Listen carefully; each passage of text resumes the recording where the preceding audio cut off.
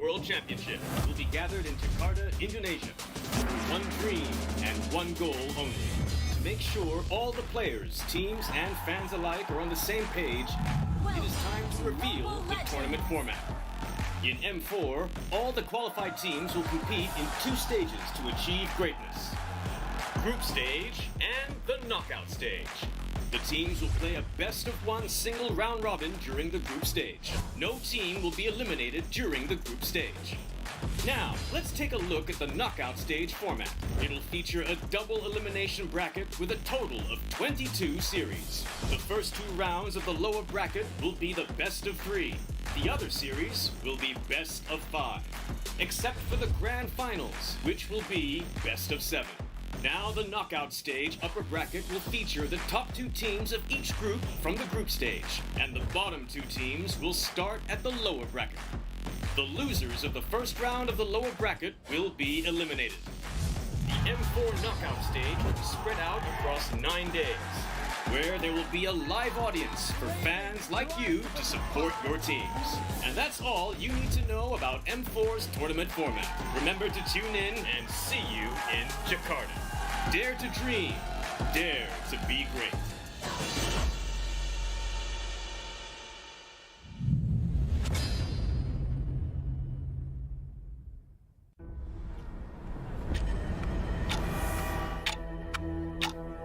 We are getting closer to the ultimate battle in Jakarta. It's an amazing, beautiful tournament. I can't wait to get to the game. All eyes are on one stage only. All for that ultimate prize, to be M4 World Champions.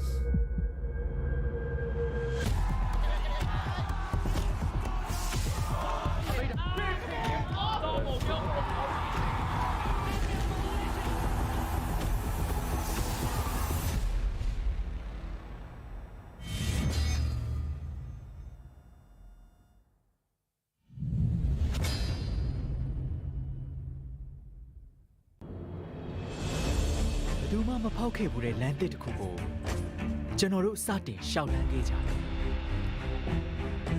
။ချွေးမထွက်တဲ့အားကစားကိုကျွန်တော်တို့စော့ခဲ့ကြတယ်။လူတွေမရွေးချယ်တဲ့အတံမွေးဝမ်းကြောင်းကိုပဲကျွန်တော်တို့အမျက်တနိုးရွေးချယ်ခဲ့ကြတယ်။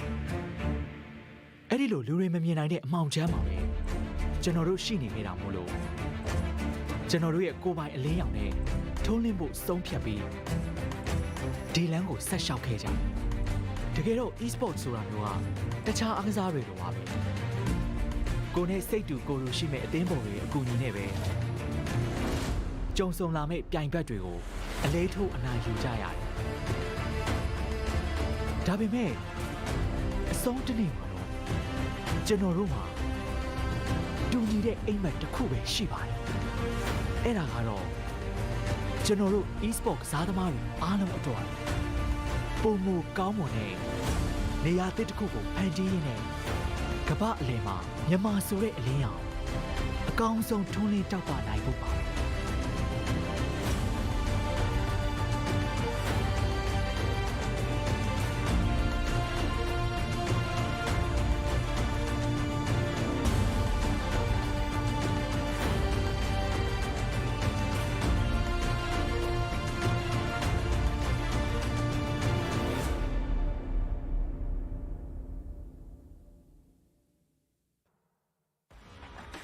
The M4 group stage continues to bring us world-class MLBB actions. So let's take a quick look at what happened yesterday.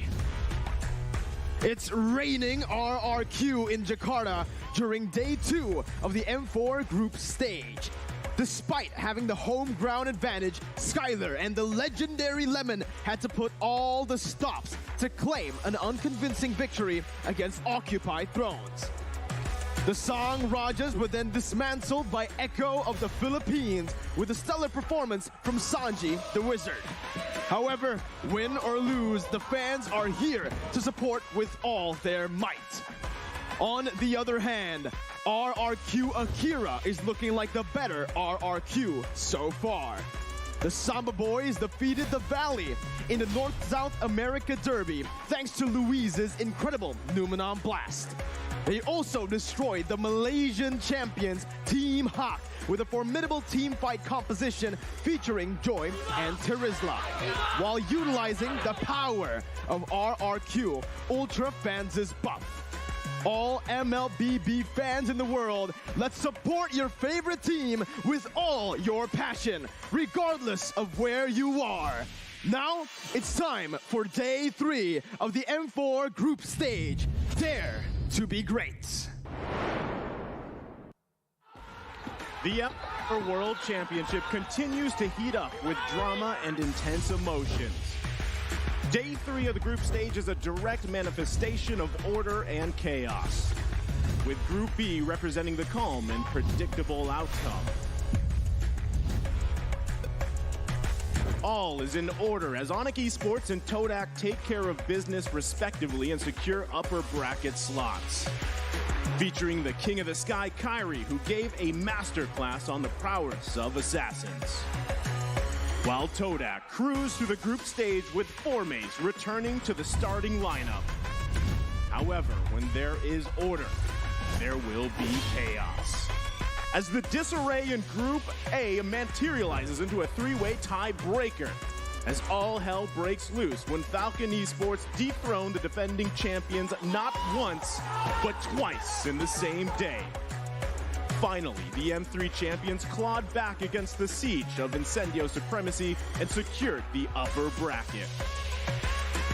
Even though the air was tense, sportsmanship and integrity were embraced. And with that, we are going straight into the final day of M4 Group Stage.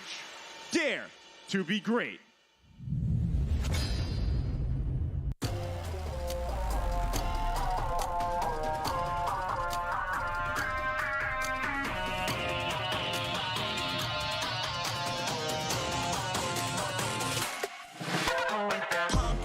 It's my time, I'm a ball. I'ma get this money right. I'm gonna live my best life. They been talking, tell me on me, but you know they'll never win. I'm controlling all my victories, and something that's gotta give. Cause across the streets is what I made it now. I made it now. You can't ever break us down. Break us down. I'll be reaching for the stars. Promise I'll be what they not. And I'll never stop. Won't ever stop. Yeah. Touch the sky. You're a man of silver. Touch the sky, you're the greatest function now. You and I, we can make it out of the cold. Hang tight, we gonna reach for the greatness. We will always rise, we will never fall. Fighting our eyes and being strong. Even though we know our backs against the wall. Can you take your aim? You know that this is. I've been down, been waiting so long. I'm here for the crown, I'm here to show off. Greatness time, just waiting to show y'all. This is your time to remember.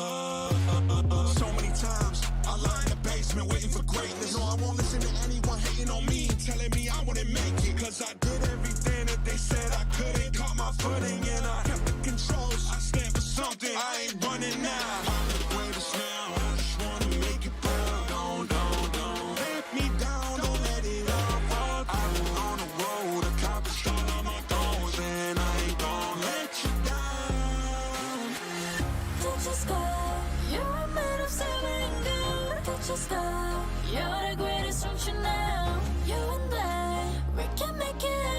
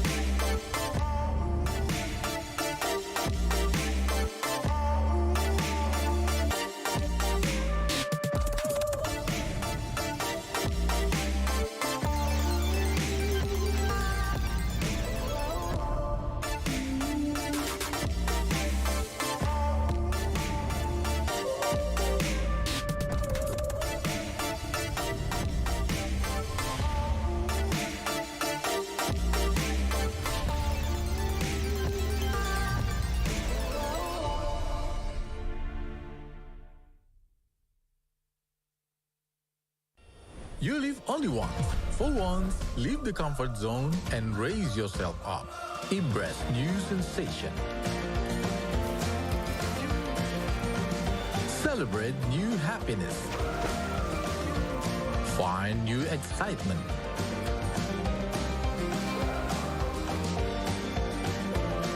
Seek for new tastes. Raise up your life through a wonderful journey.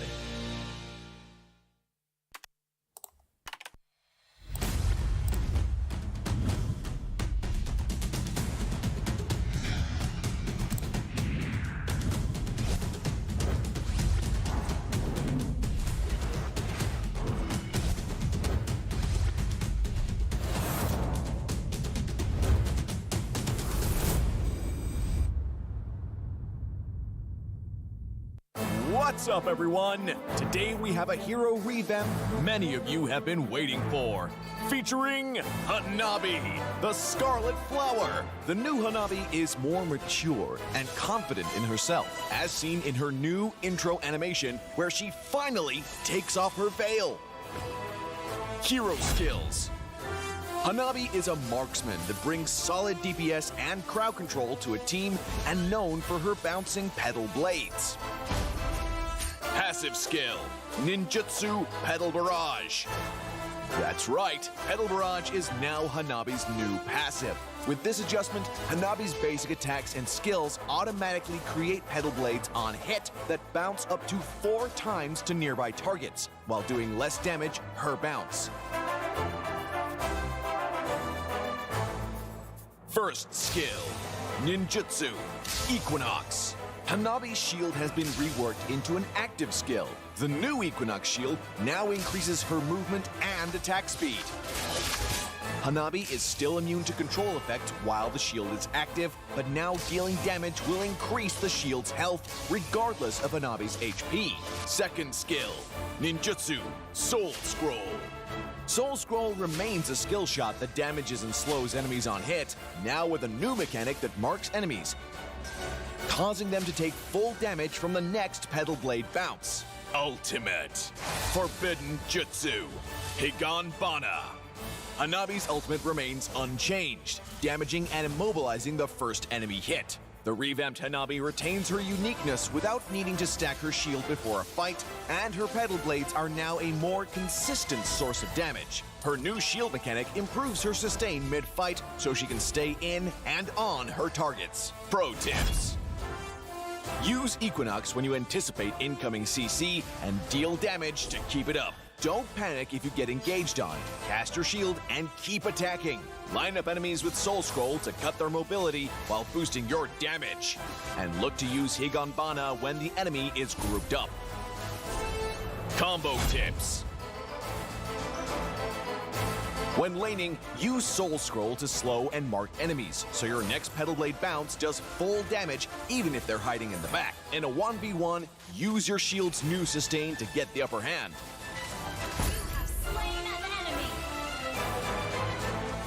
In teamfights, land your second skill first to make the enemy easy targets for your ultimate and let your Pedal Blades go to town. Tactics. Since Hanabi's early game is rather weak, focus on farming. But not for the whole game, Hanabi mains. Poke the enemy in lane with basic attacks and her second skill. In the late game, use Hanabi's ultimate to engage and CC, and unleash your barrage of basic attacks and kunai to provide excellent sustained DPS for your team. We recommend this attack speed focused build to complement her reworked passive and first skill. Marksman Emblem further enhances her sustained DPS role, and Weakness Finder prevents her targets from escaping. Inspire is a natural choice to bolster both damage and survivability, thanks to her new shield. Hanabi, the Scarlet Flower, revamp coming December 20th. She'll be 30% off the first week, along with her resplendent iris skin. Give the new Hanabi a whirl and tell us what you think. Until next time, we'll be seeing you in the Land of Dawn. Hanabi, the Scarlet Flower, revamp December 20th.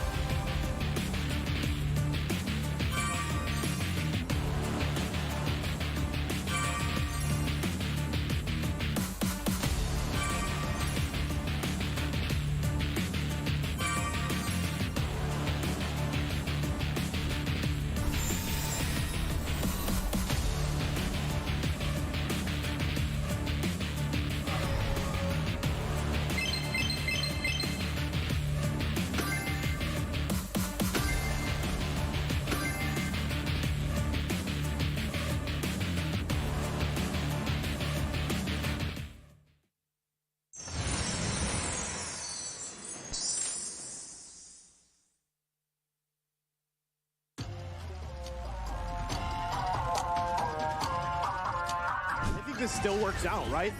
All of that in the last 2 minutes just makes a breeze for the first turtle here. So that's already huge, at least in terms of economy. But here in the mid lane, Yumsi going to be the focus again. Oh, can he get away? One hit, he's going to bob and weave and survive. The moves and grooves. Behind. And yeah, I can see here the Lord is already contested. It doesn't feel like Bray is chilling. He's doing so much for his team with splitting those waves, but once again, the contest for the Lord. The fight.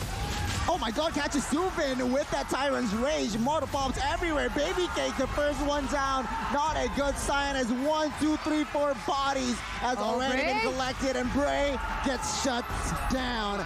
And he didn't, I don't even think it was Ken who finished off Hessa. He finished off D7, and this allows another free turtle. So now they're going for it. Certainly he's going to be popped here. Ken able to secure the turtle, but Zip goes down as Chima able to find the kill. Another wild charge comes forth as D7 falls.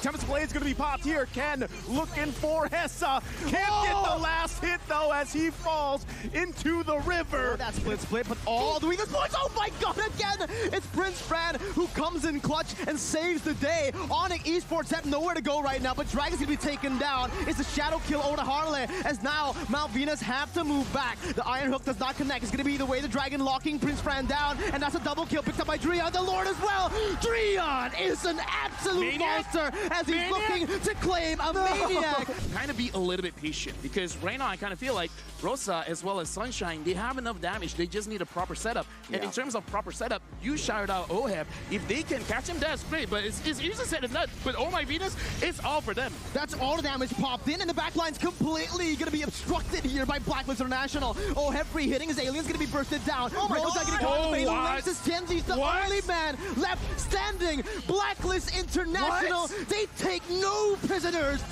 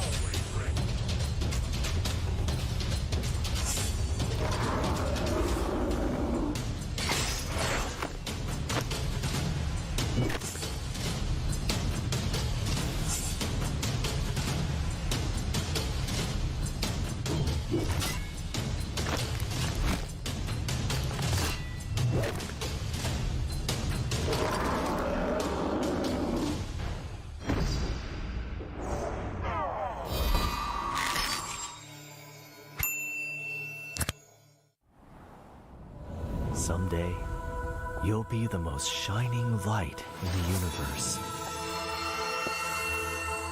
The star will be burned for you, my flare.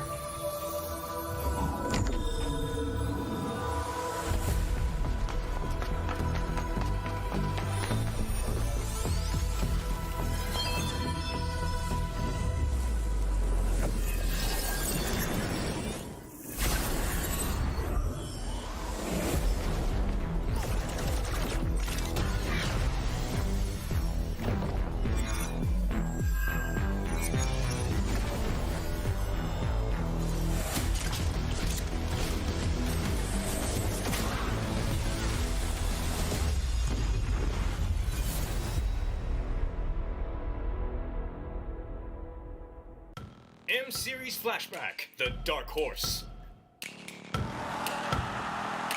Welcome to Mobile Legends. 2019 in Kuala Lumpur, Malaysia. Nobody guessed that Todak, a debutant for MPL Malaysia Singapore, then would qualify for M1. They topped their group stage with aggressive gameplay. They get a mega kill. They're walking in to win this game. Todak take game 1. And end up being the second runner-up of the first ever M Series. Fast forward to M2.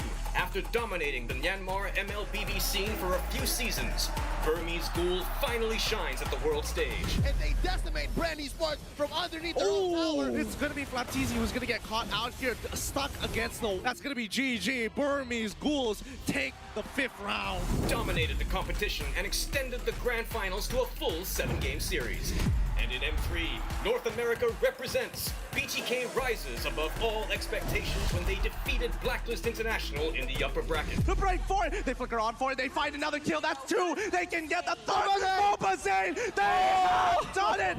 And pummeled their way to the lower bracket finals without any coach and team staff. M4 is finally coming. Which team do you think will rise to greatness and be the next dark horse? See you at M4.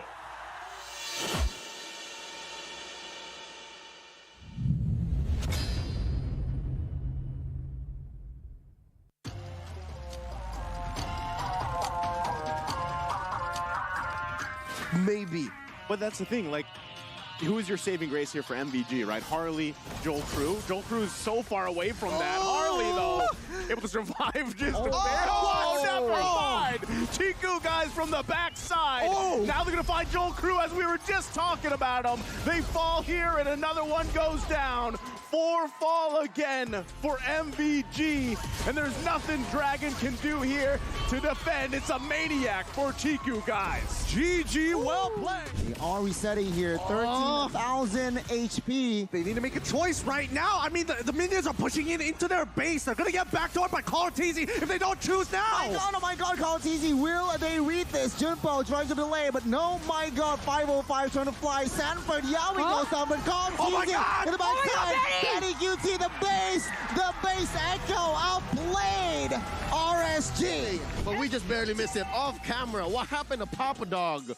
He just got dogpiled on, and that will be the end of him. As you can see, S11 going for a different approach right here, jumping in, making a play with the Way of the Dragon as well, but the Vengeance is just tanking so much. Wow! That's Fried Chicken taking 1 versus 3. Erwin is an H target, and Fried Chicken is going again and again. The Lord gets picked up. And they come out on top, and it's so disastrous because the Lord is up at the same time. Incendio is still contesting, but it does not seem possible unless Alien can make something of a miracle play. We've seen a miracle play by Grok many times before. He's looking for it. He has the weapon mastery for a reason. He steals it for Turkey, for Incendio to save the game for his team. I'm sorry. I'm ahead of myself. Yeah, no worries. Wise, killing spree emblem on the Aldous. Sure. I get why, but right now, wait a minute, Naomi gets a hook onto Wise right now. It's going to be Justin who rotates back in. Wise goes in, and it's the first blood over to Justin. Ken, that was a worth it. Look at the hook, and Haji tries to run away. I can't get my point out. Justin goes in front, gets the kill. Dashing back in, Edward using final blow, not able to find anyone, and that's the iron hook again. Naomi's won. 20/30 vision where they just literally see the future. Oh my God, no way! Naomi finds a hook out of nothing again! He cares for the future. Whatever it is you want to believe, he dies again! Naomi! Above the sky! They are right now, they're flying and they're soaring again! Naomi! What in the world was that?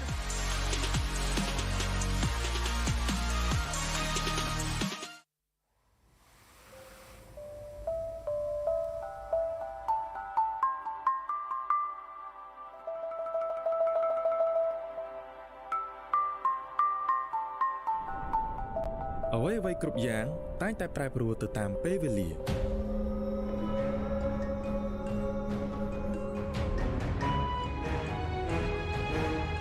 ប៉ុន្តែស្មារតីរបស់អ្នកប្រយុទ្ធនឹងមិនសាបសូន្យនោះឡើយ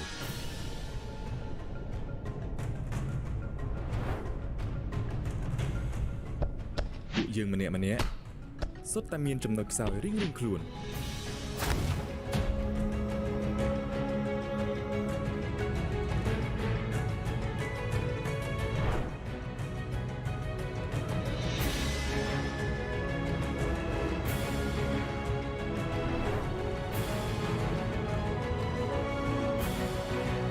ហើយប្រសិនបើយើងរួមគ្នាជាក្រុមគឺពួកយើងមិនមានពាក្យថាបរាជ័យនោះទេ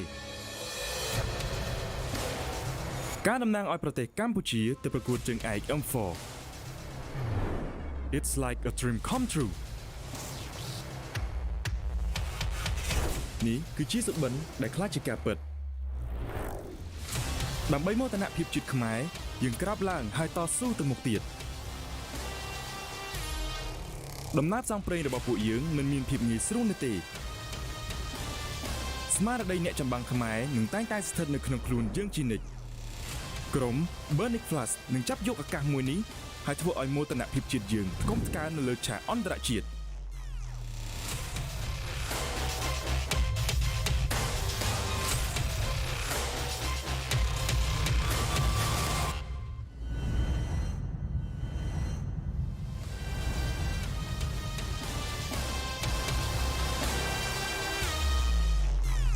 If you play with fire, you will get burned. Dear Flamers, see you in the M4 stage.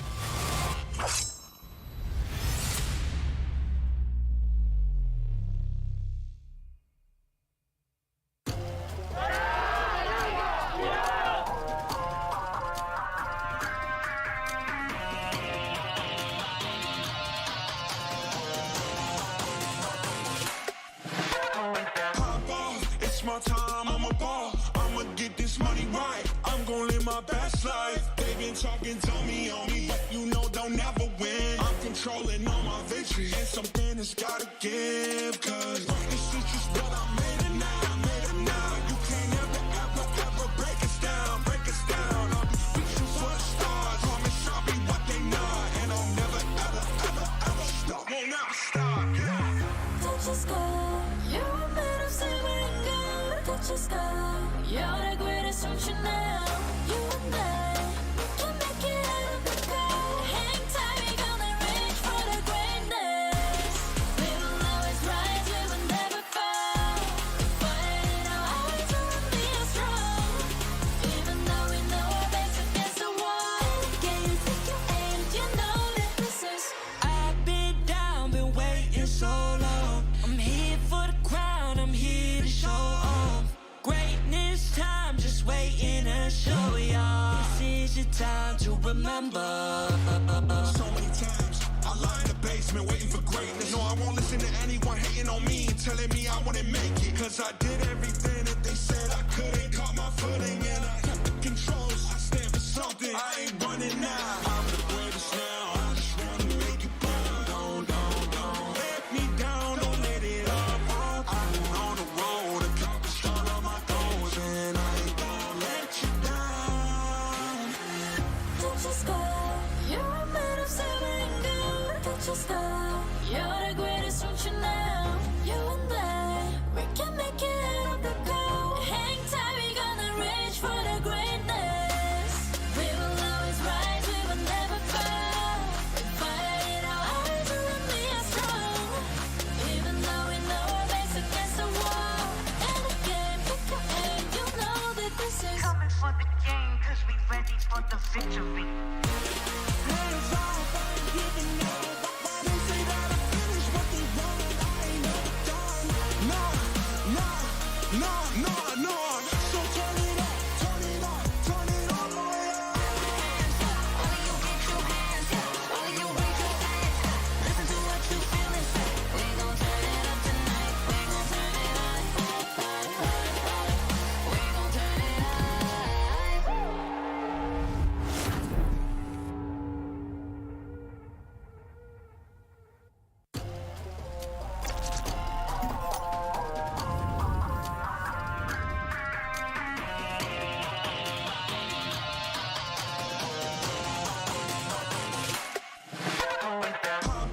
It's my time, I'm a ball. I'ma get this money right. I'm gon' live my best life. They been talking, tell me on me, but you know don't ever win. I'm controlling all my victories, and something that's gotta give. Cause this is just what I made it now. I made it now. You can't ever, ever, ever break us down, break us down. I'll be reaching for the stars. Promise I'll be what they not, and I'll never, ever, ever, ever stop. Won't never stop. Yeah.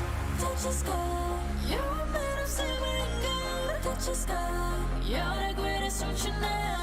You and I, we can make it out of the cold. Hang tight, we gonna reach for the greatness.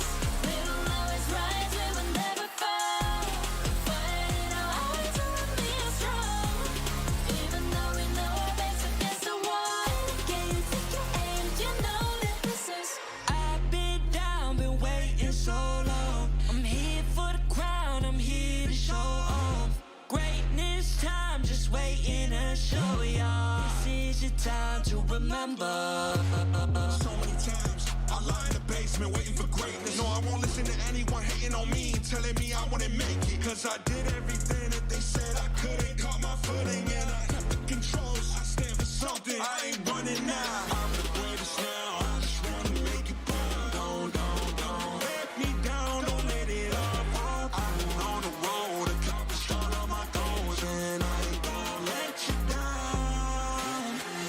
Touch your sky, you're a man of silver and gold. Touch your sky, you're the greatest function now. You and I, we can make it out of the cold. Hang tight, we gonna reach for the greatness. We will always rise, we will never fall. We fight our way to be strong. Even though we know our backs against the wall. And again, pick your aim, you know that this is. Coming for the game, cause we ready for the victory.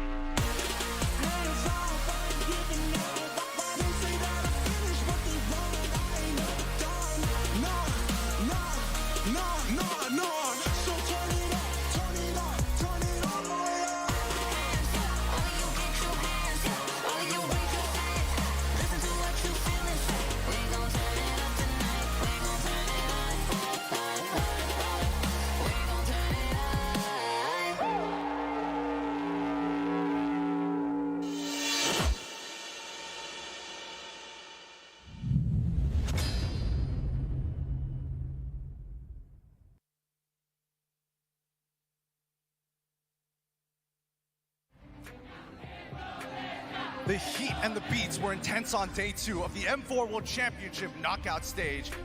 Some old rivalries for past M series fueled the tension in the air.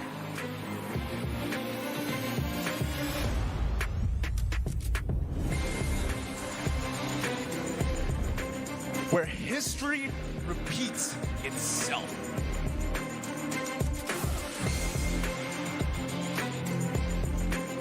The first series of the day saw Todak taking on their bitter old rivals, RRQ Hoshi, who defeated them in the world stage in M1 and M3.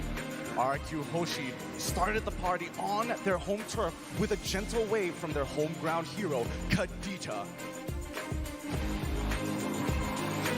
Birthday boy Albert then showcased what the true skill ceiling in a game like MLBB can be on his special day.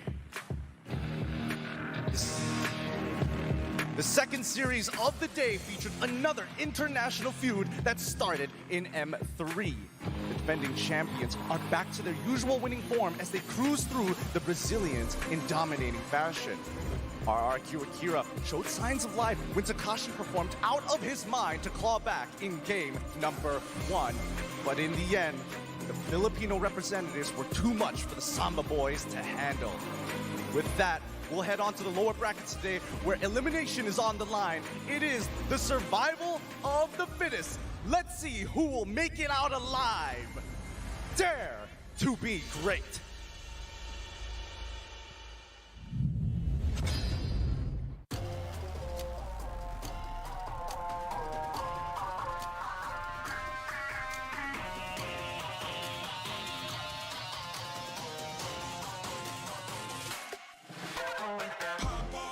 My time, I'm a ball. I'ma get this money right. I'm gonna live my best life. They've been talking to me on me, but you know they'll never win. I'm controlling all my victories. It's something that's gotta give, cause this is just what I made it now. I made it now. You can't ever break us down. Break us down. I'll be reaching for the stars. Promise I'll be what they not. And I'll never stop. Won't never stop. Touch the sky, you're a man of silver and gold. Touch the sky, you're the greatest function now. You and I, we can make it out of the cold. Hang tight, we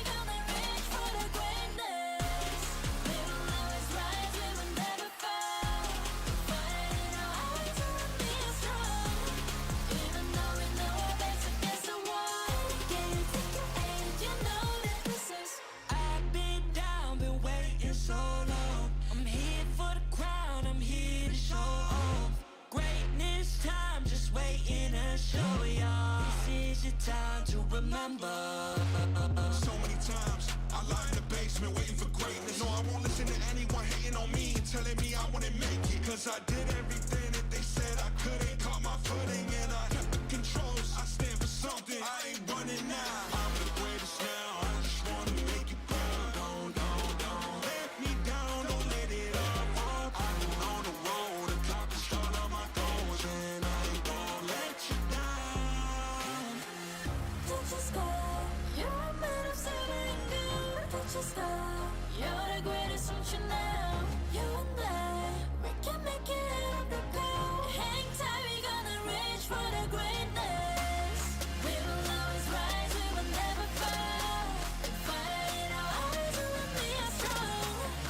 Even though we know our backs against the wall. And again, pick your aim, you know that this is Coming for the game, cause we ready for the victory. Hands off, I ain't giving up. They say that I finished, but they wrong. I ain't never done. No. So turn it up, turn it up, turn it all the way up. all you reach your hands, all you reach your hands. Listen to what you feel and say. We gon' turn it up tonight. We gon' turn it up. We gon' turn it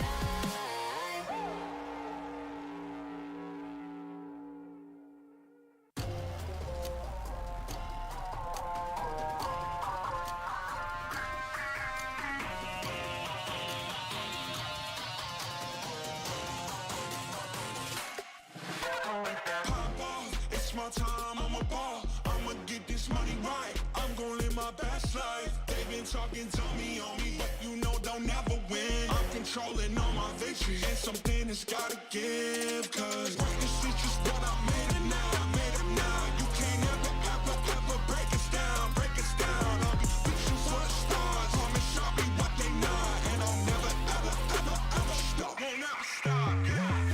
touch the sky, you're a man of saving good. Touch the sky, you're the greatest future now. You and I, we can make it out of the cold. Hang tight, we gonna reach for the greatness. We will always rise, we will never fall. Fight in our eyes, we will be strong. Even though we know our backs against the wall. Can you take your aim? You know that this is. I've been down, been waiting so long. I'm here for the crown, I'm here to show off. Greatness time, just waiting to show y'all. This is your time to remember. So many times I lie in the basement waiting for greatness. No, I won't listen to anyone hating on me and telling me I wouldn't make it. Cause I did everything that they said I couldn't. Caught my footing and I kept the controls. I stand for something, I ain't running now. I'm the greatest now, I just wanna make you proud. Don't let me down, don't let it up. I've been on the road, accomplished all of my goals, and I ain't gonna let you down. Touch the sky, you're a man of saving good. Touch the sky, you're the greatest future now. You and I, we can make it out of the cold. Hang tight, we gonna reach for the greatness. We will always rise, we will never fall. We fight in our eyes, we will be strong. Even though we know our backs against the wall. And again, pick your aim, you know that this is. Coming for the game, cause we ready for the victory. Hands off, I ain't giving up. They say that I finished, but they wrong. I ain't never done. No. So turn it up, turn it up,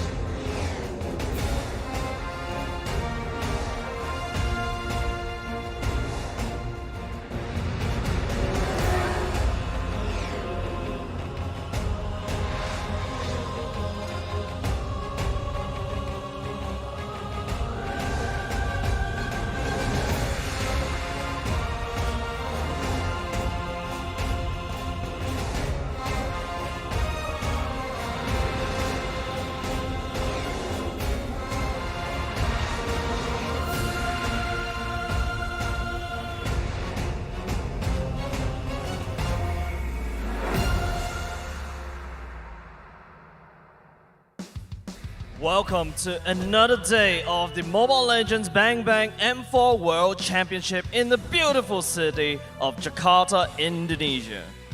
We are now down to 12 teams, but after today, only 8 will remain. A heavy-hitting schedule is upon us, so be sure not to miss out on any single action for today, who will still move on and continue their journey of getting a world title.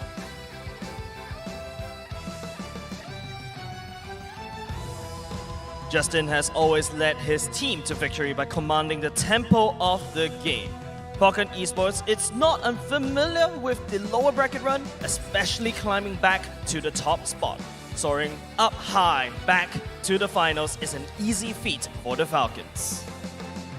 On the other hand, with the help of his teammates, Eren always finds the best angles to easily execute and initiate teamfights, beating one of the 4 main regions of Southeast Asia. As 11 Argentina is in a better shape to match up against the favorite dark horse, Falcon Esports.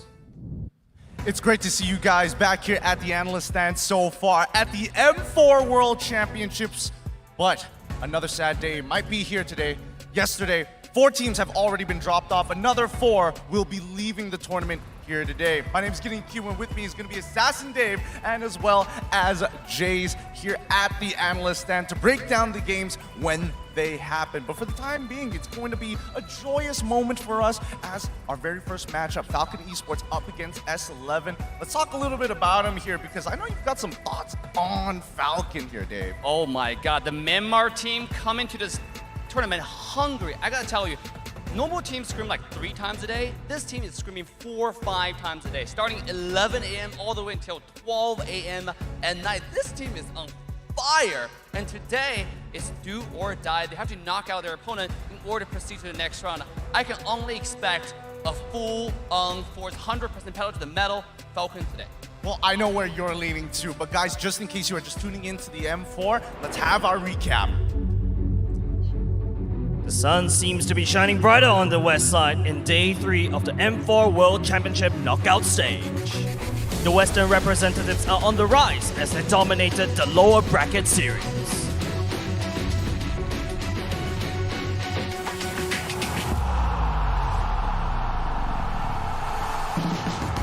The first series of the day saw S11 Gaming take on RSGSG.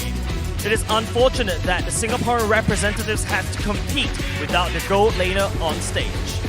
And RSGSG were eliminated by S11 in a convincing 2-0. The West continued to heat up in the series between Incendio Supremacy and MDH Esports. The Turkish delights were too sweet for the competition and left MDH Esports with 0 on the scoreboard. And they spelled the end of the road of MDH Esports.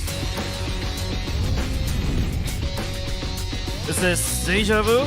No. It's the Valley, dude! The North American representative came out guns blazing with polished teamfight and execution as they put out Vernex Flash Flame in this elimination match. However, the MENA representative fought hard with an unrelenting determination against Malvinas Gaming, forcing a comeback in both games and getting one series back for the East, Yala. Now we will be starting another day of elimination. Which 4 teams will be sent home and which 4 teams will continue their journey to greatness? Dare to be great.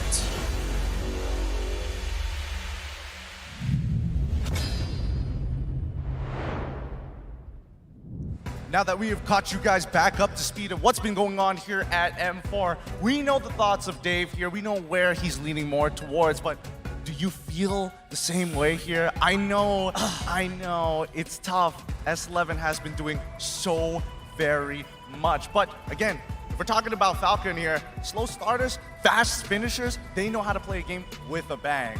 Yeah, especially, I'm definitely leaning on the side of Falcon, Gideon, because, S11 is basically I have a vendetta.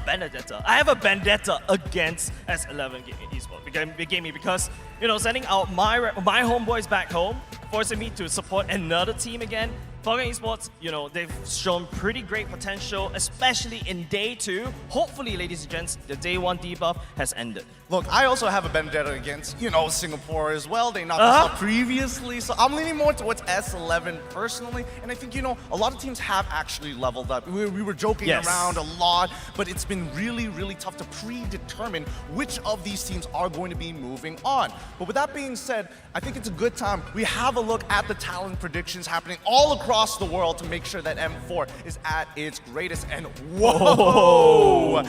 Yo. Falcon Esports, I know what you're gonna say. You're looking me dead in the eye.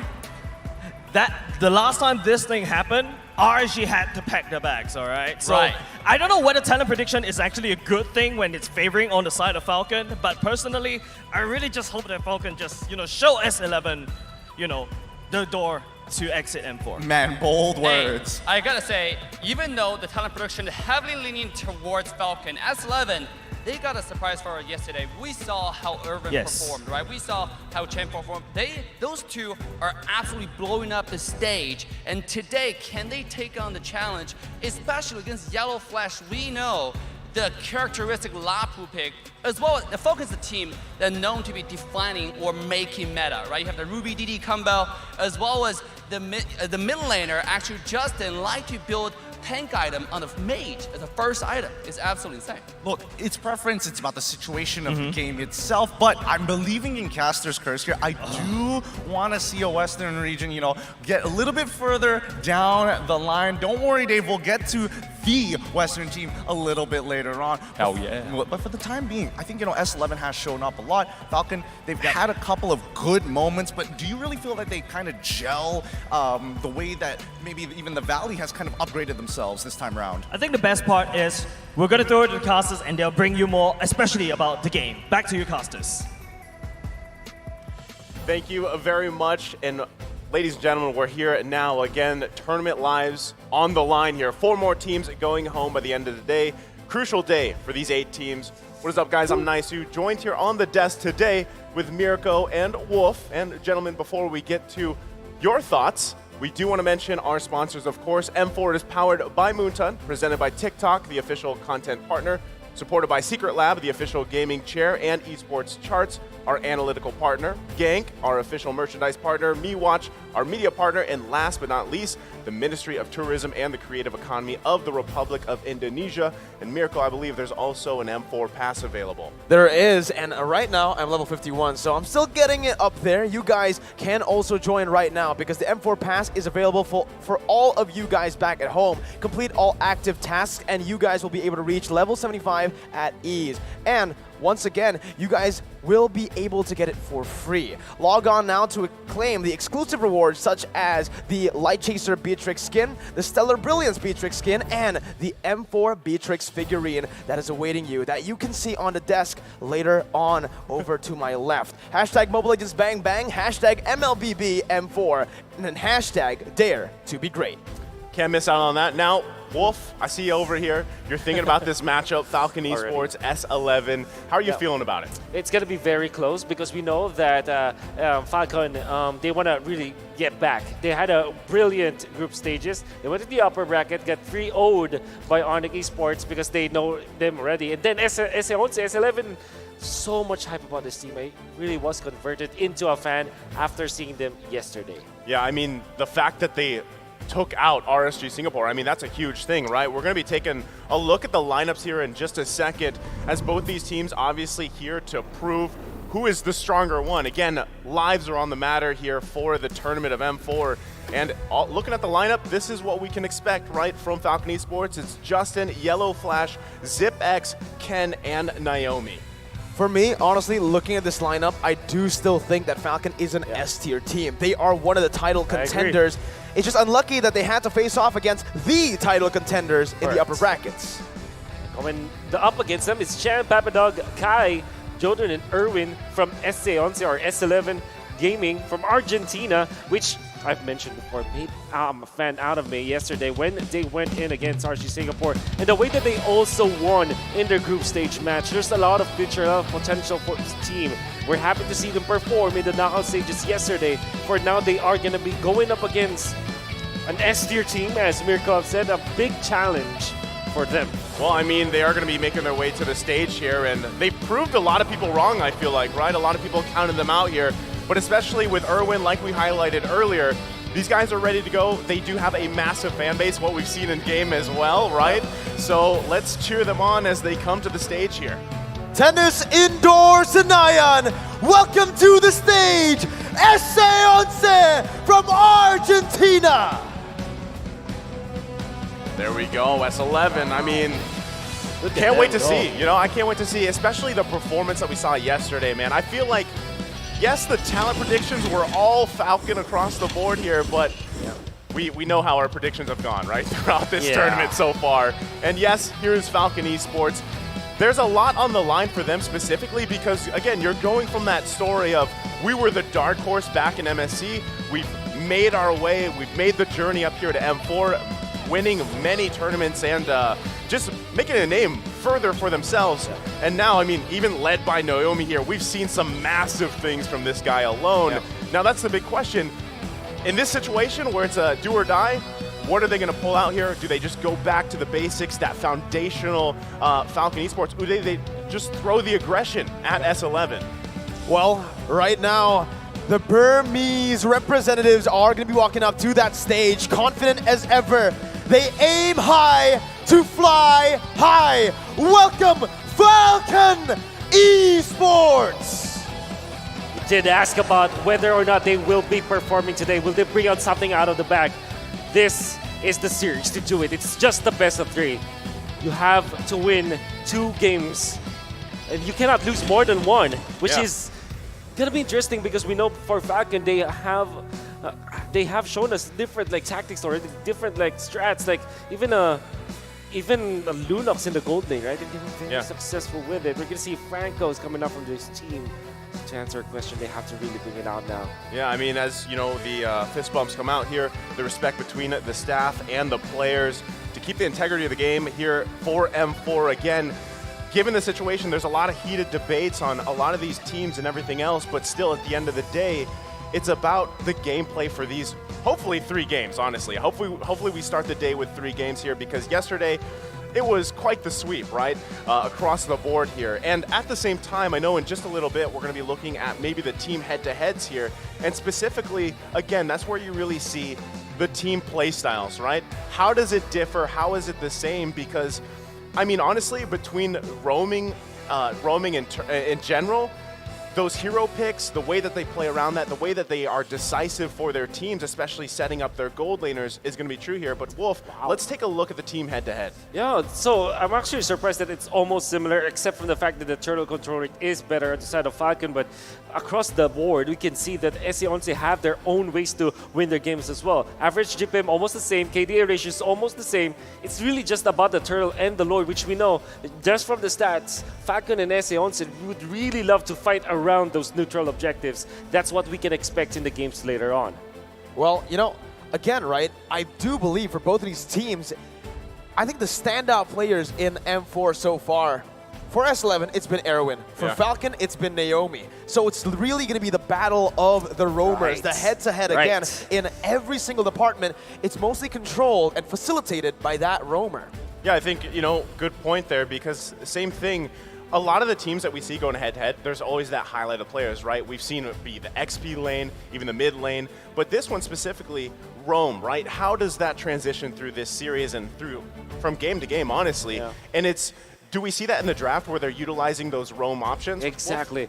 I like to open it up because that's my answer to your question. If you want to know whether or not Naomi versus Erwin will be a great bout, it will start with the draft. We know that Falcon eventually gets one of those cheeky picks like the Natalia, for example. And we're very excited about that. Well, I can't wait to see as we do get ready here to load up into the draft for the first game. Again, we can only speculate so much here from what we've seen through the trends of M4 from the group stages up until what, the 4th day now in the knockouts. And we've seen some surprises along the way. Definitely, we've also seen the trends. And I mean, people can say what they want about these two teams, but still, is there surprises in their pockets? I'm sure there is, right? But we're going to take a look here at the predictions as well from the audiences. This one's, I mean, it's looking pretty dominant for Falcon Esports, but still S11 Gaming. We got to wait till we get to the next slide, too, because I have a feeling there's going to be a lot of votes here for S11. Look at what's interesting to me is Latam went for Falcon, 55% instead of S11. Here we are seeing similar results. Yeah, mostly to Falcon. Mostly to Falcon, but 60-30 or 60-40 is actually not that, not that big when it comes to a deficit. Right? I mean, I got to say, maybe part of that has to do with the fact that Falcon Esports took 2 games off Blacklist International from the group stages. Now, we kind of talked about that a lot when they faced against Onyx Esports, and then they got swept, right? I mean, that was the reality of it. And whether there was things going on outside of the game between them, we don't know that. But what we do know is, again, the focus has to be here on this, what potentially could be their last match, right? So this is a crucial time for Falcon Esports, all their fans, as well as S11 Gaming to, again, prove a point, right? Because still, from the beginning, people were counting them out by little. But in just a couple seconds, we're going to load up into the draft here. First series of the day, first game of the day, Falcon Esports versus S11 Gaming. Let's see. First here, it's going to be Falcon on the blue side. First pick for them. S11 on the red side. The Faramis ban is already pretty interesting because yesterday from the matches we saw, S11 just really did not care about the Faramis, didn't ban it at all, so they really are respecting Justin's comfort pick. I really wonder why this Faramis pick is one of the priorities for S11, but it is what it is. You can see that the Joy hasn't been banned or banned just yet, or even considered. With the carry already banned, you want to also answer that with a 1-1 ban coming out from S11 so that you won't really, you just level the playing field when it comes to those marksman choices. Yeah, and I'm not surprised Eve and Carry are taken out here priority. We've seen those picked up so much. I'm not sure if it's still true that Carry is the most picked hero so far in M4, but the success rate is obviously there along with the Eve. So already with some of these hot picks being taken out this early on, I'm wondering, again, what does Falcon Esports want to prioritize for their first pick? There goes the Glue and the Joy, 2 other heroes we see often taken out, Wolf. Valentina should be the choice here for Falcon, unless they want a Kaja first. But you know that when Kaja and Valentina are both open, you want to prioritize the Valentina because you'll snatch that. And then, knowing the fact that the Kaja as well as your go-to marksman like Claude is available, that might be the choice now for S11. It's about dictating the drafts, right? You pick up the Valentina. Again, a lot of nerfs towards this hero. Doesn't change a thing in terms of her prioritization in the drafts. Why? Because, again, you dictate that draft. You pick it up, and the enemy team is then forced to just avoid big ultimates. I mean, that's like the hidden passive of her passive, basically, right? When it comes to the draft, it's like, well, okay, they've got a Valentina, now we got to be conscious of what we give away. But still, I mean, we've seen even teams like Echo play against Valentina really well by just taking away ultimates in the sense of hiding either in a bush or being far away to not allow that Valentina to get the ultimates that they want. But, I mean, on the other side, it looks like S11 Gaming isn't too worried. They do lock in here this Cho pick along with the Benedetta. It might be a choice for the Lapu Lapu or Yu Zhang for Falcon, knowing that it is a good hero to kind of answer this Benedetta in the XP lane.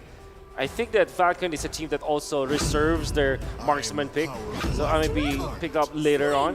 Instead, they go for the Fanny together with the Kaja. So much lockdown, so much damage already coming out from Falcon, and then there's the answer, Martis. That's really fast, right? Yeah, that's right away. And Fanny's interesting, right? Because we saw it was a wild experience yesterday, right, with the Fanny, but also an MVP performance from Leo. And also just taking a look at Coach Dale here, fun facts. The one thing that made me decide to coach in Myanmar is because their playstyle is interesting. And some people at home might think, what that means is it's not boring, right? Because a lot of people feel that way. They think sometimes certain play styles might be a little bit more boring than others. Well, basically, a lot of people like to see that chaotic style, that aggressive style, because that's fight after fight.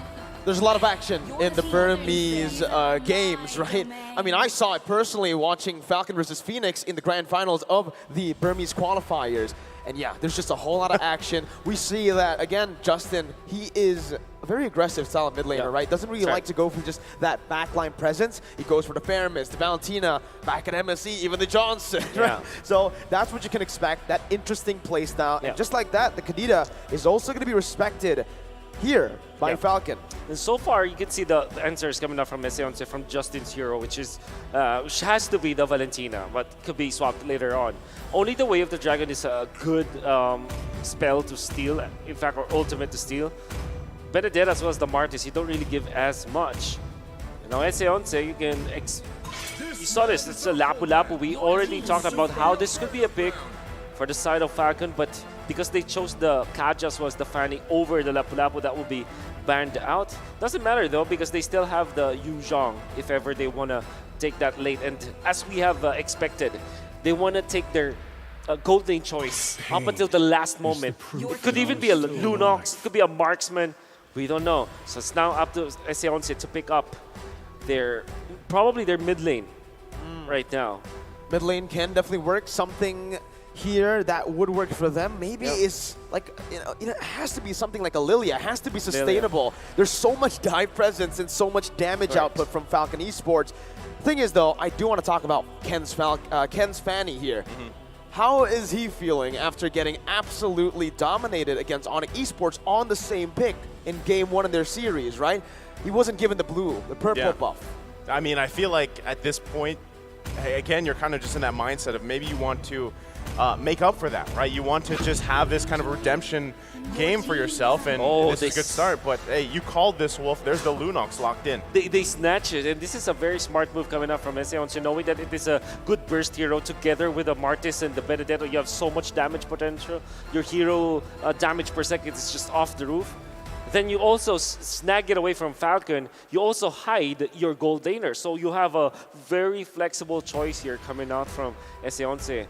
And what would the answer for Falcon? They have to pick up an XP laner that can go against the Benedetta. So that's the Yu Zhong potentially, or maybe if they are considering the Uranus.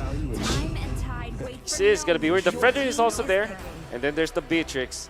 Still, for Eseonce, you can go for a Claude or maybe an Irithel. Okay. So they lock in XP lane Fredrin, which honestly we've seen him, I feel like, more in the jungle. Not sure how many times, the difference there is. But that CC, that taunt is still very valuable. Again, you're also working with the Valentina, deciding which ultimates you want to take here. And you kind of can play around the fact that you have a Kaja as well.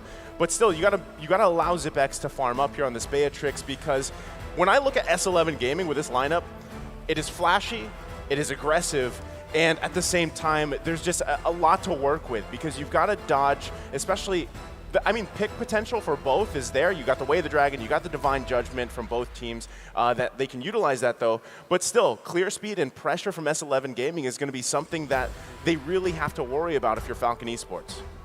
It's a big concern, right? Honestly, for both of the teams right now, they're going to have to be able to maneuver around. I think the team that can maneuver better around these team fights will eventually get the dub, because right here as well, for me, it feels like whoever engages first will be able to get that massive advantage in these team fights and skirmishes, especially around the first neutral objective.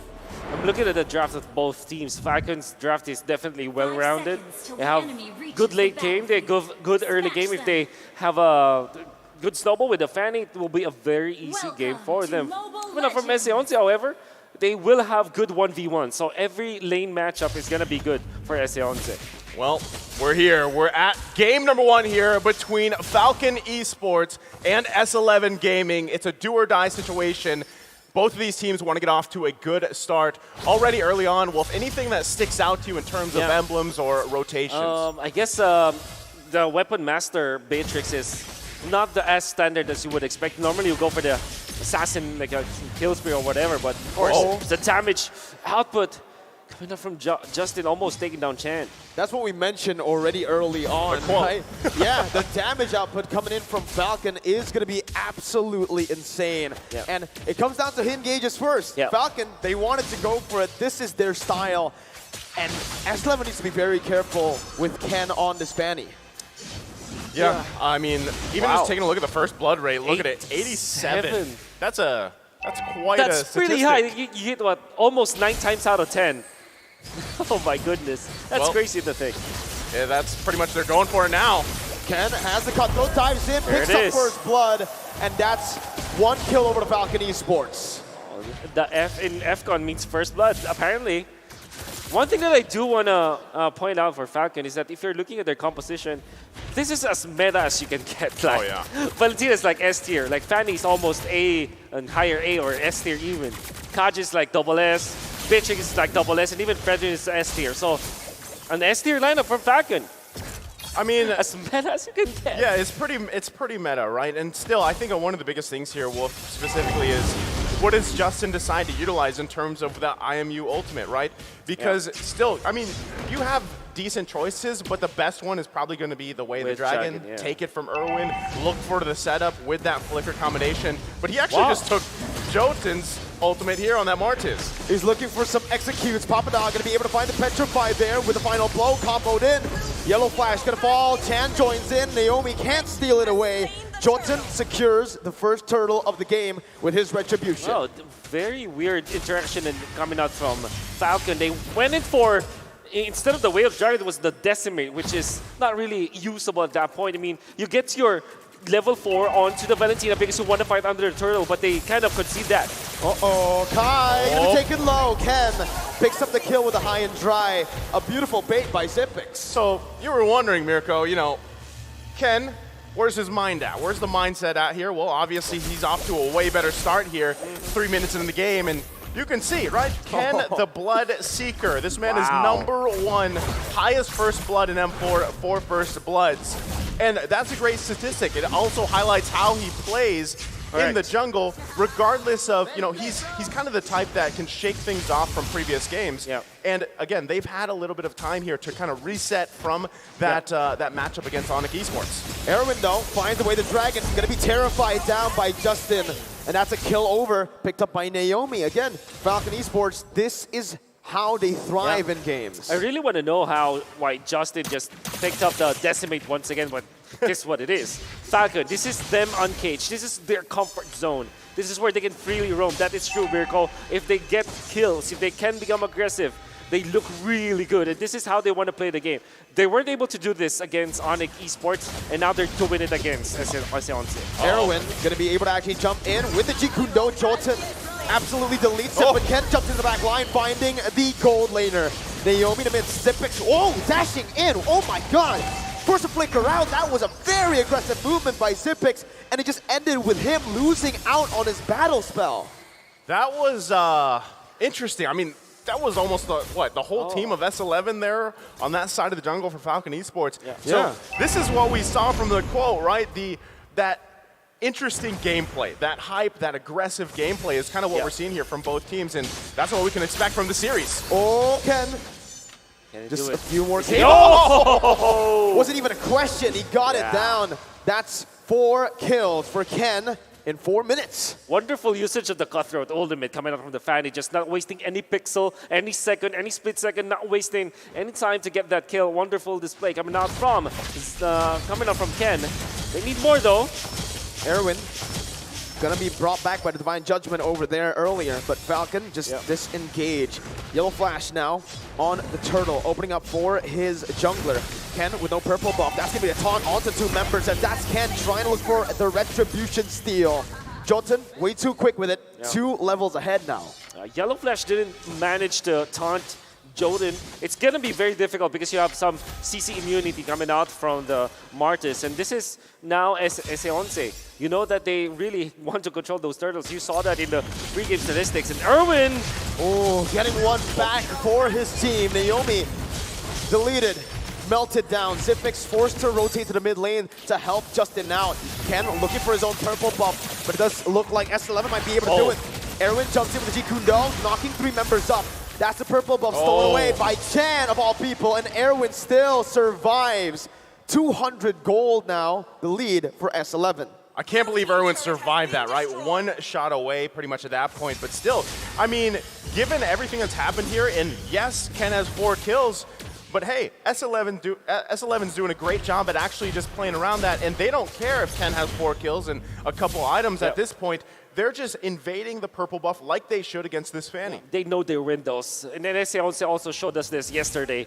They know when to attack. They waited for the right moment, 6 minutes in. They know that they have a little bit of an advantage over the Fanny. Then eventually they got a level advantage when it comes to the junglers. They invaded the purple buff, made sure that they get it. They even gave it to Chen. And all of these aggressions, timed aggressions coming up from SC11 is really looking smart and really looking like they planned for it. This is the reason why they are leading now against Falcon. Chaos versus control chaos. Mm-hmm. S11, so far, they're doing amazing. Ken just looking for some damage, but up against Jotun, look at him. He's so tanky. He can clear faster, too. He's right now dominating the jungle matchup. I feel like this is so, I mean, Jotun alone, the fact that you have this jungle Martis, and very just utility has that objective presence too. I think they just get this turtle as everybody pretty much trying to get in position here, but they don't want to have it at all. Erwin, again, just buying some time, acting as a distraction for the rest of the team to secure the turtle for free. S11 still looking for an Erwin. Is going to be caught by the Divine Judgment, suppressed down. And that's amazing! Final blow! A Petrify on the floor! Justin going to be able to get out right now. Papadog is going to be the one slain, despite having an amazing kick. Justin with Away the Dragon onto Jotun, back to the tournament. Double kill for Yellow Flash as Kai is forced to walk away. 3-0 for Falcon. That was such a clutch Way the Dragon from Justin because Jotun couldn't get the Decimate off. He still had it. So he saved the team. I mean, Justin just saved multiple members for Falcon Esports. Yeah, and SCL's a bit more than they could chew. They have already secured the turtle. They want to get the purple buff as well because they know that they can't take it away. However, they dove in too deep and they went in one by one. Erwin was caught in a very bad spot. Surely Papadog's Petrify and Electro Final Blow looked really well at this hit 4, but there wasn't any damage output afterwards. And Argentina just massive blunder coming out from their team. And this means that the Cam was able to get another purple buff on the opposite side of the map. And now they have recovered. This is an even game now. Yeah, I mean, gold-wise, it's back to even at this point, right? But, you know, S11 Gaming, they're still in a good position to continue to fight, continue to be scrappy like this because, hey, if for some reason Papadog gets another one of those combinations off with Petrify, it's going to be deadly.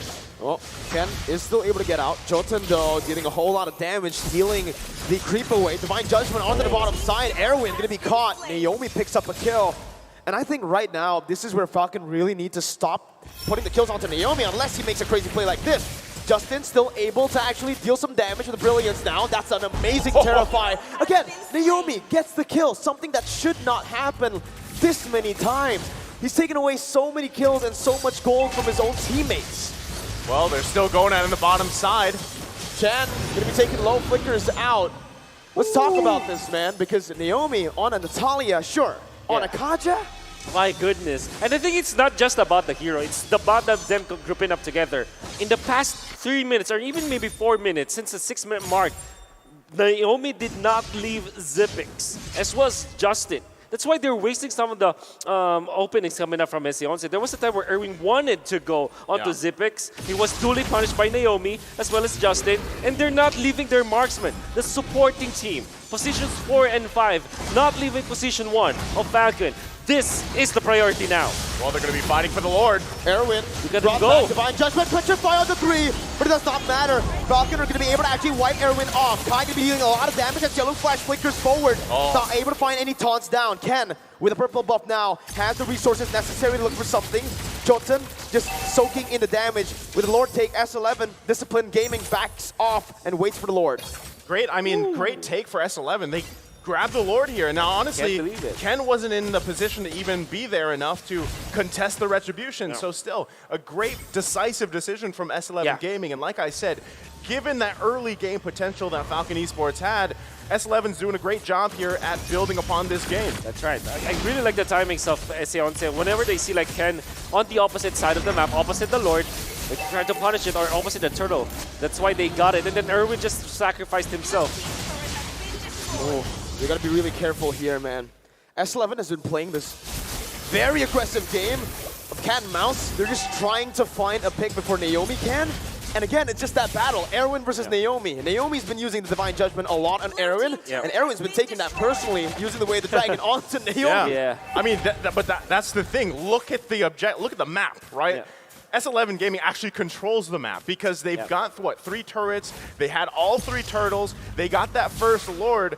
So, you know, you're probably thinking, what's going on here? Why is Falcon Esports struggling this much when they had such a strong start?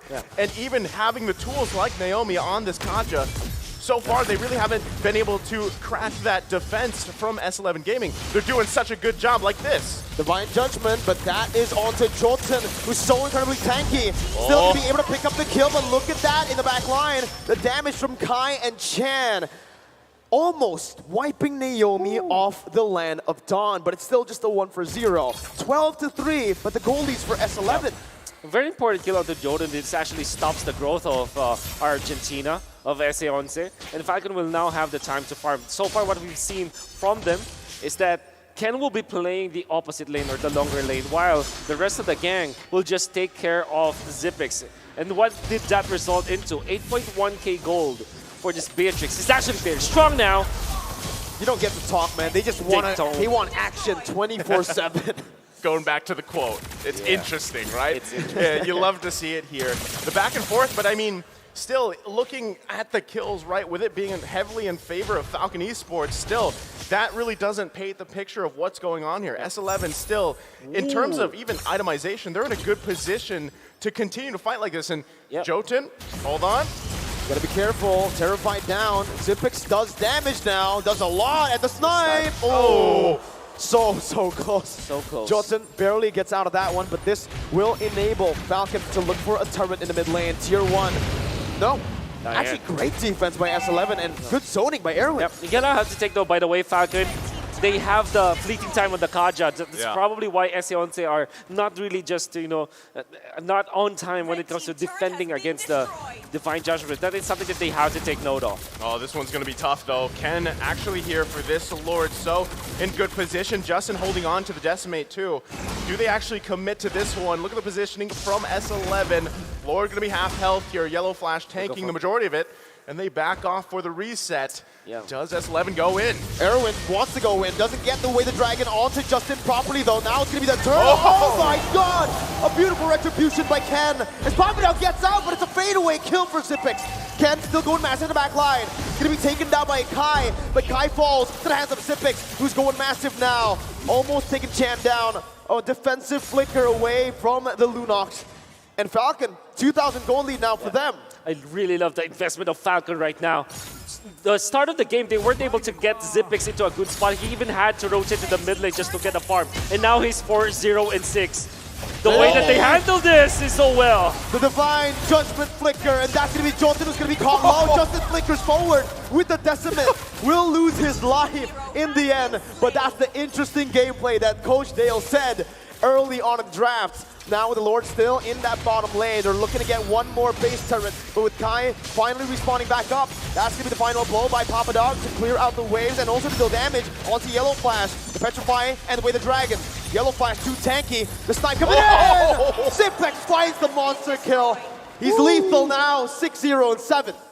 You are seeing the fruit of the investment coming out from Falcon as they are continuously just poking Pappadog. If Pappadog isn't able to find an opening onto the backlines, he cannot close the gap because he's constantly being poked by Falcon. That's a problem for SA11 because now he will have to rely onto the Wave of the Dragon, which hasn't found the mark in the past few minutes. Zipix in the midst of it all, gonna be able to oh my goodness! Zipix! Oh my goodness!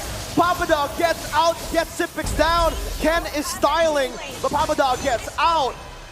How the heck was Zipix free hitting there? I don't know how he survived for that long, but now this is a dire situation for S11. They could possibly go for the end game here. Falcon Esports. Erwin gonna be melted down, loses the immortality. Justin actually stole away the final blow to deal more damage. The base is wide open. Oh, what a taunt. It's gonna be popped in by Pappadog, and Justin picks up a double.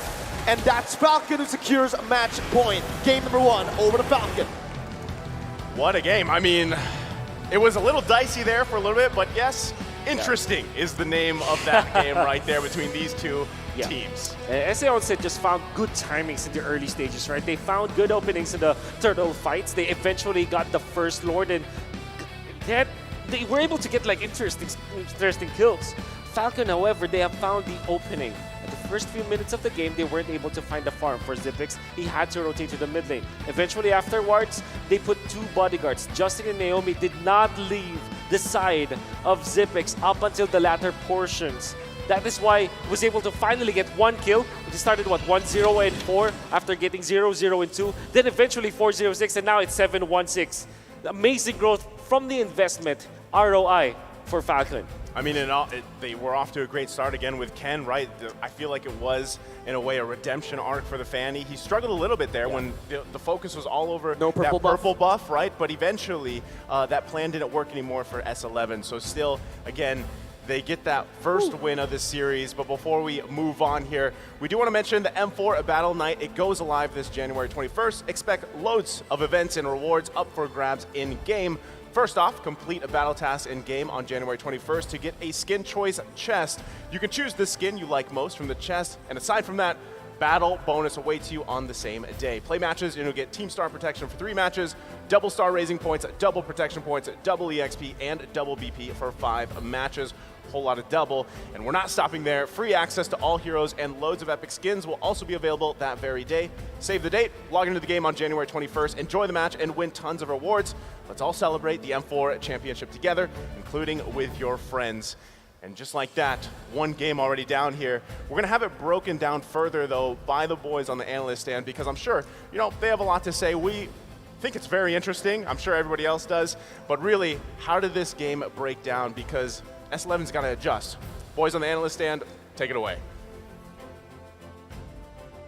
Thank you so much, Naisu. The boys here at the analyst stand are very happy that Falcon stonks are going and soaring through the roof so far. But we have the stonks. My name is Giddy Q, this is Assassin Dave, and as well as Jay's here at the stand. We're very excited to actually bring you the analysis here because I think, from the draft itself, we were already, well, personally for me, I was thinking, leaning more towards, S11. On paper, it looked good. Yeah, and S11 actually put up a really good fight. Again, surprising everybody in the audience. This is why you cannot sleep on the Argentina team. They have no baggage whatsoever. They're here to win it all. They're here to play it all, and I think they're doing absolute best. I do want to mention that Ken was absolutely on wings. This guy is a monster. He's killing the backline left and right. I mean, we're talking about the backline a lot, but I think the biggest person who stepped up, and I know you're excited for your boy, Zipex, is really huge this game. Yeah, you can tell S11 knows to identify that Zipex is actually one of the biggest threats from the side of Falcon.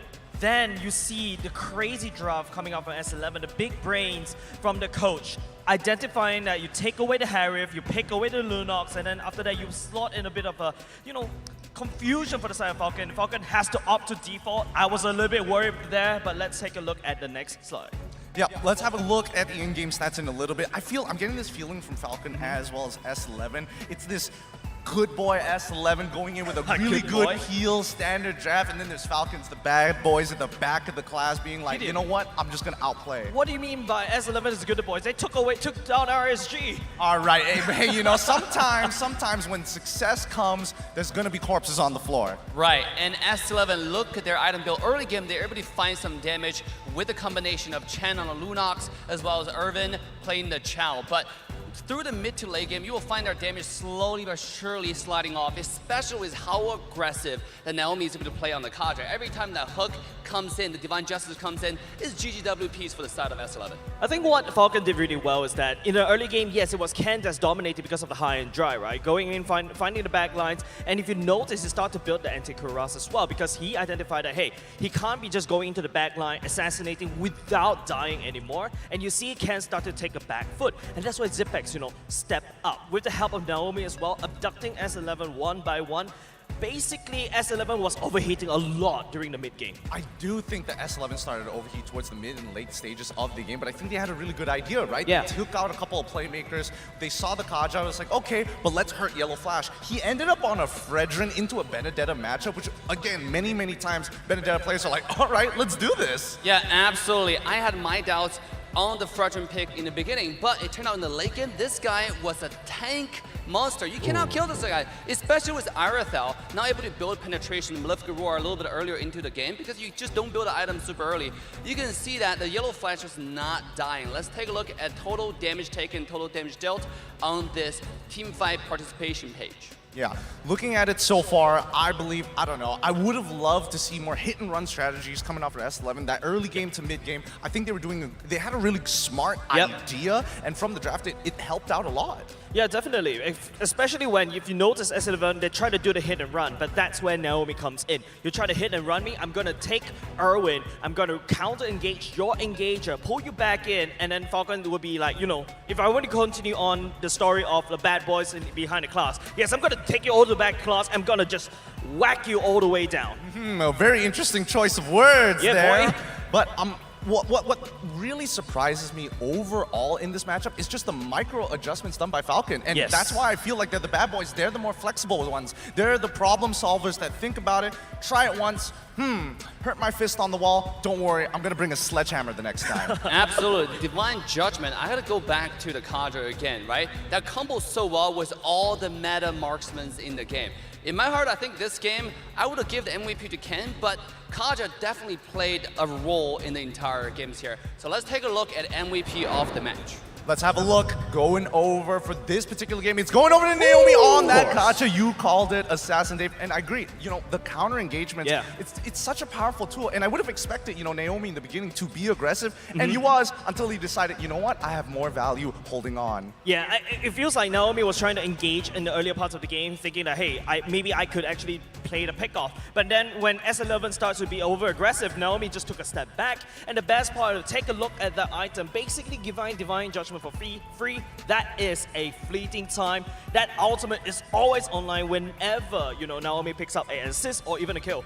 Kids, remember, Divine Judgment. That's the way you gotta play. It can be aggressive, it can also be defensive. Yeah, absolutely. And I gotta give credit to the team, even though Naomi got MVP here, but early game, Irvin was actually the aggressive one from S11, right? The kick, the chow kick was absolutely insane, and he was to find a kick onto Naomi as well, actually find a kill onto Naomi. This game, with the pressure, entire Falcon is being placed on S11. That's why Naomi is able to turn the fight around and start shining. Let's see the heat map right here. You can see that the fight is mainly happening through the mid lane and in the river in the centralized area. Yeah, Dave, that's the reason why. If you notice, Naomi wasn't really focusing on the side lanes. It's trying to get Ken up online because don't forget, Ken is a fanny. His map rotation is kind of like open book to everybody, right? So that's where Naomi needs to provide that vision. If you notice, it's a lot heavier towards the purple buff side because that's where most of the other teams know how to counter that fanny. You pressure that purple buff. I think the most important part here is the fact that he played defensively. Correct. Like, again, the heat map tells such a very big story here because he's not in enemy jungles. He's not going into the side lanes to help him out at all.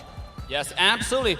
Going into the next game, I hope the S11 keep up their aggressive playstyle. Because last game, it was working out really well for them, but maybe do a little bit of twisting on their draft, right? Because it's through the late game, they really didn't have the aggression, the synergy to counter the aggression coming from Falcon, especially with the Kaja. Maybe considering not letting that go or having a better engage, such as Atlas even, for the group AoE. Well, looks like the good boys have a little bit more research to do, and hopefully for this next test, they're going to continue moving on. It's a best of 3. We're going to throw it over to our casters here. Hopefully, this is match points for Falcon. Take it away, boys, at the desk.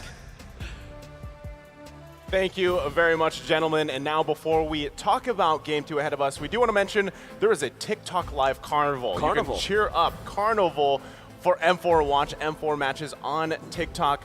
Participate in Cheer Up for M4 activities by watching M4 matches on TikTok and using M4 exclusive customized gifts to cheer for the teams. There will be a chance to be on TV and win abundant gifts. There's also more here, Miracle. I want to be on TV. Yes, you do. And you guys can also take a sneak peek at M4 events and be the first to receive information about all the rewards you guys can get. M4 Pass will be available on the 20th of December. Exclusive rewards like the Beatrix Light Chaser skin, the Beatrix Stellar Brilliant skin, and the M4 Beatrix figurine. Oh my God. I just can't get enough of that. That was amazing, right? Because this is amazing. You guys can't see it right now, but you will be able to see it just in a bit. On top of that, you guys can also get the emote, the sacred statue, spawn effect, recall effect, the avatar border, and even trail effect. There's so many rewards all waiting for you guys. And you guys can get the All Assist special skin War Lion for free. For free. Starting December 24th, the M4 support chest will also be available in-game. Open it to get loads of M4 Pass EXP and stand a chance to receive a mysterious gift perfect time for you guys to catch up on EXP on your pass. And on the day of the M4 final, happening on the 15th of January, expect to get an avatar border also for free. In the M4 Battle Night event, unlock a skin chest by completing tasks and pick a skin of your choice within the chest. Hashtag Mobile Legends Bang Bang, hashtag MOBBM4, hashtag Dare to Be Great. Look at that figurine. I'm sure you guys want it. Yeah, I'm going to be taking it home. Sorry. I feel like everybody said that at this point. It is actually a contest now. How are you going to take that home without anybody else? You have to beat me in an arm wrestling match. Maybe It's not. I've already been challenged. I'm gonna avoid that. Yeah, I mean, Eterna was the I'm gonna first be to challenge me. sneaky. Did Eterna win? Shoot, we haven't done it yet. We're waiting for the last day. You know, that's when it's pretty gonna happen. unfair, Nisu. You're a small guy, you know, so like it's easy for everyone else. Well, I'll we'll leave it up to however we decide on the last day here. But now, okay, jokes aside, we're about a minute away from the next draft. Falcon Esports striking first blood in the series. It's quite the game ahead of us. S11 Gaming specifically, Wolf, what do you think? I mean, what do you think in here that they can do adjusting themselves for game number 2? I think that they have to not give Falcon so much of the meta heroes because 5 of the heroes that they picked up in the previous game are very, very strong. Surely we've seen a lot of like moments of brilliance coming from SA and they kind of look like they are prepared for their draft. Unfortunately, there was so much ease on the side of Falcon because everything that they do, it just looks natural to them. And you can see that with a recap of the heroes that we have right now. Surely the Lunox can work against the tanky lineup of Falcon, but eventually you'll have to you will need like damage sources from their composition. I just want to pick your brain a little bit. Why do you think Justin decided to go with the Decimate so much when he was, focusing on Burmese. IMU? Yeah, like He's Burmese. Why the Decimate? He's Burmese. I don't have an exact answer. That's the answer. Actually, I don't have an answer apart from the fact that maybe that's the closest hero to get at that moment. And you're gonna have to give it to the Cho. I mean, sometimes you will have a chance to not give away your ultimate. Because I think that after a few Decimate usages, eventually he went for the Way of the Dragon anyways. I think right there is where you could actually see the main problem lies for S11 Gaming in the mid lane, in my opinion, right? The Lunox pick is great, going up against, again, just a lot of tanky members there, but the thing is, early on, mid control is just not available for you. We saw it very early on. Lunox was losing out. That's why I said earlier on that maybe the Lilia would have been a bit better. You're not giving a big ultimate away, and guess what? You clear a bit faster too. Wave control on top of the fact that Martis wants to invade. I mean, those are all up for grabs, I'm assuming, for the next game here, depending on how this draft goes. As we load up here for game number 2 against Falcon Esports and S11 Gaming. Again, it's match point for Falcon Esports. S11 Gaming going to want to start off on a strong foot here in the draft. They're going to be on the blue side here. Falcon Esports on the red. Still going with the Faramis ban, right? They're going to take that out. We'll see how the rest of this goes in the first phase. You know, there's actually a fun fact here in the lower brackets of the fact? knockout stages and the best of threes. What It's all is been 2-0. Yeah, so far. So is the meta right now very momentum-based? Yeah, 100% that was seen yesterday because that's what I felt with how the Valley won. Like, that's how I felt with how SA themselves have won. Even Occupy Thrones, you see them, or at least with their opponents, Malvinas, you see some reverse momentum going their way. When they lost their game number 1, it seemed like they weren't able to find the opening in game number 2 when they did. So to answer your question, momentum and reverse momentum. I mean, that matchup specifically, Wolf, the Occupy Thrones matchup was just kind of crazy because, I mean, the way that games went, both of them, you didn't know what was going to happen, what the end result was going to be. Are you talking about MVP of the day, Leo? Yes. You're talking about the man who practiced his mind off? Practiced his mind off and still pulled it off. I mean, and it was with the Fanny, right? So that's the thing. Do we actually see? Okay, never mind. I was just going to say, do we actually see a Fanny come out for this game number 2? But, it's banned out here. They don't want to allow Ken to have it. But still, I feel like there's a lot of choices, especially in terms of that first pick for S11 Gaming. Might be Falcon just gave away the carry and then exchange for both the Valentina and the Kaja. Just trade a one good hero for 2 greater heroes. So, knowing Coach Dale, he's the kind of guy. He's willing to trade. He's the kind of guy to go for that. Yeah, he loves those guys. That they sets up trap, right? Coach so Dale's tier list. Exactly. So now you get, you can get carry SA11. You can get even Valentina or the Kaja, but we'll get 2 out of the 3 that is available. I like it, right? Yeah. I actually want to see them pick up the carry here because, again, I think it's still the top pick for M4 so far and has an amazing win rate too on top of it. So Your team there it is, There it is. right? So locked in here. I'm surprised with the win rate, the 61%, but still the fact that Carrie's so devastating. I feel like every time that she hasn't kind of popped off in a game, it's because of that one weakness of Carrie, which is the range. It's quite low, so you really have to be able to work around that. And, you know, on top of that, like, what would Falcon Esports want to draft to handle this carry with? Kaja and Valentina is great, but you can also consider something like a Benedetta so that you can pierce through the backlines already. There's also consideration of the Yuzhong, but I still prefer like Kaja, Valentina, or Kaja, Benedetta. Your team. Well, there you go. You know, Valentina Kaja, it's just such a good answer. And for Falcon, it ain't broke, don't fix it, right? If it ain't broke, don't fix it. Game 1 went so well for them, especially mid-control. I think now it's time for S11 to show what they have, you know, learned from game number 1. What are they going to draft now? Lilia. Exactly. Now I'm thinking about that again, right? If you're up against a Valentina, you want to get that solid mid laner. that's good. Or just go for the Kadita, right? Valentina, sure, maybe better wave control, but more kill pressure from the Kadita. Benedetta still sounds good for SA11, knowing that it's also one of the signature picks for Papadog. Very successful with it. And it's going to be the Yuzhong. So they will take it away from Falcon now. And what would be your answer? Do you go Lapu Lapu instead for if you're Falcon? It's also one of your like signature picks anyway, so. Honestly, they could go with the Lapu Lapu. It is available to them. Off the top of my head too, I would love to actually see Thamus pop up again, but I don't think that's the best matchup with Yuzhong because still, in a way, you're gonna wanna kind of have that counter relationship because Yuzhong's gonna be going through that back line. You want to be able to provide at least another body in the front, right? And we saw that with the Fredrin earlier, but they're actually going to lock in the Harith here for now. So that's going in where? That's going in the gold lane, where we're going to see here. Unless it goes to the jungle, right? I mean, it's a possibility, but it's just very unlikely. Well, look at this. Number 1 is Kai, and the next one is Kyrie. Interesting. In terms of hero damage per minute. Wow. Yeah, I want to say, you know, you also had the least amount of deaths yesterday.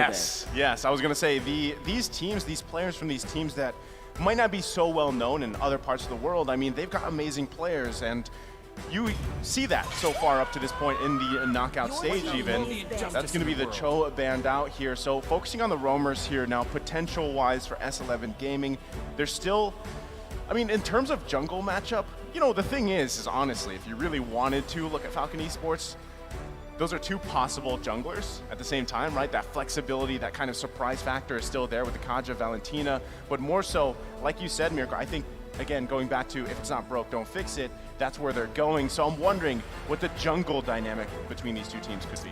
For me, looking at Falcon right now, they need just physical damage, right? So the XP lane ban comes in, Lapu, getting rid of the physical damage threat. Now, I think S11 needs to really focus down on something like a Martis, a pick that Ken has played many times before, and just these physical damage threats in the jungle, aside from the XP.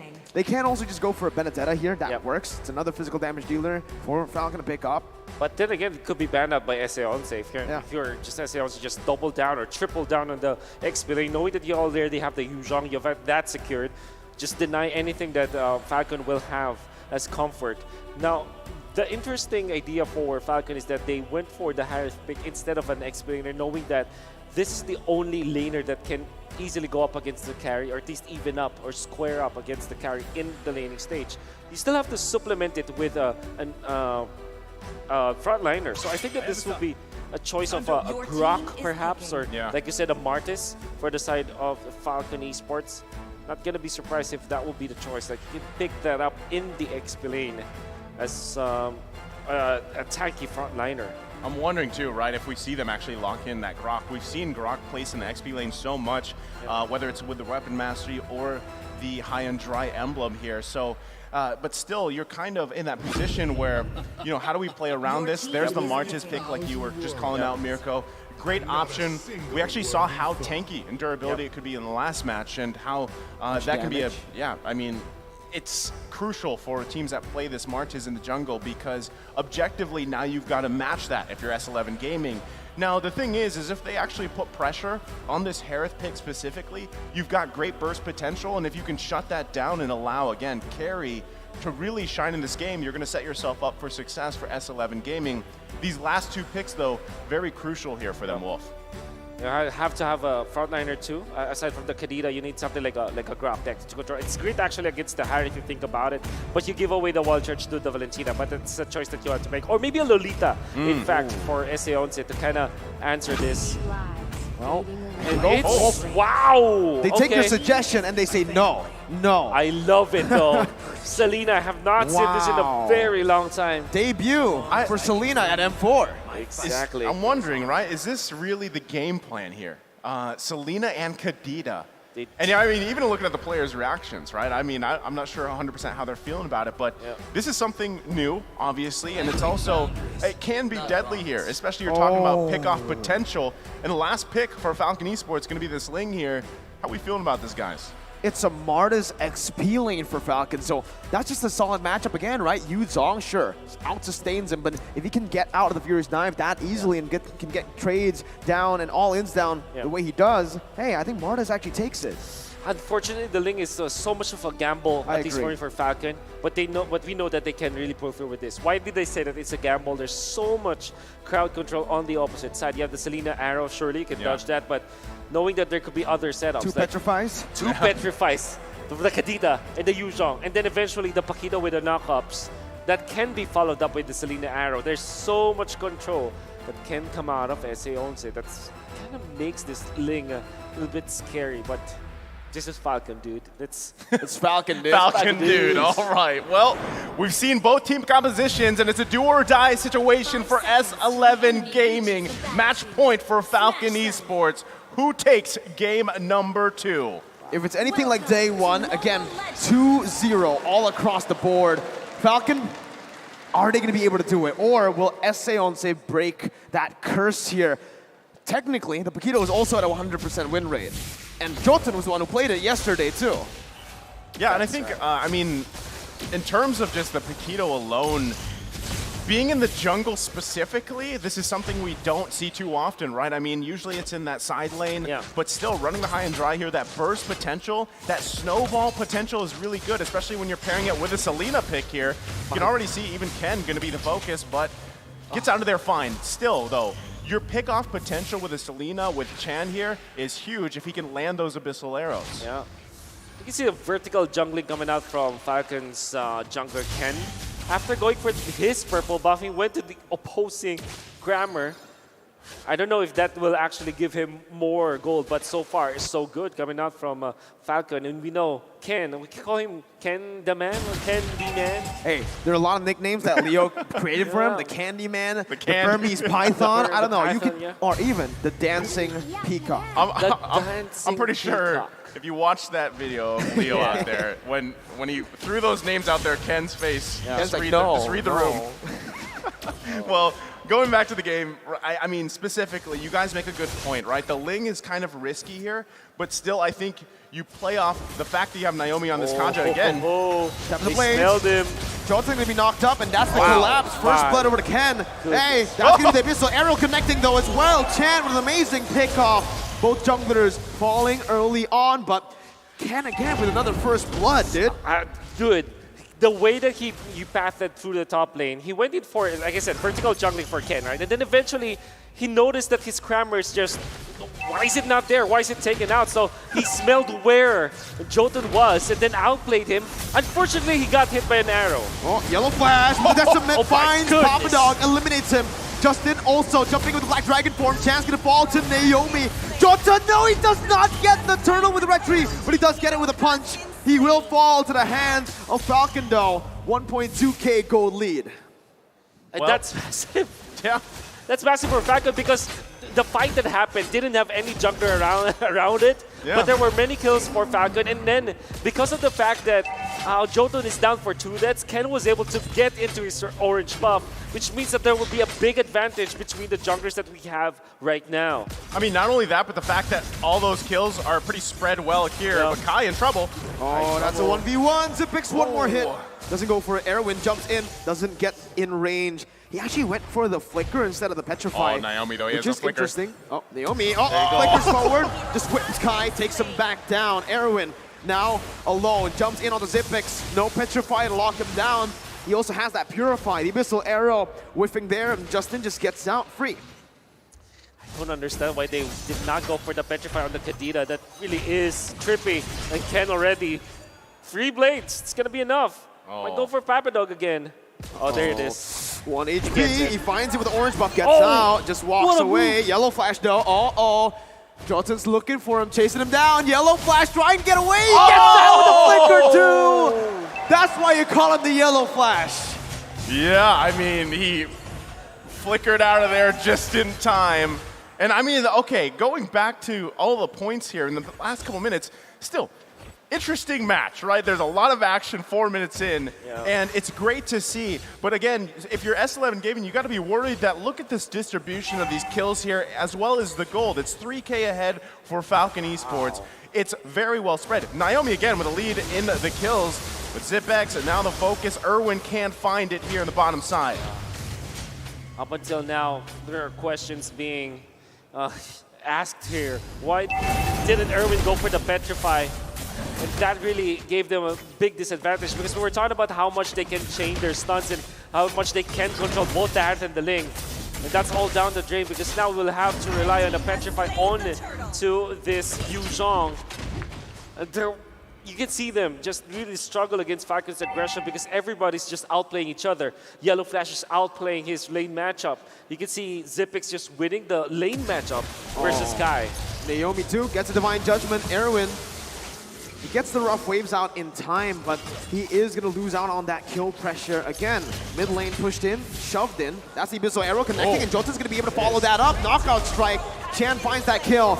Ken looking for some compensation as he dashes in. Has a time of the blades. Gets Jotun knocked up. No, he doesn't, but he does find 3 blades. Ken styling, dashing all across the place. That was clean, right? I mean, that was a great play from Ken here, and it's really tough to. That was sweet, dude. Candyman. And maybe it sticks, right? But Chan, I mean, the arrows have been landing where they need to. It's just isn't enough time, and I feel like a big question too. Again, Erwin here with no petrify. Every time we Erwin, okay, he's gonna rough waves out. But still, every time we see a Kadita pop up with a flicker, I feel like that's usually cause for discussion because man, people are like, why do you not roll with that petrify? Now, you have to consider the fact too, there's 2 purifies here for Falcon Esports. That's right. So even those the CC available to S11, they've got to get through that first. Yeah, absolutely. Now Xyp9x is already up with the Feather of Heaven. But the conceal play might be really bad for S11. Again, no petrify. You can see the impact here. Ken is going to be able to actually get closer. Naomi finds the Divine Judgment. You can say goodbye to Erwin. Xyp9x still going through on that Zaman Force, forcing the flicker out from Chan. Ken picks up the tier 1 in the bottom lane, and it's a 40,000 gold lead, 8-2 this time around. I don't know. That's a good abyssal arrow, but no follow-up. And that's the reason why you pick up the Harith against the carry, or you see the lane matchup really going in their favor. Papadog is going to be able to get that Black Dragon form. The rough wave stolen away by Justin means that he can get out of that. As you were saying, Wolf. Yeah, I mean, you can see Harith winning his lane matchup already, and now he's able to push up his own lane, stealing the damage as intended with the Purify Harith. It's very difficult now to deal with him, especially with all the items he has. He can even push turrets because of his itemization and the natural progression coming up from the Harith. This is an uncontested Harith game, and Falcon are really just enjoying it, styling over S11. Check this out, right? The M4 stat. Selena's debut in M4 after 51 games. I mean, and to be honest, she's got 2 kills right here for Chan, and I feel like the big thing. She's got 100% of the kills. 100% of the kills, yeah, she does. But conceal play, they're looking for another here. Justin able to dash out. That's Zipix jumping in with his on force, and Jotun's gonna be melted down here. Able to dash away for a bit, but now it's the complete collapse coming in from Falcon as they are looking for their targets. Ken on the wall, just chilling, backing off. This is what Falcon does so well. When they have these kind of leads, they just keep pushing the gas, right? They literally leave their foot on the pedal here, and it's really hard to stop it because S11 Gaming, again, you're at some point of a disadvantage. Ken gonna be just fine, gets out of there, taking just jungle after jungle. And like I said, this snowball effect, this momentum that we brought up earlier is apparent here in this game too. They're not stopping, and they're even controlling multiple parts of the map at the same time. Erwin, no petrify, no lockdown, he missed. And even the Selena, right? Abyssal Arrow connecting dive with Divine Judgment over to Papa Dog. He disappeared. Ken now, ooh, he was looking for that kill right there. Jolton comes in with 2 jabs. He's gonna be melted down. He's the one assassinated from his engage. It's a 2 for 0. Falcon walking the base down, but you could see that Abyssal Arrow instantly negated by Yellow Flash, who can actually just cancel the CCA. Just as I say that, Chan picks up the kill, flickering forward. That's the 3rd kill for S11 and the 3rd kill for Chan. Oh, they're playing with him now, man. Justin's not even hitting him. I mean, he gets out of there. That's the thing, right? Chan is, I guess you could say, the saving grace here for S11, but to what extent, at what point, does this keep working? It's just a couple kills. You're still working against a massive gold lead in favor of Falcon Esports, and this should just be a free lord for them because, hold on, S11 Gaming going in. This is a Hail Mary play. Papa Dog only finding Justin, but has the rough wave. Zipix now completely free hitting, using the Zaman Force over. Jolton's gonna be melted down. Naomi's gonna be able to actually deal a little bit more damage before Jolton comes in with a retribution, but it does not save his life. The killing spree for Zipix, a 3 for 0 for Falcon, and that's a free lord over. The Hail Mary play coming up from SA11 did not work because all of a sudden Justin had rough waves, stolen ultimate to keep him alive, and even punish SA11. Papa Dog was in a very tight spot already, as well as Erwin. They're taken out easily. Then Jotun, every time he jumps in forward because he doesn't have enough itemization, as well as the fact that he is very squishy, he gets punished by Falcon so easily. And it's going to be very difficult now. No ultimate available for Papa Dog. This might be it for Falcon. Naomi finds the Divine Judgment. Papa Dog melted down. Ken getting the knock up onto 2. Jotun forced to run away. Ken gets caught in the Abyssal Arrow, jumps out with the Fish Boys, gets out alive. Erwin is going to be the one falling to the hands of Justin as he jumps in for more damage onto Kai. S11 surviving another day. Naisu, what you got to say, bro? I mean, 10.5 minutes in, base half health here. That could have been an end game there, but still, Falcon Esports pressing this situation here. They do want to end this before it gets too late. They've got a massive lead. They're going to be working on these inhibitor turrets. They still got the top one. And S11 Gaming, they've got to defend here the best they can with the tools that they have. Man, they took 2 base turrets down with the passive still intact. It's meant to clear out waves. It's meant to prevent these 10-minute ends. But Falcon, with their 13,000 gold lead, are going to look for the end here with a mid-wave. Papa Dog with Black Dragon form, zoning Falcon away, but it's going to be melted down. What? How? Now you see him, now you don't. What the heck? Disappearing from the map. That's Jotun 2. 3 members, 4 members, everyone just falling left and right.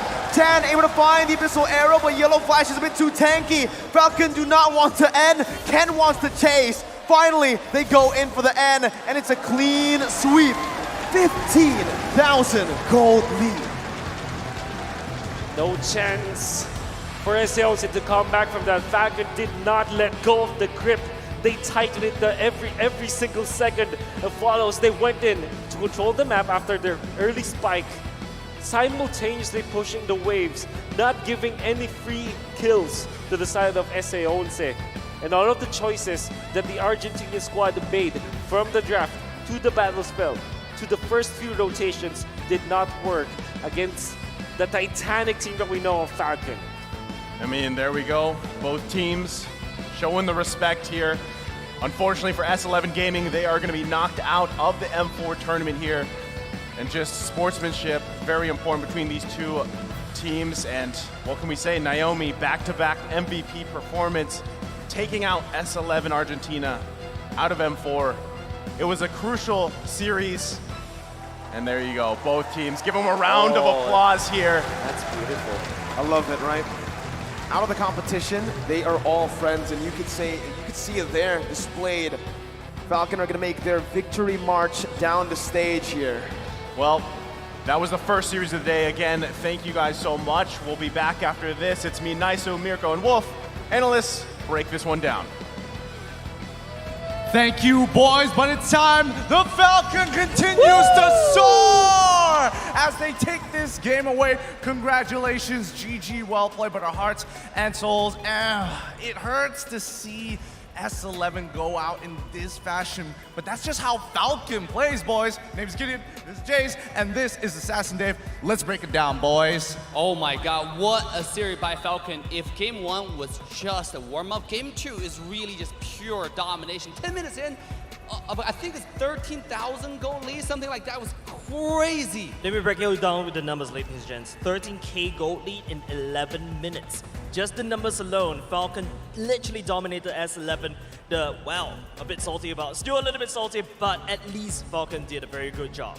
Look, I'm very happy for Falcon Esports, and yes, man, I liked S11 a lot. It's unfortunate that it had to be this way, but that's just the nature of competition. Hey, S11 did end up debuting of one character in this game, which is Selena. Now, that might not be something that needed, right? Even though it's the last game, maybe the last series they play, sometimes when you're in desperation to try something, that might just end up hurting you, especially with the Selena pick, because they could have benefited a lot with the challenge to lock someone down, plus the carry damage. That might be their win ticket. I personally feel like I understand what S11 wants to do, because you see there's an enemy link on the other side. What you want to do is you want to gain this early game advantage with the Selena. You want to basically use the traps to keep track. You also drafted in the Paquito because you want to win this early game fight, but unfortunately the link went around uncontested at all because Ken is so swift. I mean, that's not just Ken. I mean, yes, Ken's doing a great job, but I have to keep talking about Yellow Flash here. I mean, the Hokage himself absolutely crushing it. Fredrin matchup, he's super tanky.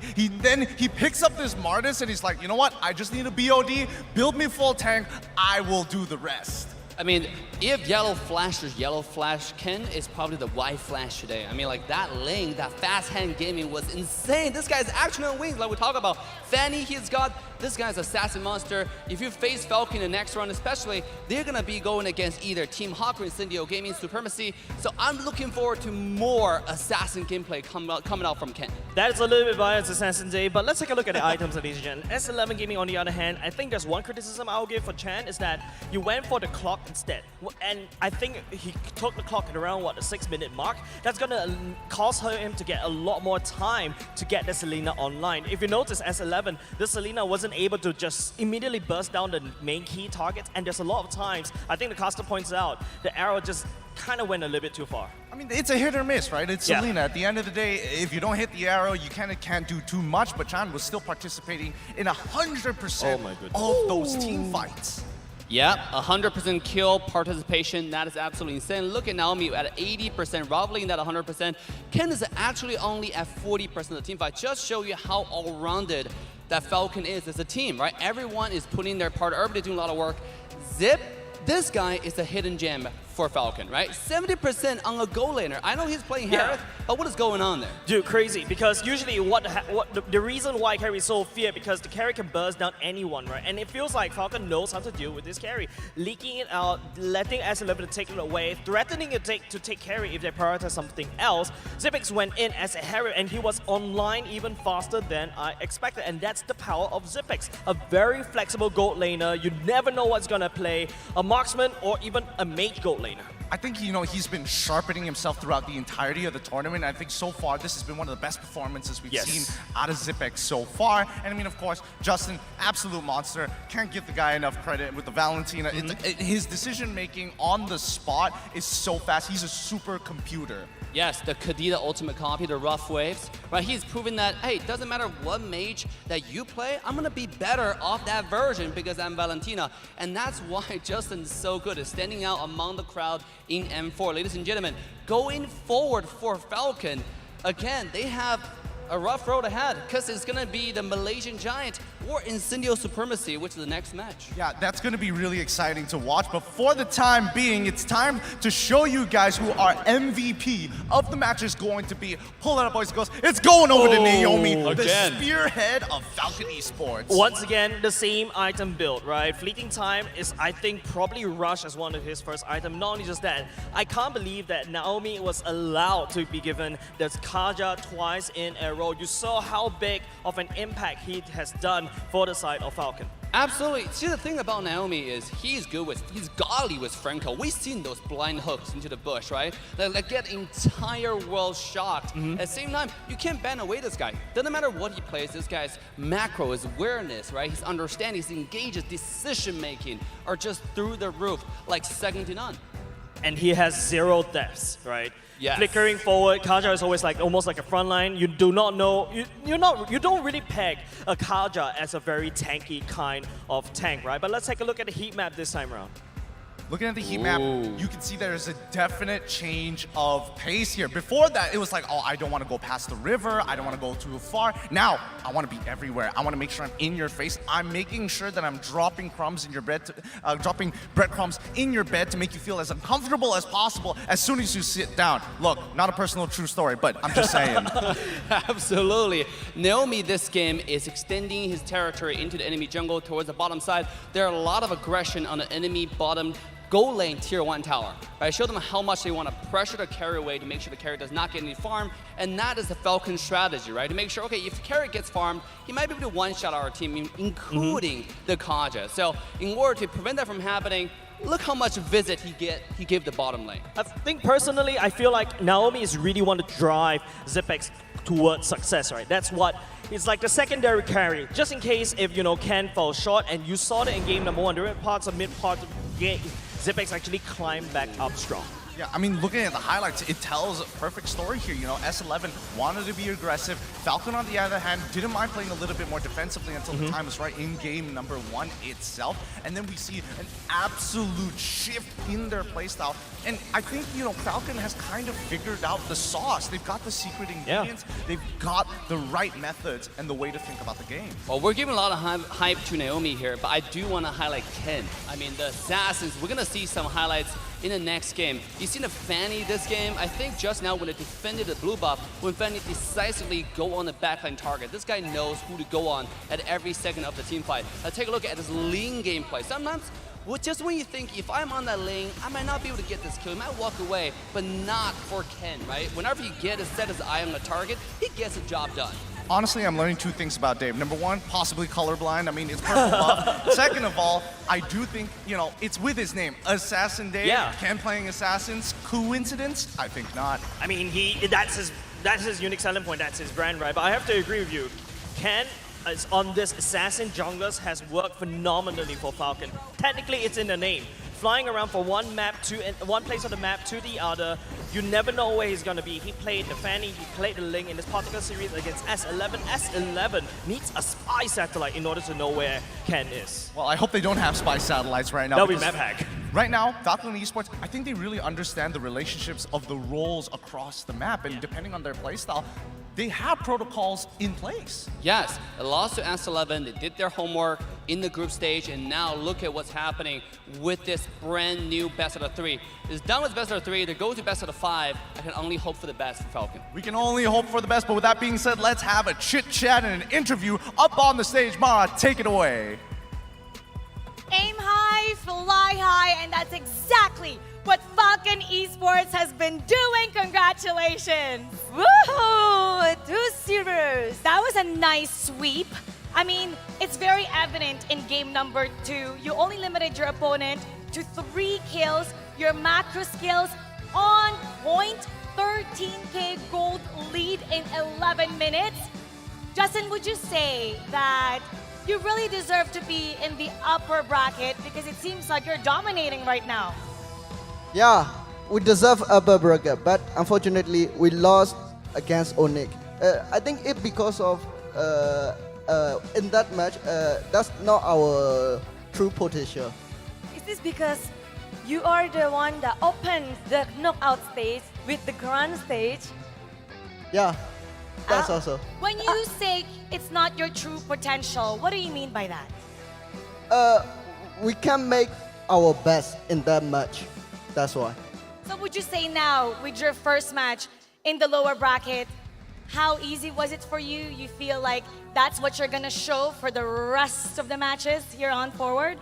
It's not that easy, but we respect all the teams in player. We are all friends in outside, so we prepare every games. Speaking of, you know, Clara, I see Justin hanging out with different teams. We all share the same banquet hall in the hotel. Why is it so important for you, Justin, and your teammates to get along with every single members of every team? Because I see, you know, if there's an award for Mr. Congeniality for MLBB, I would think you would win it because you get close to everybody. Why is that important for you? I don't know. I want to be friend with everyone, and they think I'm friendly. That's why. You are. Yes, you are. But for your next match, you will have a lot of journey. If you want to become the champion, of course you want it. And is there anything that concerns Falcon in this journey?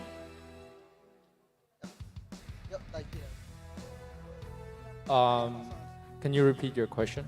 Is there anything that concerns you for the rest of the days that's going to be coming up? Do you think there's any potential dilemma, anything that you're worried about? Or do you feel that you guys are pretty much comfortable with what's happening? I think there'll be many challenges ahead, but we're ready to face it together. And what would that be when you say there are going to be many challenges ahead? Like there are a lot of strong teams in the lower bracket also. So yeah, there'll definitely be a challenge for us.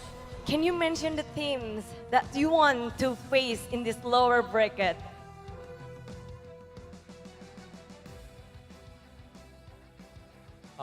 Maybe Todak. Todak, ooh, interesting. And you're saying there's a lot of strong teams, but you know what? I have to say, we got a really strong tank here joining us today, Naomi. You know, Naomi, you're making a lot of noise. They're saying that you are a tank god. And all the teams, they have their eye on you. How do you feel about that, Naomi? I don't really feel happy about that.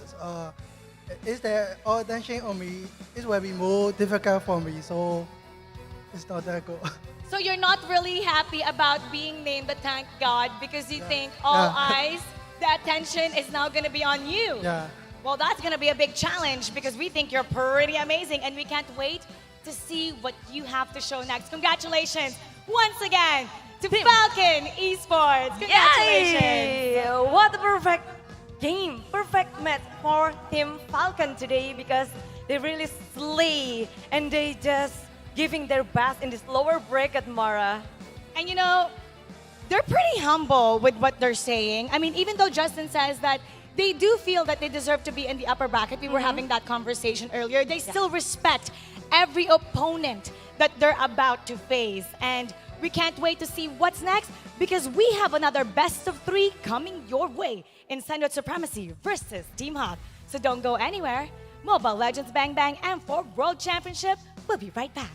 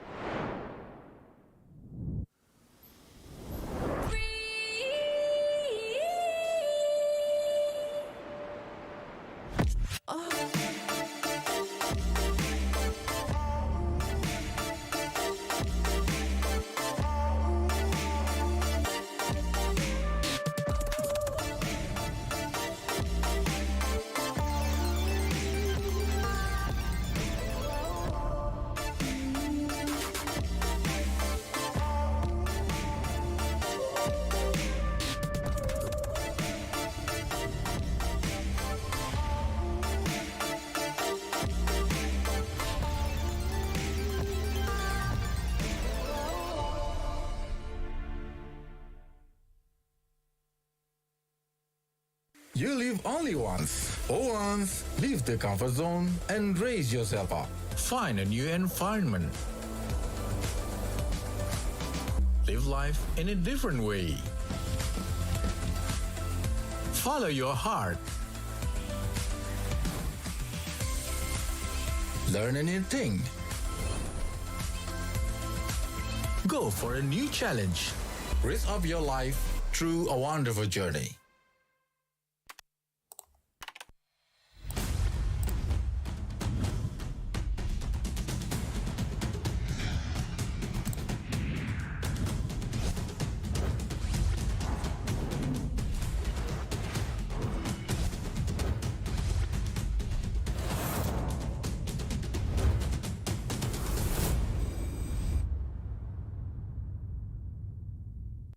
What's up, everyone? Today we have a hero revamp many of you have been waiting for.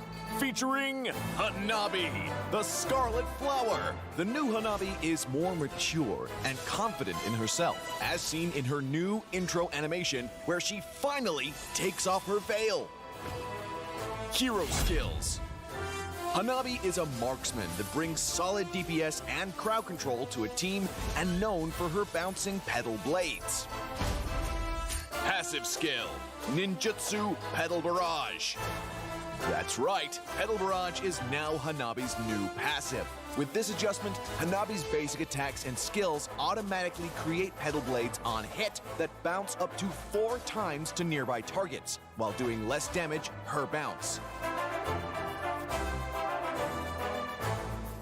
First skill, Ninjutsu Equinox.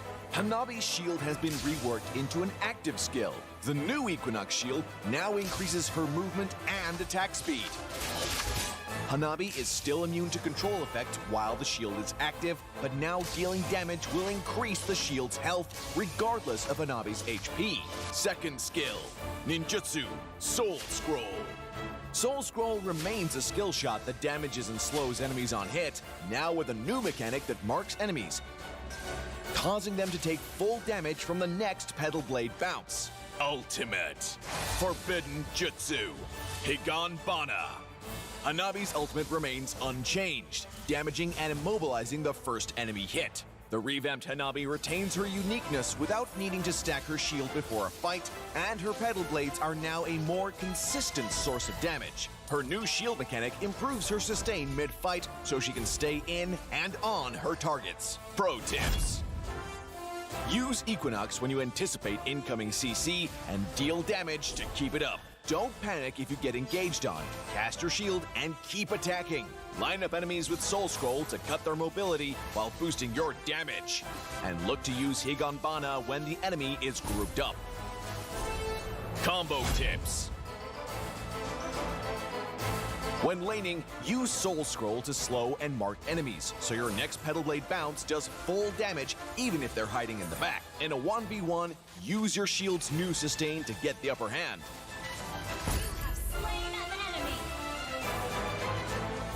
In teamfights, land your second skill first to make the enemy easy targets for your ultimate and let your Pedal Blades go to town. Tactics. Since Hanabi's early game is rather weak, focus on farming, but not for the whole game, Hanabi mains. Poke the enemy in lane with basic attacks and her second skill. In the late game, use Hanabi's ultimate to engage and CC, and unleash your barrage of basic attacks and kunai to provide excellent sustained DPS for your team.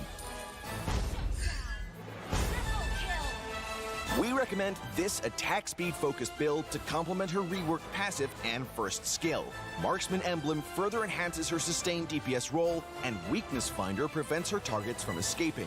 Inspire is a natural choice to bolster both damage and survivability, thanks to her new shield. Hanabi, the Scarlet Flower, revamp coming December 20th.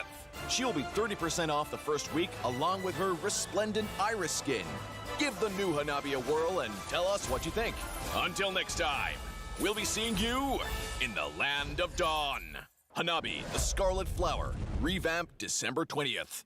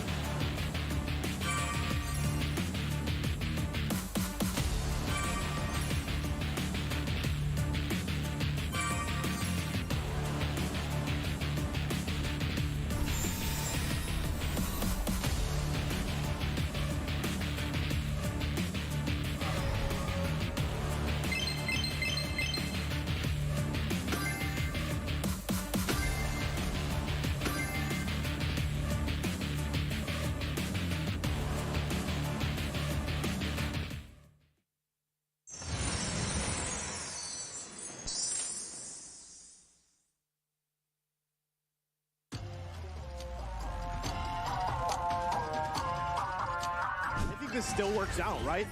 All of that in the last 2 minutes just makes a breeze for the first turtle here. So that's already huge, at least in terms of economy. But here in the mid lane, UMC going to be the focus again. Oh, can he get away? One hit, he's going to bob and weave and survive. The moves and grooves. Behind. And yeah, I can see here the Lord is already contested. It doesn't feel like Bray is chilling. He's doing so much for his team with splitting those waves, but once again, the contest for the Lord. The fight. Oh my god, catches Sufin with that Tyrant's Rage. Mortal bombs everywhere. Baby Cake, the first one down. Not a good sign as 1, 2, 3, 4 bodies has already been collected, and Bray gets shut down. And he didn't, I don't even think it was Ken who finished off Hessa. He finished off D7, and this allows another free turtle. So now they're going for it. Certainly Eagle going to be popped here. Ken able to secure the turtle, but Zip goes down as Chima able to find the kill. Another wild charge comes forth as D7 falls. Tempest Blade's going to be popped here. Ken looking for Hessa. Can't get the last hit though as he falls into the river. That split, but all the weakest points. Oh my god, again! It's Prince Fran who comes in clutch and saves the day. Onyx Esports have nowhere to go right now, but Dragon's gonna be taken down. It's a shadow kill over to Harley, as now Mount Venus have to move back. The Iron Hook does not connect. It's gonna be the way the Dragon locking Prince Fran down, and that's a double kill picked up by Dreon, the Lord as well. Dreon is an absolute monster as he's looking to claim a Maniac. Kind of be a little bit patient, because right now I kind of feel like Rosa as well as Sunshine, they have enough damage. They just need a proper setup. And in terms of proper setup, you shouted out Oheb. If they can catch him, that's great. But it's easy to say that. But oh my Venus, it's all for them. That's all the damage popped in, and the backline's completely going to be obstructed here by Blacklist International. Oheb free hitting his alien's going to be bursted down. Oh my Rosa god! getting caught in the fatal Nexus. Genji's the only man left standing. Blacklist International, they take no prisoners.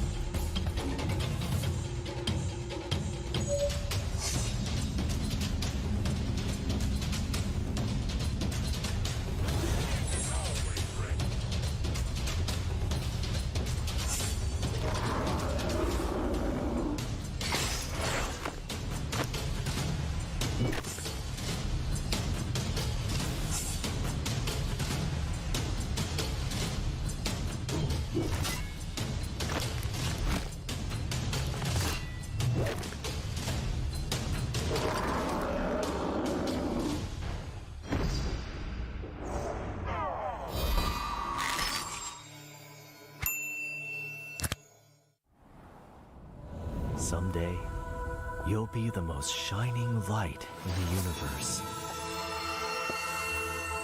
The star will be burned for you, my flare.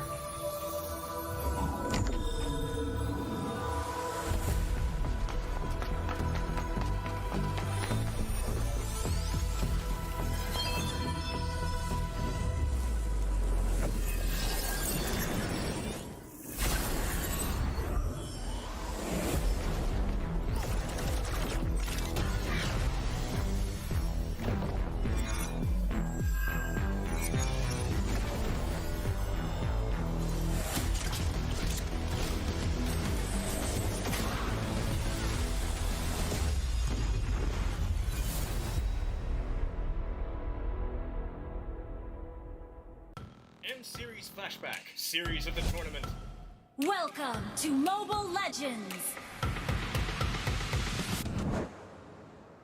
first M series for MLBB, M1 was nothing short of incredible gameplay. But one series was above all the games.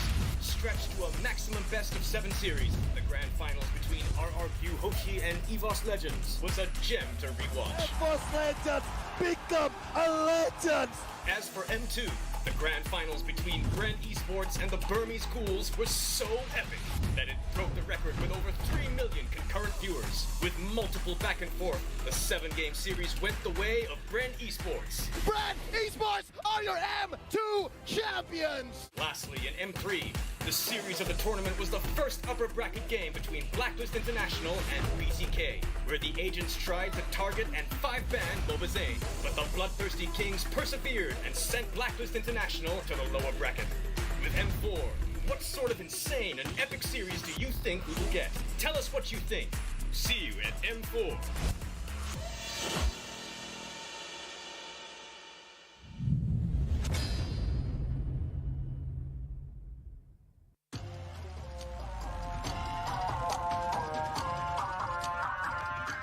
Maybe. But that's the thing, like, who is your saving grace here for MVG, right? Harley, Joel Crew. Joel Crew is so far away from that. Harley, though, able to survive just a bit. Whoa, never mind. Chiku, guys, from the backside. Now they're going to find Joel Crew, as we were just talking about him. They fall here, and another one goes down.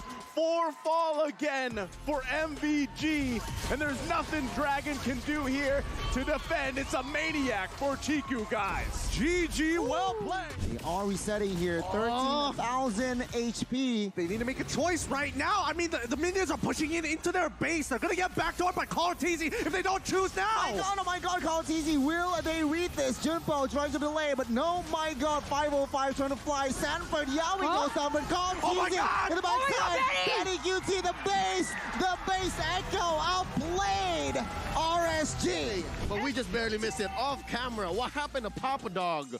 He just got dogpiled on, and that will be the end of him. As you can see, S11 going for a different approach right here, jumping in, making a play with the Way of the Dragon as well, but the Vengeance is just tanking so much damage. Wow, that's Fight Chicken taking 1 versus 3. Erwin is an H target, and Fight Chicken is going again and again. The Lord gets picked up, and come out on top, and it's so disastrous because the Lord is up at the same time. Incendio is still contesting, but it does not seem possible unless Alien can make something of a miracle play. We've seen a miracle play by Grok many times before. He's looking for it. He has the weapon mastery for a reason. He steals it for Turkey, for Incendio, to save the game for his team. I'm sorry. I'm ahead of myself. Yeah, no worries. Wise, killing spree emblem on the Aldous. Sure. I get why, but right now, wait a minute, Naomi gets a hook onto Wise right now. It's going to be Justin who rotates back in. Wise goes in, and it's the first blood over to Justin. Ken, that was a worth it. What? On the hook, and Haji tries to run away. I can't get my point out. Justin goes in front, gets a kill. Dashing back in, Edward using final blow, not able to find anyone, and that's the iron hook again. Naomi's won. 20/30 vision where they just literally see the future. Oh my God, no way! Naomi finds a hook out of nothing again! He cares for the future. Whatever it is you want to believe, he lands again! Naomi! From the sky! They are right now, they're flying and they're soaring again! Naomi! What in the world was that?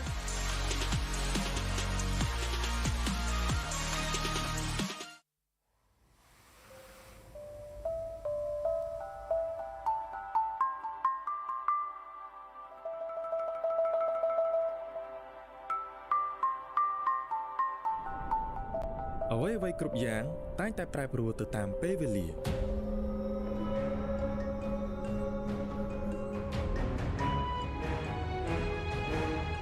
ប៉ុន្តែស្មារតីរបស់អ្នកប្រយុទ្ធនឹងមិនសាបសូន្យនោះឡើយ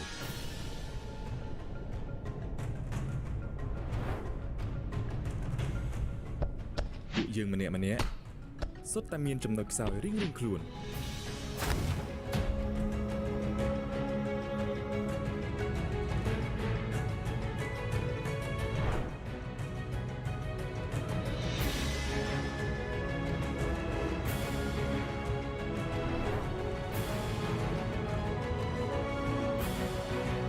ហើយប្រសិនបើយើងរួមគ្នាជាក្រុមគឺពួកយើងមិនមានពាក្យថាបរាជ័យនោះទេ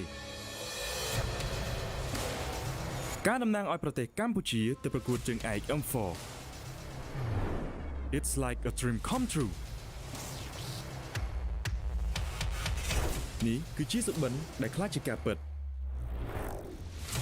ដើម្បីមោទនភាពជាតិខ្មែរយើងក្រោកឡើងហើយតស៊ូទៅមុខទៀតដំណើរផ្សងព្រេងរបស់ពួកយើងមិនមានភាពងាយស្រួលនោះទេ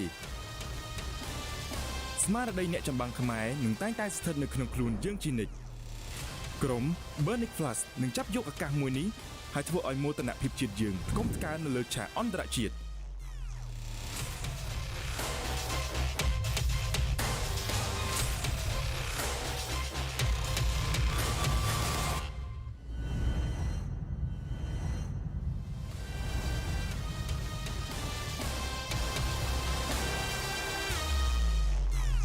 If you play with fire, you will get burned. Dear Flamers, see you in the M4 stage.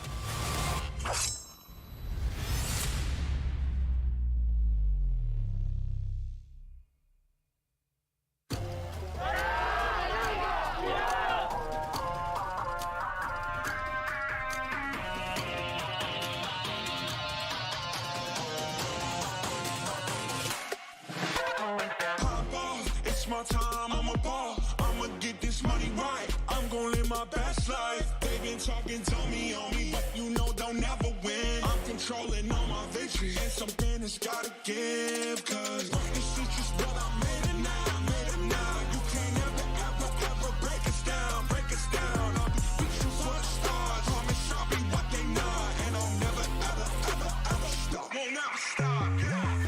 Touch the sky, you're a man of silver and gold. Touch the sky, you're the greatest ocean now. You and I can make it out of the cold. Hang tight, we gonna reach for the greatness. We will always rise, we will never fall. Fight in our eyes, we will be strong. Even though we know our backs against the wall. Can you think you and you know that this is? I've been down, been waiting so long. I'm here for the crown, I'm here to show off. Greatness time, just waiting to show y'all. This is your time to remember.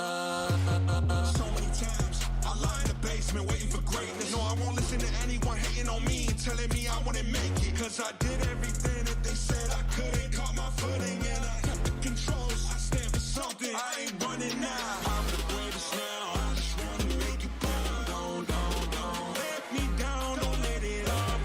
I've been on the road, accomplished all of my goals, and I ain't gonna let you down. Touch the sky, you're a man of silver and gold. Touch the sky, you're the greatest ocean now. You and I, we can make it out of the cold. Hang tight, we gonna reach for the greatness. We will always rise, we will never fall. We fight in our eyes, we will be strong. Even though we know our backs against the wall. And again, pick your aim, you know that this is coming for the game, cause we ready for the victory.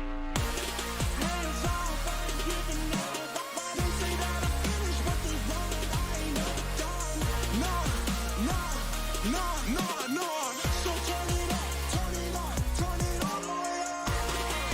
All you get your hands up, all you raise your hands up. Listen to what you feel and say. We gon' turn it up tonight. We gon' turn it up. We gon' turn it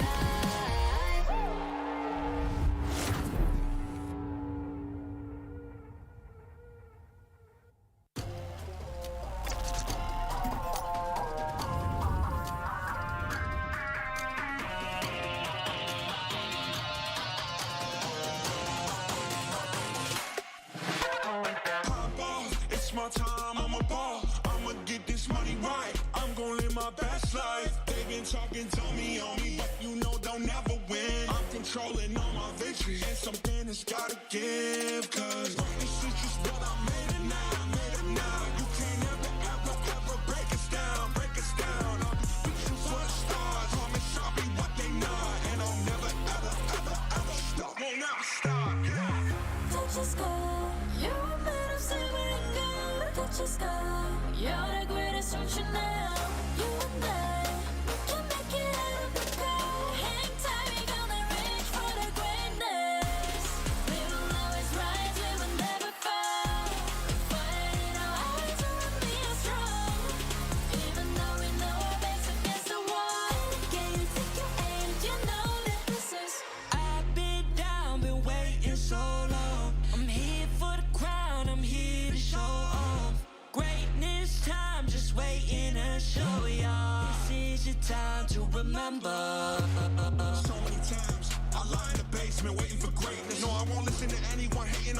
telling me I wouldn't make it. Cause I did everything that they said I couldn't. Caught my footing and I kept the controls. I stand for something, I ain't running now. I'm the greatest now, I just wanna make it burn. Don't let me down, don't let it up. I'm on the road, accomplished all of my goals, and I ain't gonna let you down. Touch your sky, you're a man of silver and gold. Touch your sky, you're the greatest function now. You and I, we can make it out of the cold. Hang tight, we gonna reach for the greatness. We will always rise, we will never fall. We fight in our eyes, you and me are strong. Even though we know our backs against the wall. And again, pick your aim, you know that this is coming for the game, cause we ready for the victory.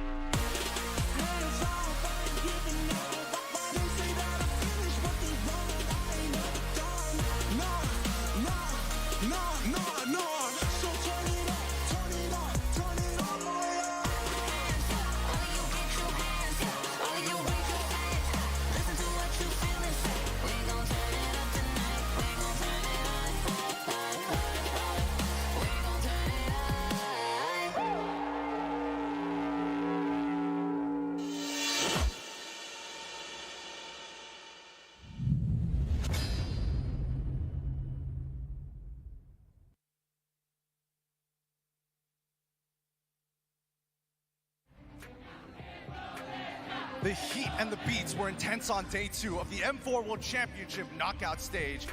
As old rivalries for past M series fueled the tension in the air.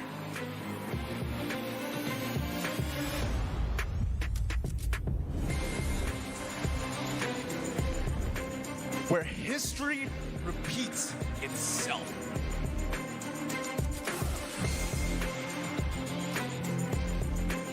The first series of the day saw Torak taking on their bitter old rivals, RRQ Hoshi, who defeated them in the world stage in M1 and M3. RRQ Hoshi started the party on their home turf with a gentle wave from their home ground hero, Kadita. Birthday boy Albert then showcased what the true skill ceiling in a game like MLBB can be on his special day. The second series of the day featured another international feud that started in M3. The defending champions are back to their usual winning form as they cruise through the Brazilians in dominating fashion. RRQ Akira showed signs of life when Takashi performed out of his mind to claw back in game number 1. But in the end, the Filipino representatives were too much for the Samba boys to handle. With that, we'll head on to the lower brackets today where elimination is on the line. It is the survival of the fittest. Let's see who will make it out alive. Dare to be great.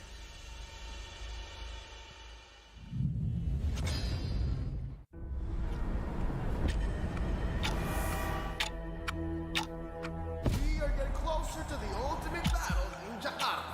It's an amazing, beautiful tournament. I can't wait to get to the game. All eyes are on one stage only. All for that ultimate prize, to be M4 World Champions.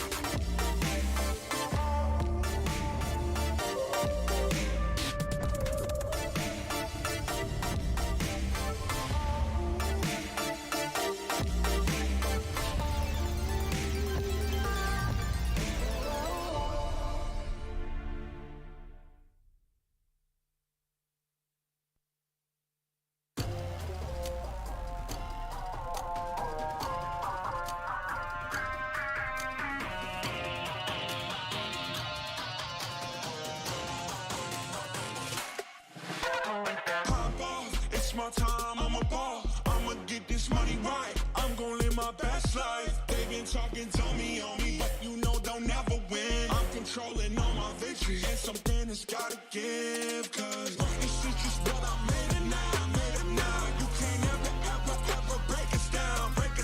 I'll be reaching for the stars. Promise I'll be what they not. And I'll never ever stop. Won't never stop, yeah. Touch the sky, you're made of silver and gold. Touch the sky, you're the greatest option now. You and I, we can make it out of the cold. Hang tight, we gonna reach for the greatness. We will always rise, we will never fall. We fight in our eyes, and we are strong. Even though we know our backs against the wall. Can you take your aim? You know that this is. I've been down, been waiting so long. I'm here for the crown, I'm here to show off. Greatness time, just waiting to show y'all. This is your time to remember. So many times I lie in the basement waiting for greatness. No, I won't listen to anyone hating on me, telling me I wouldn't make it. Cause I did everything that they said I couldn't. Caught my footing and I kept the controls. I stand for something, I ain't running now. I'm the greatest now, I just wanna make it proud. Don't let me down, don't let it up. I'm on the road, accomplished all of my goals. And I ain't gonna let you down. Touch the sky, you're made of silver and gold. Touch the sky, you're the greatest option now. You and I, we can make it out of the cold. Hang tight, we gonna reach for the greatness. We will always rise, we will never fall. We fight in our eyes, and we are strong. Even though we know our backs against the wall. And again, pick your aim, you know that this is. Coming for the game, cause we ready for the victory.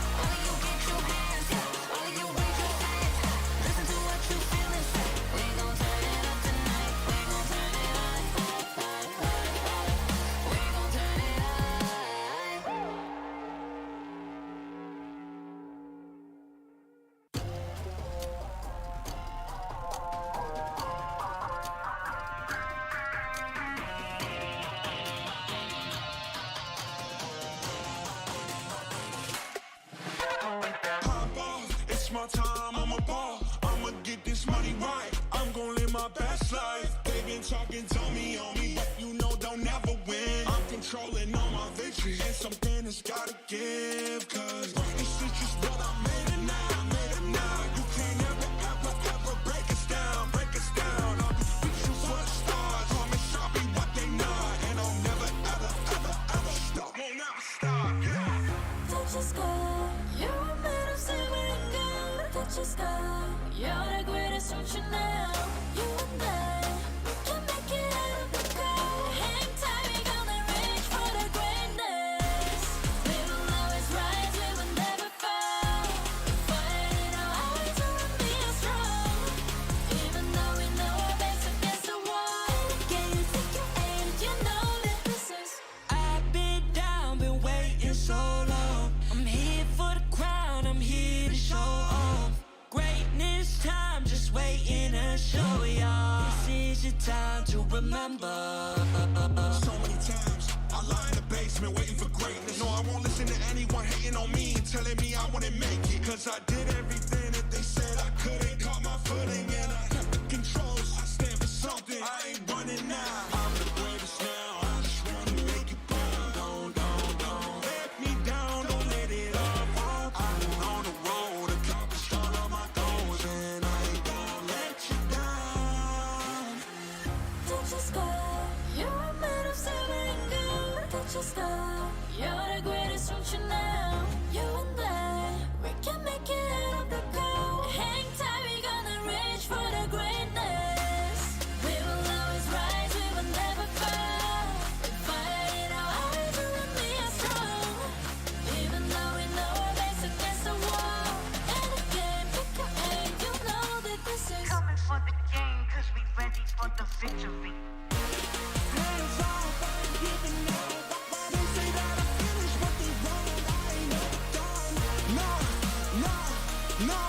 No.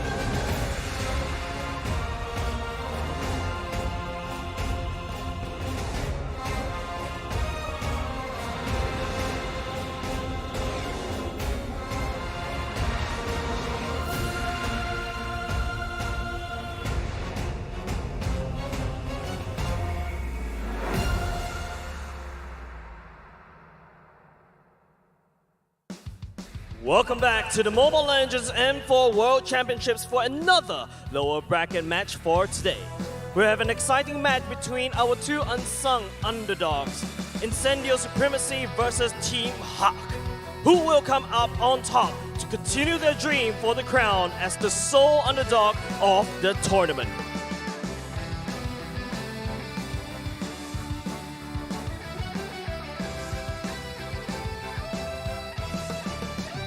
Aside from the Petronas Twin Towers, there is also a player standing atop of them, waiting to strike down their opponents. Gary executes plays perfectly set up by the Twins to not waste any movement done by Team Hawk. It is different this time as another empire is born in the M world out of Supremacy.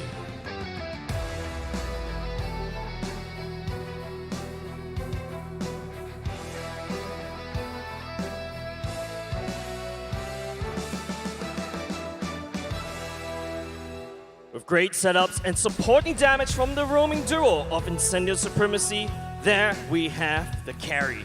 Sunshine never fails his team to be the damage dealer and objective taker of the team. His positioning is always on point to dish out maximum potential damage as possible.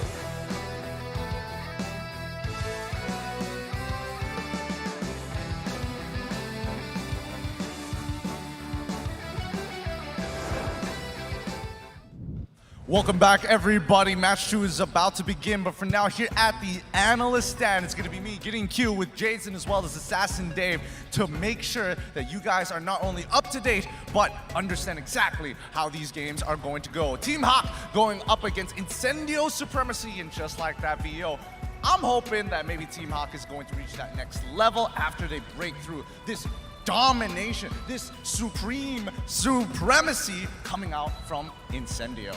Well, I am actually going to be ready for a show because this might be the Incendio comeback that we're all looking forward to.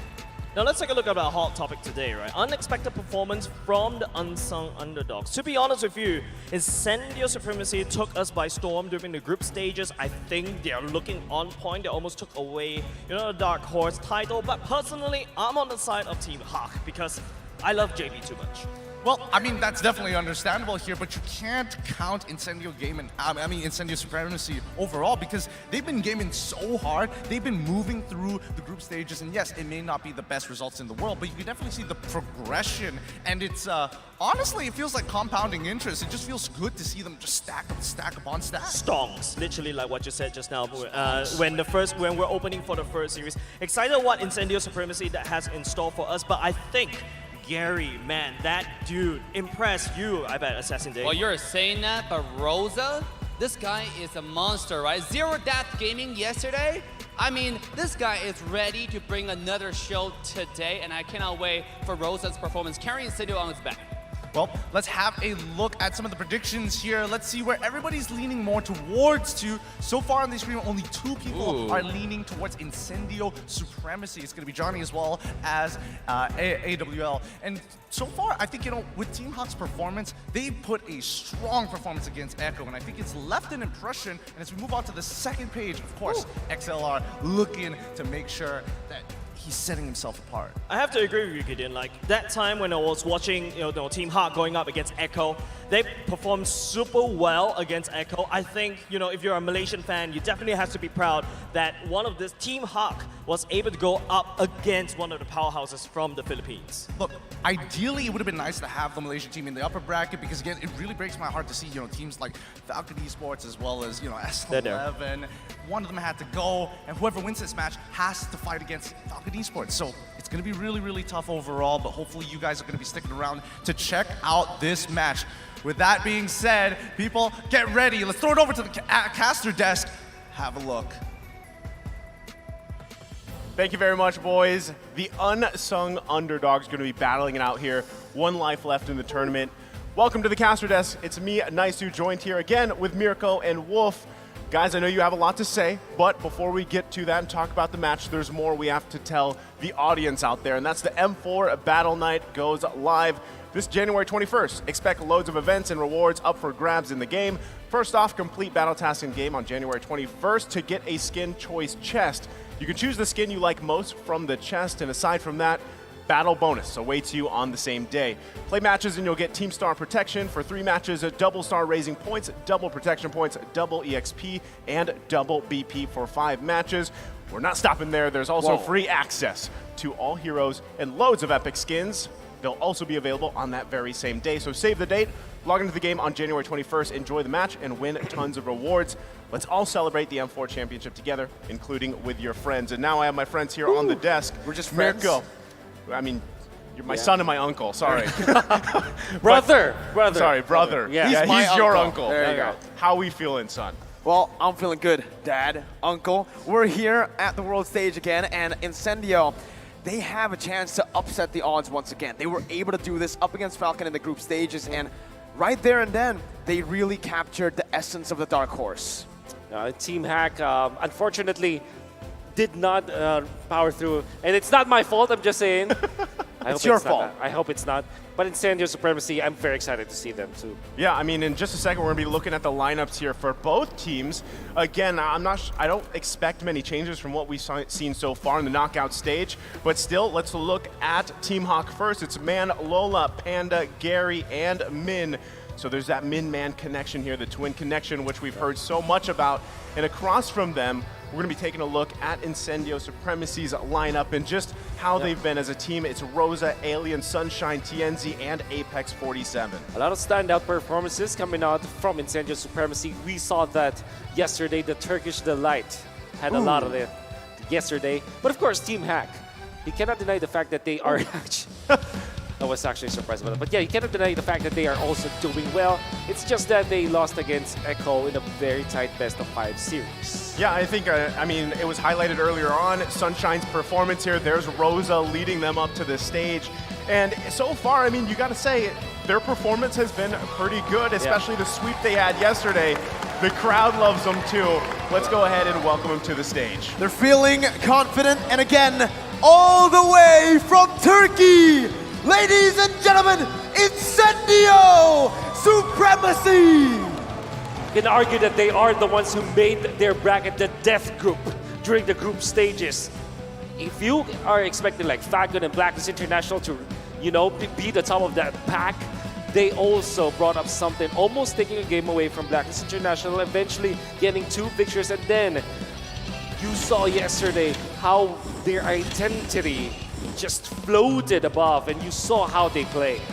Yeah, and I mean, you know, their competitor here, Team Hawk, from Malaysia, they've made some surprises as well. I mean, even they're leading their journey up to M4, and I feel like a lot of people are just kind of ecstatic about this team, and even the other team from Malaysia, right? Todak, they've had massive performances here.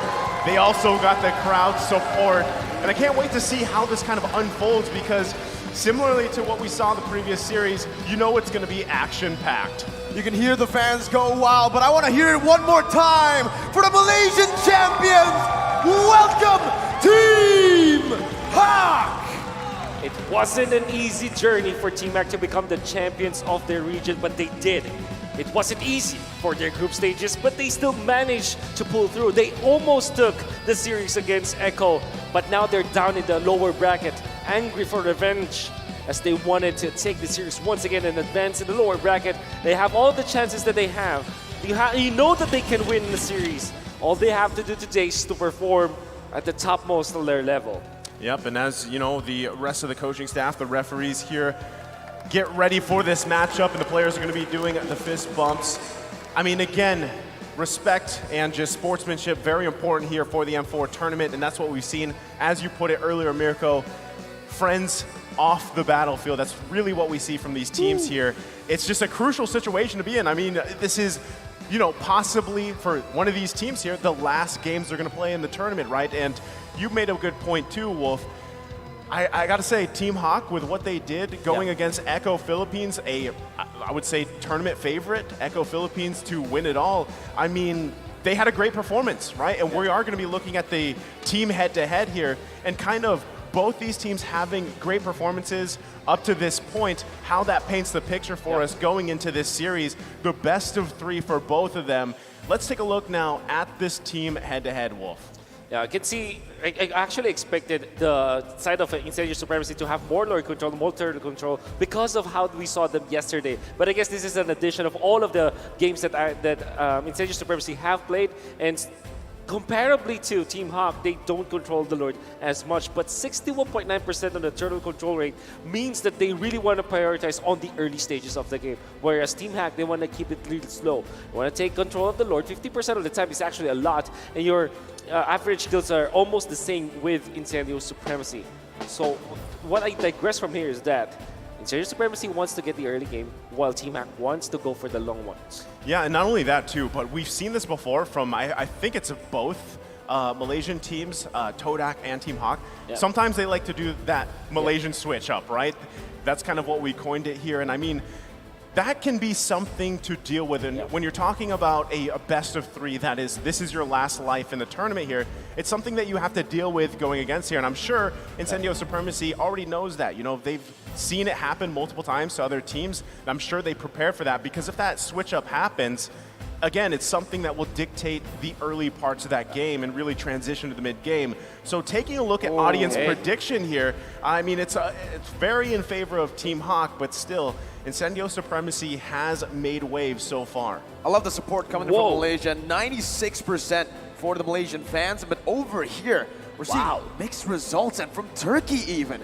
Only 49% of Turkish fans have gone for their team Incendio Supremacy. Oh, they have a lot of proof now because of that. I'm sure that Incendio Supremacy will not be able to see the stats that we're looking at right now, but this is the series where they prove everybody wrong, the whole world wrong. So far, it has not been good for Southeast Asia yesterday. Today, we saw a Southeast Asian team already win.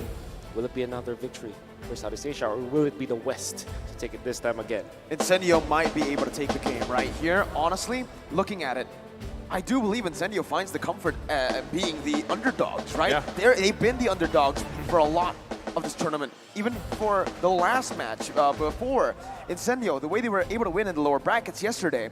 Against MDH. A lot of people actually counted them out, right? Yeah. Against MDH, a team and a region with far more history compared to Turkey. Yeah, I think, again, if you look at this M series as a whole, that's been kind of the trend, that's been the narrative. A lot of these teams that you might have counted out coming into M4, you're now kind of like, whoa, okay, hold on. Hold on, this, you know, this is the real deal. And that's the thing, especially if Incendio Supremacy is able to give this a full series go against a team like Team Hawk, who has been an established region for a while now, that speaks volumes here, right? And again, momentum-wise, 2-0 yesterday, they've got it in their favor. And again, it comes down to how does this draft go, right? The trends and everything else that we've seen through the draft, what do they prioritize? How do they go about some of those hot picks we've seen too, like the Carry, the Valentina?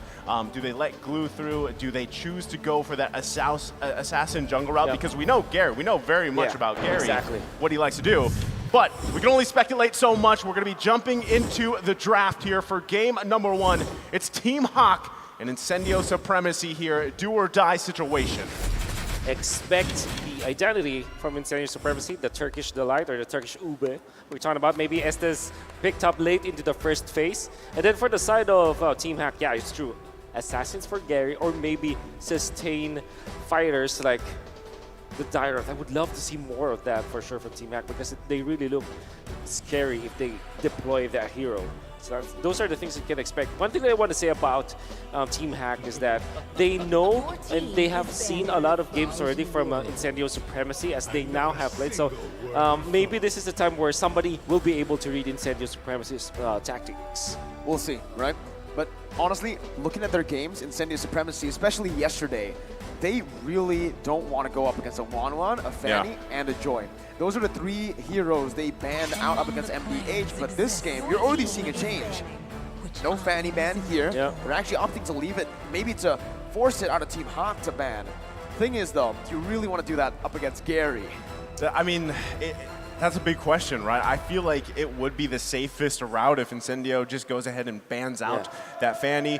We've seen Gary play it before and work around that. And then the other thing, too, is going back to the idea of where do you place these roamers, right? We've seen so much of Kadita, we've seen so much of Lolita pop up here, and we know that even Team Hack likes to play with the Kadita. They like also the Lolita here. They have a lot of options. You know that you're going to give up something. The carry's still on the table, by the way. So if you're willing to trade that, whether it be the carry, whether it be the Fanny, then at least you get yourself two of these heroes that have been popping up constantly. Again, a lot of this is going to decide on where you even want to park in the gold lane. The 1-1 being out here, do you take the Beatrix? Do you take possibly even a mage in the gold lane? Yeah, the Harith, right? The Lunox. Wait, expect that. Now, Incendio Supremacy will now have to decide, do they give out the carry, do they give out the glue? Two of those strongest heroes out there. And they might go even the route of what we saw from the previous series, where you ban out maybe the glue this time and open up both the carry, Kaja, as well as Valentina. 3 of the strongest heroes out there, and get 2 out of 3. So that might be the choice here for Incendio Supremacy. Instead, it's going to be the Yuzhong. Now, Team Hack, what do you decide? Is it carry or is it glue? Or Fanny, right? To add it onto the mix, Fanny. Oh my God, there's so many crazy heroes up for grabs. This is an insane draft so far. I think this is the most open draft so far. I would see. A lot of prio heroes have been left open, but for a good reason. If you're Incendio, you get 2, right? So it's the 2-for-1 special that we saw earlier today. Correct. I think this should be the glue. Among all of the heroes that are available for Team Hack, that will be the strongest one. It's not like you don't want to give the glue to Incendio Supremacy. We saw that already. They're very strong with it. They know how to utilize that. They know how to rotate with that. Well, no, that's instead not it's a carry. Yeah, they opt for the carry here. Still a great choice, but I'm assuming, like you said, Wolf, you're going to see the glue picked up for Incendio Supremacy here. Still, it's, even the previous series, we saw the carry locked in, and it got shut down in a certain way, right? So there's the glue. It's still working around. It's going to be the Farsa. So Rosa Farsa. They've got a great option, with the Farsa, the burst damage there, not to mention glue. Very early on, though. This is so early, right? A Farsa first pick here up against Team Hawk, who are known to go for those crazy, very divey heroes, right? And Gary, as an assassin player, I think right now he's looking at it. You can see the smiles on Team Hawk's faces right now. They might want to go for something like a Hayabusa that can dive towards a Farsa, perhaps something like a Grok too. That is a very good flex pick into the second phase. Really love the Grok here. It could be a counter to the glue in a way when it comes to the laning stage. It has good peel for the carry, and you can cancel the ultimate of the Farsa. So I think that's a hero that they should be considering right now. Instead, it's going to be the Fanny. Oh, there it is. Okay, so they lock in the Grok here, like you guys were mentioning. And again, if Fanny's open and you know that Gary's going to be one of the players playing in the fight, you know that Fanny is going to be opted for, right? So they lock that in. And again, going back to a previous series, you kind of saw how useful a Fanny can be, especially if that early start happens. But now you've kind of got to build around this, right? How do we protect that purple buff for Gary? How do we play around that? How do we get this early snowball advantage going until eventually we can transition to just allow Do they go for the Estes? I think they go for the Estes right now. 3rd pick. Because it can be banned out. There you go. They hovered it. I think there's no reason not to get it. There it is. I mean, that was the answer towards a heavy dive composition from MDH yesterday. They were up against a Fredrim, a Lolita, and a Hayabusa with a Claw 2. Hey, it's basically a lot of dive 2 here, but the thing is, it might be a bit more burst. And guess what? There's a lot of CC from that wild charge as well. So, Incendio, especially here for that roamer, Apex needs to be very, very careful. I mean, the only thing that worries me about Estes, right, is when it's locked in, typically the whole team is going to be centered around that Estes pick, right? That's kind of where that whole Ube factor even came from. But so when you have these 3 picks already from Team Hawk and you're forced to fight around this Estes, Fanny can just cable on through as much as possible. You got to also be conscious of where that wild charge is going to come from. And still, we have 2 picks left from Team Hawk as we get through the second ban phase. And I mean, I feel like with an Estes, obviously the survivability, the sustainability is there, but still you got to be crucial about where you're placing, especially in the objectives, right? Because the thing about Grok, you think you have a good advantage in terms of objectives and spacing, but then here comes that Guardian's Barrier to kind of throw things off, and then you have Fanny flying around everywhere, right? So still something to consider here. Bans, though, for this phase, the Brody is going to be taken out as they narrow down those gold options. Also, Hilda is actually going to be banned out by Incendio Supremacy. Yeah, it's all about the roamers for Incendio Supremacy. They understand that this Grok will be a flex pick and more than likely going to be in the experience so that you can match up against that glue. While Team Hack, I really love this Brody ban because it is actually a good component on how the Turkish Delight formed yesterday. It was one of those burst heroes that can combo up with the Farsa and is easily accented by the Estes pick. Well, on top of that already, right? Honestly, right now, Team Hawk, they're going to have to choose very, very well on what to ban in the final slot right now. My opinion, Martis. Get rid of it, right? We saw what the Martis was. Well, yeah, it is already gone early on, very early on. But right now, I guess that's the next best. Yeah. That's the next best, right? Just get away these bully junglers out so that the Fanny can have a better jungle phase, a better pathing in the game. And right now, I think they're doing a good job at that, getting away some of the bully heroes too in the gold lane. Yeah, take out those utilities if you can. And I mean, even taking a look at this, right? Look at Mana, the Ocean Shaman. Shaman. Number one highest pick of Kadita in M4, 3 picks, is 67% win rate right there. 2 out of 3. That's great for him, and that's why that last ban was targeted towards him, because we know that Team Hawk is one of those teams that really like to play around that burst potential, and so they take it out here. Maybe Fredrin or Leomord is the choice now for Incendio Supremacy.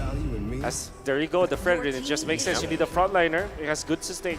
It can help you initiate with the glue. So it's like you're the first man in, so the glue will have a better time at finding the right targets. And it's an open pick. You don't really give out your strategy just yet because you're hiding your gold laner. So what will be the answer now for Team Hack? They need to find a lot of damage, Lunox. actually a big burst. Lunox could be a choice. Eve is already banned out, so you don't have the answer to the Farsa. So maybe a Lilia, perhaps for Team Hawk, to go with the Grok and then go for a roamer that can also help you out with AoE damage. Maybe a Lolita, for example. Oh, the Valentina, we actually forgot about it. It's also still available. Surprised it's still open, right? Yeah. I mean, it's not something that we typically see here. Valentina being locked in, though, hey, it allows you a lot of options, right? There's the Lolita to complement this. Valentina, though, you can take the Feathered Airstrike. You can take the heal from Estes to have that Blessing of the Moon Goddess. You can work around that. Now this kind of evens that scale a little bit, and then this is going to keep Incendio Supremacy on their toes, right? Especially when it comes to what does the Valentina take. Exactly.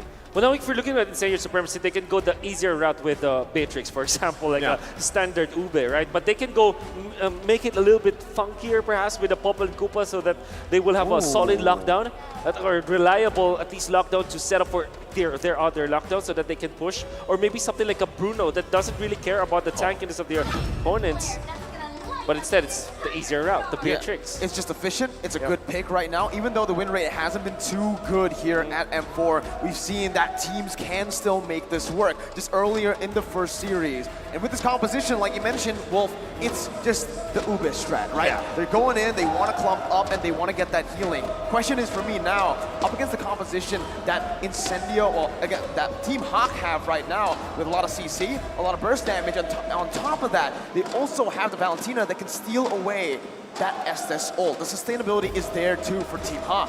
How are they going to fare? That's why it's so crucial to how this game goes for them, because with that Valentina locked in here, you have a lot of dynamic to work with. And Incendio Supremacy, they've got to allow that Beatrix to get online, right? Sunshine's got to be able to get to that point in the game where he can kind of pop off. You got to keep things in that tempo in your favor if you're Incendio Supremacy here, and we want to see that Turkish Delight pop off once again. But ladies and gentlemen, welcome to the land of dawn here. The first game between Team Hawk and Incendio Supremacy. Right off the bat, one thing that I notice here is Gary actually went for the Festival of Blood on the Fanny. So Gary knows that he does not want to go for that crazy burst. He knows that the enemy team won't be alone, so he didn't go for the high and dry. He opted for the Festival of Blood just to prolong those team fights. Good thing you pointed it out, because it doesn't make sense against the Turkish Delight to go for solo pickoffs. And Festival of Blood allows him to go for more cables actually and be aggressive in the early stages. Wow. To see it, there you go. The dash in from Min to stun him up for Gary to pick up first blood.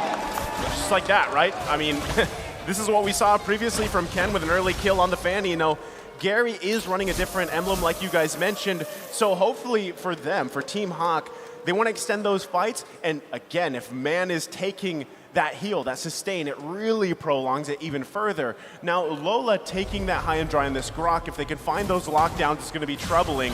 Still in the mid lane, a lot of poking back and forth here between these two. It's Min and Man that has to be worked on.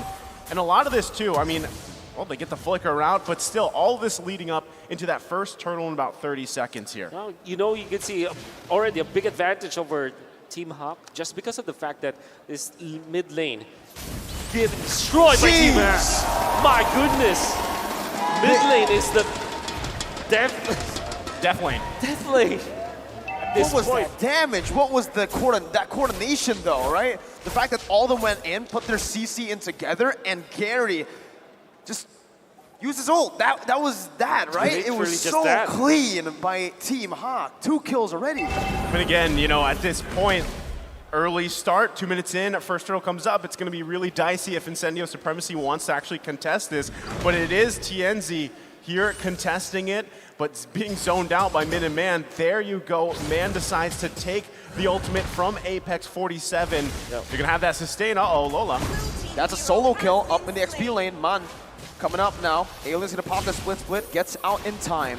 Man trying to chase him down, but Alien actually just gets out, has a pretty good laning phase early on. Gary's going to be able to dive in just for a bit. Remember, no high and dry, no killing spree. So in terms of just that assassination, won't be as lethal. Needs people to set it up for him. Min. Like this! Min, just as I say it, Numenal Blast to set it up for Gary to pick up another for Team Hawk. But Apex 47 now will be able to actually come in. Abraser's Wrath finishes Gary off despite Man having the ult. TNZ now going to be caught low. Lola trying to look for more setup, trying to look for that CC. TNZ is going to be back to half HP with a healing from Apex 47. Oh man, this mid lane is definitely the lane of death in this game already though. Incendio's able to equalize the cold that we have right now. Gary losing his life in the mid lane means that they will not be able to take out the turtle. In fact, Incendio Supremacy are not considering the turtle just yet. They want to clear out the mid lane and then deploy all of their members in a faster Turkish Delight activation. Well, I mean, they're working on it, right? They're going to be setting up for something else here. They want to focus on this turtle. Oh, my God. Well, Min is gone just like that. Gary looking for a trade here, but Rosa is actually going to be able to use the wings by wings, stunning Man up. He's very low. For the airstrike coming in, Rosa taken low. Still able to get back to Apex 47 with a healing to come through. TNZ on the turtle. Alien's only the other members away. Gary, oh my God! That retribution by TNZ. Very, very close from Gary, stealing it away. Alien bringing Lola back. TNZ rotating over towards that XP lane, but it is just both teams disengaging. And Gary is still on that purple buff. We'll be able to secure it. See, this is the thing, right? They get that turtle. Things now going in favor here for Incendio Supremacy. And all the meanwhile, Sunshine just having a good time in the bottom with Panda there. He did pick up the BOD, right? So he's got that Weapon Master, he's got the BOD here. And I mean, anything that stands out to you, Wolf, in terms of emblems here? Just the Festival of Blood. And the fact that the high and dry was the choice now for Lola. We see sometimes Grok pick up the Weapon Master against the Blue, but this time it's going to be the high and dry. I would love to see him be in action. So far, Lola has not been activated yet. Would expect him to be more aggressive, should be more aggressive, as Sunshine just becomes a... That's why you get the skin, man. That's why you get a skin. You get to fly, literally fly. Sunshine. Sunshine. Oh, whoa, what happened here? Gary trying to invade Rosa. Rotating as well. TNC gets the Retchi down, picks up the purple buff, and takes it away. Can we get the camera That's a new Sunshine? effect there. What was that? What level is your battle pass, Sunshine? Hey, I want to give that. Level 151. 151, he's got the figurine and the special effect, the hidden one. But I mean, again, going back to this, right?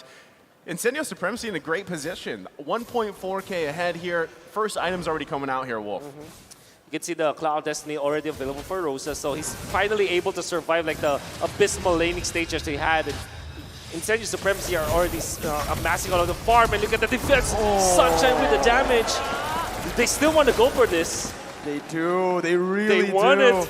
Rosa popped the Feather Airstrike in the mid lane already, though, so there's no more abilities to lock him down. Panda is going to be forced back away, but you can really see why the S-Test came through. Min now looking for something. Feather Airstrike comes in. Tienzi getting a whole lot of damage. What? Min gets bursted down again, deleted. And Incendio Supremacy now have built up a 2.4k gold lead. Wow. And slowly and surely, they are able to get the turret down bottom lane, and then the turtle uncontested by Team Hack. The aggression coming out from Tienzi. He knows that there will be sustain from himself and his teammates, and now Alien with Dominance Eyes. He's gonna be surviving for now. Baits out that dash. What a good play there. Distracting the enemy team. For the airstrike, gonna come down again onto the mid lane. Min's gonna be taken low again! Taking the whole lot of the Bandit's Rage. I'm sure, you know, if you were here the other day, chat's loving the AoE damage available from Incendio Supremacy, because that's what's going on here. You see how much front-loaded damage is not only from Rosa, but even Sunshine now. When they decide to go that route, they're putting on the pressure here. Oh, this is the classic Ube formation, by the way, from M3. You get 4 members group up, including the jungler, and the XP lane will just take the long lane, or the opposite lane. And they just sustain themselves. He just stands there menacingly. Sunshine's gonna fall. That's a shutdown picked up. Gary with the cable, styling on Incendio's Apex gonna fall as well. Tienzi finally joining in with his team up in the top side of the map. Alien has rotated, but 3 members have fallen. Incendio bit off more than they could chew. Good dissection coming out from Team Hawk as they forced Incendio Supremacy to commit a lot with that first kill onto Lola. When the Moonlight Immersion is down, you can see that Apex 47 doesn't have as much sustain as you can see. And also, Sunshine didn't utilize the flicker, which was interesting. I don't know if it was on cooldown back then, but all of those other, you know, minor mistakes coming up from Incendio Supremacy and minor over-aggression allowed Team Hack to get so much of an advantage. I mean, even just looking at this, right? The pick rate, this is for carry. 51% with a win rate of 62%, 17 out of 26 games. You can see why it's so highly contested now. There are some struggles where you see, you know, Panda trying to get in range, and just even how tanky Tienzi is right now. And they have to respect this feathered airstrike from Rosa. Even though Rosa had a rough start, Rosa's done an amazing job at just still being very valuable on this Farsa pick. And now that this first Lord of the game is up, I mean, Incendio Supremacy in a great position to just kind of take this one. It's really going to be up to Min here to find another crazy setup with that Neon Blast, or even Lola. They could fight around that, but still, you can see every member of Incendio Supremacy pretty much trying to get in position here. They would love to secure this first Lord of the game. Despite losing 3 members in that top side of the map, again, they're only down to 1.5k gold lead, which is still a very, very good position to be in if you're Incendio. Meanwhile, they're already chunking the Lord, now down to about half HP. Sunshine with a Bennett. Alien trying to just be that frontliner. But the airstrike coming in, and blast as well. Rosa's gonna be able to actually stand there. Before the airstrike responded back into Wings by Wings. Rosa gonna be caught. Gary with the cables finds 1 kill. Rosa is down. Sunshine still able to hit the other Team Hawk members away. That's a turret picked up by Team Hawk by the mini waves. And Incendio Supremacy are playing the long game, but it feels like Team Hawk right now have the advantage. Tienzi catches man off, but that's a defensive flicker away. I think if you're Incendio Supremacy, you have to consider taking care of Rosa. You don't have to take care only of Sunshine, because Rosa is a big damage dealer. It's very important and very crucial to the Ube strategy that Incendio Supremacy is doing right now. Every time that the Farsa is getting picked up, that's a massive amount of damage just lost from Incendio Supremacy. I mean, here, the focus on the top side, looking to get this tier 1 down.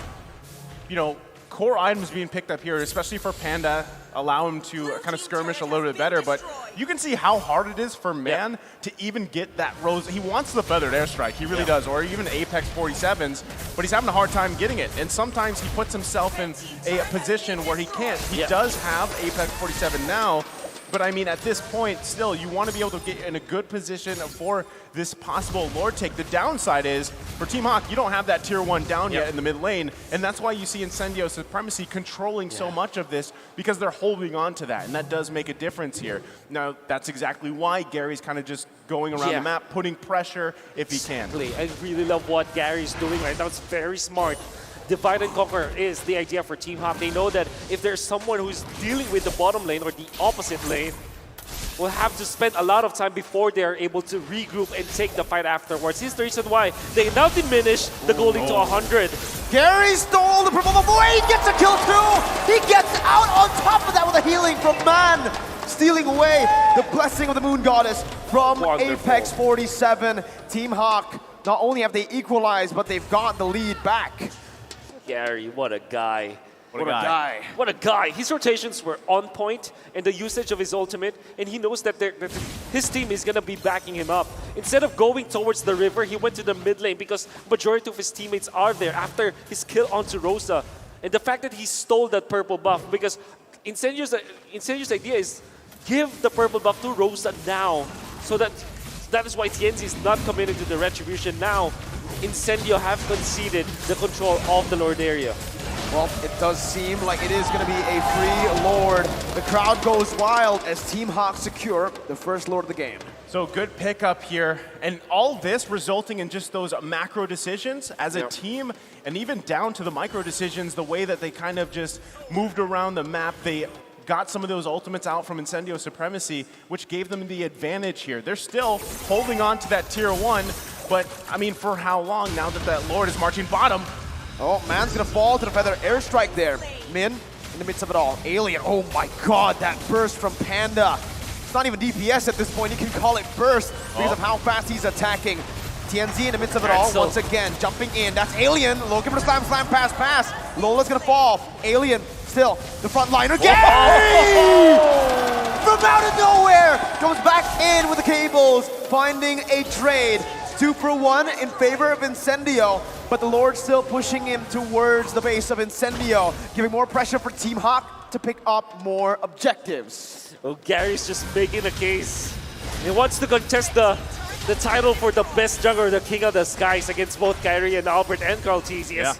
Really making all of these great assassinations and saving Team Hawk time and time again. That would have been a very good clash for Incendio Supremacy as they're getting all those kills and they're pressuring Team Hawk already, but the map as well as the control of the gold laners and the position force the mid laners. Gary's just making it difficult for Incendio Supremacy to cook their Turkish delight. Well, I mean, again, you know, the fact that Incendio Supremacy is still in this game. Yes, they finally lost their tier 1 turret in the mid lane. They were holding on to it for dear life. They still have great tools here to win these team fights, and that's kind of what we've seen in the past couple of minutes here. Whether it's TNZ finding a setup here, Apex is sustained, even Alien, if he can get to where he needs to be, they've got great things to consider here, and that's what we see from Team Hawk. Now, biggest thing for them, Panda, you gotta let Panda just unleash, right? Yep. Gary has been putting pressure on the side part of the map, the top and bottom lane, and then he kind of just swoops in, and that's what you're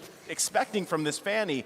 But still, Panda, if he can get taken out from Incendio Supremacy, they lose a ton of burst potential. And Sunshine's already at this point on this Beatrix where he's got the damage, right? If he can be protected, again, sustainability here in TNZ, then you're going to be in a good position to fight and win those against Team Hawk. Yeah. You need the wind of nature for both marksmen here. I think that is also the next spot for Sunshine. They're going to be waiting for it. You have to understand that Incendio Supremacy will wait for their items before they fight once again. And that will be just in time for the next Lord fight. I mean, if you look at Rosa, also Winter Truncheon built up, right? So you can already see the respect being given, but there it is. My question is it too late? Because the thing is, Sunshine has been caught 2 times. Rosa's been caught 5 times before we see those defensive items come through. Well, I mean, we just saw Sunshine pick up that Wind of Nature, so, and perfect timing, right? The next Lord's going to be up here, and you can see, right, Team Hawk has obviously that advantage, but again, I'm going to say, Incendio Supremacy, they should contest this. They have the right tools that they need. They just need to not be outplayed macro, right? Macro style, because you can see it, right? They have to park Alien here in the bottom side, handling those waves, not letting it be pushed in. And that is what Gary is even doing so well here for Team Hawk as they prepare for the best moment for this next Lord. What they need to do now is to find the opening. Bottom lane, that will be pushed by the Fanny for sure. So who is going to defend that? Is it going to be Rosa or is it going to be Alien? Both are needed in a team fight. Or do they just fight literally right now and force Team Hawk to not be able to do what they're planning to do? And wow, okay. Yep. So a little too far. A little too far. Weird. Gonna go ahead and reset it for now. Lola, though, and still parking Gary on the bottom side, like you were mentioning, right? Putting the pressure there. It's gonna force Alien away. Now, that is a big loss here for Incendio Supremacy if they don't have Alien with them. But someone's got to deal with these waves. Lord, these walls just doing things here for Team Hawk right now. Incendio Supremacy, though, they're gonna have to deal with this. It is a nice little lead. They don't have Alien here. Half health for the Lord. It's a good forced error by Team Hawk. Alien in the bottom lane. Min gonna be caught here by Rose's feather airstrike, but he's gonna be able to go for the stun. Winter Truncheon to dodge away, but look at them in the front line. TN's gonna be caught here. The healing comes in, but it's not enough to deal with the damage from Gary, from Panda, from Man, who picks up a double kill. Alien now in the midst of it all, going for the chase. A Hail Mary, all alone. 1v5, has the split to buy a little bit more time to get out. Jumps onto Man, but Man, he has the mortality. The team doesn't care, ignoring Alien 100% of the way. They're gonna go straight for the base. 8 seconds on Apex 47, and Team Hawk, they strike first with first game.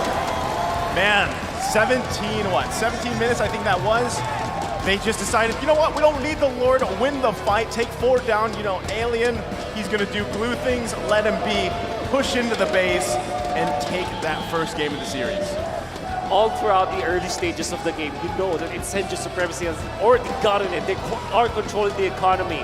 They're winning the team fights. But it was a big blunder in the middle part where they got beaten by the side of Team Hack. And why was that? What happened? What did Team Hack do? Well, they won by macro. Yeah. Gary was the precursor. He controlled the map. He made Incendio Supremacy react so much, and then he went for great assassinations. Great macro display, but even better micro play coming out from Gary. Definitely winning that game for them. And at this point, Gary gave him the MVP, right? He split push. He did everything perfectly in that game, even to the emblem. He took that Festival of Blood, really doing him wonders. Man. Wow. He's Employee of the Month. Employee of the Month for Team Hawk. He wanted to be that guy, and that's what he was after, right? Gary the Carry. Gary the Carry. Speaking of that, we do want to give a special shout out, of course, to Secret Lab, the official gaming chair partner of M4. We're talking about built-in lumbar support system that you can adjust to your spine, an incredible magnetic memory foam pillow, which I think we don't have right now, but still, the brand new fabrics is all sorts of colors and designs. The Secret Lab Titan Evo 2022 gaming chair is designed to keep everyone seated in incredible comfort for a long, long time. We surely love them, and there's also more here, Mirko. There's an M4 pass. Absolutely. If you guys want to get that flying Beatrix effect, right, or just the skins in general, you guys can level up your M4 pass right now because it's available, and you guys can just complete all active tasks to reach level 75 at ease and for free. Log in now to get exclusive rewards like the Beatrix Light Chaser skin, the Beatrix Stellar Brilliant skin, and the M4 Beatrix figurine that's awaiting you in the game. And perhaps if you unlock it in real life, hashtag Mobile Legends Bang Bang, hashtag MLBB M4, and hashtag Dare to be great. And there's more. The M4 Battle Night is going live on January 21st. Expects loads of events and rewards for grabs in-game. First off, complete battle task in-game on January 21 to get a skin choice chest. You can choose the skin you like most from the chest. Aside from that, battle bonus awaits you on the same day. Play matches and you'll get team star protection for 3 matches, double star raising points, double protection points, double EXP, and double BP for 5 matches. We're not stopping there. There's more. Free access to all heroes and loads of epic skins will also be available that very day. So save the date, log into the game on January 21st, enjoy the match and win tons of rewards. Let's all celebrate M4 Championship together, including with our friends. Families. And Gary and everybody else, you know? So Gary is a secret twin. He's Min, Man, and Gary. I concur. And now we're gonna throw it over to our analysts to break down this game further. Again, an amazing macro-style game that we just witnessed. Guys, what do you have to say? Thanks, Naisu. That was a masterclass in macro. It shows the beauty of high-level Mobile Legends. If you're wondering about where your magnetic pillow is, well, I stole them and it's back in my hotel, and that's why I'm the big dog here at the analyst. And my name is Getting Q. This is going to be Jace as well as Assassin Dave. Break it down for us, boys, because Team Hawk already at match point. Incendio Gaming, I mean, you mentioned it, Dave. They're like, man, this draft, Ube all the way through. Blacklist International vibes just seeping through. Absolutely, and Team Hawk's prepared for it. It picked up the Fanny, and that just ripped through the entire Incendio comp like a hurricane. I mean, they have no solution for it, right? You saw that Gary was able to invade the jungle, right? Get the blue buff, and kill Rosa and gets away with it. And he's the only person who puts Rosa with 5 deaths. And let's take a look at the item build. Man, looking at the item builds right here, I really have to commend Gary, right? He identified that, okay, I may have picked the Fanny into a wrong situation if you would go for high and dry, instantly switch into the Bloodlust emblem as well, going in, you know, pure sustain. I think that he actually swapped one of the items. The Windhawk was actually a later switch. I think he had the Anticuras as well, going in very pure defense. Another first item that he took was a Blair Hephaestus, emphasizing on that, and that's how Gary, you know, got the pick off on Rosa multiple times and delayed the push of Incendio Supremacy. Actually, to add on to that, the fact that he has that 13k, previously we did see him with a C Halberd in the earlier stages immediately after he got his Hunter Strike. And again, that early game looked great until Incendio Gaming turned it around. Absolutely. Alien was the key to victory for Incendio Gaming there in the mid-game, right? You saw Alien one-on-one the Grok on the side lane, and this guy actually just gave Incendio a chance. But through the mid to late game, the supreme macro from Team Hawk was just insane. You saw the 5-man team on the top side when they were about 1,000 gold behind. And let's take a look at kill participation. Mean 92%. What can we say about a mean man combo? I mean, in mid lane, the early game, easy 2 kills with a stun, and Gary waited for Mean to go into the tower and then fly in. Those were flawless. I don't think it's the Petronas Twin Tower issue right now. I think Gary is that forgotten triplet, all right? A forgotten triplet. You saw how he was able to synchronize so well with Min and Man in the mid lane. That definitely immediately throw Incendio Supremacy into a losing mid lane. You lost the wing by wings, you lost the Farsa advantage, and then all of a sudden you lost your turtle, you lost every single thing. And not only just that, I also have to really highlight the fact that Gary, macro play, micro play, everything. This dude is amazing. He's the all-in-one package, you know?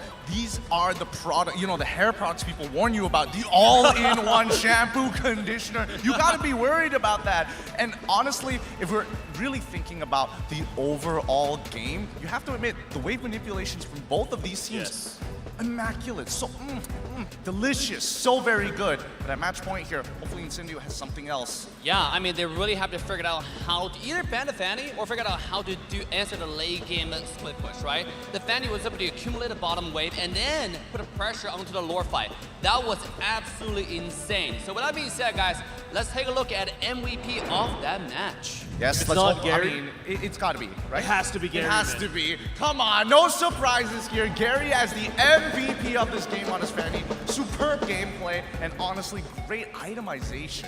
Down to the macro, I believe. Like, you saw how Gary was constantly playing off the map. Knowing the fact that he is a Fanny, he could jump from one lane to another. And because Incendio Supremacy went for the Ube strat, they need 5 together. And you saw at the very last team fight, right, what Gary did. I shot bottom lane and then joined the team fight.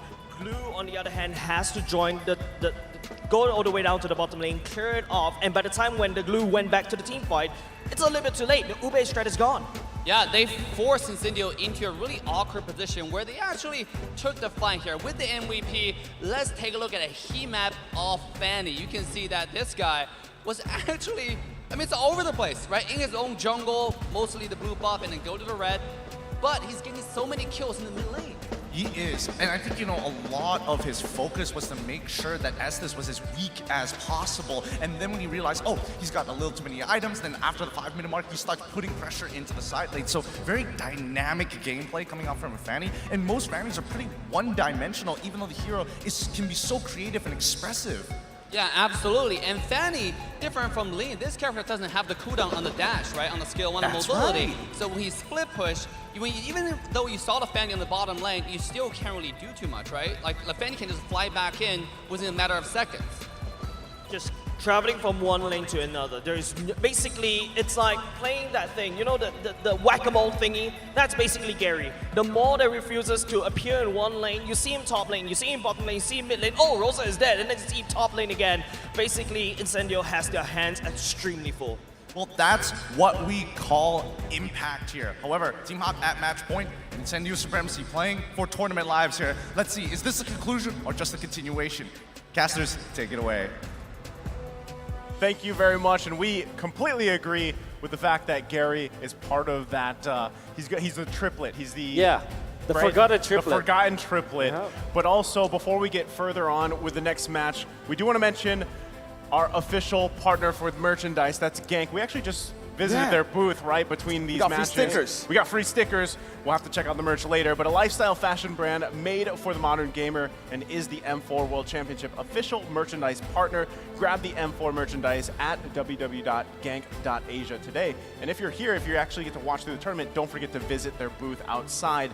There's also the M4 Pass, which is available now. Complete all active tasks and you'll reach level 75 at ease. And for free, log in now. Exclusive rewards like the Beatrix Light Chaser, Beatrix Stellar Brilliance, and the M4 Beatrix figurine are waiting for you. Don't forget the hashtags, hashtag Mobile Legends Bang Bang, hashtag MLBBM4, and hashtag Dare to Be Great. And now, boys, we have game number 2. You just sorry, I was looking at that you just figurine, love it. man. I can't wait to bring it home, right? That fly effect, though. Yeah, dude. What level? I think you need to reach 151. 151. Yeah. It's too easy for Miracle, though. Oh, yeah. I thought you were going to say it's too easy for me. No, not me. I don't have as much resources as this guy right here. But the Beatrix figurine is closer to you, so that's something right there. Well, it's still up for grabs for all of us at the desk here through the tournament. But jokes aside, game number 2, guys. Wolf, I'm going to ask you first, because you're the mastermind over there. What does Incendio Supremacy have to do? I mean, are you the one that coined Turkish Delight yesterday? Well, you kind of used it in the Tagalog broadcast in the first day of group stages because we were very surprised about it. They went in for the ESD, so to answer your question, what do they need to do? I think that the trades were favorable for them. There was a time where they could have just fought before Gary was able to do the split push so that they can force the issue. What I saw from that previous game was that they weren't the ones in control of the game. They weren't the ones pressing the issue. Even when they have the team fight advantage, it's as if they are waiting for something to happen from Team Hack. They're waiting for Gary to make the move before they make the move themselves. It has to be the opposite way. They have to be the ones to press the issue instead.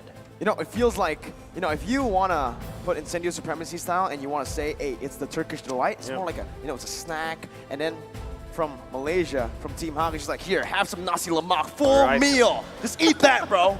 I want nasi lemak. Me too, man. Yeah. It's quite spicy. Gary Special lemak. Gary Special. Gary Special. Yeah. Well, the Gary nasi lemak. That's going to be a new thing. That's a new thing. That's a thing now.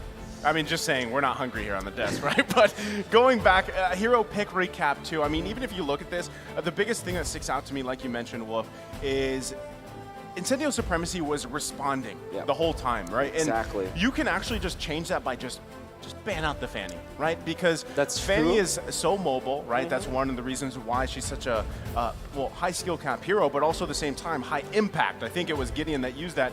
The impact there, especially with that Fanny pick, you don't want to always be scrambling to catch up to her, right? So just ban it out of the in the draft. Don't have to worry about it and kind of go with that approach. Because honestly, even if you wanted to go still with that Estes pick, you could actually, the team composition wasn't bad. It was just, you were constantly responding to Team Hawk. Yeah. And looking at it again, Incendio, I think they were just too ambitious in the drafting phase, right? They went for the Yuzong ban, for very unconventional bans here. We understand why. They wanted to pick the Farsa early, but they could have just picked up another hero early by banning out the prior heroes first. They need to understand that their composition is very susceptible to these kinds of crazy engages, especially considering, hey, they still double down on that Turkish Delight strategy, even up against the Grok. Might be the Farsa, which was too early of a pickup. There could be a lot of answers to that, but it is what it is. It's also one of their comfort picks. It's probably why they prioritize it. But I do agree with you guys. Fanny should be a consideration now for Incendio Supremacy. It was way too good. I like the fact that they gave out the carry in exchange for the glue, though. But in exchange for glue and Farsa, might not be the best of trades. So We'll find out how they approach it. We don't know yet which side they will go on. I would assume that Incendio Supremacy would still prefer the second pick, as the way that they're just drafting is just they're more comfortable getting those 2 picks and that last pick. Well, I honestly feel like, you know, either team is, for the most part, even given the statistic we saw for carry, you can just give it away as long as you have an answer for it, right? And you have those 2 picks to kind of start that game plan for Correct. you. But now we're going to load up here into the draft. Game number 2, match point for Team Hawk here. Incendio Supremacy going to want to start strong in the draft. They're going to be on that blue side, so they will have that first pick. Great first ban, like we said. Just take it out so Gary can't get it, and you don't have to be responding to him the whole time. That's right. I wouldn't be surprised if the carry is going to be banned out by Incendio Supremacy as they don't pick it up, or maybe they just prioritize the glue, right? But then again, Eve will not be going through. Team Hawk can't consider banning out the glue this time. As compared to the previous game, it was very difficult to deal with, though they have shown that they can actually defeat the glue with the Grok. Yeah, for Team Hawk, right, they honestly, right now, if it ain't broke, don't fix it, right? Just leave the carry open. You have a lot of other picks. You have an assassin player as good as Gary that can dive towards that carry if Incendio actually pick it up. We've seen that Sunshine here on the carry so far in this tournament. I don't think he's played a lot of carry games actually because it's just been banned out. So that can also be a big question, right? Is he comfortable on the carry? The glue is still going to be banned out by Team Hawk. You can already see some respect given over after that Fanny ban, right? You need to understand that, hey, give respect. Yeah, just give respect. Even when you get away from it, you win against it once, don't stretch your luck. Don't right? stretch your luck. Just try to ban it out. And that is Team Hack's going to be banning it out. I wonder if the Joy is going to be the choice for Incendio Supremacy. So far, that is a hero that we rarely see because it's almost always banned. I mean, still the question is does Joy really deserve that ban? I feel like some people are still debating it because usually you see Joy in the jungle. I feel like that's where the more success is. Again, this is reminiscent of back then when Julian was always banned back in MSC, right? So Joy's kind of in that position. Okay. But this is the Ling ban coming out too, so it's 2 assassins. Still though, we could possibly see Gary still even pick up that Hayabusa, right? Which has popped up a lot throughout this M4 tournament, and still a great choice. Instead, you don't want to play the Waka Gary game again, just like in previous games, so they just ban it out. Now, it opens up both Kaja and Valentina, but at the same time, Joy does it deserve the ban? I think against Incendio Supremacy, knowing that they have not picked that up yet, you can kind of gamble it. However, it's always like, all teams need to know how to play Joy. I don't see that for Incendio Supremacy knowing how they play. There it is. They will give out a Joy. Because it's almost like one of those things. So, I mean, even the group stages, the discussion was, man, are some teams just picking these heroes because because they're strong, and then you see them and they don't, it doesn't really work out for them. But carry. Incendio Supremacy going to go ahead and pick up the carry, so this is the first start for them. We saw in the first series of the day, once you pick up a carry and the Kaja is open, the Kaja gets picked up instantly, and the Kaja does so well against the carry. Because the range that carry has is pretty short, right? You can really punish the carry. And right now, Team Hawk, I think they're going to... Joy carry. Joy Kaja, yeah. That picks up a counter for Joy too, right? You pick it up away from Incendio. Exactly. I think it's not rocket science to pick those up. And I'm pretty sure the Team Hawk has... Your rocket science. Yeah, your... Science. Your Joy. Hey, thank you. Hey. You threw him off. I threw Well, that is point.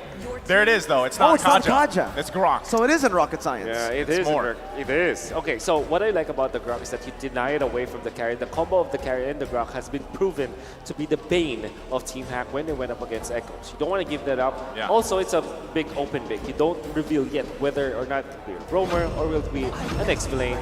Kind of opens up the Benedetta and the Estes. All right, okay. So, the Turkish Delight still.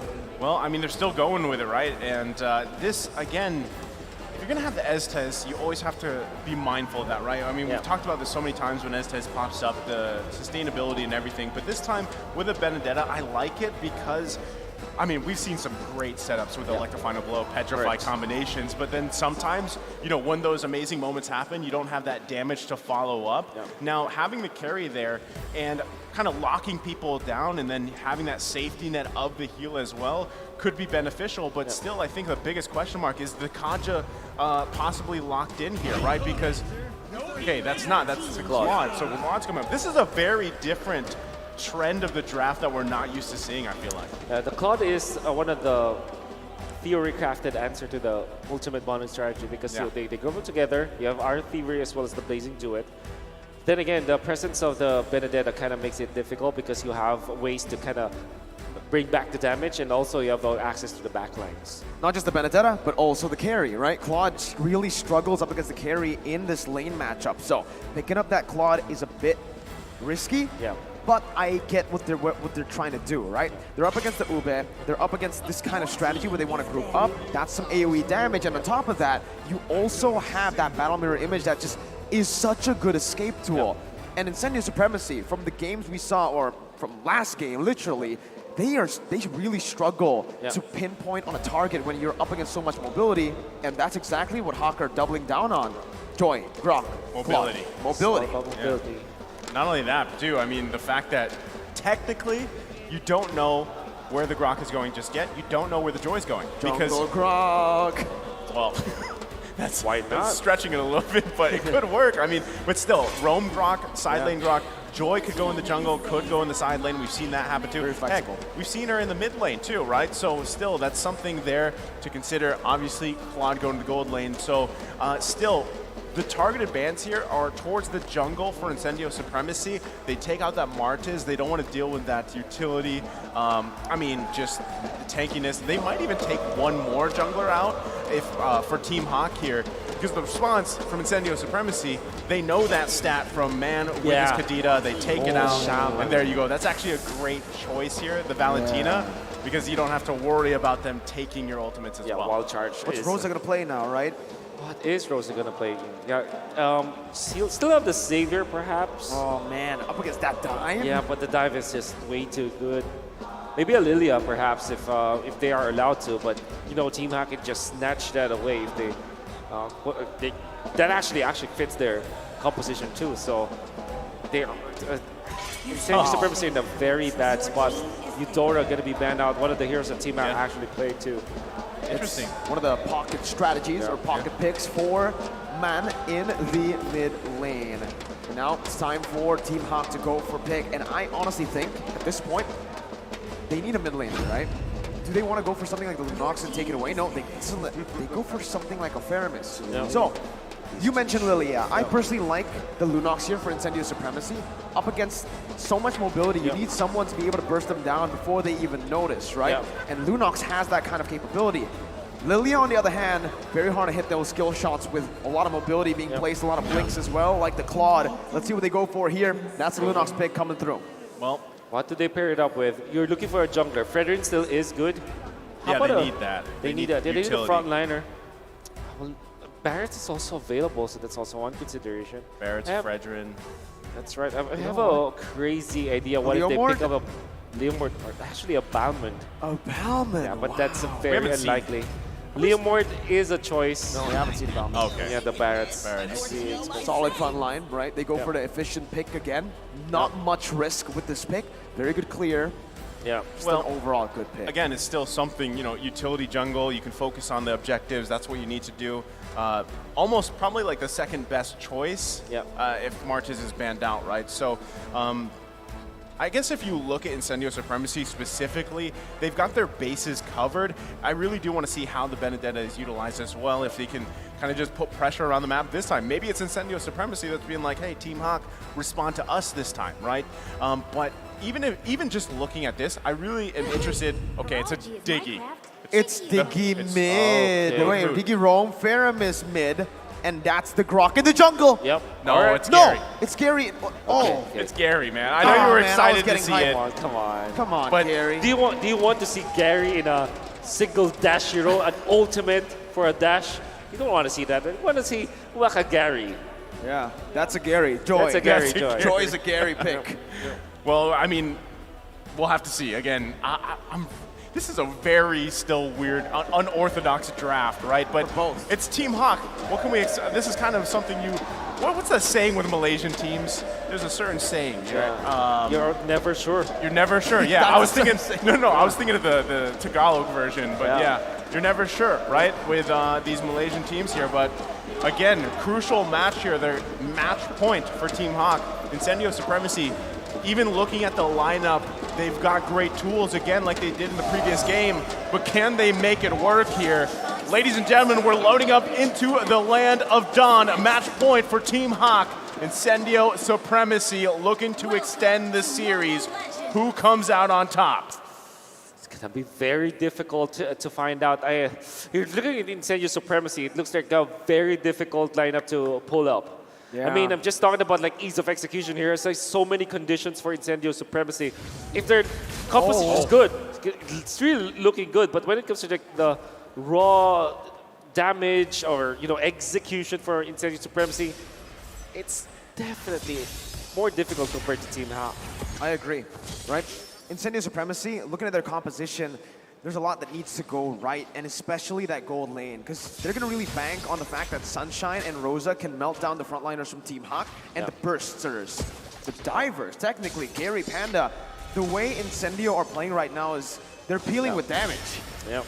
I thought you were going to mention the Ghost Bursters, But I feel like Faramis, in a way, isn't as strong as. Okay, missed it. Not going to be able to get that, but still, I mean, very reminiscent of the previous game, right? A lot of early action here. The best thing, though, is if no one is able to get that first blood before that first turtle comes out, Wolf, who's got the advantage for that first objective? I think Incendio Supremacy, just because of the fact that they have the Barretts, is very strong in the first few minutes of the game. And when it comes to like turtle fights, you can hold your ground utilizing your Daytona's Welcome. You can still pick up the Retribution when the fighting gets dicey, so you are actually immune to stuns or crowd control during that period. So I guess to answer your question, Incendio Supremacy should take advantage of that fact. Well, let's see, right? Because early on, you can already see the matchup here. Sunshine is doing it a little bit better than Panda in the gold lane as expected. Because of this, Incendio do have a bit more pressure to play on towards the turtle, with Alien rotating to the mid lane and actually lane swapping with Rosa. Rosa wants to get that level 4 quickly. The turtles reset it, and they're both just going to disengage. Yeah, everybody's got to be pretty much careful here at this point, but across the board, all green lights for everybody. So it really comes down to how they utilize this, especially even with the Time's Journey on Min here. But the poking coming out. Alien with a petrifying the final blow. That's a Time Journey, but Min's going to be taken out. First blood over to Incendio Supremacy. Oh, great decision there coming out from Alien. Also able to secure that first kill for himself. Should also be that turtle. No! Gary coming in, picking up the retry. That's a missed time by Lola, as Gary now is going to be forced to back off. Tienzi picks up the kill. Man, forced to flicker out, and Tienzi will just trade that away with a purple buff steal on Team Hawk's jungle. Fortunately for Incendio Supremacy, they found the post-turtle fight and won it, because the setup was already there for Incendio Supremacy. They have 4 ultimates available in that fight. Alien already poked T-Mac and got a kill afterwards. They have all the advantage in the world. Even Gary's a level under the opposing Barretts, the jungler of Incendio Supremacy. So everything should be theirs that moment. Fortunately for Team Hack, they got the turtle, but they lost the post-turtle fight. Yeah, I mean, already off to a great start here for Incendio Supremacy. Again, playing around with this lead that they have. And really, I mean, a lot of it too is Sunshine just being able to farm up as well as he can. Now, he had the Corrosion Scythe. He's going to be working on the next item. Yeah. You got to protect Sunshine, allow him to scale up, because right now, a lot of that early damage with Rosa having an early kill here, running that last worship, you know it's going to hurt, right? And Tienzi, like we mentioned in the draft, having this Barrett's pick and just kind of being able to secure an objective with a Daytona's Welcome, being immune to CC, is really going to benefit you here, because with this early lead, you got to continue to compound interest it, build upon it, and transition to mid-game. And the thing is, Incendio, they have the lead whilst also having 2 very late game heroes that needs to scale, right? Remember, Rosa and Sunshine, they're waiting for items, man. Yeah, they're going to be waiting for their major core items. I don't know if Rosa is interested in going for the Lightning Truncheon, but since they are utilizing this Lunox in an Ube setting, you want more of those AoE damage. And of course, Sunshine gonna be waiting for the Wind of Nature before they fight, so that Panda as well as Lola will be nullified by Incendio Supremacy. Man, I just feel like there's also just a lot of magic damage from Team Hawk. You can already see action more for this turtle. Shadow Stampede bringing TNZ back. Alien in the midst right now. That's going to be the healing coming from Blessing of the Moon Goddess. As TNZ finds the extra weapon, they fire as well. It's combo together. Min finally pops a time journey, but it might be a bit too late. He's 1 HP. Panda's very, very low. Alien's looking for the dive. Flickers out. Gary now caught. That's a Phantom Splash. Gary gonna be falling down to the hands of Rosa. Meanwhile, Sunshine, that was a 4v5 and Incendio won. I mean, 4v5, and you just saw, that's how much the sustain from the Estes pick works so well, because you saw everybody was quite low, but no follow-up, no kill was converted for Team Hawk. Oh, Rosa, the Ruby DD play, the Lunox bomb just zones out the members of Team Hawk, and eventually Incendio Supremacy are going to be able to take over the map. The aggression is going to be there. It's time for the ultimate bonding experience. Hell, the Turkish delight. You can now taste it. It's how being served to Team Hawk. 3.7k gold lead. And we have to talk about the Joy pick now because we mentioned it in the draft. Our team's picking Joy just because Joy's a good pick, because it seems like right now the Joy isn't really working out for Team Hawk. The Radiant Armor pickup coming out from the Barons, which was TNZ. More of a sacrificial role now, going for just tank ability. Allow them to nullify the effect of the Joy. Huh. Well, I mean, at least they get a turret here on the top side, right? But Lola having a bad day. Lola is just not, having a good day. 0-2-0 here in this game. Incendio keep on punishing him, but he's under the turret. It's not like he has any counterplay to that right now. Well, Rosa. But deadly, man. I do agree with this. Number 2 in hero damage, as you see, very aggressive plays coming out from Rosa, committing the Lunox bomb against under the turret, and he will not stop. Oh, Sunshine. It's a solo kill, practically. He goes in for the BMI, but will actually just fall to Sunshine. Sunshine still gonna be able to pick up the double under the turret while Rosa is tanking, and Apex is dealing out the heals.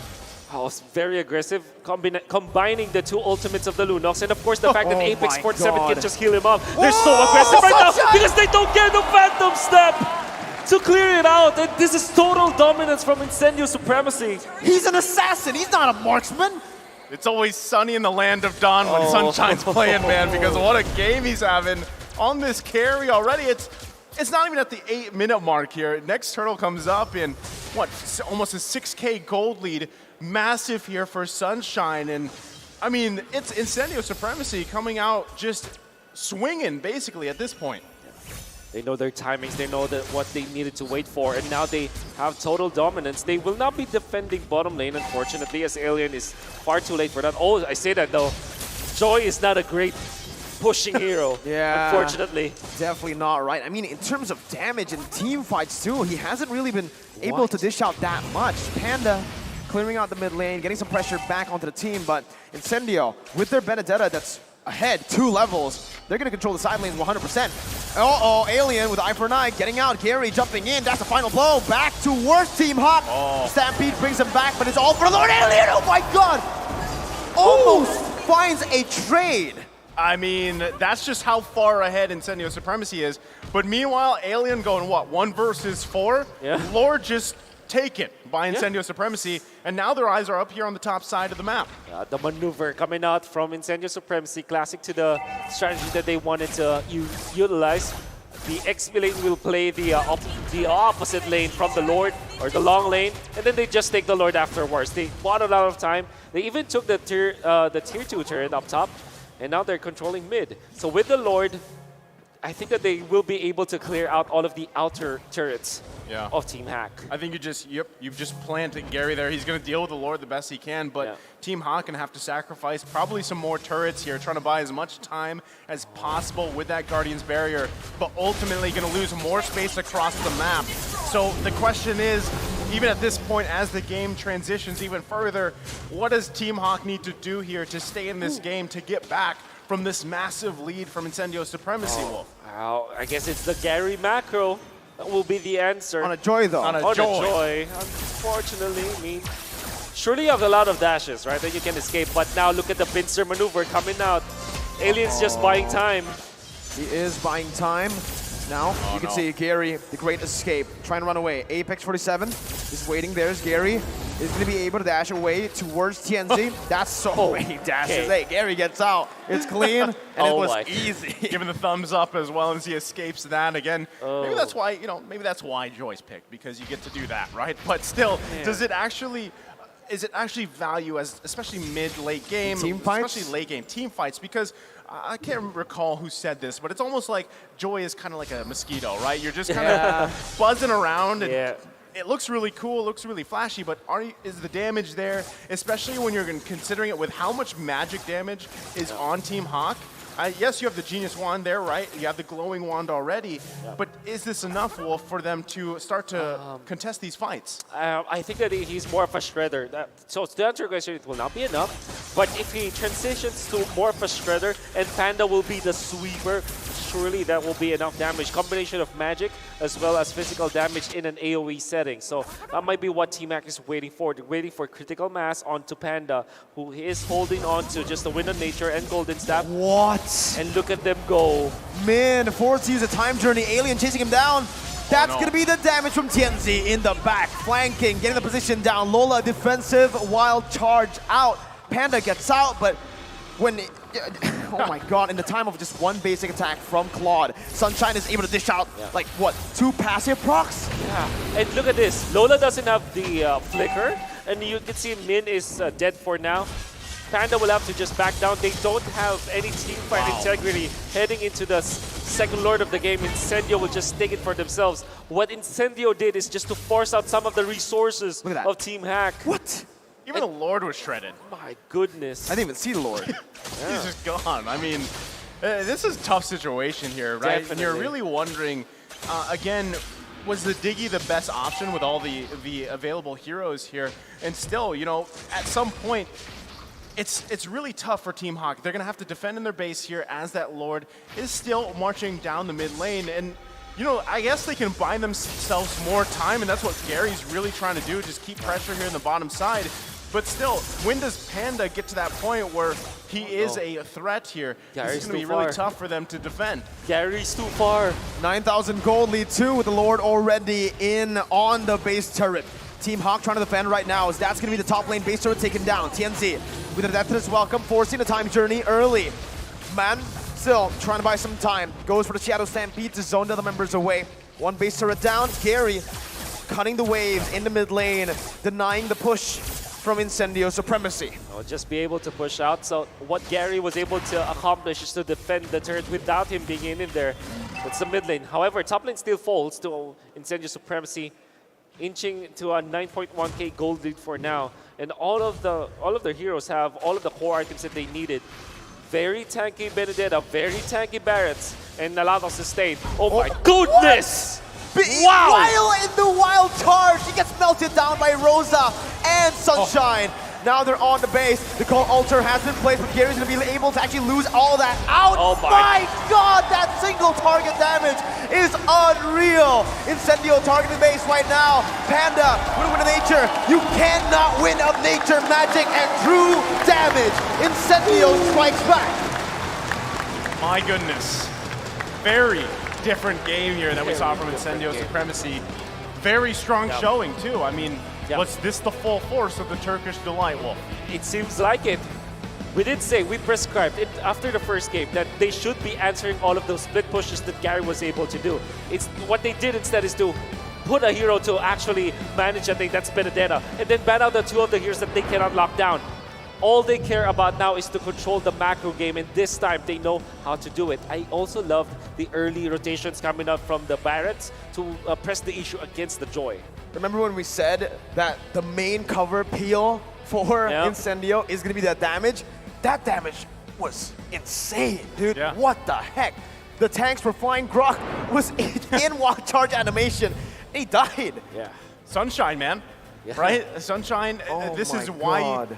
this is justifies that carry is such a high pick Exactly. hero Get him because you saw what it does to tanks right now and just Exactly. shreds, and then paired up with, hey, a Lunox, Yeah. you have the magic damage shred too, so it's really hard to deal with that, especially when you're talking about such a massive gold difference, right? I mean, they were just, Team Hawk was constantly trying to scrap back into the game, but also a big question for me, and I'm sure, you know, even the analysts are going to break this down further, because my big question is, what's going on with the draft, right? I mean, very Diggy. confusing. Diggy and a Faramis, very tough there to make that work, to make that actually kind of come to fruition throughout the game, especially with, again, that big of a lead, right? I mean, maybe if things were a little bit even, it would have been better for the Team Hawk, but I gotta say, I can't wait to see how this is broken down by the smart guys over there on the landing stand, because we need to know. We need to know now. So boys, take it away. And we're gonna let you boys know at the caster's desk. Thank you so much. This is the analyst tab with me, Getting Q, with Assassin Dave, and as well as Jace to break down this game, because so far it feels like, man, the games feel won by the draft in and of itself. And even so, Incendio has kind of found a way to push Hawk into the way they want to play. Yeah, well, I feel like, you know, when the Joy was picked up by Gary, right? And that's because I think Incendio Supremacy has noticed that, hey, all we need to do is try to just take away the Ling, take away the Fanny, and then all of a sudden Gary is like, okay, what can I do to buy time for my team? Yes, you have some dashes. Yes, Joy, technically speaking, is like one of the many heroes I can do, but until today, I still have questions about this Joy.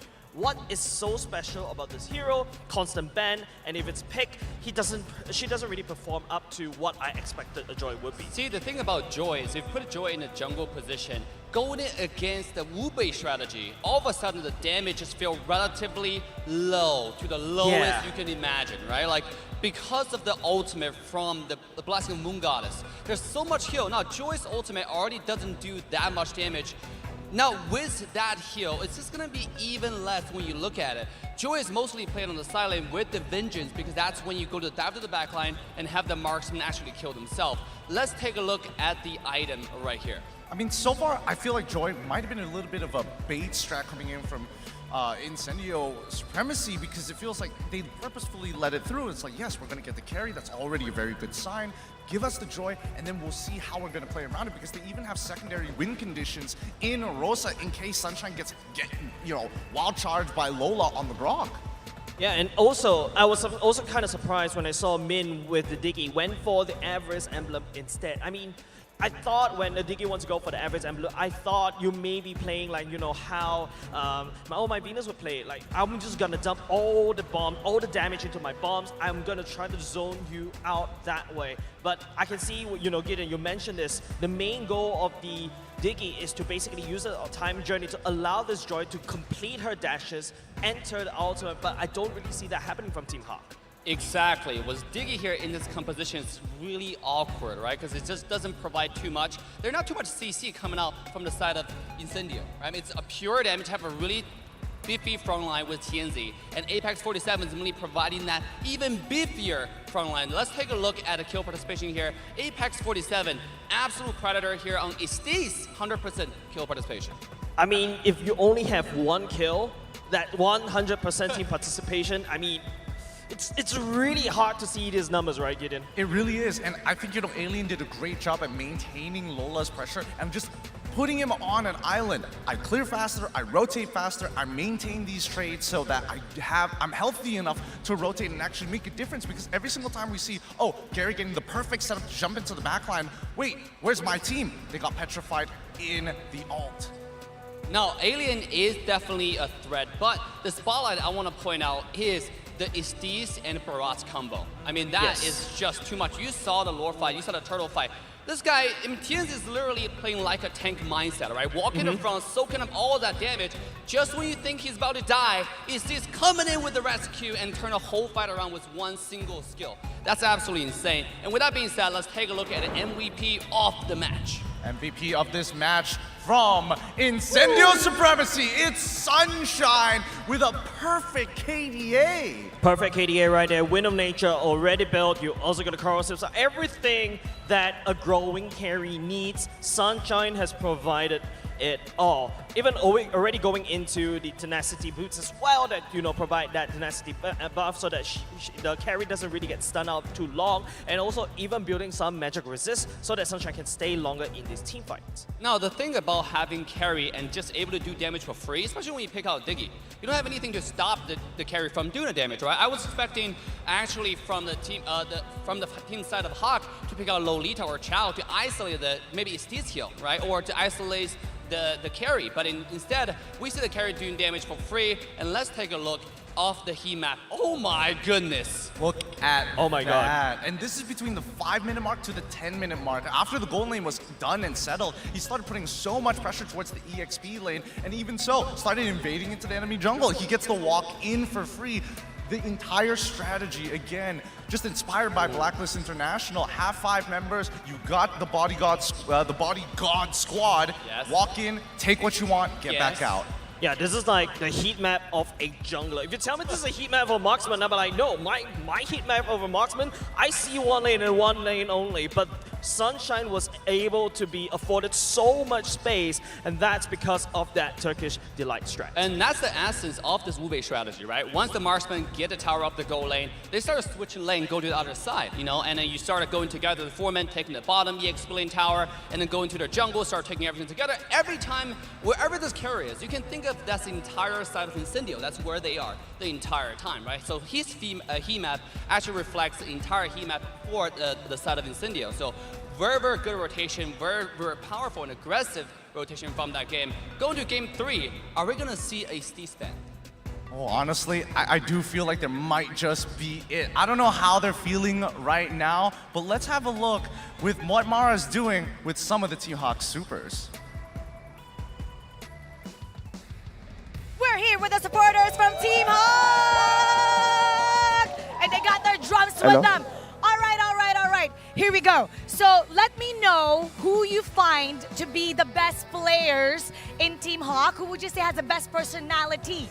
Based on our opinion, the best player that got the best personality is Gary. Gary? Why? Gary! Why? Oh, do you agree? Okay, why Gary? Why is Gary the best player, the best personality? Because he's the one who close with us, even though we are the fans, but he want to know a lot about the fans. So I think he's got the best personality. Oh my God, how nice is Gary? Come on, give a big shout out for Gary! Yibombe! Yibombe! Yibombe! Yibombe! Okay, I'm sorry, I just hit his finger. Okay, if you think, what do you think the heroes they need to use right now to make sure that they win the next game? I think Gary should pick Ling or Fanny again for that game. Ling or Fanny? Yes. Okay, now if you could eliminate from the opponent, one player from the opponent, you don't want that player to play anymore because that player is too good, they're giving Team Hawk a hard time. Who should we take out? Rosa. Rosa is too dangerous favorite. apparently. Rosa is too dangerous apparently. Now, okay, you guys talk about the play you want to take out, right? Okay, public enemy, Malaysian #1. When Wolf is casting or analyzing, Team Malaysia loses. If Team Hawk loses, will we go find Wolf? I will give Harun to answer the question. Come on, will you? We will find Wolf until the bottom of the worm. In Malaysia, we say, we cari wolf sampai lubang cacing. We will chase after wolf till the ends of the world. Wolf, be careful. Whoa! Oh my God, you're in trouble now. Okay, now the players can hear you right now. What do you want to say to them? Let's pump them up, okay? Say something very encouraging, and you better make sure it has a magic spell to pump them up. Go. To other players, we know you can do it. That's why we are here. We are from Asia, come here to support all of you guys. And I know, all of us know that you guys can win this game and be the best among the best. Be the best amongst the best. And now, let's gather all the Malaysian viewers to support Team Hawk. Go ahead.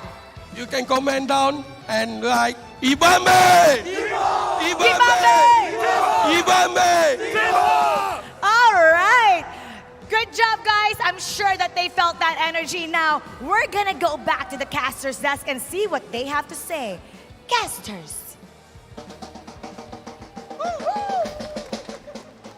I know, Wolf. I know. Can they see me now? They can see you now. Welcome back to the caster desk here. Again, I'm Naisu, joined here with Mirko, and this is Wolf. Public enemy number 1 for Malaysia and SG. Wow. Wolf, what's going on here? What's going on? I don't know what's going on. But then again, you saw that. It's a close so far, up to you. It's a close up. I'd just like to send a message to all of my Malaysian and Singaporean friends out there. This is not my fault. Honestly, you would think that I am bad luck, but it's actually Gideon and Lafel who is also there with me. So am I the one in trouble, or is it Lafel and Gideon? Think about that. Well, we'll leave that to the viewers and the fans out there, but I'll help you, Wolf. I'll protect you. Don't worry. But, okay, going back here, this is the first, by the way, this is from yesterday and today. This is the first series now going 3 games. Yesterday was a complete sweep. Last first series, match. yeah, first match was a sweep. And now, so we have game number 3 upon us, and this is a crucial. I mean, this is literally, and now we said this earlier, there was a do or die situation for both these teams. Now it is, right? Welcome now to group stage. Now welcome to the knockout stage. Group stage best of 1. Group stage best We're of back 1. to a best of 1 for the first time in the lower brackets, right? Yeah. 1-1, best of 1. And who has the edge here? Okay, so what we saw from Incendio Supremacy is that they banned out. They literally just denied Gary to play a game, banning out 2 of the stronger heroes, Fanny as well as the Ling, and then just force him to pick up the Joy. Maybe if Team Hack will also decide to go that route, maybe if they ban out the Estes this time, it could be a totally different story. So who has the advantage? I think that both teams, there's no advantage here. So far, it has been really good for both teams when they win. Well, strangely enough for me, right? The Kaja. The Kaja wasn't picked. It was completely ignored in the draft for game number 2. Not banned, not picked. I love this, by the way. You know, we've got this highlight, the headline here. Unexpected performances from unsung underdogs. And, I mean, what more of a poetic way for it to come down for these 2 teams who were seen as underdogs, right? And now it comes down to that one game. And, you know, I'm sure everybody is speculating the draft for game number 3. And we've already made some good points, specifically, too. I mean, again, back to it, is Joy just picked up because it's open? I mean, it's constantly banned out. I mean, I'm not sure 100% what the ban rate of Joy is, but still, I feel like, no, maybe, again, if you didn't have the digging, you didn't have the Faramis, maybe we could have seen a different result with that Joy pick. But still, I agree with the fans out there, especially from Team Hawk. Give Gary something to be proactive on instead of that Joy that does damage and isn't just, you know, flashy. Not just a mosquito. We need a Gary hero this time. I mean, we saw that he played the Joy really well. Unfortunately, they weren't able to use it in a composition setting. So it wasn't a full team effort coming out from Team Hack when they wanted to pick up the Joy. Maybe if they chose something like a Lolita, which we kind of thought that would be the case for their last pick, instead of a Diggy, it'd be totally different. Surely Diggy is still a teamfight hero, but you don't have an actual stun, you don't have an actual engage in the previous game. I think you can actually say that that was Incendio Supremacy's doing, right? We're talking about Gary not getting his pick, but if we take a look at the drafts again, it was banned out, or it was picked away from him. We saw that the Ling was actually banned out in the second phase of the draft. The Haya was open, but up against that composition that really wants to stick together, I don't think it'll really work, right? The Haya could have worked, maybe in game number 1, but it doesn't matter. They already won game number 1. Well, I think you're right off the bat, if you really want to, start having those respect bans come out, right? Take out that Estes if you're Team Hawk. You don't want to play around that Turkish Delight Ube strat, that sustainability. Just take it out with the draft here. Again, I feel like the previous game's draft was something that was very unorthodox from what we've seen so far throughout the tournament. And now this time, again, with it being down to basically a best of 1, you're going to see those respect bans coming out here between these 2 teams. And still, I feel like they're going to target Gary. And again, for Team Hawk, just go ahead and take out the Estes and then follow up from there. At this point, you would respect Incendio Supremacy's mastery of that kind of hero. It's not just about the heroes, how they move towards it, the way that they're baiting out the spells. In fact, if you look at game number 2, the way they utilized the ultimate, the Moonlight Immersion, coming out from the Estes, they timed it perfectly well. They wait for the full committal coming out from Team Hack so that they can punish. There will be a certain point in time where you're confident you can get a kill. Then eventually the ultimate pops up and now you're in a bad spot. That happened in the first turtle, or actually the second and first turtle, the team fight that we saw. And maybe this is also the time that where you should be denying Incendio supremacy of their strength in the early stages of the game. They have been given a lot of like free stuff in the early stages, which should not happen against a team that really likes to group up. Well, I mean, again, we're just moments away from the draft here. We are going to be looking, I believe, at a player head-to-head possibly between these two teams. And even going back while we're waiting for that, I still want to point out the fact too, this could be a moment for that Malaysian switch up, right? That's kind of what we saw from both teams before, where they kind of do something like tricky. Yeah. Some people consider it a cheese chat, some people just the Malaysian shuffle, if you will. That's something that you have to consider if you're Incendio Supremacy here, because what we saw is when they have that strong start, they do so well with the momentum. Now, those kind of switch ups, whether it's a lane swap or anything else, really puts people by surprise. It takes them by surprise, and it gives you that advantage. I want to talk a little bit about the carry pick, right? Because the carry pick was really good, obviously. First pick for Incendio Supremacy. I didn't like the response towards the carry pick. Picking up a Claude. Again, we mentioned this in the draft itself in game number 2. Carry does really well up against a Claude. The main problem in game number 2, again, was that carry. So with Panda on the weak side of the map, even though he was getting a lot of attention from the mid lane and even from the Diggy, just shows that I think they got it wrong. They got the priority wrong there. They're looking to play around the weak side of the map up against a losing matchup when they could have actually played for the Grok. If they went for the Grok, if they caught Alien or just made him low a little bit, get a few turtles on the board from that winning lane, they would have been able to at least make it a fight. There's a severe lack of damage that we saw coming out from Team Hack because they chose the Joy, and Joy is not an actual DPS source. Sustain for sure, it's there. Damage over time that will come out from Joy, but when it comes to like actual burst, they don't have a shredder.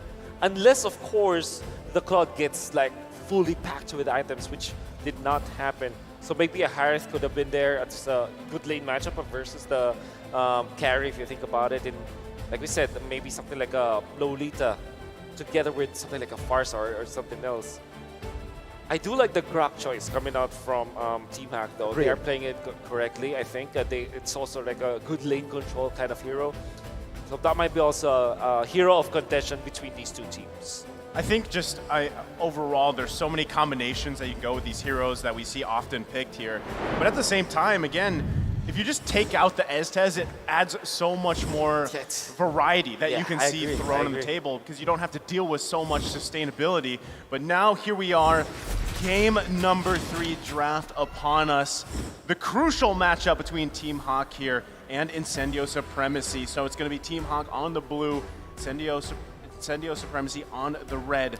Already 2 heroes. There's the Marches and the 1-1 ban. Fun little pattern here for this series. First pick is still at a 100% win rate.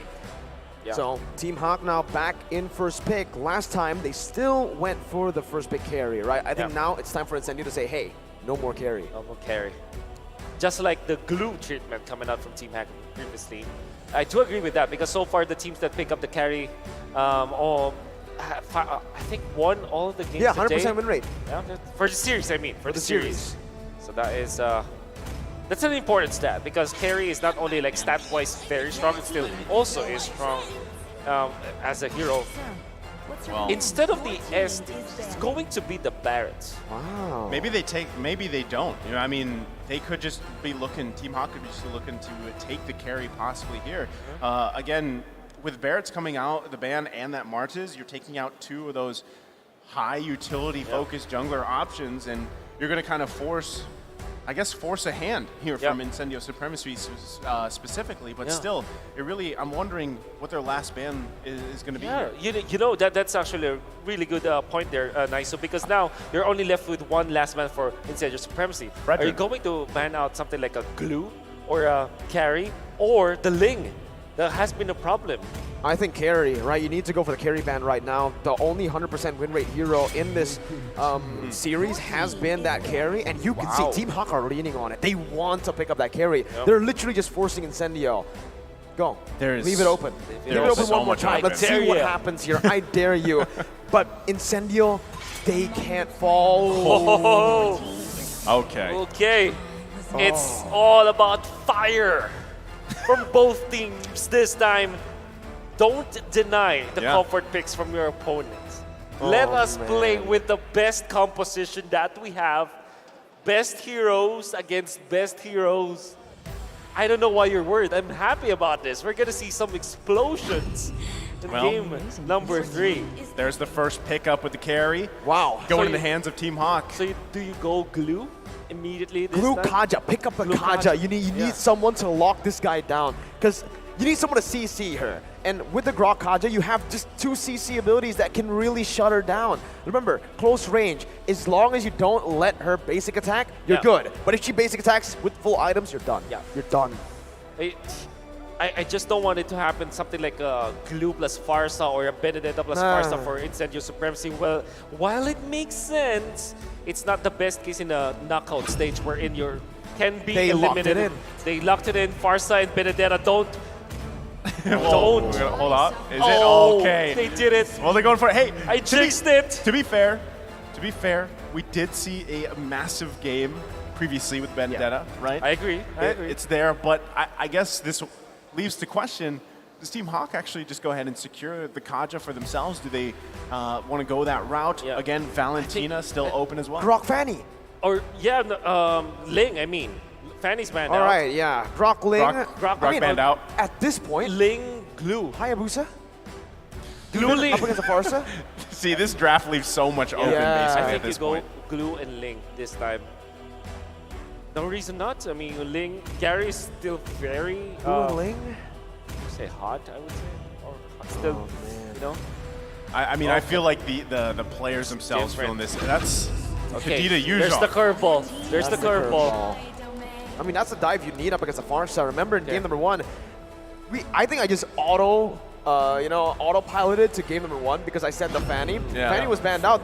The hero that wasn't banned out, that was banned out in game 1, was the Yuzhong, right? So it's up now. Team Hawk, just pick it up. Why not? Not to mention, this is also what we saw from game 1. The statistic, the Kadita pick for Man. What was they call them? The Shaman. Shaman, right? That was actually banned out as well in game number 1.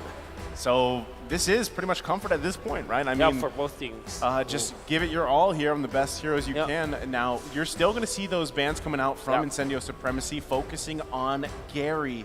So still, it leaves to question, and you were wondering, even I mentioned the Hayabusa possibly, but like you guys said, you really don't want to go with that against the kind of Turkish Delight Ube strategy with that Estes there. Okay, so Team Hawk will want to ban out the Fredrin together with the Barretts and maybe another tank here in the front lines, or they might even consider banning out the Harith this time. Because the way that I see it, even when there's like a Kadita and Yuzhong, because of the presence of the Estes and the fact that you have that passive for the Harith wherein you kind of reduce the crowd control that you have, it might be a consideration as a gold laner for Incendio Supremacy. Well, in game 1, they did go for that Fredrin, right? So you can see where Team Hawk are going. In game number 1 as well, they just banned out the gold lane, which is also still a very viable ban to go for. You have a carry, something like a Brody can bully the carry early on, so we saw that in game 1. I think I'm gonna expect the same thing here, but for Incendio, this is where it gets really, Hilda. All right, they just went for the same ban, Well, I mean, best, again, so much is left open that you're just kind of, you're going through that checkbox list of yours. Wow. Okay. Not expecting the Guinevere ban. They did pick it up versus a Blacklist International, game number 1, so Team Hawk with due diligence against Is it time for the Valentina jungle? This is literally 4 heroes banned towards the jungle from Team Hawk. You're right. I mean, the Grok technically can jungle, so 5 jungle bans, right? Just thumbnail. Thumbnail. Well, again, it's going to force the hand from Incendio Supremacy specifically, right, on what jungle you want to play around Brody's here with. available. Brody might be the choice. I'm thinking either Brody or the Harith. Oh, You can see it. There you go. That's what they go for. This is the game they went for yesterday. Correct. Oh, against MDH, they picked Yeah. up the Leo Mord. And guess what their last pick was? It was the Brody. It was the Brody. I wonder if they are considering something like a Kufra now for Team Hawk. Great versus the Leo Mord as well as the Benedetta. You have the jump, you have the protection. Something along the lines of, or what about a Baxia in the jungle for Team Hack? We saw that. It's not a very Gary thing to do. It's not a very. It's not a Gary thing to do, but going against Estes, it's a great thing to have. At least like, you know, on the team composition with the way the passive works here and everything With else. Fanny and Ling banned out, you know, Yeah. might as well, right? If you're forced to play utility, go for just some anti-region. Or maybe a D-Roth. Maybe we can see that. Oh, okay. Okay, that's a Gary hero, and that's a Lolita. That's a Gary thing to do. That's a Gary thing to do. Lock it in, go the Hayabusa. He heard my suggestion earlier. Yeah. He heard what you guys said, and he's like, you know what, I'm going to show these guys. They also kind of like pre-countered the Brody, right, with the Lolita. So, hey, go ahead, pick up the Brody. We'll see what we'll do up against that Brody. Other options, Iritho, we mentioned it, Brody. You know what, up against this, I don't know, Melissa can technically still work. It's very tough to pull it off. They still go for the Brody. Up against the Lolita, up against the Haya too. I like the single target stun, the lockdown that he has. But remember, that damage can just be completely nullified. Well, I mean, it worked for them yesterday, right? You mentioned this, the Brody Leo Mord combination that they pulled out. Brody, Leo Mord, Farsa. Yeah, Farsa. Estes has been working wonders for them as well. So why not have that comfort here for your last game, potentially last game? Exactly. This is what I like about what the draft, how the draft developed. I mean, they didn't care about the glue anyways. The Kaja, both two of the heroes that are always in the discussion, right? Even Valentina is denied. Like 3 of the top dogs so far in the top bands denied. Not even considered. Even the Joy actually. You can see the adaptations that both teams have been making, the progress in this meta, just based on one series. They are improving this much. So I can't wait to jump into this one, Naisu. I can't wait either, because here we go into the land of Dawn. Our first game 3 in the series of knockouts. It's Team Hawk versus Incendio Supremacy. Who's staying in M4 and who's going home? Oh, this is such a high-stakes match, and I love the fact that they went for comfort in this kind of setting. I really want to point that out, because in the game that they can get out of the tournament or stay in, face a team that will come out from the upper bracket. They bring out the big guns. Alien was amazing with this Benedetta. Rosa, very aggressive with the Farsa when he controls it.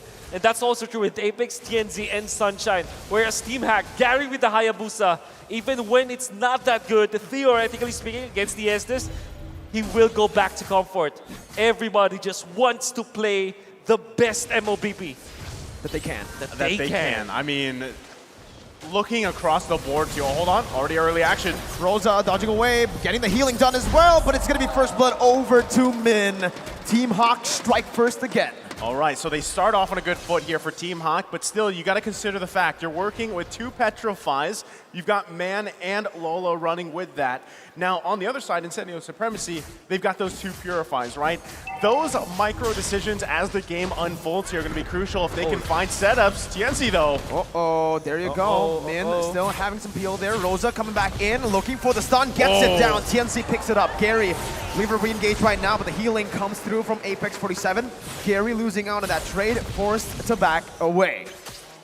And this means that they will not have the Phantom Steed heading into the first turtle of the game. They did take out one important hero, though, from Team Hack. So that is 1 for 1 when it comes to the first few kills. Although, this is not like the best situation for Incendio Supremacy. Well, the thing is, they will have ultimates up on Rosa. That's what I was going to say. You know, they've got, I mean, they're looking for another kill here from Team for Incendio Supremacy to lead into this first objective of the game, the turtle here. But still, you can even see, right? Min and Man in position, looking for any advantage they can find, but TNZ not going to be fooled. A good read, but still walks into the bush. The rough waves of the Petrify. TNZ can fall. But the airstrike now coming down onto Man, and that's Alien who picks up a trade. Jungler for mid lane, 1 for 1. All right, so they trade that. I mean, Team Hawk could be in a position to just go ahead and take this. It might be better for Incendio Supremacy just give it up, right? You don't, now TNZ's up, but he doesn't have the retribution either. So just like that first objective, Alien though. Alien wants it, jumps in with the final blow, almost stealing it away, but Gary is absolutely on point with that retribution. Unfortunately for Incendio Supremacy, their plan was to get level 4 to Apex 47. That's why they put him even when he's roaming, he was in the mid lane. And Rosa went to the XP lane so that he'll get his level 4. Along the way, because they were focused on getting their ultimates up, at the middle, TNZ was found by Man with the Petrify combo. He was shut down. And that was very bad for Incendio Supremacy because now they will concede the turtle. Gary, as a Hayabusa, doesn't have the innate advantage during the turtle fights.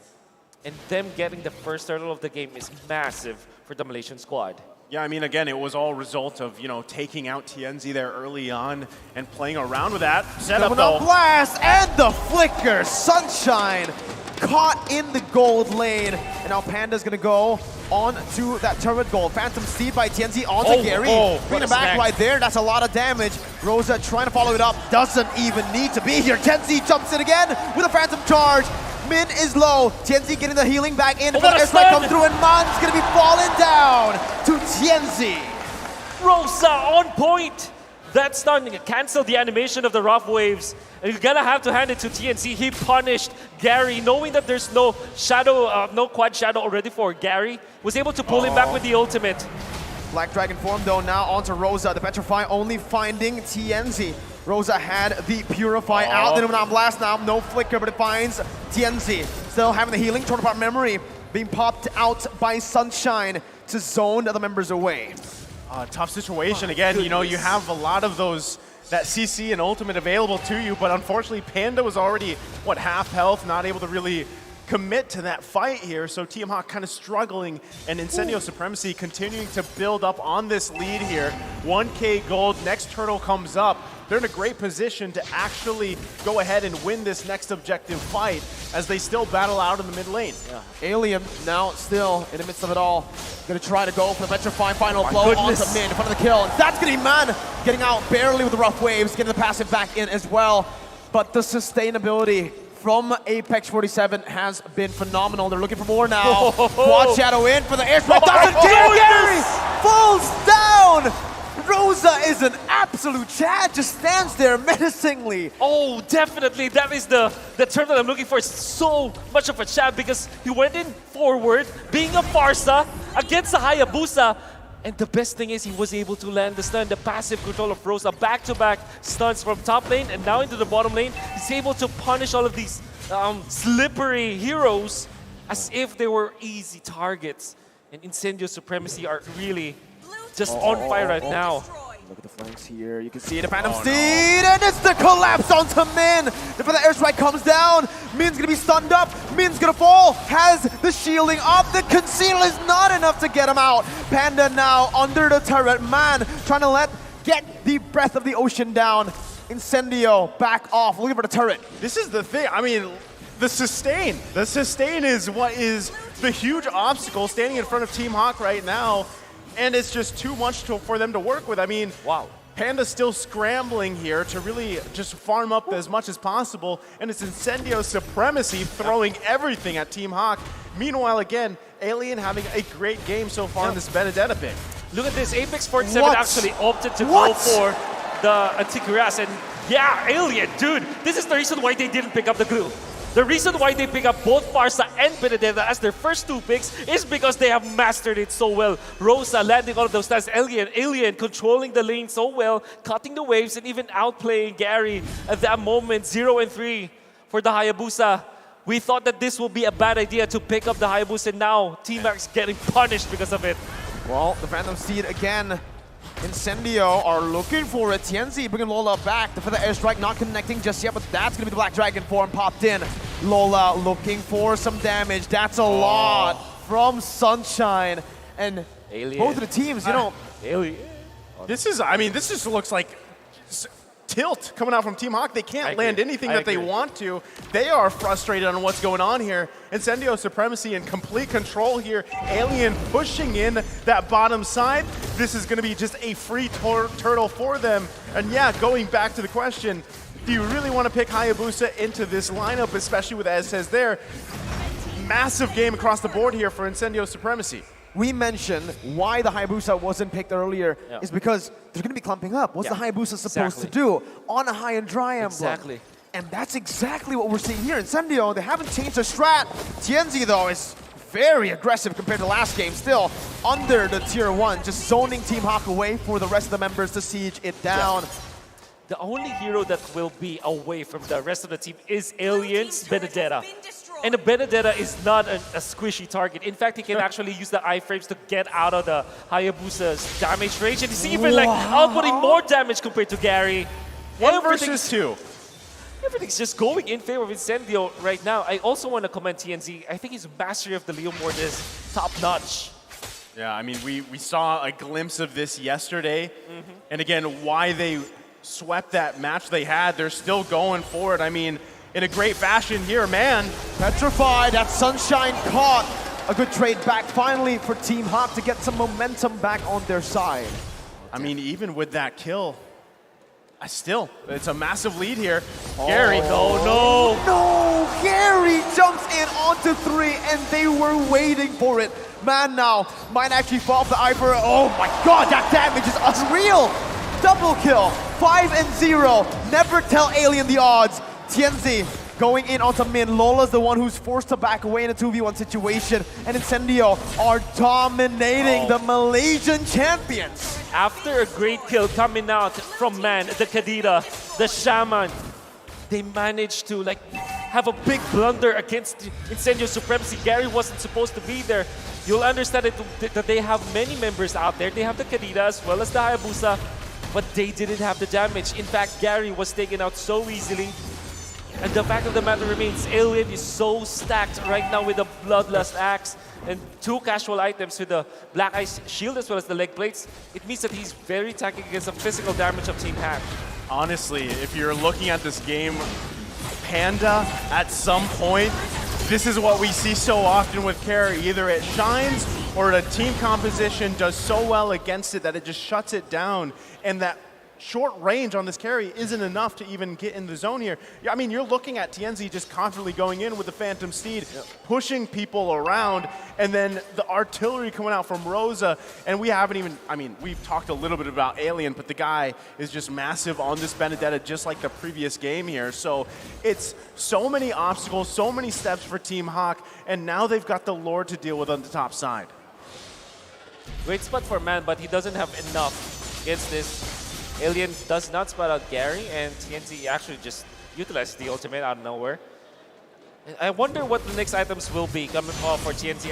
Is he considering tanking up with the Dreadnought armor?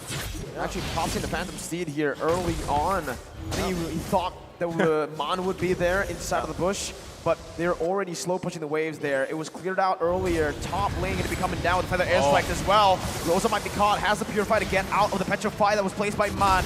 Now it's going to be the Petrify by Lola, fighting a few. Numenor Blast onto 2. The healing comes in. Apex 47 still able to out-sustain, as that's going to be Alien picking up the base turret in the mid lane. Now in the 3v4, it's Man jumping in. TNZ back at it with Phantom Steed. Meanwhile, in the bottom lane, in a 1v1, Alien is able to actually dish out so much damage, sieging that base turret down very, very low. Incendio loses 1, but they might be able to actually get another here. Well, they're still going for it. 1 hit away on this turret, trying to defend their best and hold on to it. They still have that mid lane exposed here. It's going to take a lot for Team Hawk. I mean, they find 1, but usually after that, they fizzle out, right? And that's just because of this disparity in terms of items for them. Now, Min, at some point, it could be a game-changing Numenor Blast. If they can find another target, get that numbers advantage, land the ultimates like they need to, overlap them, then they're going to be in a good position. Oh no, Gary jumps in with a shadow kill. Does he have the quad shadow to get out? He does, but it's going to be read out by Incendio. Gary, no more movement abilities. TNZ recalling on his dead body. Incendio wants to look for the end here. Man with the flame! Trying to save the game, but Apex out-heals the damage. Man now running for the hills. Lola jumping in with a Hail Mary play onto Rosa. The Petrify connects with the Purifier's there. Not enough once again. The new now Blast connects on a 2. But Alien connects on a 2 as well. That's the damage by Alien, by TNZ. 3 for 1. Incendio looking for the end to upset the odds against the Malaysian champions. Oh, minions. They're gonna And hold Gary on. is available right now. TNZ though, still okay. That was almost a situation where Incendio could have ended the game here. They take the discipline route, they back off, they get the Lord for this one. It should be uncontested. Team Hawk just scrapping for anything they can. I mean, Gary's got to be very careful on his next decision here, because another mistake like that will cost them the game. What I saw from the last sequence of events for Team Hack is that their backs are against the ropes and they're going for all Hail Mary plays, and they're okay to get hit by Incendio Supremacy, and every punch that's thrown into them definitely hurts. Wow. Man almost going for a double knock-up into a double kill. However, the sustain coming out from Incendio Supremacy was there, and then the follow-up coming out from Min, utilizing the ultimate. Then comes Lola. What I saw from that is Team Max not coordinating their ultimates that well. Had it been that they come in together as one, as a team, that could be a completely different story. But this time, Incendio will get the second turtle of the game. What are you supposed to do against this, man? I mean, 10,000 gold lead at this point. 10K here, Lord in the mid side. They're gonna have to deal with it. They're gonna be losing. This man making his way down though. Can they defend? Well, let's see the Phantom Steed once again. Lola. Oh! Illumino Blast!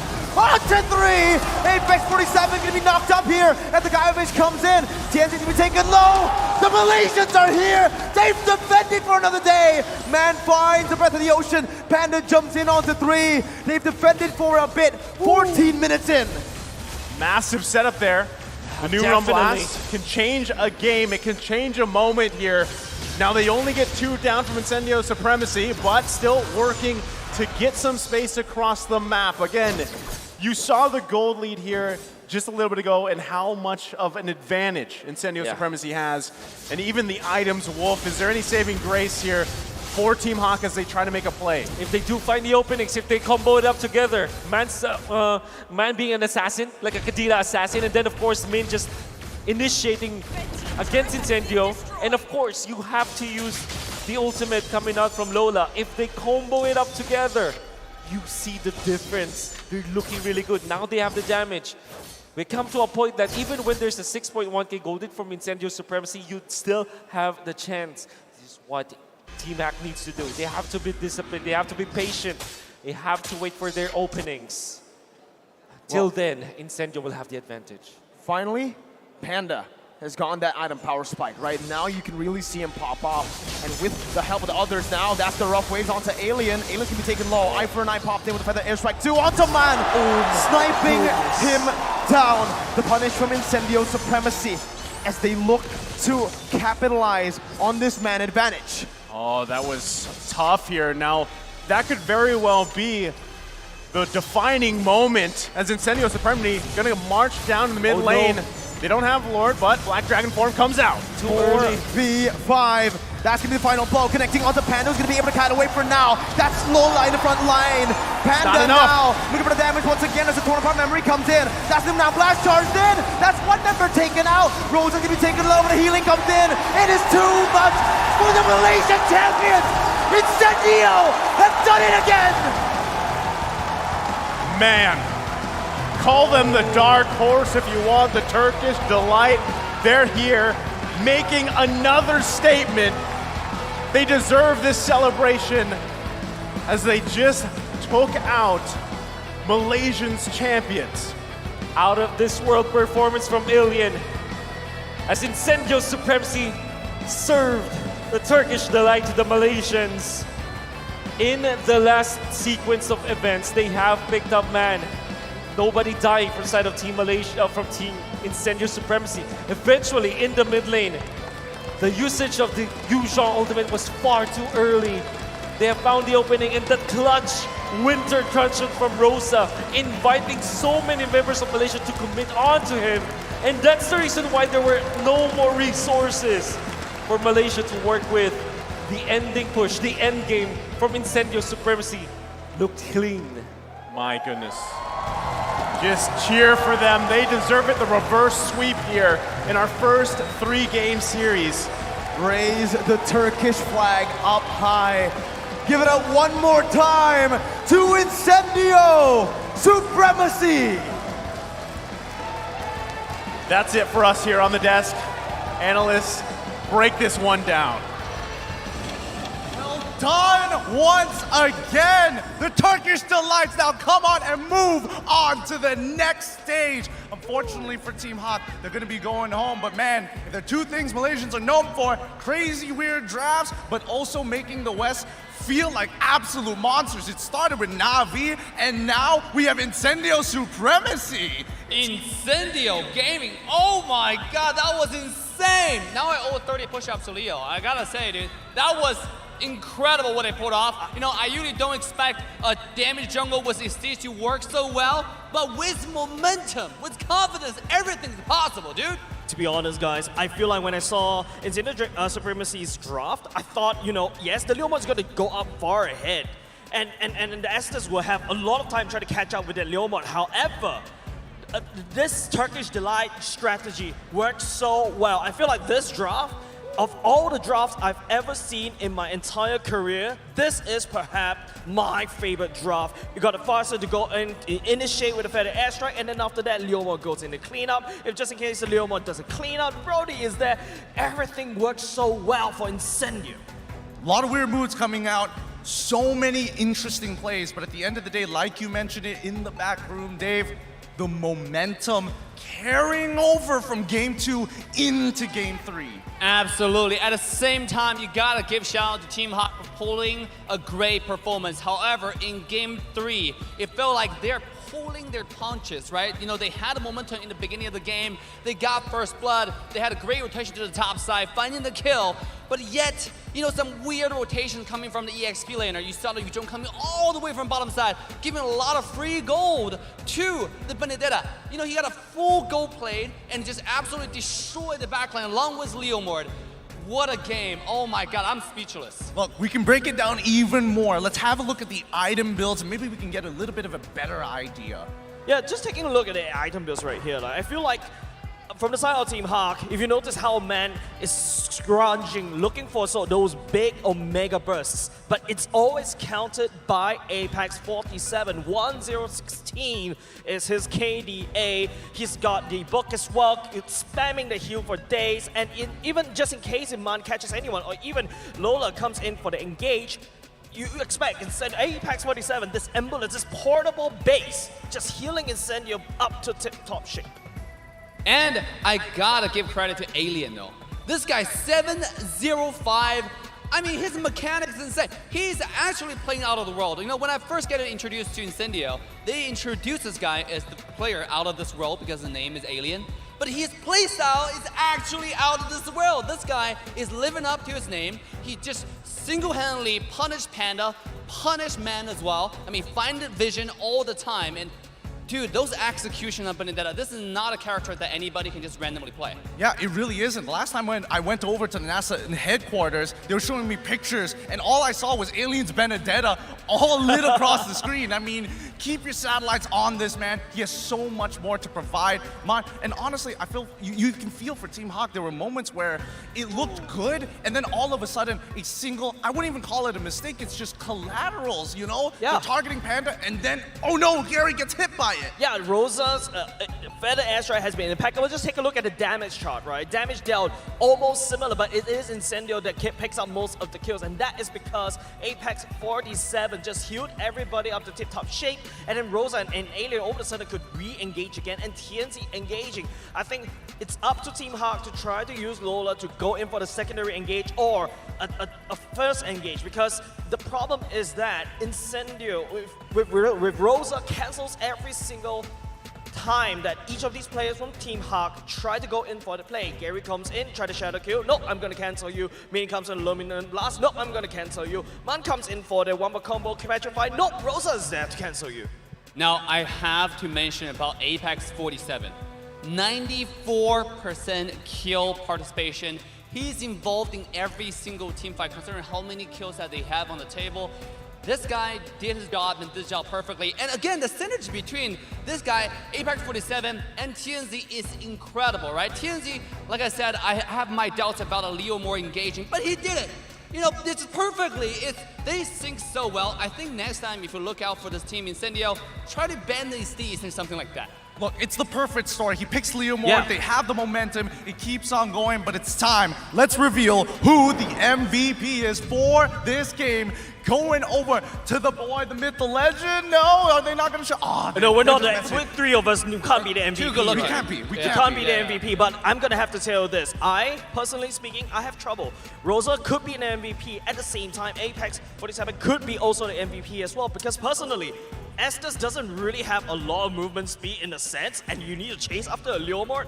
It's like, you know, you're chasing after someone that's trying to go and kill. Especially when you're super bloodthirsty, it's hard and it's tough for all the Estes main out there to basically chase after, and it's like a rolling Leomord with momentum, right? Yeah, I want to give the MVP to Apex 47 myself personally, because this guy's okay. positioning, because with a support character like that, vision control is very, very difficult. Especially you're going against none other than the deadliest bush camper, Kadita, right? And Lolita at the same time. And yet he held up his game, healed up the entire team, especially the combo with TNZ. Dude, like Apex 47 didn't get too much highlight this entire series. I think he deserved the MVP in this game. I don't know, but let's find out who's our MVP of game number 3. It's going over to the Alien. Alien. I'm so happy because I was like, man, Alien was doing a lot of Yes, sir. work, whether it's pushing pressure or at the very least cutting off that backline as we've always seen. But more importantly, his counter engages are so sharp. And the amount of trust the Alien has into Apex 47 as well. Like I said, not only just the Leomord, I've almost forgot about the fact that there's also a Benedetta on the other side. It is also boils down to really this Estes identifying who I need to heal up first, when I should time my ultimate. This is crazy, insane execution. I feel like I said just now, this is my favorite composition ever. Everything that you need is right there in this composition. Oh my god, Alien, well-deserved MVP. How can we forget about this guy? Because there's so many highlights in this game. You know, we talk about Alien being the solo killer. He one-on-one gapped every single game in this entire best out of 3 series. You know, obviously, I had my eyes on Apex 47 because the combo, wombo combo they already have, and how well he positioned and how much value he's providing to the team. I just couldn't believe that such comfort pick to the side of Incendio was granted to them 3 games in a row. You know what I couldn't believe as well? I just felt like Incendio is allowed to play the Estes 3 games in a row. Yeah. That, I feel like, could be a crux for the side of Incendio supremacy as well. Now that this strat has been revealed, don't forget, they're 1 game away from actually getting eliminated from M4. They need to pull out the ace in the hole, and this composition is probably that. Look at this man across the map. He is literally everywhere from 5 minutes to 10. He's already gone over to do bigger and greater things, that top side control, and more importantly, you're talking about that solo kill. I'm guessing it's a solo kill onto Gary right by the curveball. Absolutely. Look at, he's having a lot of activities at top lane tier 2 tower. Just showing you how much pressure he's putting, right? Usually when you have a lane swap and you see a lot of activities like probably at tier 1, you know, because the top lane probably play a little bit more conservative. But in this case, Alien was performing so well. He's pressuring 1 versus 1, 1 versus 2, a lot of scenarios. This guy is popping off. Not only just that, this guy is popping off. He technically nerfed Gary, right? Your heart invades into the enemy jungle. Gary couldn't find the farm, and even though Gary could, well, technically speaking, shadow kill, all this kind of stuff, it's like what our caster said, right? The iframes is there to basically deny all that damage, but let's take a look at the MVP highlights. I mean, this is going to be a long highlight here, so buckle up. Game number 1, we see just incredible plays coming up from Team Hawk. Immaculate macro, and I think, you know, Incendio, they caught wind of a lot of the habits in the drafting patterns coming in from Team Hawk. Yeah, look at that Fanny. Oh my god, Gary in game 1. But Incendio find the trick to ban the Fanny away. They're like, okay, we play the blacklist strategy, the ultimate bonding experience. Let's make sure like we take this guy away. He's too crazy on the Fanny. The cable is too hard to deal with. The macros was insane. So let's just get rid of it. You know, so despite the so much pressure, it's insurmountable amount of pressure, I would say, You know, I think the entire side of Incendio just played out of their mind. They require a lot of courage, a lot of just resilience. Not only just that they played out of their minds, mind you, right? I feel like Incendio, Supremacy, they literally adapted on that very stage, going through literally the meta, converting from one meta to the other while sticking through their guns. They realized what Team Hawk is weak at, and they took it away. I was actually very surprised that Team Hawk did not pick any form of, very quick assassin that could rotate from one lane to another. That's where, that's their identity. Team Hawk unable to do so. Well, I mean, to be fair, even Incendio Supremacy, they understood we don't want you to do that. And we forced you on something that's like less than perfect, which is enough of an advantage. Hayabusa is not as fast as Fanny and Ling, and that's just fact. Oh my god, look at this clean sweep inside the base by Incendio.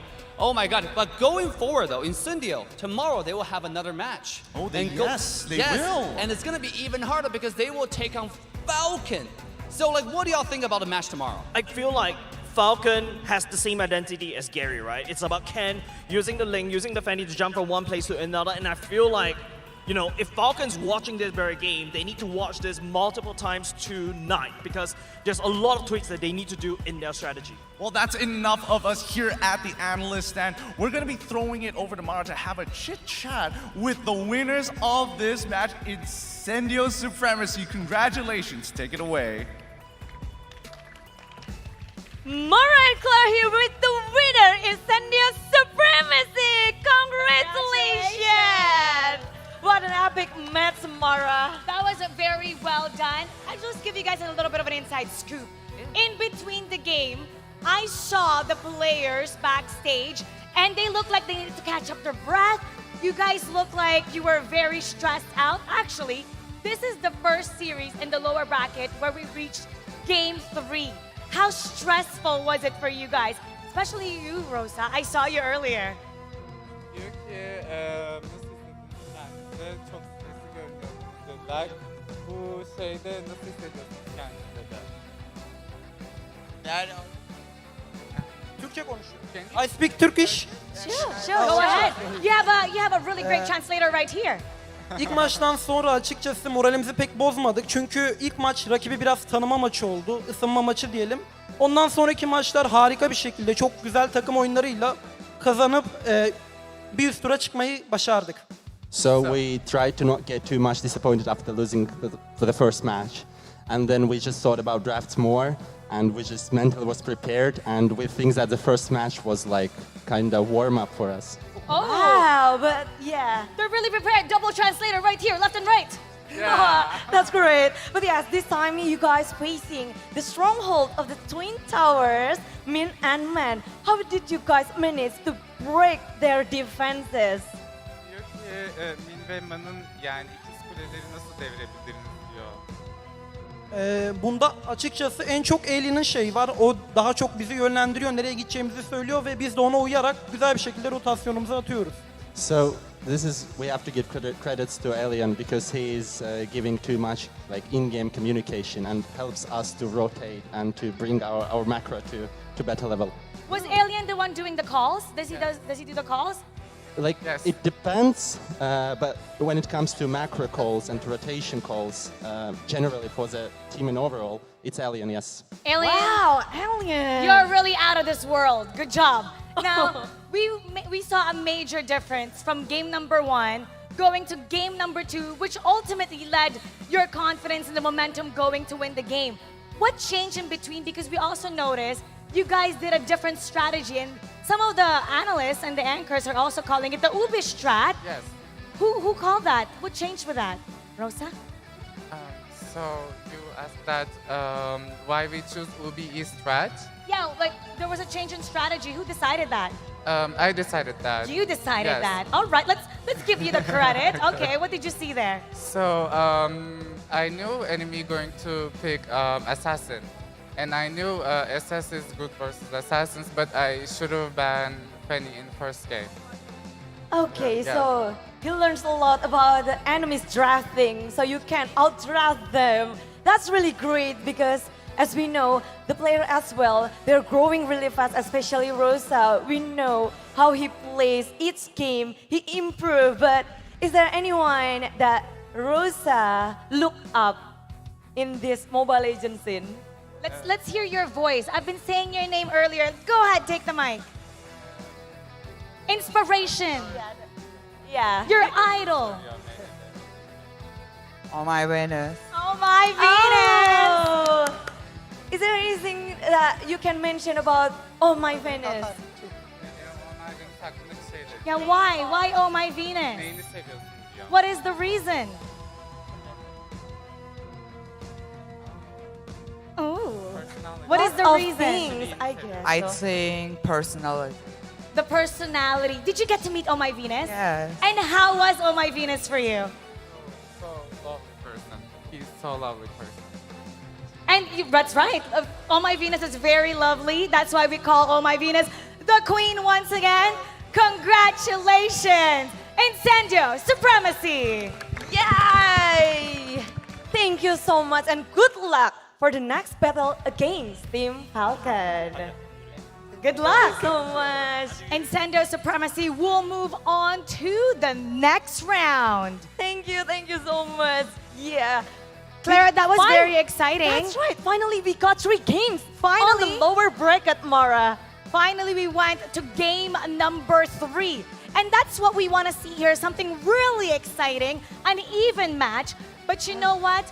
We got another match coming. So for all the Malaysians out there, don't you worry, Team Todak is still playing. Yes, the last contender for Malaysia, but they will face against the Fale from North America.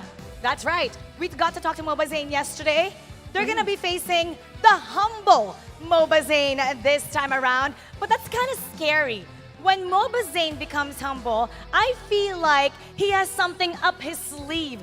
Perhaps they want to surprise their opponent later on, and we're going to find that out. It's going to be Todak versus the Valley. So don't go anywhere. Mobile Legends Bang Bang M4 World Championship. We'll be right back.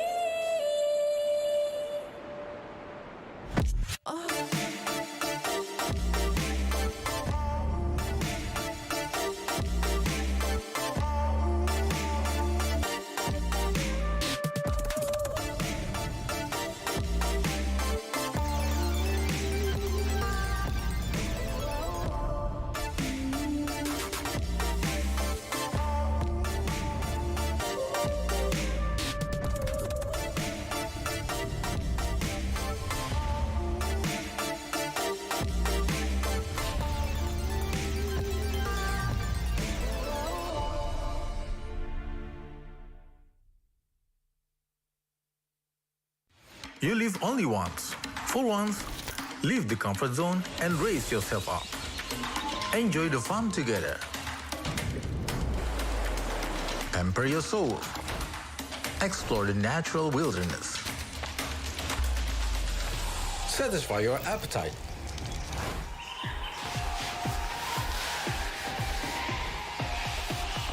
Raise up your life through a wonderful journey.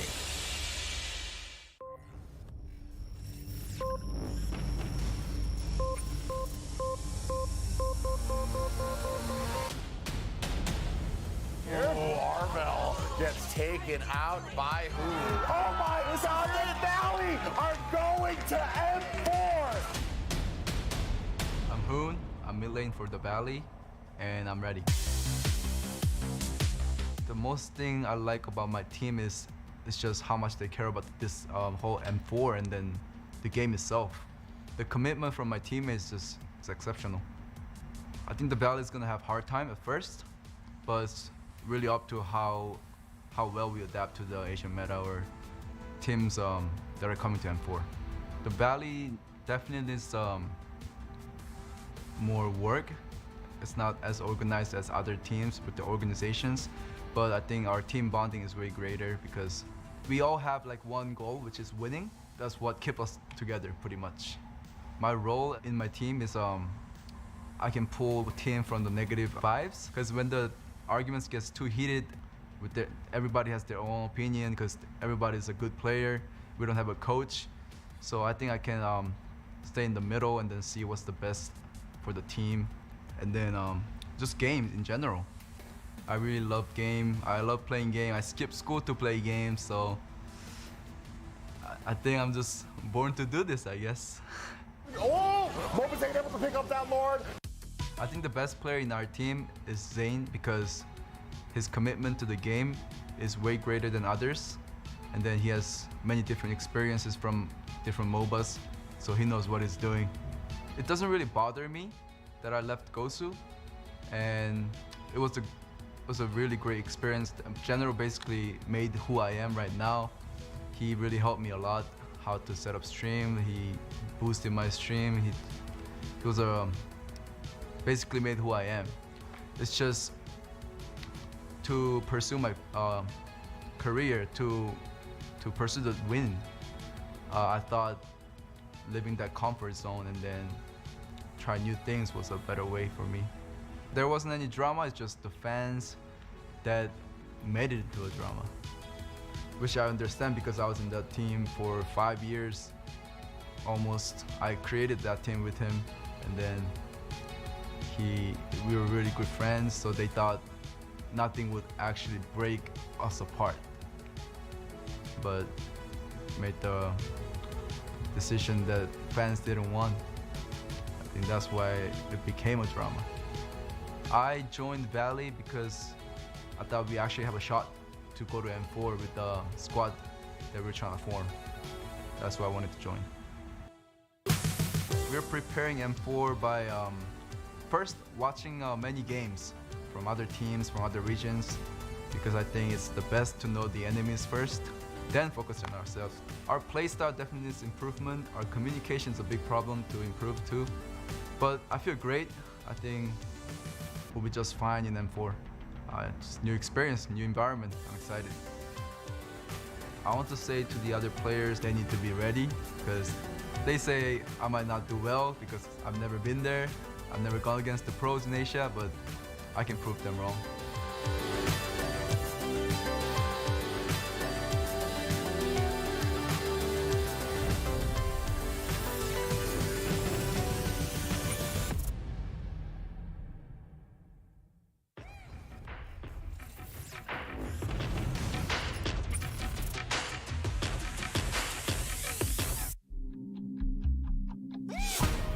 I want to be the first in the world.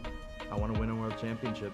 And the only way to really do that is day in and day out. There's no relaxing. You have to keep going. Hi, I'm Moba Zane, Jungle for the Valley, and we're ready. I'm really excited to represent North America again, especially after M3 and seeing what we accomplished. You know, I feel like we could make something happen and perhaps even do better than M3. I think the whole world has gotten a lot stronger after M3, and I feel like that might have been because BTK kind of inspired the whole world. Coming from a not so popular region with no organization, it was just 5 friends. I think BTK did inspire a lot of the teams to really try and better themselves all across the world. I think North America might have even bigger tricks up its sleeves this time compared to what we did in M3. I think BTK just banding might have been the only option because there were some issues that just could not be fixed and probably never would be fixed. Team issues, the roster. I think people got a bit more relaxed after M3 where they felt the taste of success, and it's really challenging to want to push yourself from third to first, but I don't think that takes away from what an amazing and impactful team it was. You really couldn't have asked BTK to have done any more. It's just 5 friends in a looked down upon region, and we did the most for what we had for years and did very well. Personally, within the team, our goal was to reach top 4, and we did achieve that goal. But when you're that close, it is a bit hard to just get knocked out at third place. Of course you want to win it all. And being that close and seeing that it is possible, it really makes me want to get the job done in M4. Match point for the Valley. The Simpsons could be knocked out, and the Valley could go forth. Valley are going to M4! The thing I like the most about the Valley is everyone in their role, respectively, is super strong. Pretty much the best player of their role in the whole United States. We haven't been together for too long, so I wouldn't really know what our really good strengths and weaknesses are. I think they might start to come into play. The more we adapt as a team and get stronger, they would start to amplify, and you would really start to see specific strengths and specific weaknesses of the team. Ever since I joined the Valley, all I've been talking about is M4, M4, M4. So at the end of the day, that's really all that should matter to us at this point. I would say that I probably bring a good amount of work ethic to the team and also make everyone see the bigger picture. Mobazane with the lethal double kill for Mobazane. Mobazane! What is this? He outplays a 1v4! And he's going for the Maniac! What is going on? I think the best player in our team is Zane because his commitment to the game is way greater than others. Mobazane, he wants it! I can rely on him a lot. He definitely proves his worth. You know, I don't have to worry. If there's something wrong with Zane, there's gonna be something wrong with the team, you know? Mobazane, this man, he is untouchable. He's really competitive. Really, he's hungry to win. MVP is going to go to Mobazane. My God, the hype about Mobazane is just way too real, man. What I'm really good at is map control and map awareness and rotations and looking for any advantage I can on the map. I can just find it pretty easy to end up controlling a game if the enemies make one slip up.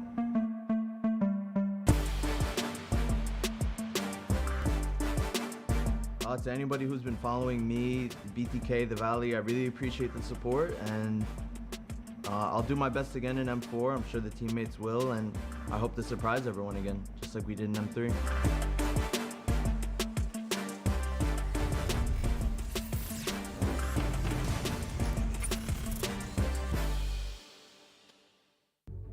The sun seems to be shining brighter on the west side in day 3 of the M4 World Championship knockout stage. The Western representatives are on the rise as they dominated the lower bracket series.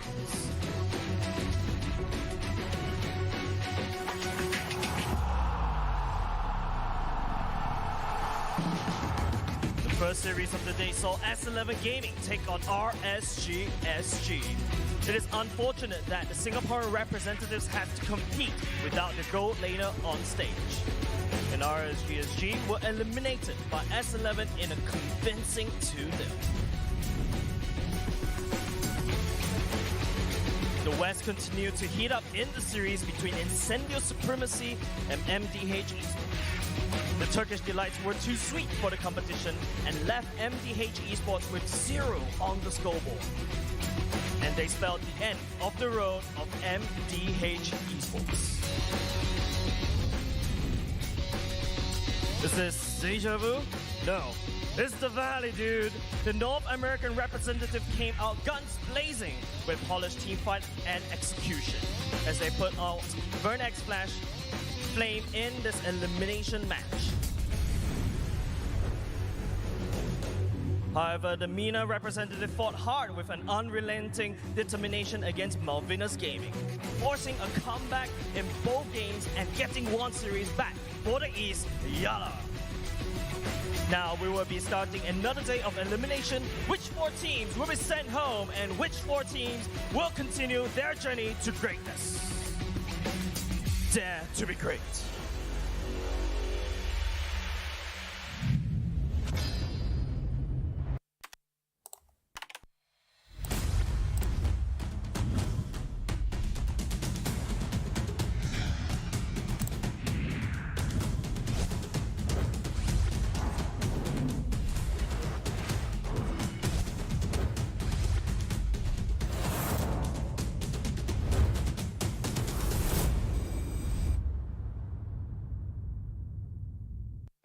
What's up, everyone? Today we have a hero revamp many of you have been waiting for.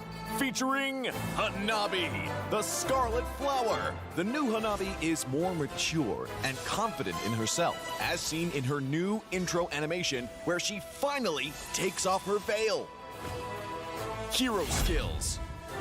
Hanabi is a marksman that brings solid DPS and crowd control to a team and known for her bouncing pedal blades. Passive skill, Ninjutsu Pedal Barrage. That's right, Pedal Barrage is now Hanabi's new passive. With this adjustment, Hanabi's basic attacks and skills automatically create pedal blades on hit that bounce up to 4 times to nearby targets, while doing less damage per bounce. First skill, Ninjutsu Equinox. Hanabi's shield has been reworked into an active skill. The new Equinox shield now increases her movement and attack speed. Hanabi is still immune to control effects while the shield is active, but now dealing damage will increase the shield's health regardless of Hanabi's HP. Second skill, Ninjutsu Soul Scroll. Soul Scroll remains a skill shot that damages and slows enemies on hit, now with a new mechanic that marks enemies, causing them to take full damage from the next pedal blade bounce. Ultimate Forbidden Jutsu Higanbana. Hanabi's ultimate remains unchanged, damaging and immobilizing the first enemy hit. The revamped Hanabi retains her uniqueness without needing to stack her shield before a fight, and her pedal blades are now a more consistent source of damage. Her new shield mechanic improves her sustain mid-fight so she can stay in and on her targets. Pro tips. Use Equinox when you anticipate incoming CC and deal damage to keep it up. Don't panic if you get engaged on. Cast your shield and keep attacking. Line up enemies with Soul Scroll to cut their mobility while boosting your damage. And look to use Higanbana when the enemy is grouped up. Combo tips. When laning, use Soul Scroll to slow and mark enemies, so your next Pedal Blade bounce does full damage even if they're hiding in the back. In a 1v1, use your shield's new sustain to get the upper hand.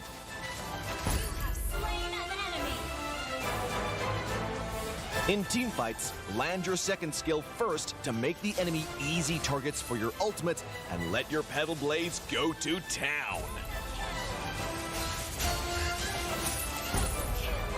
Tactics.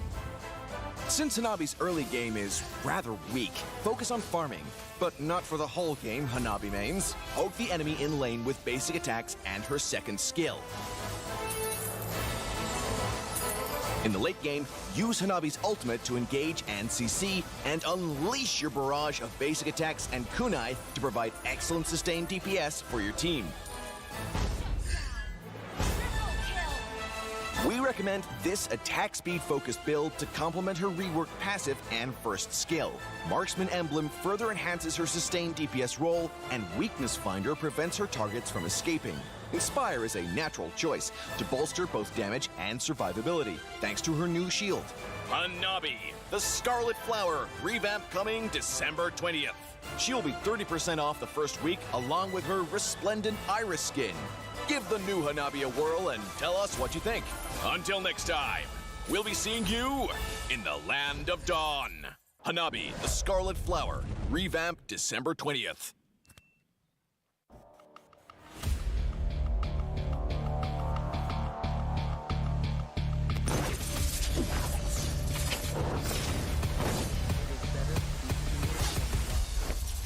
If you cannot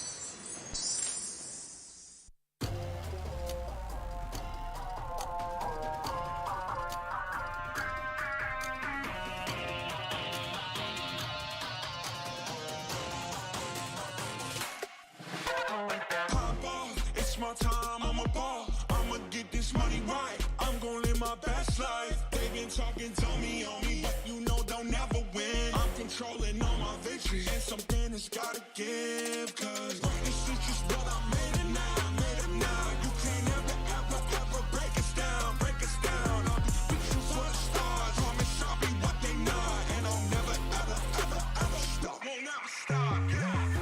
Touch the sky, you're made of silver and gold. Touch the sky, you're the greatest future now. You and I, we can make it out of the cold. Hang tight, we gonna reach for the greatness. We will always rise, we will never fall. We fight it out, always will be strong.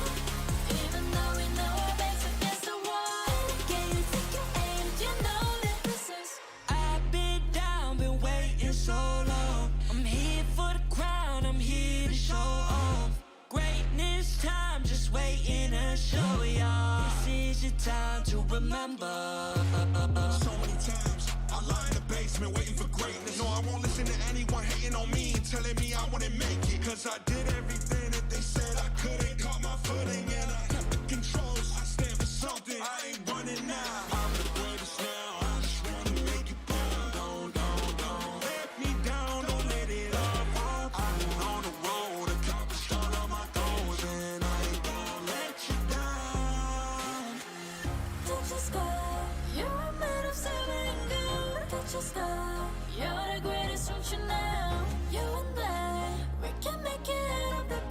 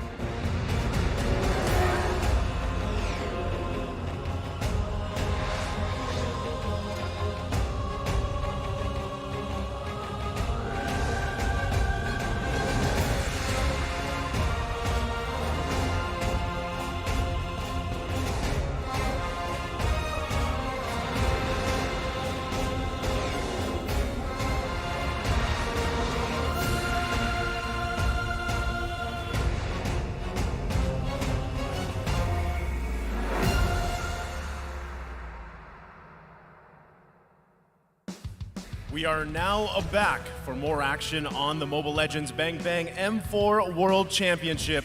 This time we will see the Valley from North America take on Todak of Malaysia.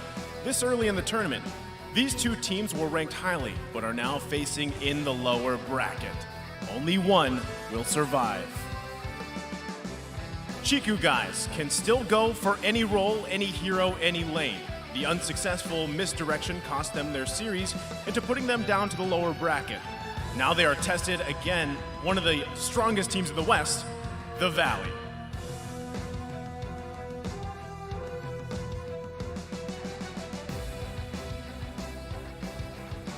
Basic got two Maniacs, one which was supposed to be a savage in one game as they bested the Cambodian representatives in their first match. The Valley are looking more like their prime, like last year, as they climb back up the road to the championship.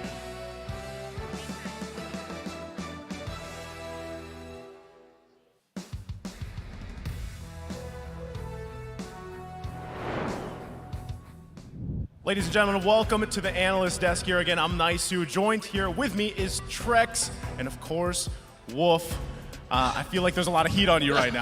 Definitely. I really can feel that in the backstage, but really looking forward to the matches that we are having right now. It's the Valley, dude. It's definitely the Valley. I'm questioning how these matches are going to go. Is it going to go the full way like what we just saw, or is it going to be a clean sweep? I feel like it could from either team.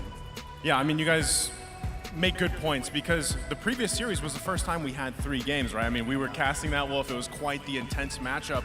But now for this matchup, Todak, it's again a Malaysian team versus the Valley. Early encounter on the underground. What does that mean to you, Wolf? Yeah, well, it's actually very weird to see because we know that Todak is an experienced team, if you think about it. But maybe they are the ones who has the early encounter to the underground. And underground meaning that's the Valley. They are building it up. Unfortunately for Todak, it's not going to be easy. You know that the Valley has been really good so far. And for Todak, it has not been that good in the upper brackets. Yeah, I mean, this has definitely been the best show that we've seen from the Valley yesterday. Even Basic, one of the players that a lot of people doubted, came online along with Hoon. And I think a major part of that was not relying on him into that Eve role. He was able to pick up the Lilia, be aggressive in the early game, and bring them boys to the underground. That's a good point, right? Because so far what we're seeing, at least even from earlier series today, so far in the knockout stages, drafts are crucial, obviously. I mean, a lot of people know that, how important that draft is. And I feel like at the same time, what we saw from the Valley earlier on was a little bit of a struggle, right? I mean, it looked like the synergy wasn't down, but yesterday was that refined version, I feel like, of the Valley, and that really stood out to me. And I mean, even taking a look at the talent prediction, let's see how the other talents around the world felt about it. I mean, it's mostly to the hands of Todak so far. Yeah. We do have Pak and Juan. Swan? You try your best. Voting for the Valley, appreciate it. And then on the other side, now split. the Valley getting a couple more votes. Yeah. This time it's almost even, and Butters actually just going for the Valley. That's actually surprising to me. Big shout outs to Butters from the PH stream. I'm not sure. That's Trex. You see Exactly. Trex too? He's voting for the Valley. Of course, and that's not much of a surprise to me. I wonder why they don't show my predictions in this Yeah, case. who did you vote for? I voted for Todak, by the way. So It's true. It's very true. Okay, I mean, you're not public enemy #1 here, right? I But hope so. I love Bakute. I love Nasi Lemak. I love Malaysia, bro. You love Malaysia. Well, we're going to have to find out here because we are going to be thrown over to the casters and really see how this paints out between these two powerhouse teams. Crucial matchup here. Boys, take it away. It's East versus West, with the last bastion of their regions making their final stand. Welcome, Mabuhay, at your service. My name is Leo, joined here by LaFell and Jays, and we're bringing you this best of 3 in the lower bracket. Fighting for tournament life, it's the Valley versus Todak. Gentlemen, I know it's been a long day. We're going to start talking about the matchup, but first, let me remind the good folks at home of the M4 Battle Night. It goes live this January 21st. Expect loads of events and rewards up for grabs in-game. First off, complete battle tasks in-game on January 21st to get that skin choice chest. You can choose the skin you like the most from the chest. Aside from that, you get that battle bonus awaits you on that same day. Play matches and you'll get the team star protection for 3 matches, double star raising points, double protection points, double EXP, and double BP for 5 matches. We're not stopping there. There's a free access for all heroes, and loads of epic skins will also be available for you that very day. Save the date, log into the game on January 21st, and enjoy the match and win tons of rewards. Let's all celebrate the M4 World Championships together, including all of our friends. Lofel, one Malaysian team already fell. Oh, yeah. What's it looking like for Todak? Okay, so here's the thing. If I could request the camera focus on me, have a zoom. Wolf, all friends. Our friendship depends on this game. That's all I have to say. Thank you very much, cameraman. I appreciate you. Very strong words from our good friend Lofel. Jays, your thoughts, because again, this is the final time we might see either of these teams. Well, final thoughts as well, same as LaFell. Basically, Wolf. Y'all for Wolf? Well, I mean, same thing as well. Like, SG and Malaysia, I think we have a personal... We're pals. We're friends. For now. For now. For now. And we're kind of... Temporary alliance. A temporary alliance. We're not happy with Wolf for now. No bakute for you. Is this the enemy of my enemy is my friend? Exactly. All right. We would say that... Wolf, let's move forward, man. I'm getting pumped. I'm getting angry. Let's go. Locally, this is what they call sirumpun, right? Yes. I'm learning a lot. Stay at the analyst, please. Oh, wow. Slowly but surely, this match is heating up, and it's going to get to a fever pitch later on, and we're expecting a long bout here. Let's welcome the teams and get familiar with their starting lineup. The main 5 coming in from both squads. The Valley, we can expect to see the same faces, but for Todak, Lafel, how often do we see this formation? Honestly, this is the formation that they have used during MPL Season 10, where in this lineup, Moon is actually not playing, so Form is coming in, being the EXP, so Momo has to go back to the goal. Yeah, but to be honest with you, we're going to look at the Valley as well. This is the best 5 as well. Toda going in, changing up the rotation a little bit, but the Valley, they're going to stick to their blazing guns. It's what we expect, and they're getting better every time they go on stage. Here you see them getting hyped up. Coach Balut, you feel the energy, and they're walking in like they own the place, because by the end of this tournament, they might as well. Hey, here's the thing. We got to put certain things in mind. Basic, 4 Maniacs, White Chicken, an absolute menace, and Moba's moving everyone around the map. Oh, you feel the energy, the confidence. Jays, they're looking better now. They're looking better now, and ladies and gentlemen, extremely excited. Everyone is literally cheering the Valley dude, hailing all the way from America. I can't believe it took us for a while, that long, to say the Valley dude, because Tennyson Darsinayan, make some noise for the boys from North America. On stage, give it up for the Valley.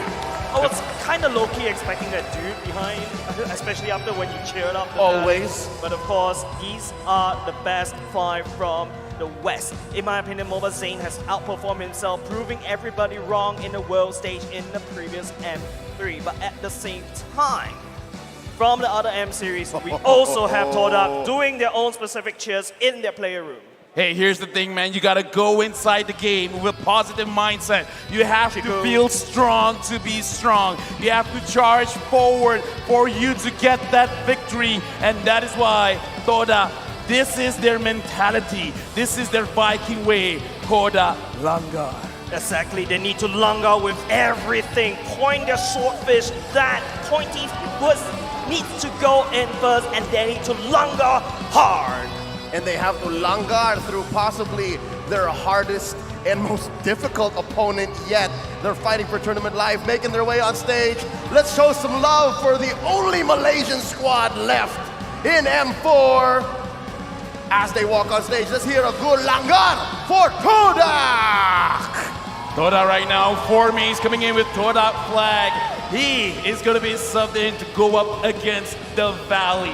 Whether this choice pans out well or not, we will definitely see, because interesting thing, when 4 Mays is in, when Chiku is in mid, this opens up the draft, because Chiku, he has an infinite way to play the mid. No doubt. I'm with you there. Referee making sure that the coaches are also on the same page. Coach Balut for the Valley, Coach Azim and Coach Amux for Todak, which is something that we have to discuss because I had a few words with Coach Balut over lunch today, and he said as soon as they went on stage for the knockouts, their draft is just so much clearer, so much cleaner. Yes, exactly. The Valley has performed outstandingly, even in the lower brackets, actually keeping this particular slot. And I think the most important thing, this is do or die, like what Treks like to say. But on the other hand, Todak on the other hand, you know, personally, as I watch MPL Malaysia, personally, it's super hard to analyze their game. Well, here's a quick way to analyze their game. Look at the team head-to-head. Again, this is as an overall squad.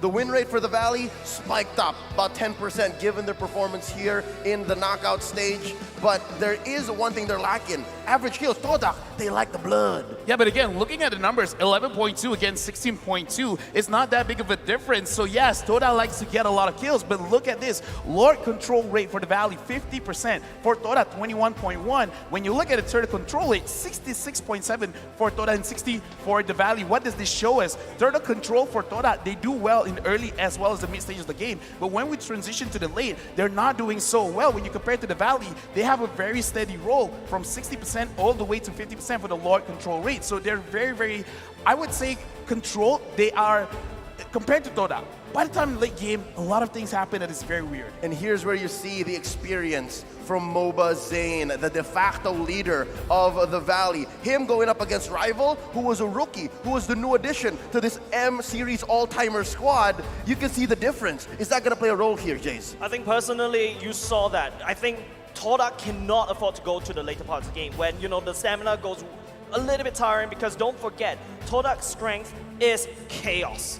Their main goal is to make sure that you can't predict, you don't know what I'm doing because I don't know what I'm doing, and I'm gonna make you don't know what I'm doing. There's some sense there. There's some logic there. And that's what put Todak here, right now, tonight in Jakarta, performing out of their minds for everyone out there, all the fans. Count me in. They won my heart. And let's see whose hearts they have on their side here tonight. Latam, there's an interesting spike there. I mean, West for West, right? Excuse me, the Malaysian squad, who's that 12%? Who? Who is that 12%? Tell me who's this 12. I need to know for scientific reasons. On up now, Malaysians, but of course, going to the other page, I think it's almost an equal split all throughout the board. But thank you very much, Cambodia, for supporting the Malaysian team. I feel like this is also one of the matches that to look forward to, especially for M4 in the lower bracket, because like what you guys established, right? This is perhaps the hardest game for Todak. Same could be said over to the side of the Valley. They need to gain a foothold early game to prevent Todak from snowballing in early game. Todak, on the other hand, chaos hopefully is their weapon, but sometimes it's also their bane. Gotten word that the draft will begin very, very soon.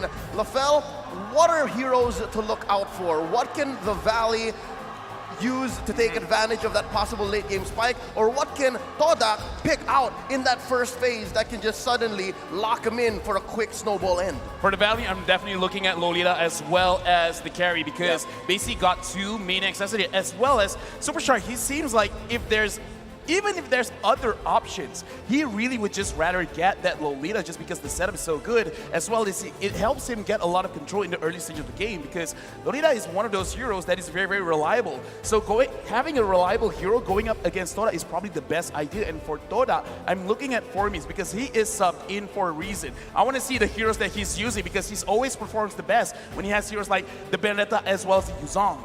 And seeing Forme's energy, leading the pack, walking on stage, you know that he came to play. Here we go, mere seconds into the draft. Your teams are about to compete. There's no turning back. This is game one in a best of three. Once more for tournament life.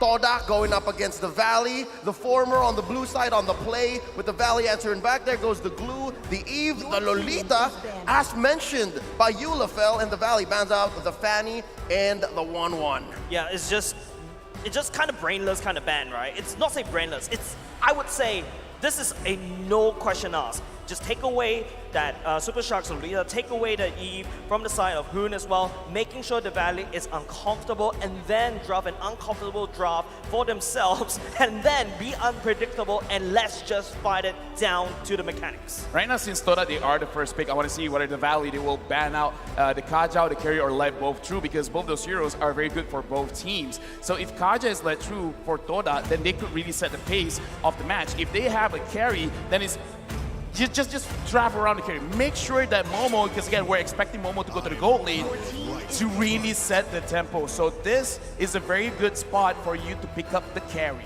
Yep, and if you do get the carry, I think the Valley, that answers one of their main fears last night in that post-match interview. Oh, they spoke about how scared they are of Hilda, and now they have to no longer worry about that. The counter to the Hilda, right? The peel, no longer there. First pick for Todak, the carry. The answer, though, the Joy, who no longer now has 100% appearance in M4. How are you feeling about this Joy first pick? Personally, I feel like the Joy, especially after watching the previous series, I don't see the massive impact that Joy could actually output. Yes, she's super annoying. Yes, she could dish and dash around you. She's super hard to catch, but she doesn't really do any damage. Also, doesn't peel as well as at the same time. You can't really split push. You can't really jump from one point to the map to another. But also another big question is, Joy is flexible. And speaking about flexibility, the Valentina comes into play for the Valley. I agree with you saying how Joy is flexible because a lot of people are still debating whether Joy should go to the jungle or the EXP because Correct. with the Vengeance, Joy is actually quite a troublesome hero to deal with because 57% win rate is not the worst win rate to have, but also not the best. But we're talking about Toda going up against the Valley, so having Joy is a very chaotic kind of hero, so I kind of feel like this kind of works out for them to go up against Toda because Toda, at their best, they're very good at coordinating who should they shut down first. So having the Joy there, kind of like disrupting their tempo, might be good. Yep, and going into the second phase, that's a lot of damage locked in by Todak already, the Lapu-Lapu and the Hayabusa. So it's clear what Todak's plan is, and there you go. I think with this pick, the Fredrin on the Valley, they might as well have said, you know what, this is a straight XP lane pick, Joy, right? Yep, agreed. Yeah, I feel like the Fedrin definitely should go into the jungle. The taunt that you can do, especially when Hayabusa exits from the Shadow Kill, if you time it just right, you can catch Hayabusa off guard, and by the time the taunt finishes, your Shadow Kill has already, your Quad Shadows are already expired. You don't have a backdoor all the way out. I'm really looking at what kind of hero can Yusuke use because if he uses a hero that has a very big ult, it's gonna really detriment them because the fact that the Valentina is there, it's very problematic. Hilda is quite good going up against the Valentina, but has been banned out. So really, I'm looking at a hero. And here, Basic, his M4 stats, Basic's Bloodbath, the only player that got 2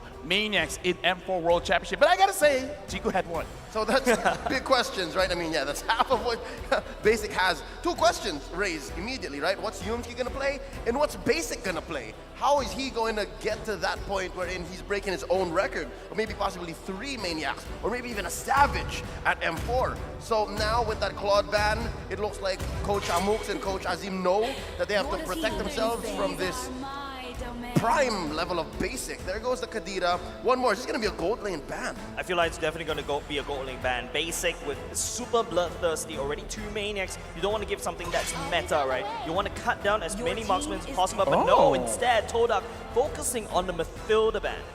This is kind of weird because I was kind of expecting for like a Beatrix because right now looking at the draft from the Valley, they have a lot of magic damage. So Harif is a good pick, but overloading with magic is kind of easy to itemize again. So I'm really looking at some kind of physical damage dealer from the gold lane. So I'm thinking of Beatrix, but it looks like perhaps they want the Beatrix to go through. Maybe it's kind of a bait by banning out the Matilda because Matilda could be something good against Toda's draft, but I can't see it right now. Yeah, the Matilda actually opens up and allows for the mobility on the Valley, and Todak doesn't want that. I think Todak just wants to take it to their face and make sure that when they make an engagement, it sticks. The swing back, though, on the first pick after the second phase began, the Kufra. So they're looking to stop this Hayabusa, looking to stop that Lapu Lapu, and then they're leaving basic open, so they're protecting their gold lane. Yeah, so it's all about minimizing the amount of dashes that Todak can output right now. But with the Kufra going in, there is also the potential carry tank shredding the Kufra very quickly as it's in the air. So I think Todak, not only just the fact that, yes, I need to be careful and open up the map as much as possible, I need to pack some Purify in. Now, about opening up the map, I was thinking about, you know, something like a Toe, but no, it's going to be a Ruby, and the Faramir is locked in for Todak. With this kind of draft, Todak really wants to fight a lot, so they really want to be chaotic, they want to start everything early, because this is going to be very interesting for Chico guys to be using the Faramis, because in their own MPL, Yumski is a crazy Faramis because he always get those crazy engages, crazy catches. So now, having them both being an engage type hero, I want to see how they can control, especially in the river as well as the jungle side of things. Because looking at the Valley, they're quite tanky, I would say, with the Joy, with the Fredrin, with the Kufra. So if they do want to establish an attack, I want to see whether they're really going to be hoping for Hayabusa to deal the most amount of damage, or actually fight around the carry and give more space towards the carry. I think apart from the carry conversation as well, I think the Valentina going in front beside the Valley, you've got big ultimates from Todak. Two, in fact, the Ruby and also the Faramis. And these two, well, it all boils down to how Hoon actually pilots that Valentina. These game-changing ultimates could, in fact, benefit the Valley more than Todak. Truth be told, going into this draft, I am worried for both teams because they have very small box control. Correct. When team fights happen, you have to find a better re-engage because look, your tanks, they come in and it's very honest. You have that jump from the Kufra, you have the pull from the Ruby, and then you both technically have a cult altar. Yeah. So with that being said, it really comes down to who finds you first and who has the better angle. Looking at this game, I want to see the first 3 minutes. I kind of feel like that will dictate how everything is going to shape up. I want to see if Joy can actually control the EXP lane. We are expecting that Joy will go to the EXP. And Hayabusa, I gotta say, looking at Team Hug, it didn't look well. I hope I see a different Hayabusa here with Rival piloting the Hayabusa. Here we go. Game number 1 in a best of 3 is Todak versus the Valley. Right off the bat right here, you can see both these two teams already clashing. It's going to be Mohamed Zain starting at the purple, Rival starting at the orange. I think the second thing that both these two teams will be looking at is to go for that Lethal Wanderer control. Yeah, looks like both teams are playing slightly slow here, so no invade is going for either teams. So we got to look at right now in terms of the lane as well. Looks like there's no Roja going on. The EXP laners are going to the EXP, the gold laners are going towards the goal. So both teams, I kind of feel like, because this is a best of 3, they want to see the kind of temperament that both sides have. Do they want to play a little bit more aggressive, or do they want to be a little bit more passive? Which explains how, again, both teams let go of the whole box concept or range when going into this first game. Now Rival, just peeks. Very sneaky. It's like, you know, a ghost in the room as well, just trying to peek what the Valley is doing for now. Very good map control for Todak, and it's just now that the Valley had a little bit of control from the top, and I don't know if this is a surprise to you, Lafel, the Joy is actually winning against the Lapu.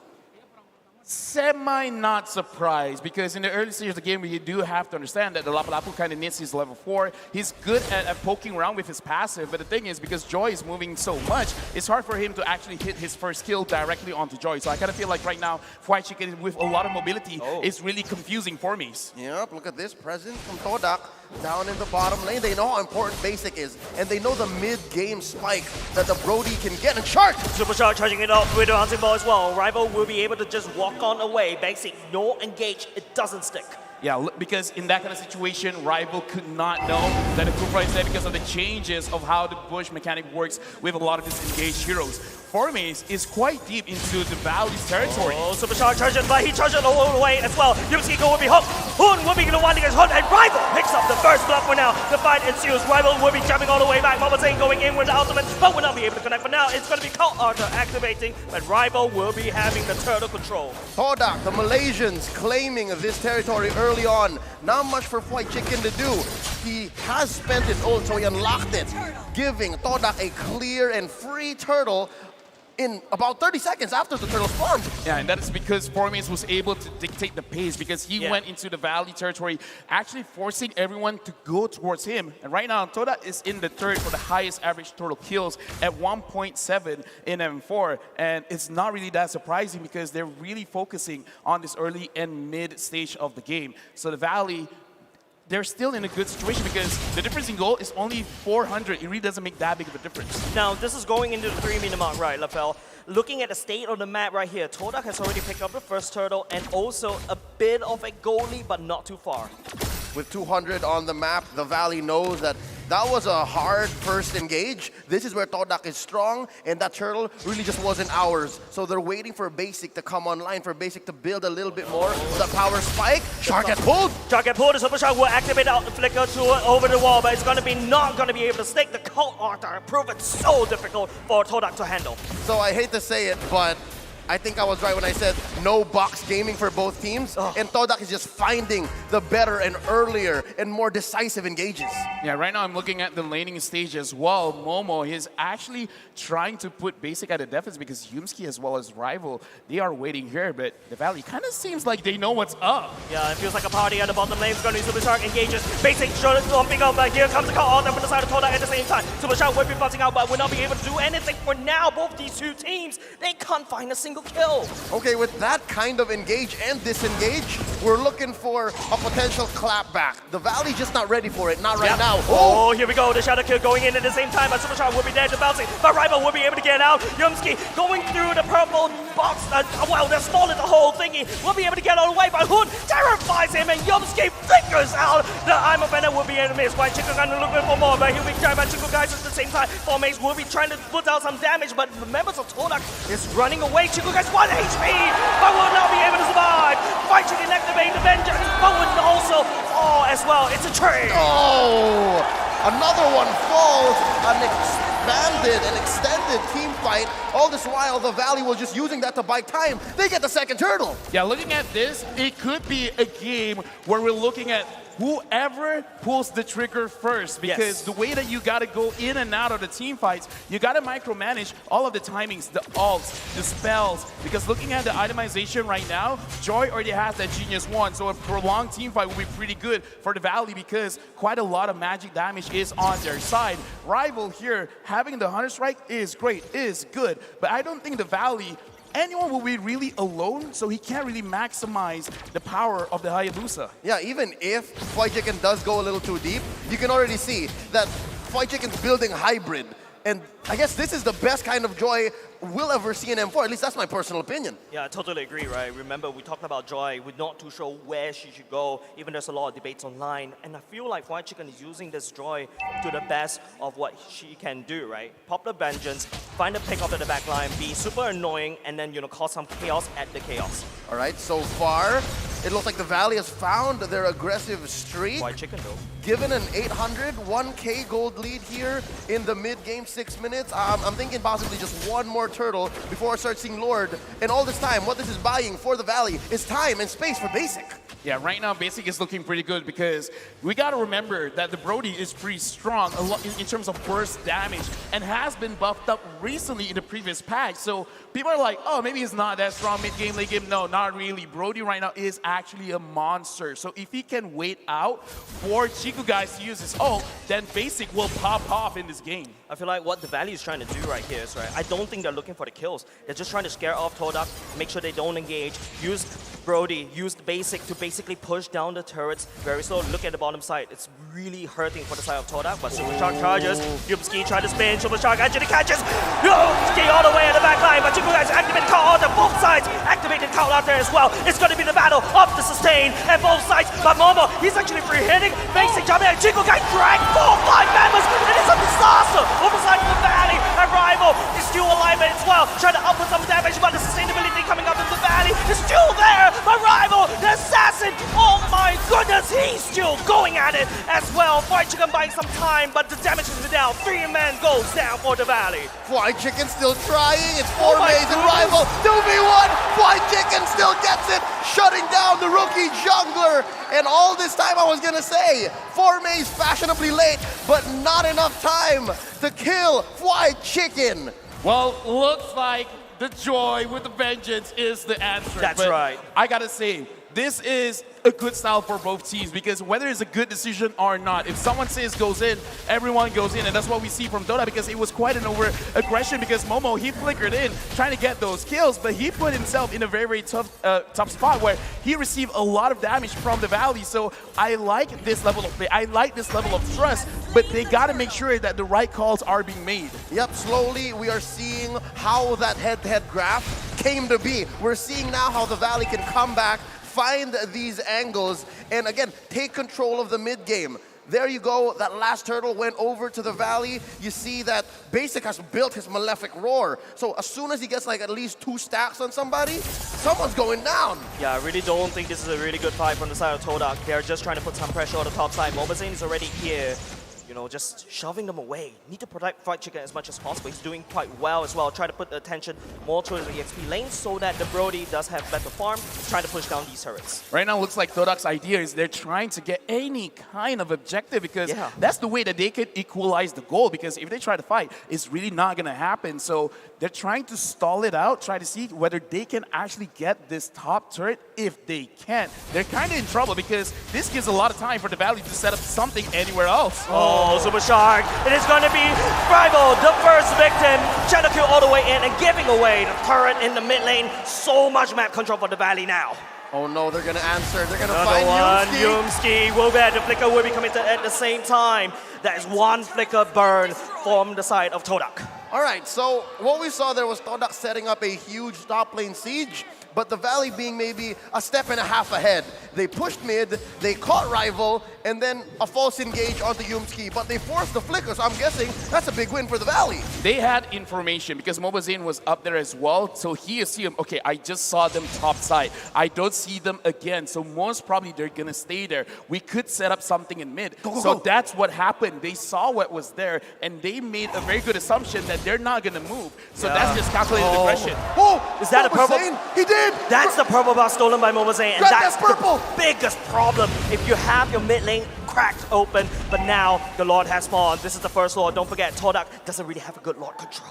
Oh no, 2K ahead, and you can assume that a lot of that is on Basic, and a lot of that is on Fried Chicken, and he's rocking that mystery shop. So best believe he's making the most of that gold more than 4 maze. 10% is gonna go a long way, especially for a team that likes that mid-game power spike 10 minutes in, and it's very difficult to find a way for Todak to get in there. We're looking at least all ults being online and looking for that engage. Who's gonna get in first? My goodness me, Mobazane already chunked down the Turtle Lord, already half HP, but look at Fried Chicken, look at him go. He's looking for the pickup right here, but he's gonna get stunned right now, but Mobazane at the same time, Fried Chicken fought so much time for the Lord to be taken away by the Valley as the Valley collapse on top of Todak. 3 members has already gone down, 4 mates, and also fighting for dear life, but would not be able to survive. Rival, the only one left. Super Shark, man, he set it up so well as well. Since everyone is so clumped up together, there is no way this Hayabusa could work. So right now, Dota, they're really losing up the engages on Super Shark.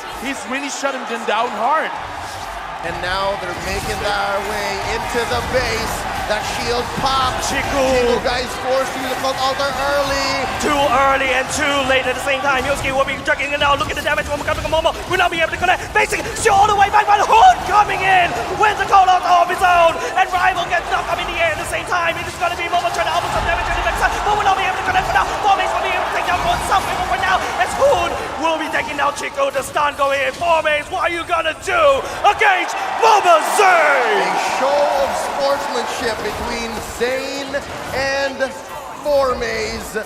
I love how much this young man has grown from North America. We used to know him as these marksman junglers, as the assassin junglers, and now look him. He's playing Fredrin. I mean, both of them know you're not gonna die, I'm not gonna die. Might as well show the world that we still love each other. So that was a very good defense. So the way that I'm seeing how it's gonna be played out is you gotta look at Hoon, which ult does he take, as well as you gotta look at Yumski. In this, look at his replay, look at Yumski. He's the only one that could reliably stop Super Shark. He can buy 0.5 seconds for Toda. That is what Toda needs, that 0.5 seconds. If he is nowhere near the engagement of Super Shark, the team fight is going over to the Valley. And because of that swing, there is a huge gold lead now for the Valley, approaching 8,000 gold. And what does that look like in terms of items? Looking at Brody right now, he only has 2 offensive items. The rest is defensive because he understands my role is actually to survive as long as I can. Right now, conceal play. Going in, Momo look Rona, Yumski will be trying to delay some time. One more when the battle Todak,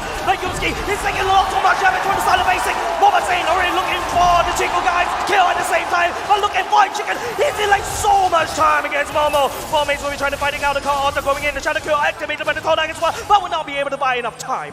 Peter Bryce, what do you have for breakfast? I want some. This Brody knows what he's doing. It's a throwback to M2 Carl Teasy, winning that world championship, building the marksman this way. They're going to clear this wave, and they're going to take their time. Discipline is the call here, 13 minutes in. Right now, I kind of feel like Toda, if they really want to take a fight, they kind of got to take it in a very open space because close spaces is very good for a Kufra. So inside your base, around the river, not inside the jungle. If they do want to fight, don't fight in the jungle. I know how strong Ruby is in the jungle as well, having AoE control. But at this point, you got to respect Super Shark. Pick your fights at the right location. With this current location, it's not good for Toda. So they got to keep this in mind in their next fight. And the same can be said about the Lapu-Lapu as well. If you're in those tight corners, those alleys, it's kind of hard for Formaze to predict where to land the bravest fighter and all the following skills. So that again allows White Chicken to just go roughshod straight into the back line. Now this Lord, it's as free as it gets. All right, gratis as they say here in Indonesia, giving them what, a close to 10k goal lead. You're looking at the state of devastation. There's nothing that Todak could do. No contest, no nothing at all. Todak would need to lie flat at their base and just basically watch the animation there. The Lord has been taken down, given over the side of the valley, and this could be the very last push. This is one last option that they can have, and that is don't care about your friends. If your friends die, let them die. Just move around the map. You have a Hayabusa because look at how the Valley's playing. They play together. So if they're playing together, 1 or 2 lanes is going to be open. So try to attack those lanes. Would you prefer that it be Rival or Formaze who does that? Because it's only one of them. No, both. Do both. Just trust that Yumski, Chiku guys, and Momo can protect their own base. Just Delta split. Just Delta split. If you're going to lose anyways. No, not like this. Not like this, Falafel, not like this. The conceal play going in. The Lord is already rampaging all across the base for now. Bottom side has already been destroyed by the side of the valley. It's up to Todak to try to defend. No one is coming to anything for now. It's going to be Super charging at the same time. Look at the defense coming up from Todak at the same time. White Chicken going on the back line. Momo will be able to do some damage. The Lord is still getting chunked down by the side of Todak. Nice defense, question mark, but that will be it. But Yumski, he goes in. The Cold Ult are going to be activated. It's going to be a full fast battle in a bloodbath happening in the base of Todak as the valley will slowly make its way to the core. And they are not going to stop there. They are not going to go down without a fight as they will be chunking down on the core for their sweet victory. The Langar has been quelled for now. Game 1 goes over to the Valley.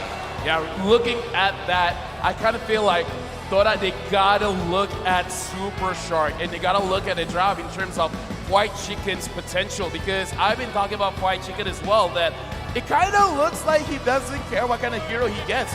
He will always make sure that he wins the lane. So maybe in the upcoming draft, you gotta really make sure whatever hero Formaze picks up, you gotta use a hero that he can for sure win the lane, win the game.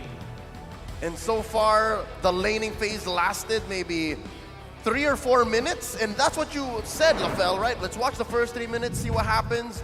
And Todak showed signs of life, showed that, hey, in the early game, our advantage is real, but that window of time wherein they found these false engages in the bottom lane just gave too much time to basic. More on that later.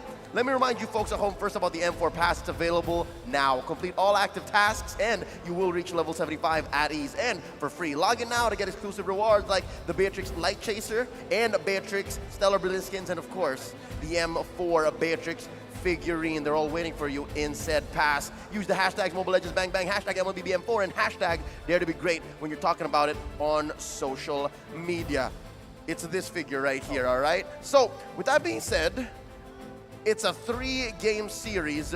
We're gonna go ahead and throw it over to our analysts to break down this game. Fellas, what did you see? Talk to us, all right? It's going to be Trex, Naisu, and Wolf. I'm sure you have words for Wolf. Hey, put it down, put it down, put it down. Boys. It's the Valley, dude.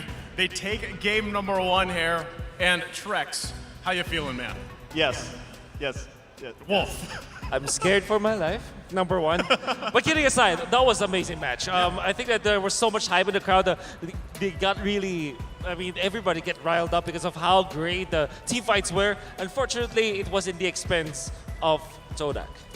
Well, it's still a best of 3, right? And I gotta say, even with the game highlight, the rookie XP laner outplaying Todak here, the Valley securing game 1, and we debated about that Joy pick. I asked you earlier, where do you think it works best? Yeah. Is that proof right there? Definitely proof. I think that this is the reason why you pick up the Joy. A lot of sustain, a lot of map presence. You saw how much space he was able to make for his team, and he never really loses a matchup. Because when you saw the XP lane was heavily sided on Fried Chicken.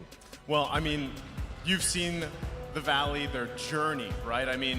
Is this a different Fried Chicken? We've seen him making quite a few plays so far up to this point. Quick statement. I know everyone feels that Fried Chicken is a gold laner because of M3, but the reality is, for years, he has been an EXP laner, and it's something I've been talking about for a while. Just wait till he brings the EXP lane here, and we're seeing it from yesterday with the Esmeralda to today with the Joy. He's got a lot of pocket picks. Well, taking a look at the items here for this game number 1, 7 to 19 here was just under 16 minutes. And I gotta say, if you look across the board for the Valley, specifically Trex, all of them played their part, but specifically even Super Shark, right? Let's talk about Super Shark and this Kufra pick. I think it was clutch, and I think this is what we've wanted to see with Super Shark. Also, picking up that immortality towards more of the late game gives him even more courage to dive in, right? And you're scared of that carry. You're scared a little bit of getting shredded down, and that was his answer. Yeah, so many stellar plays coming from the Valley, but I do wanna add more points to how clutch Super Shark was during this game, because Todak really got the early stages going on. And Chico guys are winning the fights, they're getting the turtle. There was one time they went to invade the purple buff of MOBA Zane, but that was when Super Shark was very clutch. He landed the stun from the lizard bush into the purple buff bush and was able to punish Chico rival because of that. And that was the start of the momentum of the Valley. They're finding big openings against the core members of Todak. And not only that too, but a lot of this started with MOBA Zane. He's picking up this Fredrin quite often. It's either, let's say, the Fredrin, the Barretts, those utility junglers, and he secures those objectives, especially the turtles early on, and it helps snowball the Valley here. Trex, that's a huge component to their success. Another huge component is look at the team fight participation. Everyone is working equally, and this was another thing that they had trouble with: synergy, shot calling, these types of things. And right now, they're working at their prime as a unit. Yeah, and just the opposite can be said about Team Todak. Their side laners, 4Mace as well as Momo, they're not activated as much. If you're looking at the Valley, they activated everyone. For Todak, they had to wait for their timings. Unfortunately, the timing didn't come because of the stumble that they had when they tried to invade MOBA Zane's purple buff. And I gotta ask you, we've seen the Faramis pop up a lot of times. Do you think this was a weak link to the composition for Todak here? Was it really a good choice to run with this Faramis pick? Well, if you think about the Faramis, like a few patches ago, you would argue that it's a very strong hero when it comes to team fighting in the early stages. For now, that isn't the case anymore. There is no shred coming out from Team Todak. They have Lapu-Lapu as well as the carry. They need to farm. And even the Hayabusa needs a lot of farm before it's activated. So to answer your question, yes, I think the Faramis choice was more of a weak link than it is a strong one. Especially after the Valentina, right? Exactly, if they would have maybe picked it earlier, banned out the Valentina, yes, it could have been clean, but hold up, the MVP, Super Shark, 84% KP, a beautiful item build, and didn't even have to max out. They cleaned up the game very quickly, and I think just 2-1 of 14. Again, I think Kufra, especially with the changes with not being able to hear him in the bush charge up right there. Well, so far, what we've seen, I mean, we saw this from Morrow, I believe, yesterday, too, and just making massive plays.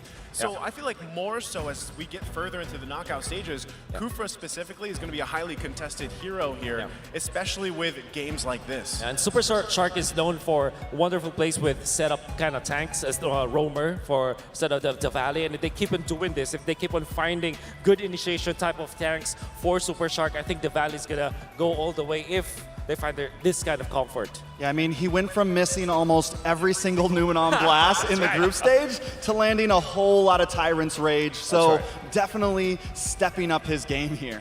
Well, it's kind of like they practiced their mind out in the days that they were preparing for their this. minds out. But, you know, again, jokes aside here, specifically, again, you can look down the line for the Valley specifically, everybody pulling their weight here, and having this momentum from this game, starting off the right foot, is going to be massive for them.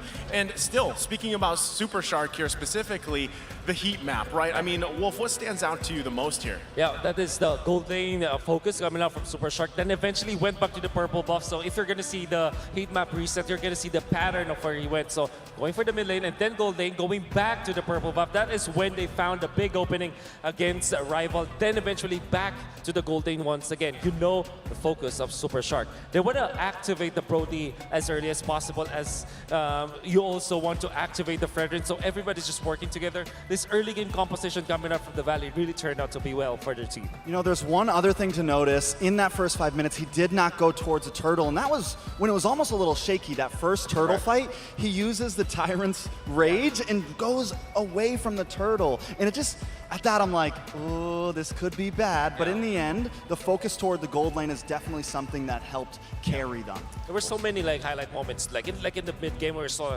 in the mid lane, I mean, where he was able to find big openings, and even better as the game progressed. It was wonderful to watch. Well, I mean, we're going to have to find out more because we're getting ready for the next game here. Lafel, Leo, Jays, take it away. Have fun with this one.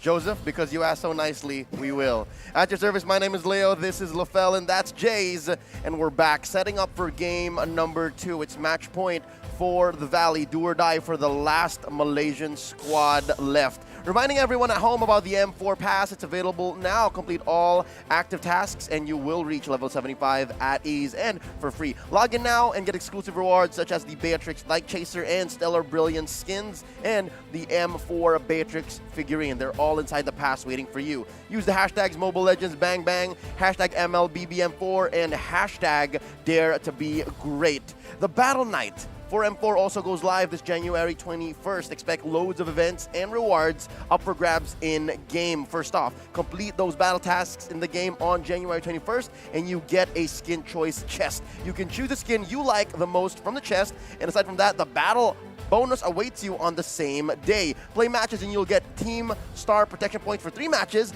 double star racing points, double protection points, and double EXP and double BP for 5 matches. We're not stopping there. Free access to all heroes and loads of epic skins will also be available that very day. Save the date. Log into the game on January 21st, enjoy the match, and win tons of rewards. Let's all celebrate the M4 World Championships together. Bring your friends, and these are my friends. That was impressive. Yeah, man. Good Like, job. The fact that you could just Yeah. one breath everything of all the rewards that we're throwing I at our tried to audiences. distract you. That was good.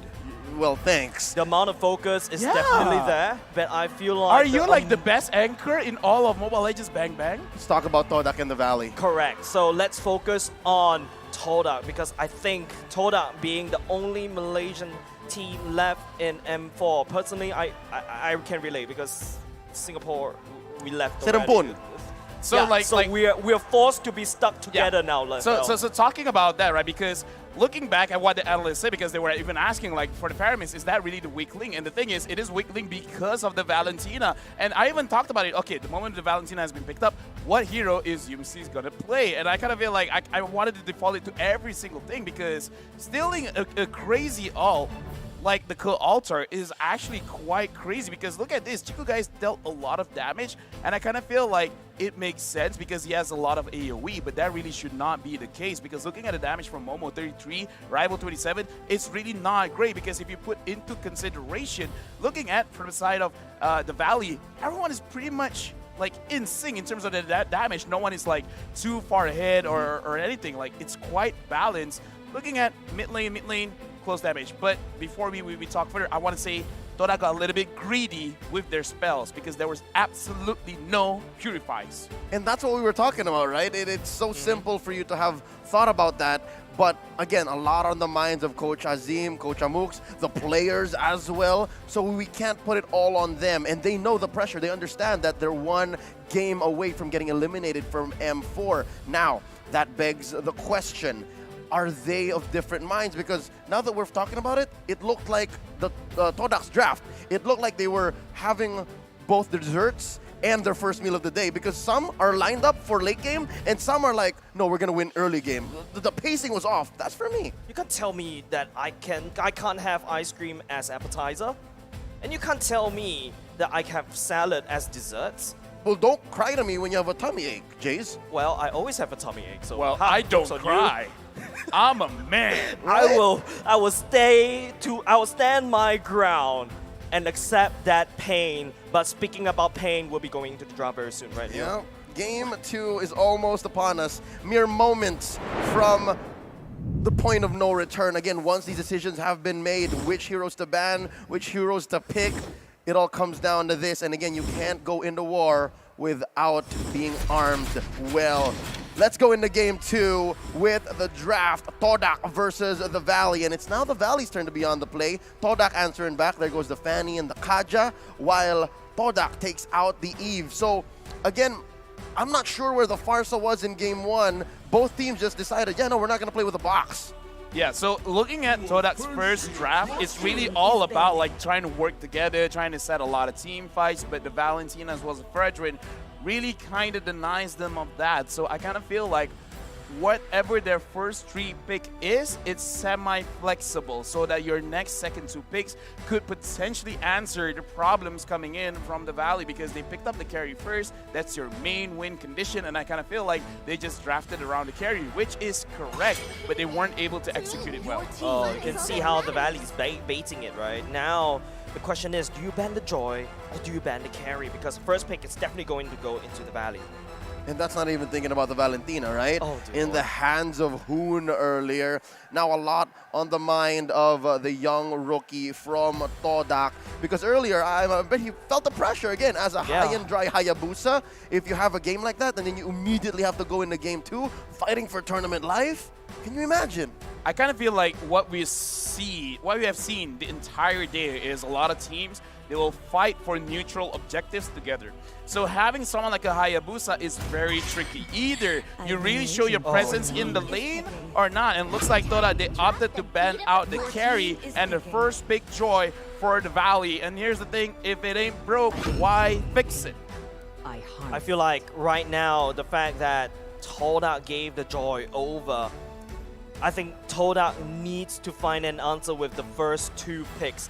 I'm probably dreaming, I'm probably throwing everything outside there, because Toda definitely needs to throw every single item away towards the Valley. I think they can look at the focus. Yeah, no, and when they were considering everything, the Joy just came through, right? Okay. 9 times picked, 55.56% win rate, and again, 46 times banned in 57 games. So 46 plus 9, do the math. That's a huge amount of joys that have been seen in M4. So far, the answer by Todak. Oh, the Valley talked about this last night. There's the Hilda. You're a huge amount of joy. But yes, the Hilda is here. But the thing is, if MOBA Zane is going for like a Fredrin, a Barats, and all those kind of heroes, it really doesn't matter that much, because the Hilda is really used to fight against heroes that are early game weak towards aggression.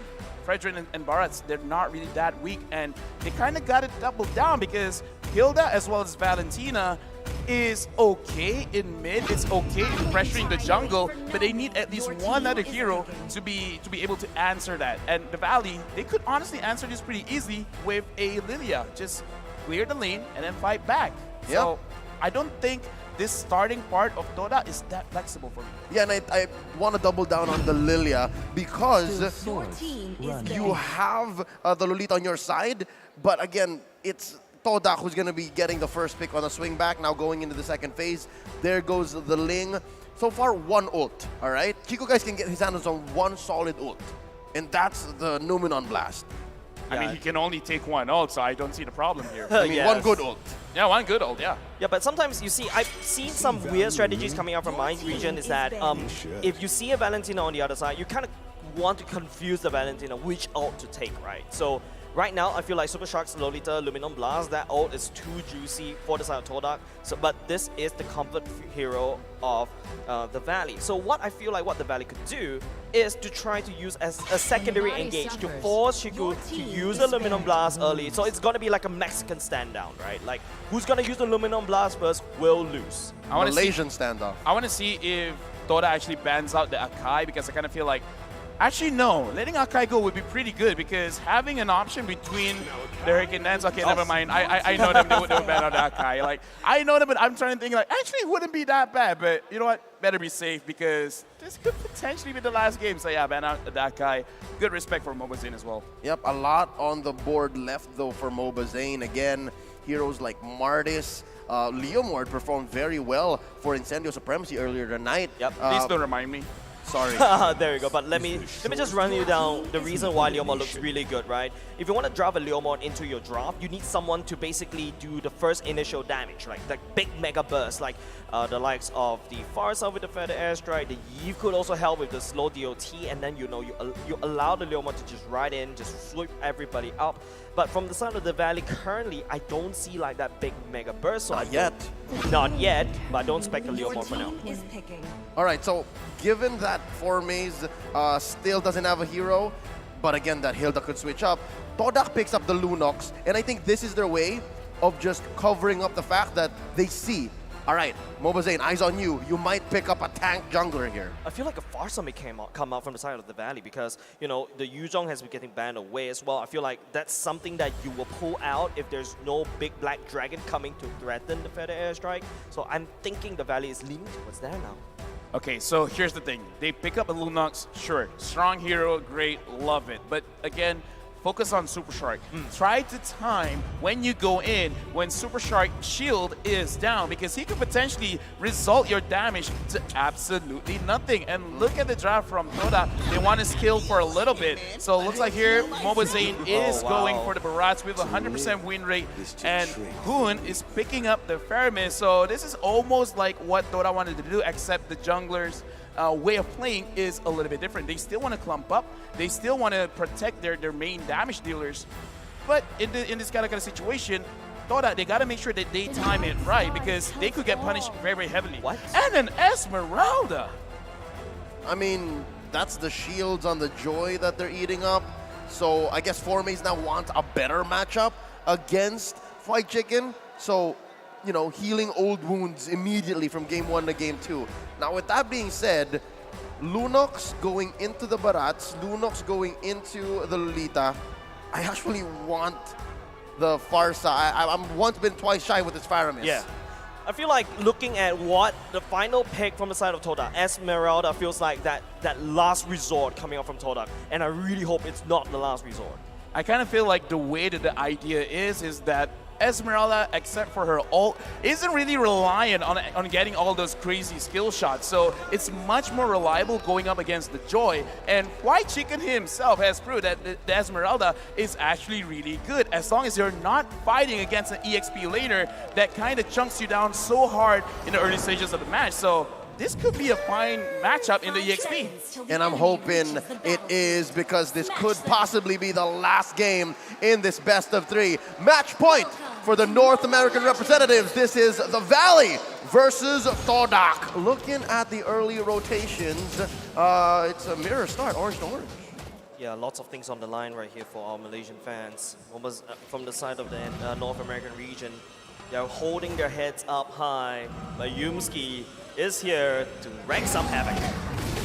It looks like he's not really going to get much, because Mobazane did see him coming through, use the retribution on time, and I don't think in this early stage it really matters that much, because what Toda wants to do for this time in particular is not really to punish heavily inside the jungle. It's more about delaying the fights, because you have a lot of members that really want to scale up. Honestly, even the Esmeralda. So I kind of feel like what Yumski is doing is just to let everyone know, okay, you see Mobazane, he's here. You see Super Shark, he's here. You guys are not going to get surprised. So just make sure you guys farm up safely. Yep, one small issue I do have looking at Todak's lineup is expect to see a lot of Radiant armor, expect to see a lot of tough boots, because their only real main source of reliable physical damage is Rival.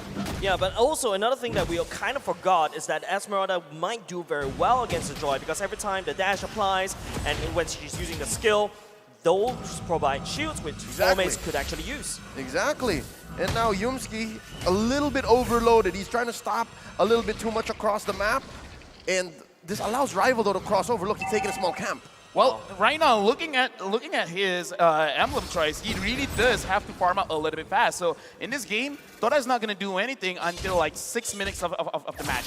Once they got 2 items, then they can go in. Oh, White Chicken going in already. It doesn't really have the ultimate as well. Now he actually have the ultimate. He's looking for some form of fight, but just waiting for the dash cooldown. But look at Formace. He knows exactly where White Chicken is going. Mobile Zane still working on a turtle for now. Formace, okay, the dash committed. Yumski, look at how the members of Todak split apart, just providing so much vision all across the map. The valley feels exposed. They give up the turtle for now. Right now, look at Ling, look at Rival. He understands, like, it's really going to waste a lot of time trying to farm, but Super Shark smells it out and stopping Rival from getting the farm. And this is what Toda has to do, and the Valley, it looks like they completely understand what Toda wants to do. So, no surprises for anyone. Yumski, did he actually get it? No, he did not. I don't think so. That's Yumski. I think that's the ultimate being used just to make sure that he tried to create some havoc. But because of Yumski being so annoying in the enemy jungle, the Valley, I think they've got their hands full, right? They cannot hard invade this link, allowing Rival to just scale and hopefully get the items required to go into the turtle fights. This is quite uncharacteristic. Compared to game number 1, we're 3 minutes in, not even a first blood. And of course, Rival here bought enough time for the rest of the map to go into a stalemate and get that first turtle. Yumski catches Hoon. Oh, he's trapped between 3 members. Oh, that's the Bermuda Triangle from the side of the NA region is going to be... Oh, Yumski gets swallowed out right into the wall, giving the kill over to Basic. What a play. It's basically Mobile Zane giving free food for Basic to scale. Right now, look at the goal, because yes, a first blood was given over. But if you're a late game scaling composition, if you're not losing more than 2,000 gold, then you're still semi-winning. As long as you don't let the gold disparity to go to 3,000, 4,000, Toda still has a chance. But like you said, Leo, it's very easy to itemize against this kind of play. And Super Shy is going for Tickle, guys. Luminant Charge is already blast out. It's going to be Yumski that cancel the passion. Coming out from Basic will be allowed to shred, giving Momo Zane the kill as well. Chiku guys will respond with the Luminant Blast at the same time. It's going to be Rival jumping all the way in, but Momo is coming over the jump, but the co-author is denying Momo that kill. Momo Zane walks away alive. I guess that's how this Theramis is working. Way to go, Hoon, proving me wrong. It wasn't really used for more DPS because their DPS is in the form of the peel. Off of MOBA Zane, off of Super Shark, and we haven't really seen much of White Chicken. Lafel, you've been watching the minimap. What's happening up top? Actually, quite interesting enough here. Looking at the way Esmeralda or Formace is setting up his own emblem set, movement speed is very normal, but he's actually putting a lot of healing for himself. So he's really trying to make sure that the early stage of the game, he's not going to get punished a lot. So that's why we can see that both EXP laners, they're just cutting a lot, but not really moving all across the map because they understand we just want to farm. Yep, and we're still waiting for that rubber band. Again, the fact that Todak is playing a late game lineup against the Valley, who wants to go early on. We're looking for a mid-game power spike here. I guess that's what Yumski's working up towards. 2 deaths, that really doesn't mean much for this Malaysian Hilda. Now, second turtle already spawned up. Wow! Wow, that's a quick start! Flicker, Yumski gets caught out. It's going to be Hoon zoning it all away. Rival is already there, but Moba Zane will still secure the turtle for now at the same time. Moba Zane just, I don't know what he's doing. He's basically showing who's boss. And he is. This Barats is just standing there. He's rocking that Demon Slayer emblem, and it's working wonders. Well, I mean, here's the thing. You got to look at the base stats, and Bharat's base stats is very, very strong, especially if he can get those stacks. Looking at his size, he probably has 16, 17 stacks right now. And in terms of items, Cursed Helmet is just really for the extra HP and extra damage. Oh, look at how the Valley is actually cutting out, just sandwiching, making sure that Yumski, Todak is not very comfortable to be underneath their own turret. That's a lot of damage coming out from Basic. Yumski walks away alive for now. Oh, Rival and Formace, though. making the most of the Valley's absence. They are going to get the push. Yeah, they're gonna get the push and they're gonna go run away. I know the mission. I'm not here to kill. I'm here to take down objectives. Well, that is what I talked about in game 1. Don't care about your friends. Fight. Oh, luminous blast going on. Chico guys will be dragged all the way by Hun. Basic coming out, shredding Chico guys all the way to the ground at the same time. Fight Chico, look at him. He's all the way in the back line. Momo can't do anything at all. The bench is going in and Hun will try, but Momo flickers back to safety. 3 members from the side of Todak has already fallen. The Valley just pushing that kill switch. Maze. 4 Maze. There's 4 members there. I don't think that 4 Maze can do anything there. The Valley shreds the Esmeralda. Right now, Tora, they gotta slow down because they're already giving up 1.6k, 1.5k. They've been losing out a lot whenever they're going for the team fights. They gotta calm down. They gotta understand. They gotta split the map. They gotta open the map up. Do what they did just now in mid. Separate everyone. Don't let the Valley fight. And so far, the way that Todak is responding to the Valley's aggression is just quelled by MOBA Zane, who was, again, I mentioned earlier, grown so much since the last time we saw him on the world stage. He's currently #1 as a tank jungler. At M4, he's taken about an average of 7,394 damage per minute in the world stage alone. So that's what's standing in the way of Rival. Man, he's gonna have a lot of problems. Yes, that is the turtle taken by Todak. That's just more for like some form of, consolation, try to equalize the score. Look at how the Valley is playing right now. They're trying to use Basic as a sniper to snipe down this turret. This turret will definitely fall in the hands of the Valley for now. But looking at Super Shliomski, opening it up, looking for the play right there. Both these two teams, they don't really want to commit. A lot of this is free currently for the Valley. They are ahead. They're able to check bushes so much easier. And so far, what's it looking like? Again, Lafel, you mentioned, if they're at least 2K-ish ahead, they're semi-okay. Yeah, right now they're still semi-okay because Rival has the items, but will he die here? No, he should be able to leave. Looking at the itemization from Joy, it's already looking like quite a nuisance. Genius one, and right now Momo has to run away. Yeah, Momo will be able to run away. Basic, the random shot doesn't really be able to connect. Todak really looking for some pickups right here, but I don't think they can find any pickups. Todak is defaulting to just pushing down turrets left, right, center. All right, good news, bad news. For Todak, the fact that the Valley isn't as aggressive anymore is a good thing, but bad news! Caught in a very bad place, and that is the base of the enemy, but he's going to be able to walk away like a boss, but Fire Chicken, even with the dashes, will not be able to connect and chase Todak down. Again, move around the map, avoid the fights. Fights are for nerds, all right? Just look for objectives. Understand your win condition because look at this, the way that they're moving around the map. Right now the goal is 600 from 1.6, so 1,000 gold lead, well not lead, but they got to recover back based on that.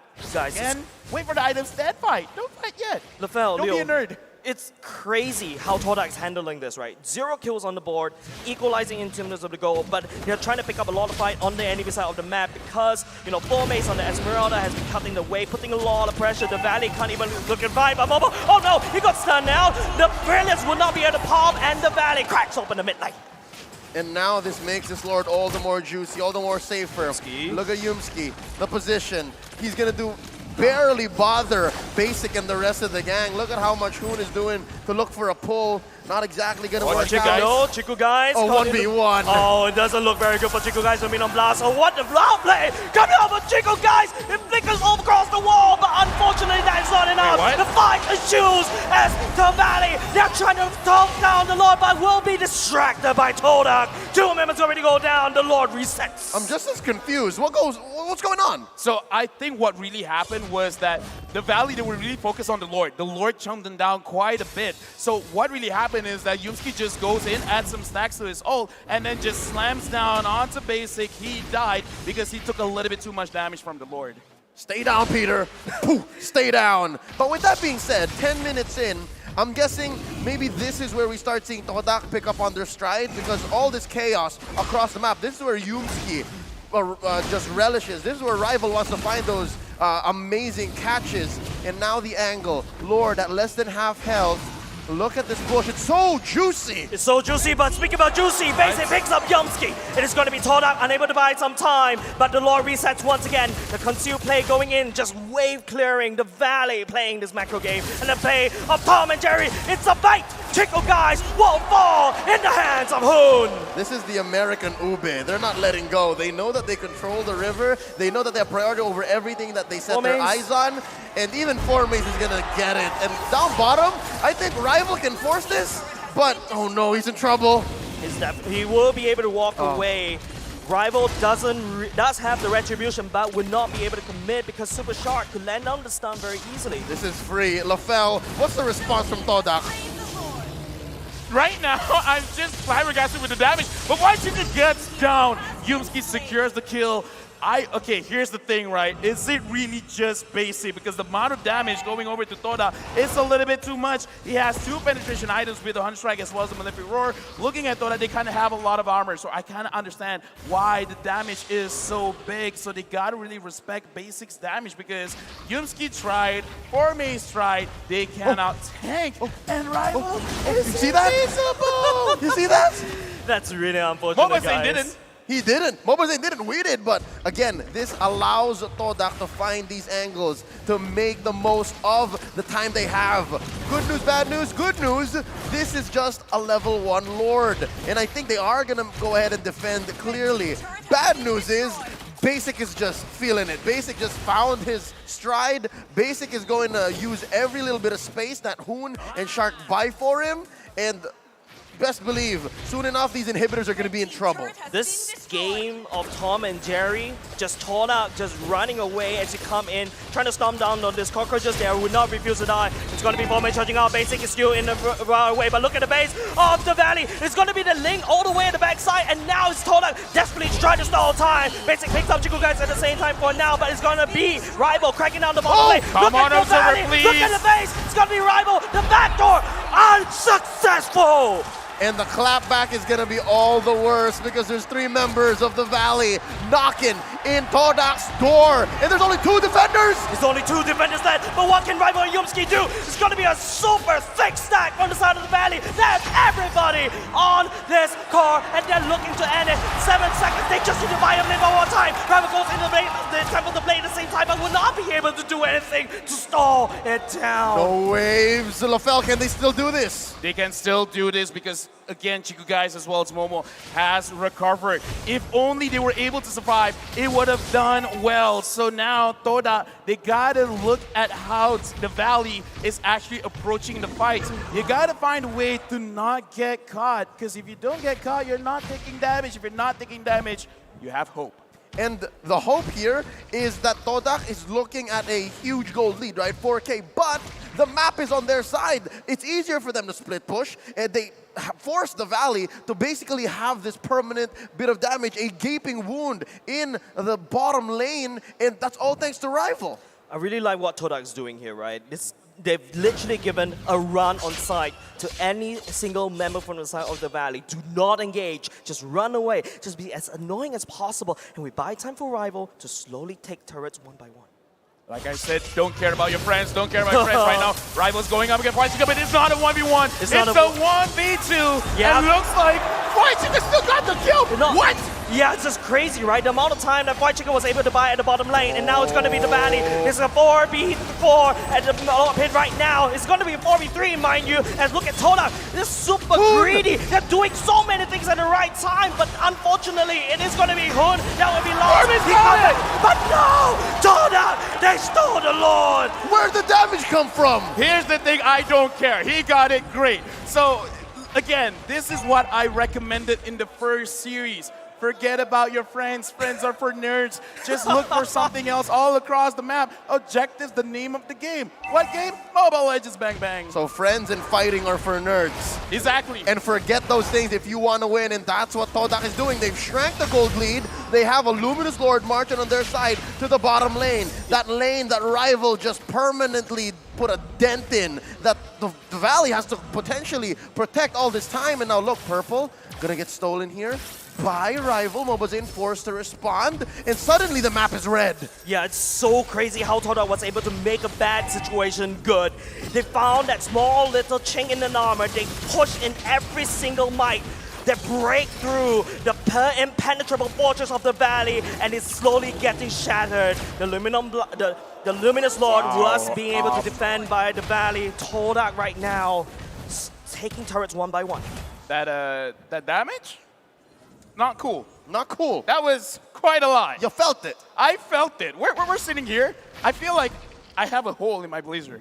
That's what that was. Yes, that's what it is. So again, basic, they're looking for an answer to this Beatrix. And Rival, maybe that's their one choice, right? Rival, Yumski, Formaze has already so much on his plate. He's dealing with White Chicken. I mean, 3 or 4 members of Toda are dealing with White Chicken, and now Rival making a play for top. Can he repeat what he did down bottom? Can he replicate the results? I mean, looking at this, a concealed play is going to happen, but will they find anyone from Toda? They see Yumski. Will they do anything about it? Formaze is there. Right now, looking at Toda, they're trying to pull the Valley all over the map. Like, hey, come chase me. Hey, come chase me. Yeah, the Malaysian roamer says, make my day, come on down. But again, that's one big resource that the Valley have wasted, and Toda can take advantage of that. Yeah, by the way, I know you won't be able to have that, perspective that you can only see what the Valley sees, but based on my estimation, the Valley has no information at all where Todak is. Whereas Todak, because the Valley is moving as a pack, but they will not be able to find Todak.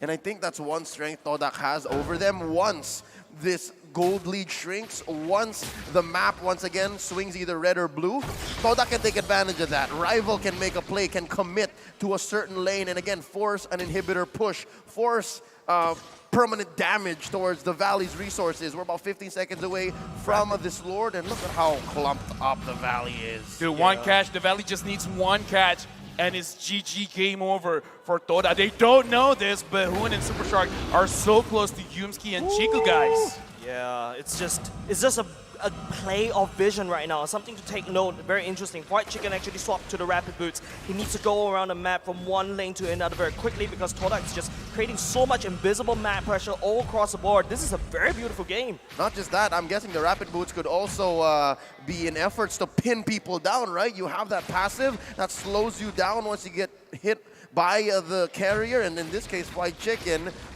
2-2-3 doesn't tell the whole story. He's been holding down Todak, keeping them where they need to be for the past 18 minutes. And that's what makes this Lord so perilous, so difficult, already at about half its health. Right now, it's going to be a base trade, ladies and gentlemen. Todak is actually going to try to take away the base for now. But look at the Valley. They're actually panicking, but no! Bombaseng will be able to take down the Lord for now. It's going to be Chikugai, Yumski, and Formaze on the job right here. They're trying to delay, but look at White Chicken defending against 2. But now it's going to be Todak trying to slow down the defense of the Valley. But now Chikugai looking to run away. Bombaseng a little bit too far, as look at how separated Todak is. White Chicken is the base guardian of the Valley. If he died right there, Todak could have won. Because look at this, Rival as well as Momo cannot deal with White Chicken. Oh no, Rival, he's in a bit of trouble. He has to run away. White Chicken on the other hand, he's having a lot of joy right there. Momo going in, but look at White Chicken, he's still at max health. Oh, but now no. the fight has been done on the side of Todak right now. Basic, the Renner shot doesn't connect, but then Todak has to defend the Lord. Right now, looking at the Valley, the Lord is there. The minions are there. They're clumping up. Oh, Toda, no. they have not won a team fight. If they gotta win, this is the moment. This is the moment. The Lord is already chunk down one quarter right now. It's going to be the Valley trying to look for some play for now. The Tempest of Blaze already used, and that's a big effort spot. If you're a passion, oh no, it's going to be Swarm and then Swallow. It's going to be Formaze. Spin right in the board. Chikugai goes in with the counter. Will not be able to survive. Help with the base of the damage coming in from Valley. It's a little bit too much, but there is no minutes. It's up to this one wave, and Toda desperately needs to clear this. Mortality popped onto Yumski. They're taking care of the minions. Oh, Rival doing his best. There's the ult on Momo. It is going to be Toda fighting for survival in the lower brackets. The Valley, they're crashing on the core. As ladies and gentlemen, the Valley survives. And through their survival, one must fall. Our heart goes out to the M-Series All-Timers. The last Malaysian team takes their bow here at M4. GG well played to Todak, but tonight, only one team stands tall in this best of 3, and that's the Valley. We lost 2 Malaysian teams. I've lost a friend. I'm just gonna say this for the record. I already called it. I already said it. No action has been done. Numbers don't lie. But Good game, well played. The Valley will continue. In M3, they made all the way to make NA the number 3 region in Mobile Legends. Can they do it again or even further?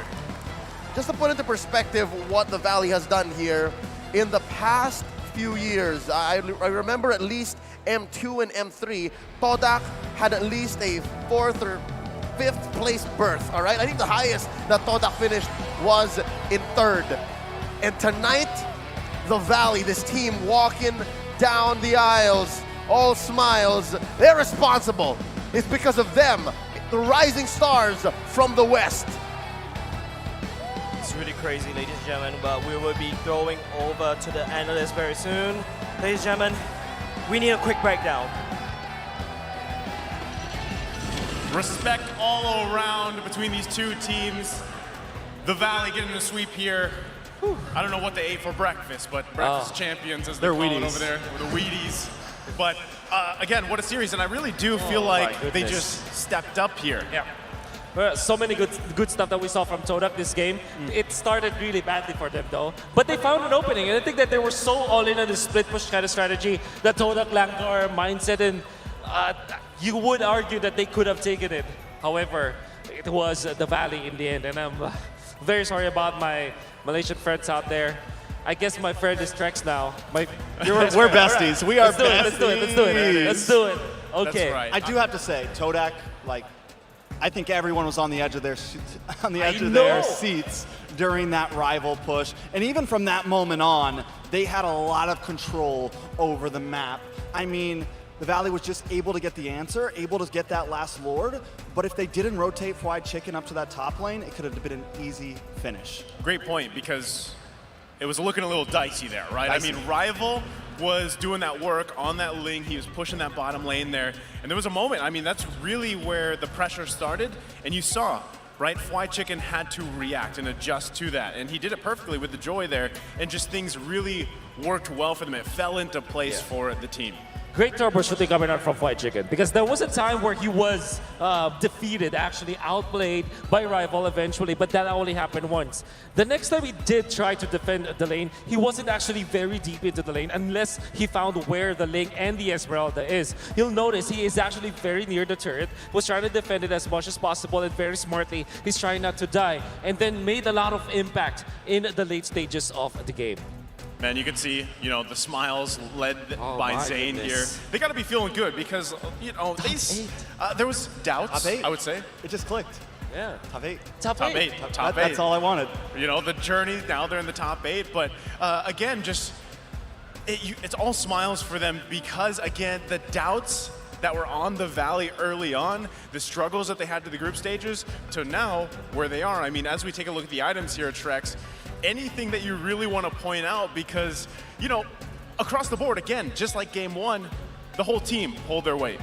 I think something that I want to focus in on is Fried Chicken a little bit here, right? He definitely stepped up his game, even in all theoretics, right? Like, the Joy shouldn't do that great against the Esmeralda, losing the shield, but he does pick up a little bit of magic defense, but overall goes into the physical and just enough damage to still have some impact into the game. Now, overall, if I keep going through these items, I don't want to sound too crazy. Wolf is the real item genius. You know, Super Shark already building up so much of a magic defense in the department, and you have to understand this Radiant Armors was so clutch in many points of this game. This will be the anti-Lunox, anti-Esmeralda defense that they have, and most of the damage out from Team Todak are actually magic-based. Only the Link can deal the physical damage, and having this kind of bulky Lolita in the front lines and side laners that are also very tanky.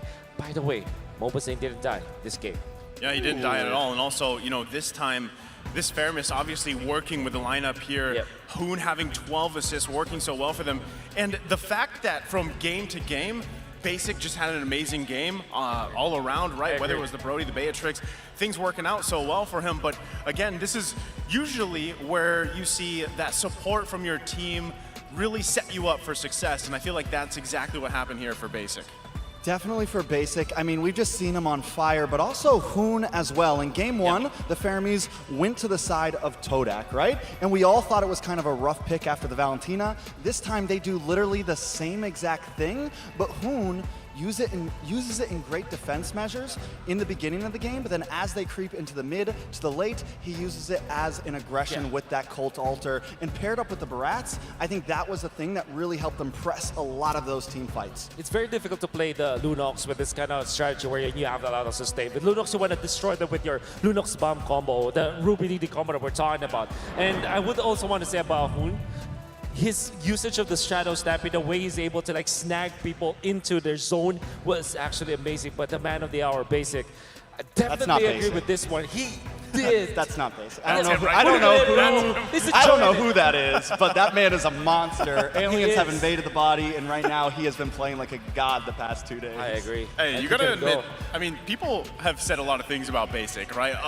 Up to this point in the M4 tournament. Well, now that you've had this series and it's against a team like Todak, maybe that's gonna quiet some of the doubters, right? Yeah. But still, what an amazing game for him, Wolf. Definitely amazing. There were so many moments where he should not be like surviving it, but the usage of the tactical repositioning as well as the flicker, and the fact that he went for Athena Shield so that he will not be bursted down by the Lunox, and then eventually going for Has Claw so that he can survive afterwards. Such an amazing display of usage of the Matrix and positioning coming out from Prime Basic himself.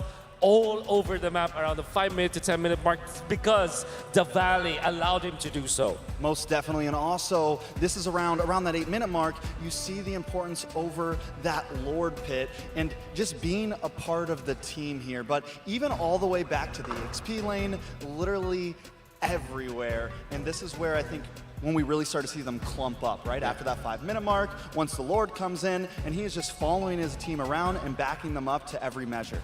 Yeah, and I mean, given the whole situation and the way this game went here, we're going to be taking a look at the highlights for this game. And honestly, the entire team, again, is a highlight for them. Specifically, too, the fact that, well, here we go. Now the highlights.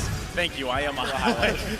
So, again, just all around the board, the Valley really performing here. There were a couple moments, I feel like, early game where Todak really was in this, right? They had a lot of moments here, and Rival even doing work, right? This is, by the way, the previous game. Yeah, game number 1.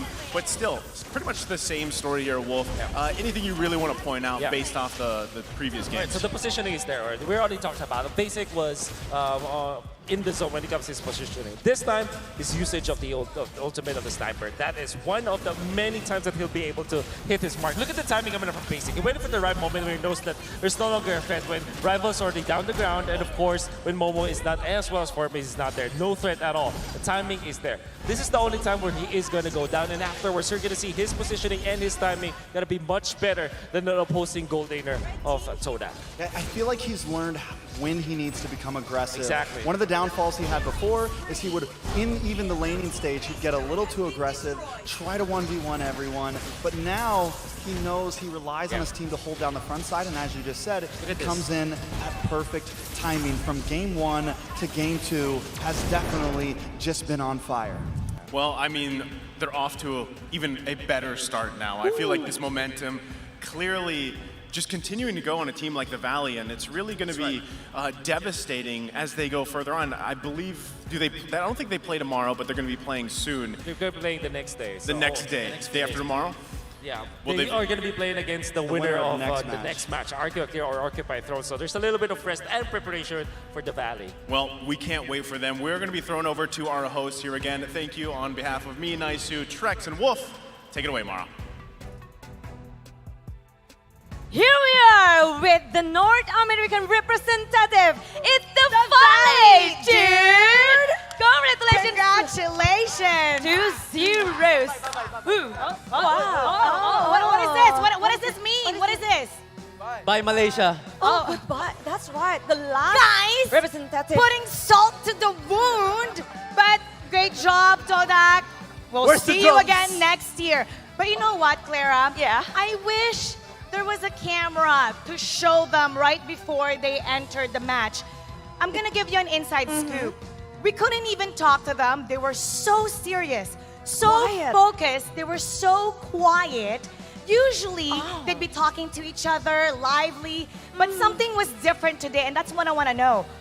Even though you're saying bye, Todak, what is it about Todak that seemed to make you guys pretty uncomfortable, that your mood prior to this match was pretty serious? Todak has been like kind of like a trump card team where their playstyle is like no other team. They even beat Onyx in groups, and it's just like very surprised. Had to be very cautious versus them. You wanted to say something? Yeah, I think we realized after groups that we have to take each and every series very seriously in the lower bracket because we don't know what kind of surprises, especially a team like Todak that has a bunch of them. We just don't know what they would bring out. Okay, but you're surprising us with your answer, Mobazane. That's right. And the last game is really intense. And how was that? Because rival, he split push all the time. How you got is in your head, and what is the situation at that time?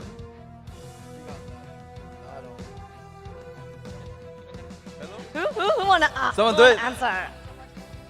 The second game was really intense. Rival was trying to split push. So what was the mindset? What was going on through your head? Because that split you guys up as well.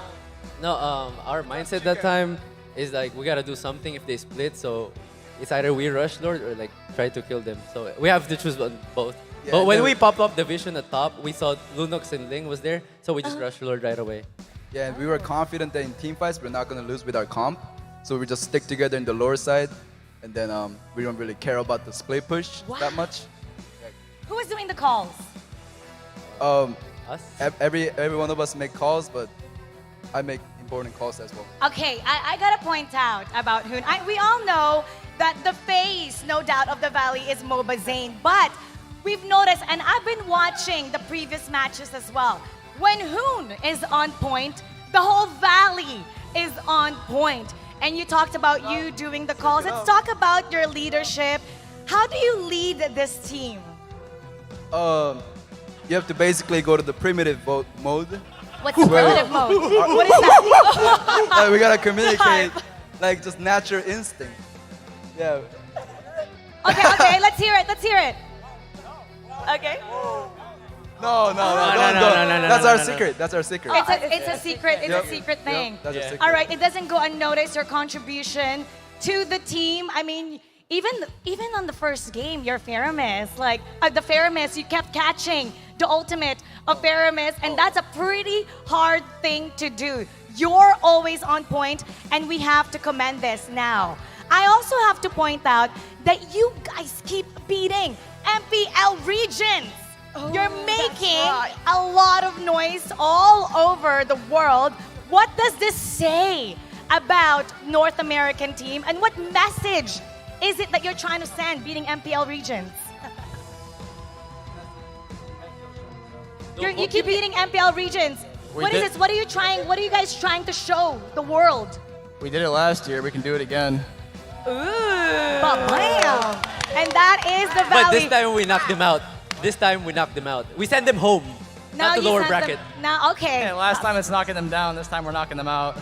And you feel like this game gained the momentum for the next matches? Do you think from here on, would you think that Todak was like the hump they needed to get over? Every team is. Every team is. Yeah. Wow. Okay. All right. Congratulations once again to the Valley. Dude. The Valley, dude. Bam! Bam! Bye-bye, Todak. Goodbye. and Congratulations. Good luck for your next match. Go ahead, prepare for your next match. Speaking of the match, we Yes. have one more coming their way. That's right. This is the last best of 3 match of M4. Because after this, we're gonna have best of 5 all the way. That's right. We have another best of 3. What do you think? Do you think it's gonna be a sweep or is it gonna go to game number 3? It's kind of hard to read it. It's kind of hard to predict it because every teams are unpredictable. That's right. So be sure to tune in because RRQ Akira will go up against Occupy Thrones. We'll be right back after this break, so stay tuned for Mobile Legends Bang Bang M4 World Championship.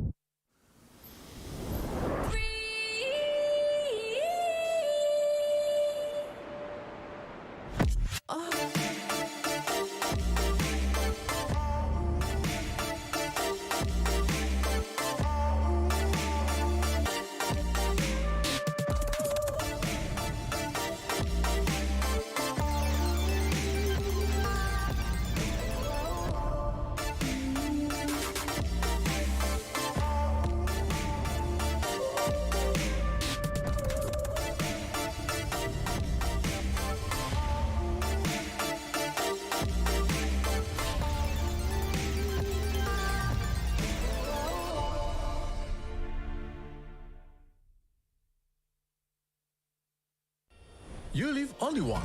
For once, leave the comfort zone and raise yourself up. Embrace new sensation.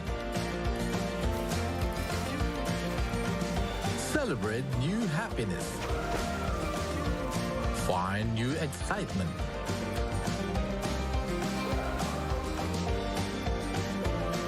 Seek for new tastes.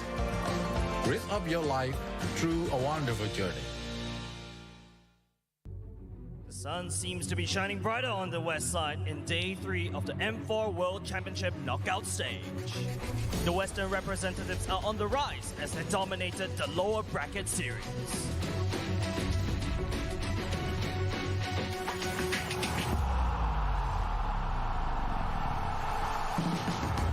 The first series of the day saw S11 Gaming take on RSG-SG. It is unfortunate that the Singaporean representatives have to compete without the gold laner on stage. And RSG-SG were eliminated by S11 in a convincing 2-0. The West continued to heat up in the series between Incendio Supremacy and MDH Esports. The Turkish Delights were too sweet for the competition and left MDH Esports with 0 on the scoreboard. And they spelled the end of the road of MDH Esports. Is this deja vu? No. It's the Valley, dude. The North American representative came out guns blazing with polished teamfight and execution as they put out Vernex Flash Flame in this elimination match.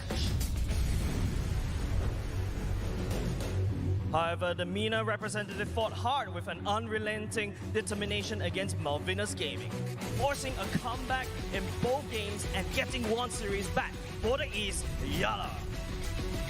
Now we will be starting another day of elimination. Which 4 teams will be sent home and which 4 teams will continue their journey to greatness? Dare to be great.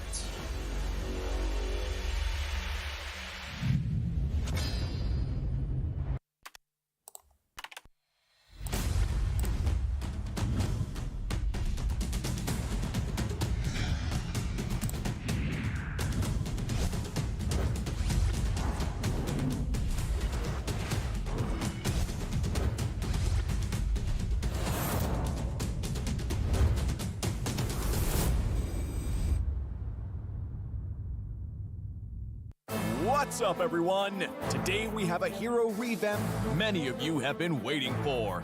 Featuring Hanabi, the Scarlet Flower. The new Hanabi is more mature and confident in herself, as seen in her new intro animation where she finally takes off her veil. Hero skills. Hanabi is a marksman that brings solid DPS and crowd control to a team and known for her bouncing pedal blades. Passive skill, Ninjutsu Pedal Barrage. That's right, Pedal Barrage is now Hanabi's new passive. With this adjustment, Hanabi's basic attacks and skills automatically create pedal blades on hit that bounce up to 4 times to nearby targets, while doing less damage per bounce. First skill, Ninjutsu Equinox. Hanabi's shield has been reworked into an active skill. The new Equinox shield now increases her movement and attack speed. Hanabi is still immune to control effect while the shield is active, but now dealing damage will increase the shield's health regardless of Hanabi's HP. Second skill, Ninjutsu Soul Scroll. Soul Scroll remains a skill shot that damages and slows enemies on hit, now with a new mechanic that marks enemies, causing them to take full damage from the next pedal blade bounce. Ultimate Forbidden Jutsu Higanbana. Hanabi's ultimate remains unchanged, damaging and immobilizing the first enemy hit. The revamped Hanabi retains her uniqueness without needing to stack her shield before a fight, and her pedal blades are now a more consistent source of damage. Her new shield mechanic improves her sustain mid-fight so she can stay in and on her targets. Pro tips. Use Equinox when you anticipate incoming CC and deal damage to keep it up. Don't panic if you get engaged on. Cast your shield and keep attacking. Line up enemies with Soul Scroll to cut their mobility while boosting your damage. And look to use Higanbana when the enemy is grouped up. Combo tips. When laning, use Soul Scroll to slow and mark enemies, so your next Petal Blade bounce does full damage even if they're hiding in the back. In a 1v1, use your shield's new sustain to get the upper hand.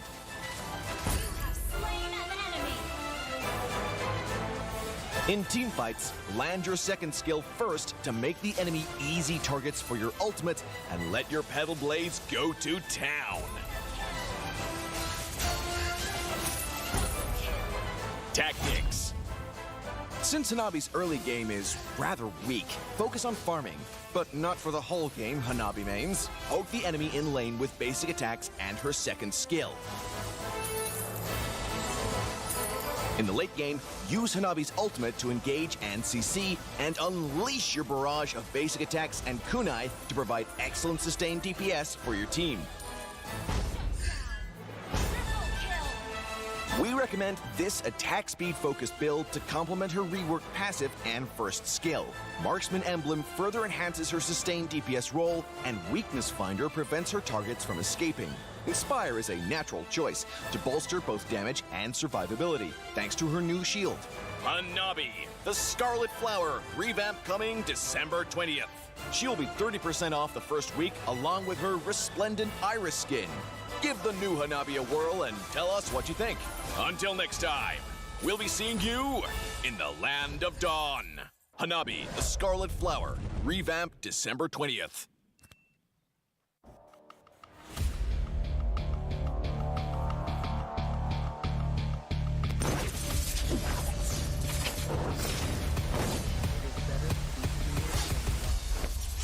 If you cannot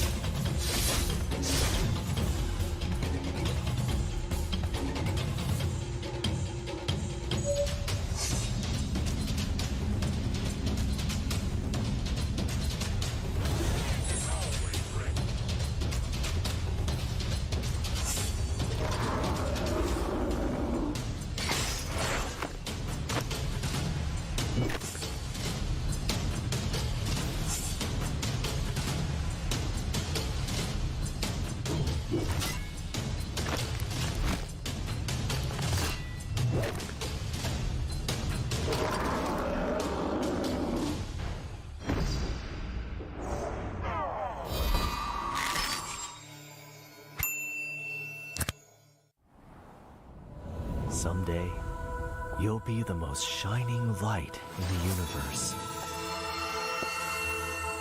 The star will be burned for you, my flare.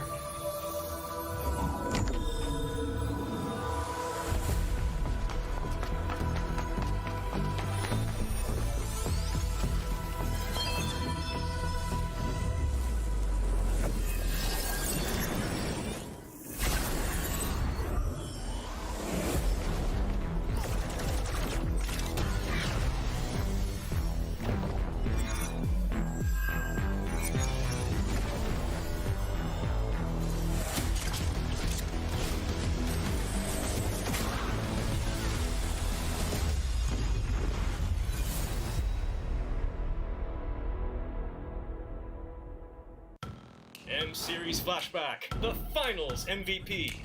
Every tournament will have its own most valuable player or MVP. Welcome to Mobile Legends. Back in M1, it was Aura of EVOS Legends with his masterful off-lane plays to clinch the award. Aura! EVOS Legends bakal melakukan trik akan gas di masa And be the first ever Finals MVP in Mobile Legends M-Series. Meanwhile, in M2, amidst the pandemic, Carl TZ of Bren Esports proved that his flashy jungler plays were the top of the world. Okay, anyways, 3-1 immediately traded out. Make that 3 members chasing him down, and there's only so much. And in 2021, Ohem of Blacklist International showed why he is the Filipino sniper with his spectacular Beatrix and marksman prowess. Here in the early game. Another fight engaged on by Edward Loud. Asmo still able to run away, but Ohem comes in. So he goes in for 1v3 play. A mistake as he gets shut down. And claim the title of M3's Finals MVP. Who do you think will join these players on the Hall of Legends?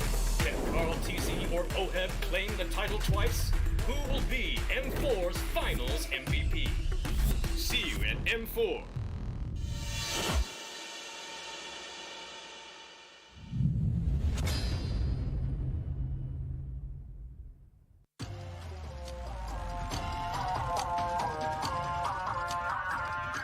Maybe.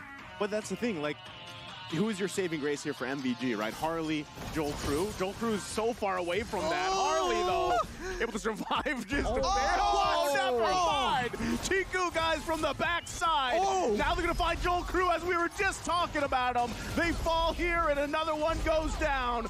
4 fall again for MVG, and there's nothing Dragon can do here to defend. It's a maniac for Chiku, guys. GG, well played. They are resetting here, 13,000 HP. They need to make a choice right now. I mean, the minions are pushing in into their base. They're gonna get backdoored by Call of Teasy if they don't choose now. Oh my god, Call of Teasy, will they read this? Junpo tries to delay, but no, my god, 505 trying to fly. Sanford, Yaoi goes down, but Call of Teasy in the backside. Benny QT, the base echo outplayed RSG. But we just barely missed it off camera. What happened to Papa Dog?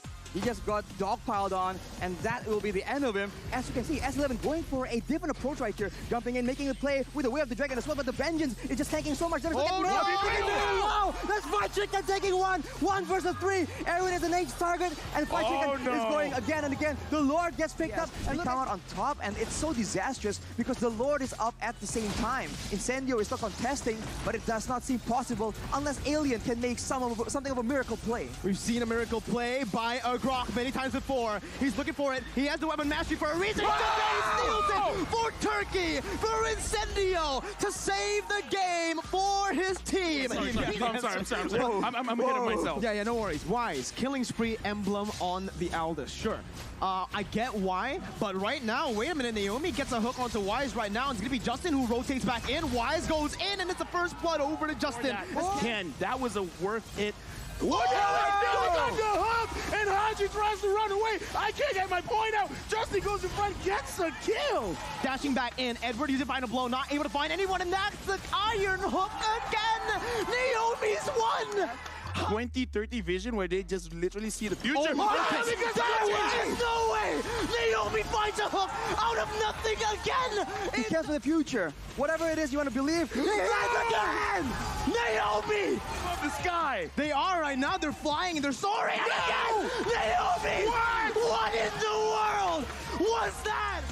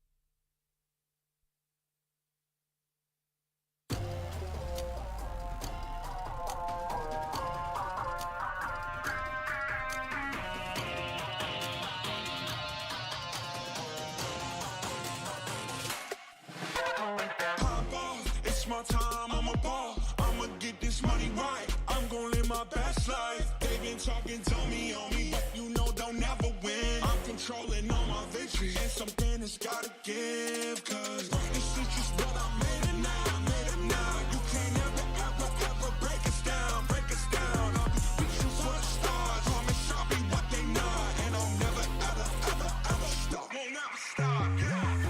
Touch the sky, you're made of silver and gold. Touch the sky, you're the greatest ocean now. You and I, we can make it out of the cold. Hang tight, we gonna reach for the greatness. We will always rise, we will never fall. Fighting our eyes will be strong. Even though we know our backs against the wall. Can you take your aim? You know that this is. I've been down, been waiting so long. I'm here for the crown, I'm here to show off. Greatness time, just waiting to show y'all. This is your time to remember. So many times I lie in the basement waiting for greatness. No, I won't listen to anyone hating on me, telling me I wouldn't make it. Cause I did everything that they said I couldn't. Caught my footing and I kept the controls. I stand for something, I ain't running now. I'm the greatest now, I just wanna make it proud. Don't let me down, don't let it all fall. I've been on the road, accomplished all of my goals, and I ain't gonna let you down. Touch the sky, you're made of silver and gold. Touch the sky, you're the greatest ocean now. You and I, we can make it out of the cold. Hang tight, we gonna reach for the greatness. We will always rise, we will never fall. We fight it our eyes and we are strong. Even though we know our backs against the wall. And again, pick your aim, you know that this is coming for the game, cause we ready for the victory.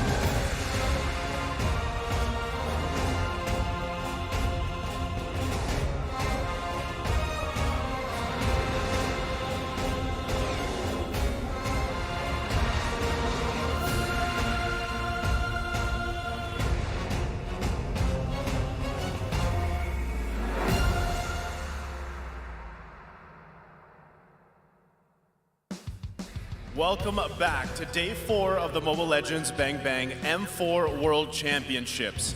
We are now down to our final match between the next generation of MPL, RRQ Akira and Occupy Thrones.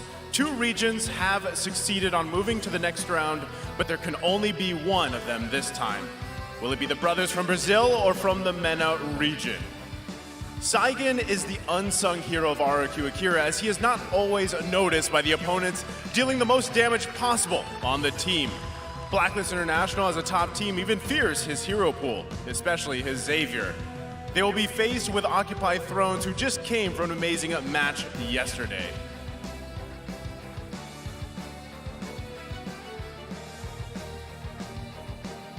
An amazing match was played out by Occupy Thrones, with Maro's crazy Kufra setups setting them up for success. Now they are up against their brothers of the next generation of MPL. Will they beat their brothers from Brazil on their debut?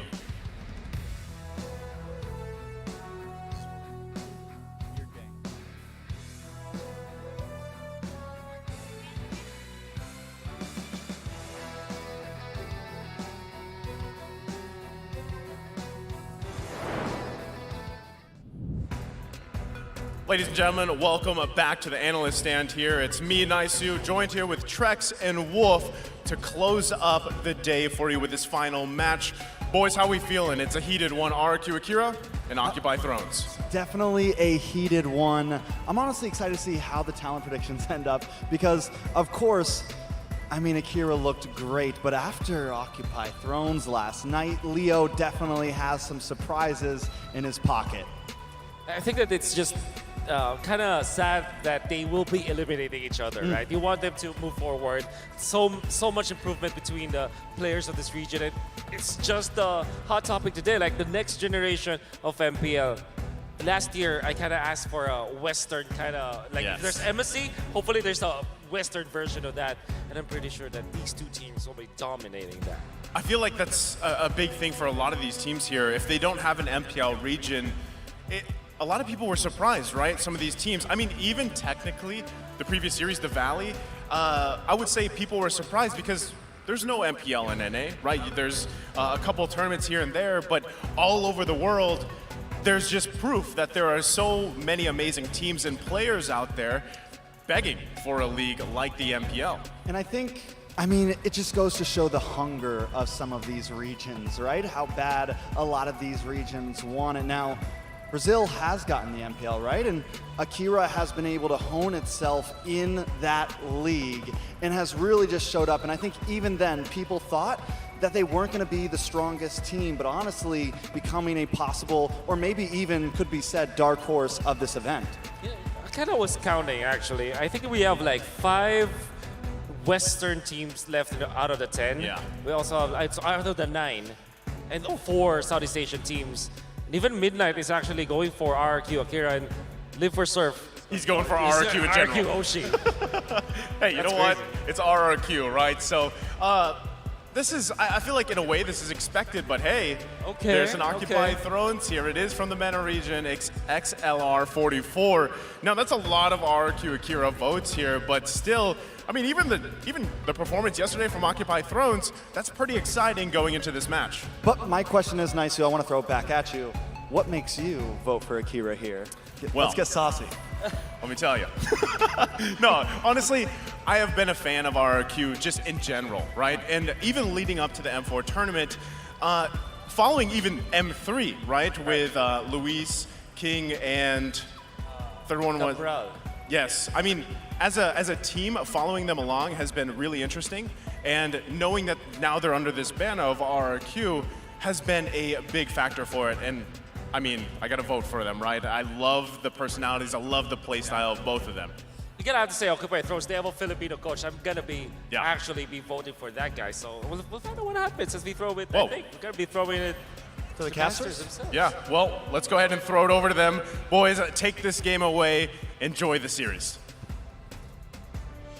These teams have grown so much, both from developing regions with their own MPLs, but sadly tonight only one marches on. At your service, my name is Leo. Joined at the desk by LaFell and Jays, and we'll be bringing you this best of three between Occupy Thrones and RRQ Akira. Before we get on with the pre-match discussion, going into the draft, I'd like to remind you all about the M4 Pass. It's available right now. Complete all active tasks and you will reach level 75 at ease and for free. Log in now and get exclusive rewards such as the Beatrix Light Chaser and Stellar Brilliant skins and the M4 Beatrix figurine. They're all waiting for you in that pass. Use the hashtag Mobile Legends Bang Bang, hashtag MLBBM4, and hashtag Dare to Be Great. Battle Night goes live this January 21st. Expect loads of events and rewards up for grabs in-game. First off, complete battle tasks in the game, and make sure you do that by January 21st to get the skin choice chest. You can choose the skin you like the most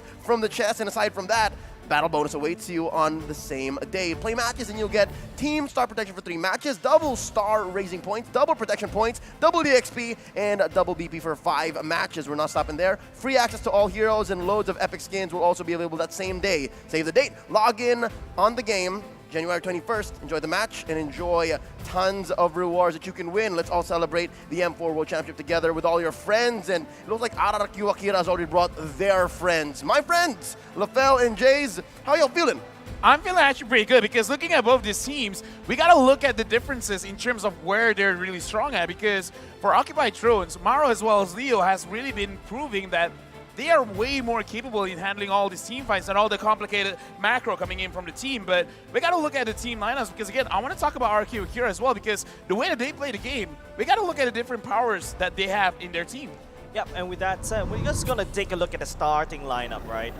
RRQ Akira, Occupy Throne, are there any changes towards the roster? But I don't think there should be any because I feel like these are the best in slot, right? Saijin, Tekashi, Gustala Gusta, King, and Luis. Waiting in the wings is Blink, who was once a flex mid or gold for RRQ Akira, but now is mainly helping out Coach Cabral with the draft.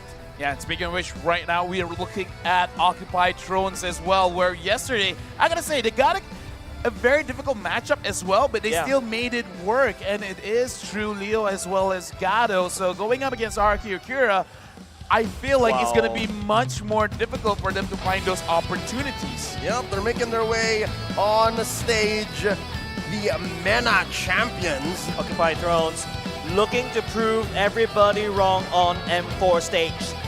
Stacks. Odds are stacks against them, and they're looking to make us regret our votes. Look at the stride. They're moving to the stage. They look happy. They look confident. They look like they're ready to crush it. Representing the MENA region with players from Saudi Arabia and Egypt. Give it up for Occupy Thrones! Looking to occupy that M4 throne. It is in their title, but it's up to their performance whether they can thrum against RRQ Nation. Smile all across their faces. I don't think we gotta ask. I'm pretty sure that they are ready for this match. Oh yeah, and here you can feel the Brazilian energy. Tekashi smiles. I love it when that young man smiles alongside Luis. You can't help but do the same. Yeah, and the smile is infectious, the confidence is infectious, the motivation infectious, and of course, the crowd, my goodness me, is leaking through, and they are infectious as well. That's Astro Thunder! That's Astro Thunder! Walking in, full of swag, loving the energy, loving the crowd. Viva RRQ with making a lot of noise. They are feeling great. Technically, you could say that this is their home court, right? I mean, might as well. With the RRQ name. They are adopted. Oh, ladies and gentlemen, from Brazil, let's give it up for RRQ Akira! Man, the fans had adopted them, integrated them. RRQ Akira, the fan base is cheering them on. And making their way on stage right now with our esteemed referee, the authority in this current competition. We have Aditya Padilla, and flanking him are the coaches, Coach Cabral and Coach Mundo. X Factor, possibly, that's a Filipino coach for Occupy Thrones. I feel like if there's any Filipino in your team, doesn't matter what role, he could be the owner. Just the owner itself is already quite the boss. Something about the Filipinos, man. But going into the game, again, when we're going to look at the line, we're going to look at the draft, I'm looking at Leo as well as Mauro for Occupied Drones. For RQ Kira, I'm looking at Saigon as well as Takashi. Again, looking at how I would say both players for both teams, the way they start up the fight is different because, like you said, every single time when we're looking at the MVP, the setup and the payoff. Two kinds of different players, right? That could make the difference. And here, we're gonna need every single player to do the same. Head-to-head, looking at what RRQ Akira and Occupy Thrones are bringing. Obviously, Akira had a rocky start in the knockout stage, but they're winning the best that they can. Let's look at Occupy Thrones though. Look at their kills. They're killing just a wee bit more than RRQ Akira. I agree. Yeah, Occupy Thrones, I think a little bit more bloodthirsty as compared to Akira. But another thing that you also have to take note is that Akira has a stronger early game control, but when it goes to the later part of the game control, Occupy Thrones, they have the advantage. But what I love about Occupy Thrones is their consistency. Just take a look, early game and late game at 33.3%. But looking at the KDA ratio, they're very close. So it does show that both teams like to skirmish quite a lot, and not every skirmish will really result in what they really wanted. So going up against here, when both teams have the same mentality when they're taking the team fights, it could be very, very messy very, very quickly. Yep, and them getting messy is a last choice. It's a worst case scenario because both are very good at the late game. RRQ Akira have modeled themselves after the M3 World Champion Blacklist International, while Occupy Thrones winning their MENA Grand Finals, becoming champions.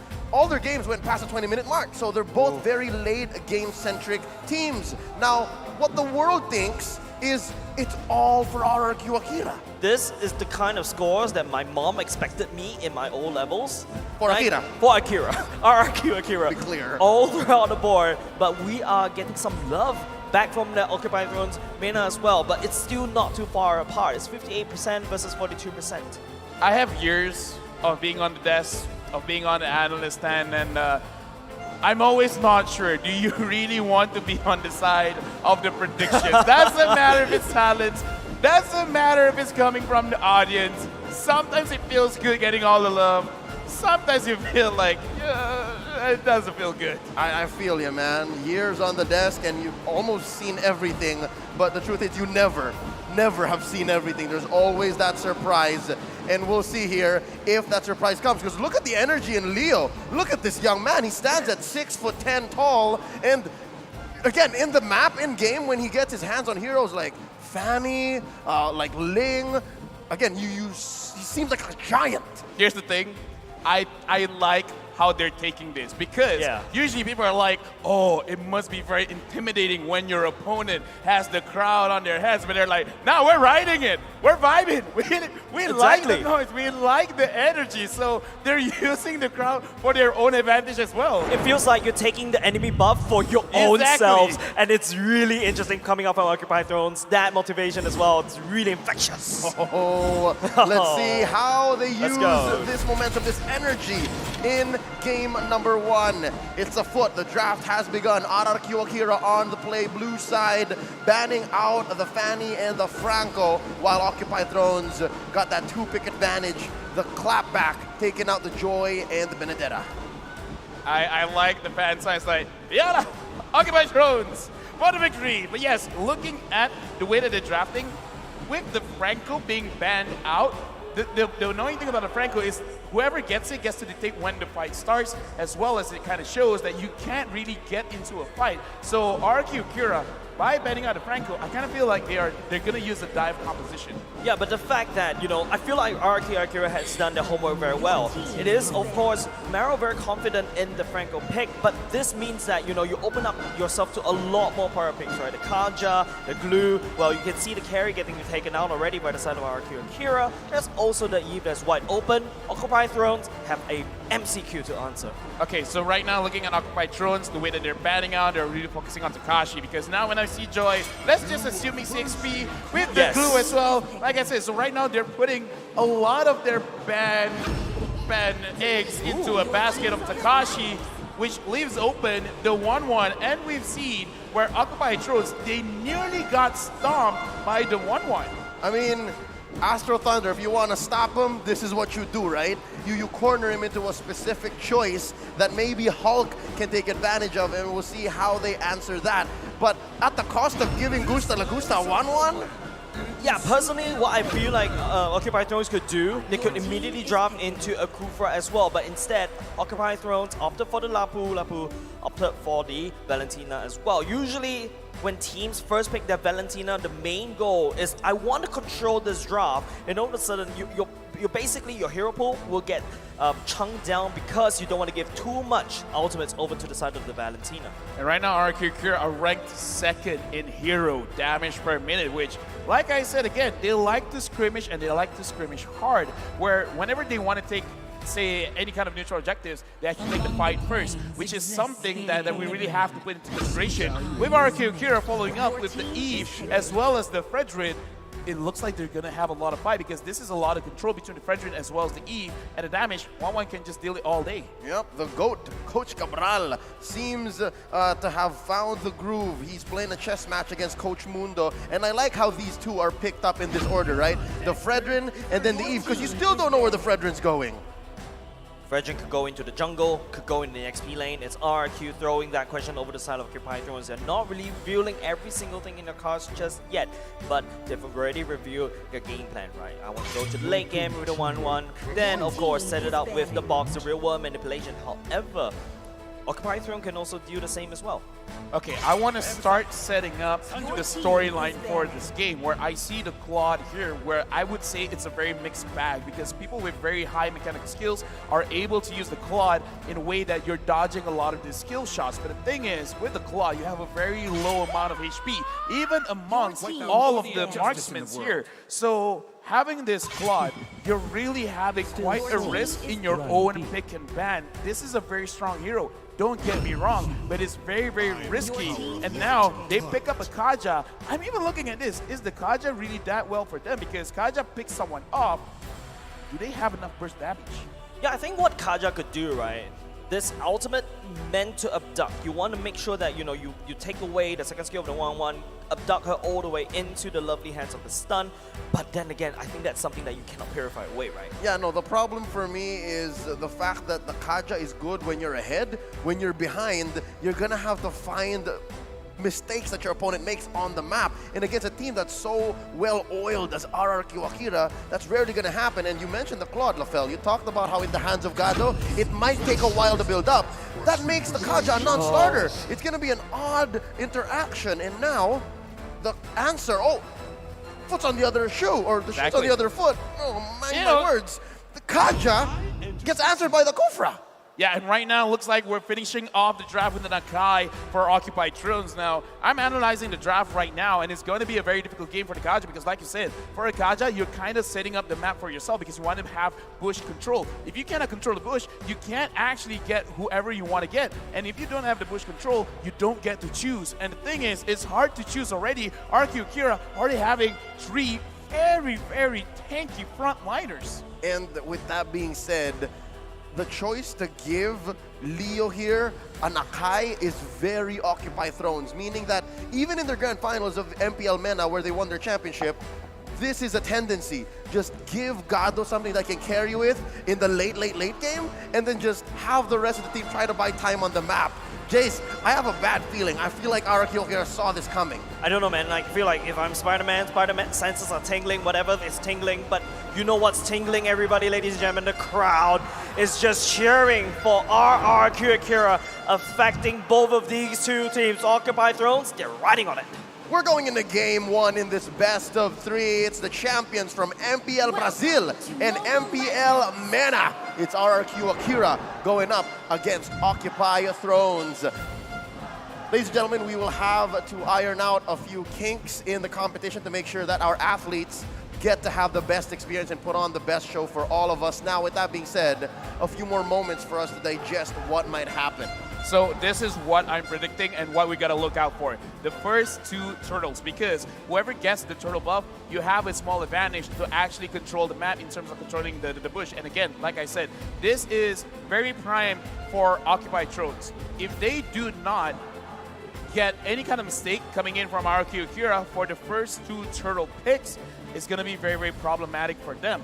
If Aoki Akira, not only do they not get picked off, but they also establish a good solid ground inside the jungle of Occupied Thrones, then I gotta say, Aoki Akira, they're gonna have a very good transition from mid to late game. Yeah, but LaFell, I think at this level, at the best of 3 in the lower brackets, I don't think it's about, you want to count on your enemy's mistakes. I think you have to create the opportunities to allow the enemy to create mistakes, right? But at the same time, what I'm looking from the side of Occupied Thrones is the control in the mid lane. Valentina usually have a very strong early game presence and try to get ahead, but it's going up against a Yi, which has a lot of slows and also quite a good wave clear as well. Based on the way that this discussion is going, it's a matter of Occupy Thrones moving much, much faster than we have seen them, both in the group stage and the knockout stage. And I don't know if that's possible. Again, even if our good friend Naisu says, they trained their minds out. Whatever it is. Whatever it was, Whatever right? it was, yeah. We gotta... See, you think about something too much, and you try your hardest, and the best performance doesn't come out. That's what I'm afraid of here. The fact that Occupy Thrones is trying a strategy that isn't a sound. Okay, so Jace was talking about you got to create your own opportunities. Yep. How you create that opportunity is with the Kaja. Now, let me remind everyone what they're working with. You got a Kaja that can pull someone in, but then the follow-up damage is going to be the Valentina, the Akai, as well as the Claude. In those first 2 turtles, will they have enough damage? But before that, let's look at the player head-to-head. Now, you brought up the fact that it's all leading up to, again, the 2 turtles helping out the core damage dealers, right? Pushing your strategy forward. And who do you have to expect to carry that burden? The gold laners, right? You have here Gado and Gusta Lagusta. Obviously, stats are skewed on over to Gusta Lagusta. And again, this is why I'm so worried for that Claude. Another thing to worry about is that in the marksman matchup, a 1-1 going up against a Claude will usually take more time as compared to the 1-1. If the 1-1 knows how to play aggressively, she will be able to, walk around, play around with your weak points, and then win that trade. And you've also got a semi-pew for yourself at the same time. The Kufa will definitely linger around the 1-1 side to make sure that this 1-1 get a very good farm and good GPM, but take a look at looking at the head-to-head right now, is leaning towards Gusta Lagusta with a 768 versus a Gado, which is 626. Expect Gado, especially on the Claude, to play passively. I would argue that this stats is not 1-to-1 because the way that their games have been progressing is very different, where Aoki Akira, they had very good matches in the group stages, and even though I would say Occupied Thrones had good matches themselves, but it really doesn't give the same results as Aoki Akira. So looking at the stats, I kind of feel like, yes, it shows that on average, Gusta Lagusta has been, rocking way more in terms of damage, in terms of gold, but I kind of feel like Gado, he still can match up against Gusta Lagusta, but the thing is, you gotta look at the movements. Who's really putting the pieces together? Who's pushing this there, getting this, getting that? I feel like that's gonna be the main thing, and that's why, again, I'm really focusing on the transition from the early to mid stages of the game. And I think that's their main difference. You can argue about stats, how they're taken, what the sample size is, but the fact is, both these players are activated at different times in the game, right? Early game, you can expect Gusta Lagusta to come off. But for late game, Gado has never missed, right? Even with his Lunox, with his Beatrix, with his Claude, now in game 1, we're gonna see exactly how that comes to fruition, all right? For reals this time. Let's do it. Aoki Akira versus Occupy Thrones. Mind the jungle rotations. It looks like it's a pure mirror. It's orange to orange. Another thing that we also seen from other Kajas is that they need to establish that river control, right? To make sure that you know where the enemy jungle is, you protect your jungler from, any sort of invades. At the same time though, I feel like both these 2 teams, take a look, both these 2 roamers, focusing on the mid lane for now. Right now, Fury is doing quite a lot of damage onto Saigon and Louise. is checking out where everyone is moving, because as a Kupra as well as a Kaja, any cash heroes, doesn't really matter who, push control is super important. Right now, Fury 77 is actually doing a lot more than the Saigon is able to, going up against Maro and Fury. The best part about, the Valentina is that, yes, you can clump together, and that's where her passive comes into play, right? The more that you land the spells on top of the heroes, you gain more EXP. Just take a look. Just the difference in the EXP level. Saigon skill starting at level 2. Fury 77 has already hit level 3. And that helps with Occupy Throne's plans. Correct. I'm guessing, because again, that's less pressure on Gado. Takashi though. Oh, Fury 77 found Takashi, but the Char Residue just makes him super tanky. He will be able to sustain out of this fight. They're professional players. If that was me, I would have gone for it. But probably all the skills were in cooldown, and they understand they cannot lose early. So right now, good setup, but Gado not going to get caught by Lewis. Oh no, Leo spots that there's a little bit of pressure on his gold laner, catches the Brazilian Heartbreaker. Oh, this Lewis could be gets hit dangerous. to the wall. The flicker will be allowing Lewis to save his life. Occupy Thrones has ganked twice. None of them sticks. All right, so again, full control from RRQ Akira, right? They are not shaken. They're not stirred for sure. And look at King. He is first on the scene, quickly pulling that turtle. Yeah, 37-7 is something that we need to take a look at, right? You need to hit level 4 quickly, gain that real world manipulation. And so far, he's just coming onto the scene. 4v4, pending. Could it be? Turtle less than half health. Maro is already level 4. He's trying to upduck. It's going to be the pressure that takes, but the real one manipulation. Leo takes the first turtle away, and they've already picked up their prize. The RRQ Akira will punish them back. First blood for a major objective. LaFell, was that worth it? I honestly feel like it's worth it for RRQ Akira, because that is what Occupy Trolls want. They want the first 2 turtles, and they understand. And like I said, based on the stats, numbers don't lie. They want to fight first, objective second. Oh, the the slow coming out from Sagan is actually helping him quite a lot. Maro and also Fury 77 will not be able to catch anything for now. So now here's what I'm thinking, right? Half of your team wants to go aggressive. The other half wants to go get objectives. What's Occupy Thrones doing, right? Oh no, he's gonna get sandwiched! Oh, Maro is gonna get absolutely sandwiched by the Akira Brazilian team. No way for Maro to get out there.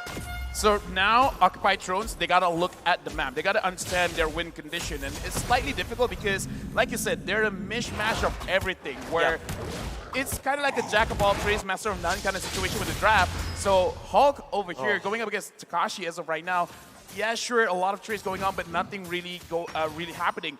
Looking at what Occupy Thrones really should do is they gotta find a way to get inside the jungle of RRQ Akira. But based on draft, easier said than done. Yep, and there's a cheeky emblem build on Leo. He has a little bit of damage and then didn't go full in on the cooldowns. So that might be something that comes into play. Saigon! Oh, it's going to be Saigon actually getting terrified at the same time. Maro jump all the way to the back line as well. The blazing away from Gado shreds the back line of RRQ. And King just walks away. RRQ Akira, they lose 1 and they're happy to at least survive. So again, this is the first time I've seen Gado so aggressive so early. I mean, as an analyst, it's good to feel good, to get it right. Leo here fighting King, but not enough damage as of yet. Like I said, Occupy Thrones, what they want to do is want to get inside the jungle of RRQ Akira, because again, bush control. I'm going to stress that until the end of the game. Yeah, this is the second turtle for now. It's got the members from the RRQ, so already set up base. Leo, on the other hand, doesn't have the ultimate, so they have to be careful. Louis jump all the way in. It's going to be Takashi in the Black Dragon form, looking for some big off. Leo will be nowhere to be seen. RRQ Akira has full control of the turtle penalty. Astro Thunder almost single-handedly winning that turtle for RRQ Akira. And now you see what that translates into. King's Louis, so confident in the back line. Louis searching it out. Maro might be the victim right here. It's going to be Louis that gets suppressed, but no follow-up coming up from Occupy Thrones.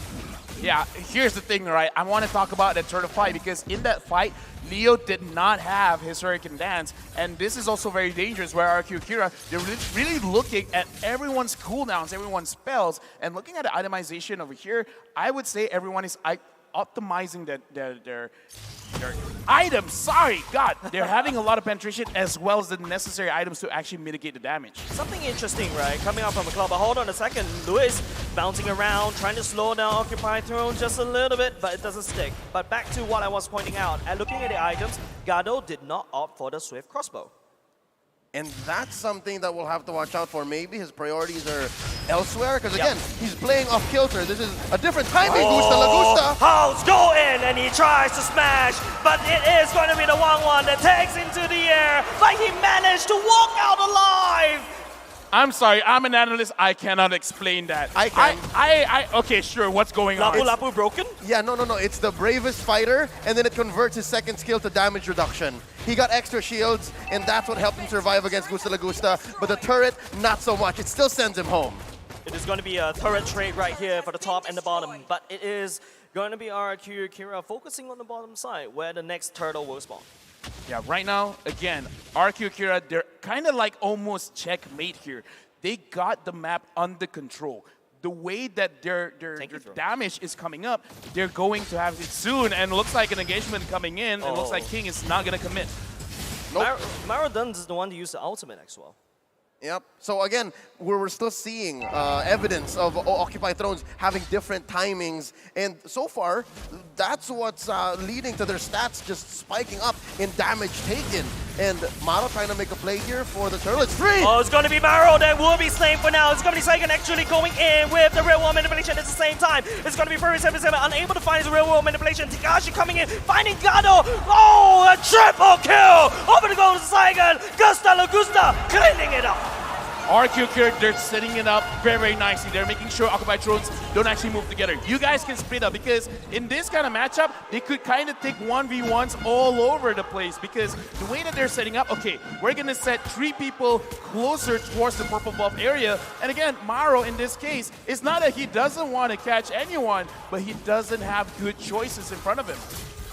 And looking at the map, that clapback, that sudden turnaround. Again, the shields from the turtle could not have come at a better time.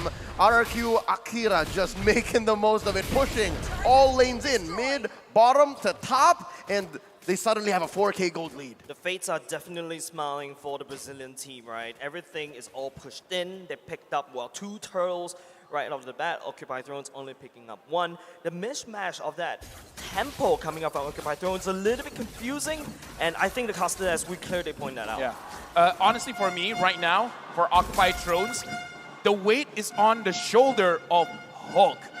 He right now, he already has enough sustain with the Bloodless Axe to hopefully go in, start the fight. Let RRQ Akira show their faces, because without the knowledge of where everyone is, Maro cannot be activated. So for them to win a team fight, Hulk has to smash. Yep, and Maro only has a dominance ice. There's really not much this Kaja can do, especially then when there's like, 2 or 3 members of RRQ Akira on you. And now concealed play from Luis. Leo pops a heavy spin immediately, and the answer... Heavy spin will be allowing Leo to pick up that kill, but it's going to be a trade for the objective, throwing that away. Reagan going in real world manipulation, cancelled in right off the bat for now. Occupy Thrones will be able to pick up 1 member for free for the time being. Now the question, was that planned? The whole heavy spin plus Black Dragon form into a turret, was that worth it? Looking at the reaction coming in from Occupy Thrones as well as RQ Akira, I don't think that was really planned. It was just reactionary. It's like, I think he overcommitted, so I'm going to try my best to catch him. And that's why we see the pin wasn't really that clean, but it still got the job done. I think the biggest problem from the side of Occupy Thrones is they don't have bush control. Just take a look how Lewis is just running from one brush to the other. Occupy Thrones, if they want to open that map, they need to walk in. And that's why vision is so important. Again, Luis, as a traditional tank, a roamer, can just check in, clear, clean, right, Maro? Given Kaja's current rework, he is partly tankier, has better sustain, but you can't beat a classic old bouncing ball in a bush, right? So I guess that's what's buying RQ Akira all this space, all this vision, all of this clean engage, and now Luis stretching up. Oh, misses his target.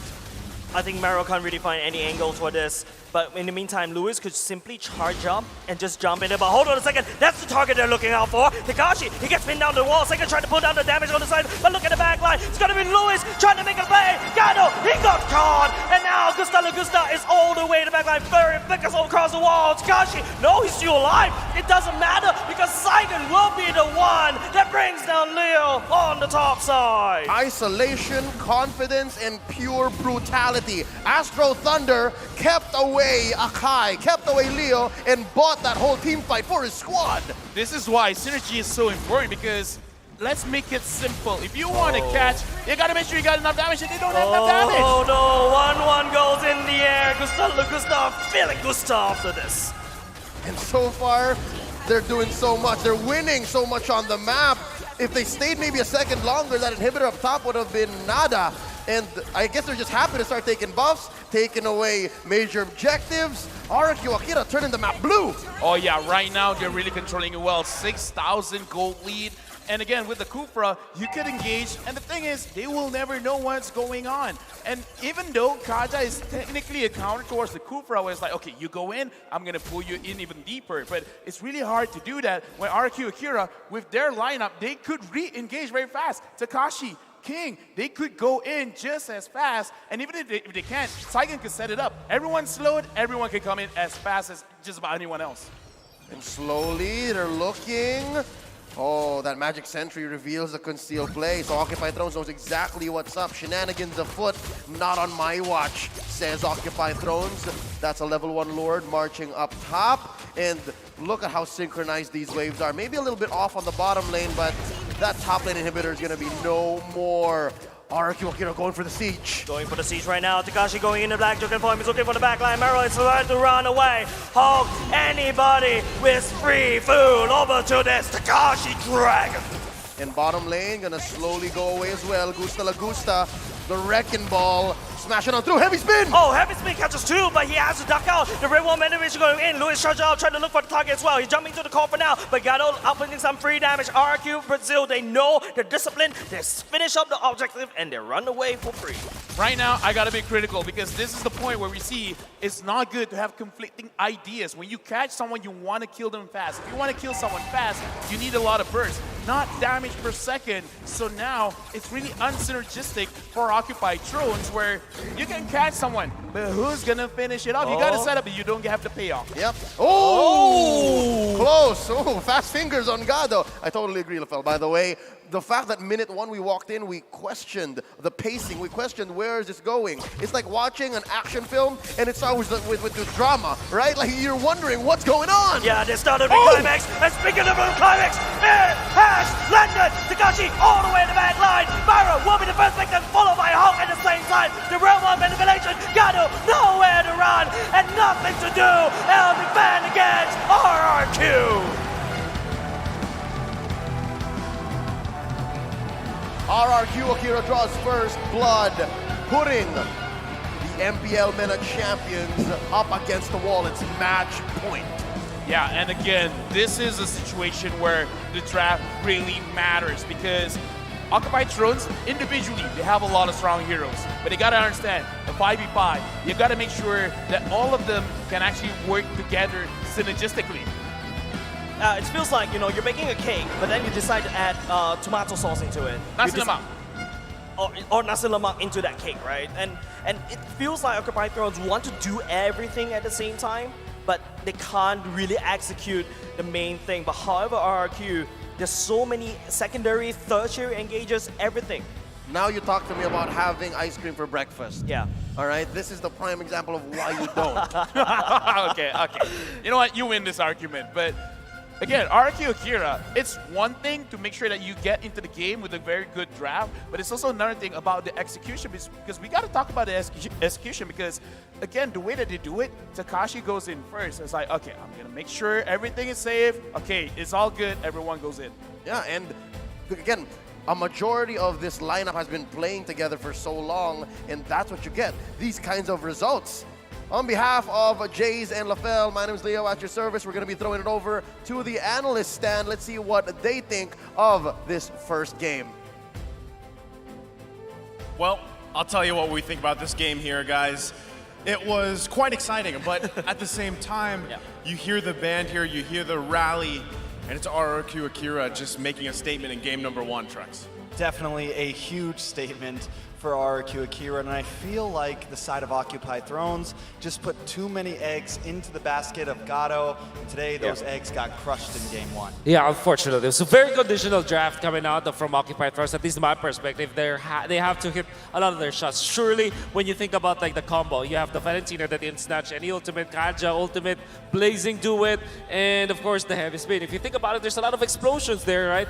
But it's very difficult to pull off altogether. That's one of the things, right? I mean, Claude is a great pick, but in comparison, Claude won. And it takes a long time for that Claude to get to the point where that Blazing Duet is going to be a threat. And I mean, how many times, too, do we see even Takashi survive some amazing things? That's right. And that was simply because a lack of damage coming out from Occupy Throne. So, you know, unfortunately, it was tough to even get back into that game with such a lack of items and gold. And I mean, in just a second, we're going to be looking at the item build so we can even look at it further from this standpoint. But still, I mean, talking about pacing, economy, and spacing, it was just really in favor of RRQ Akira from start to finish. And Occupy Thrones are definitely going to want to do something as they get ready for that game number 2. Here are the items, though, Trex. Anything that sticks out specifically for you? Well, I think the most general point of this is when you invest into that bulky composition, you need to make sure the gold lead does not escape you, because as it does, you're not able to defend against the burst damage that Brazil brought, right? And it just becomes a problem. And once that gold lead, I mean, by the end of the game, it was almost 10,000. And that defensive composition just doesn't matter anymore. Yeah, King and Luis, if you think about it, look at look at their itemization, right? They prioritize anti-ramp kind of damage, like the dominance, ice, as well as like the radiant armor, as well as the blade armor. All of these combined, they make a very tanky and a very bulky front line that the Occupy Thrones composition cannot deal with. Because you're thinking about it, if you go for the Valentina as well as the Claude, even when they're AoE, they're still like damage in the front lines, or frontal damage, for lack of a better term. So once you don't get through the front lines of RQ Brazil, you don't have much left in the tank. Occupy Thrones needed a lot of items for them to come through, and RQ Akira did not let that happen. And I mean, even if just you take a look at these stats here for the game as a whole, right? Gusa Lagusa was able to profit very well in that 1-1 like we expected.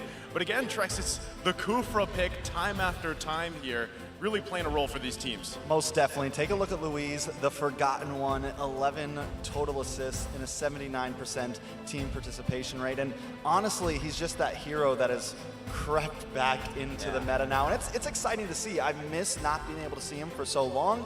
And taking a look at everything, I mean, just dominating over the board from damage dealt to taking the turrets. I think by the end of that game, OT was only able to secure, what, two turrets? Two or three turrets? Yep.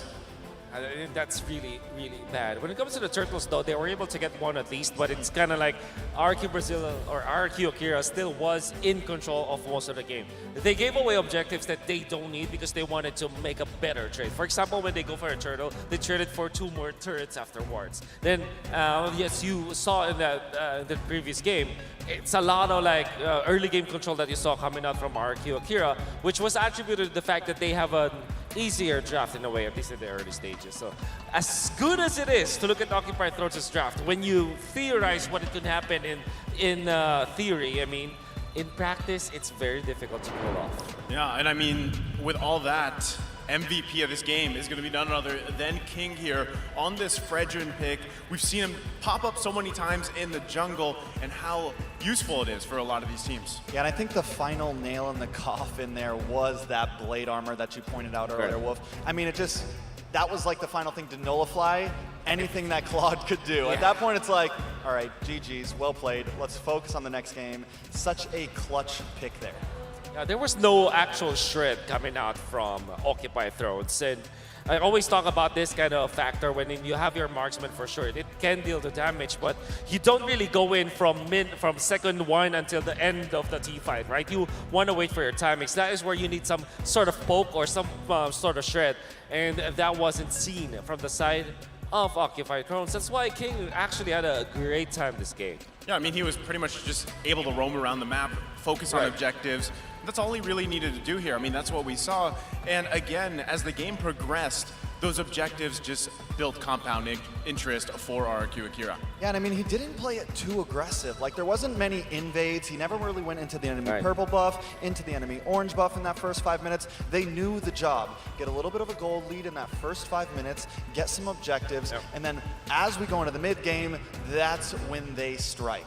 Well, again, it was just able to allow Gusta Lugusta to be online. That's right. It's wonderful to watch because if you look at it once again, they wait for their ultimates to be up. For example, Takashi, I can only see like literally one time where he defensively used his ultimate, but almost all the time they're clumping up together. They're utilizing the strength of their teamfight composition, not letting the Valentina get a good ultimate up or a snag, right? So it was really just RRQ Akira masterfully winning the teamfights because of their timings. That's the other thing that was a big question for me was you have the Akai for OT, but then you're trying to play around that Blazing Duet too. That's right. And a lot of times what ended up happening is they pushed away from the Blazing Duet. But again, that was game number 1.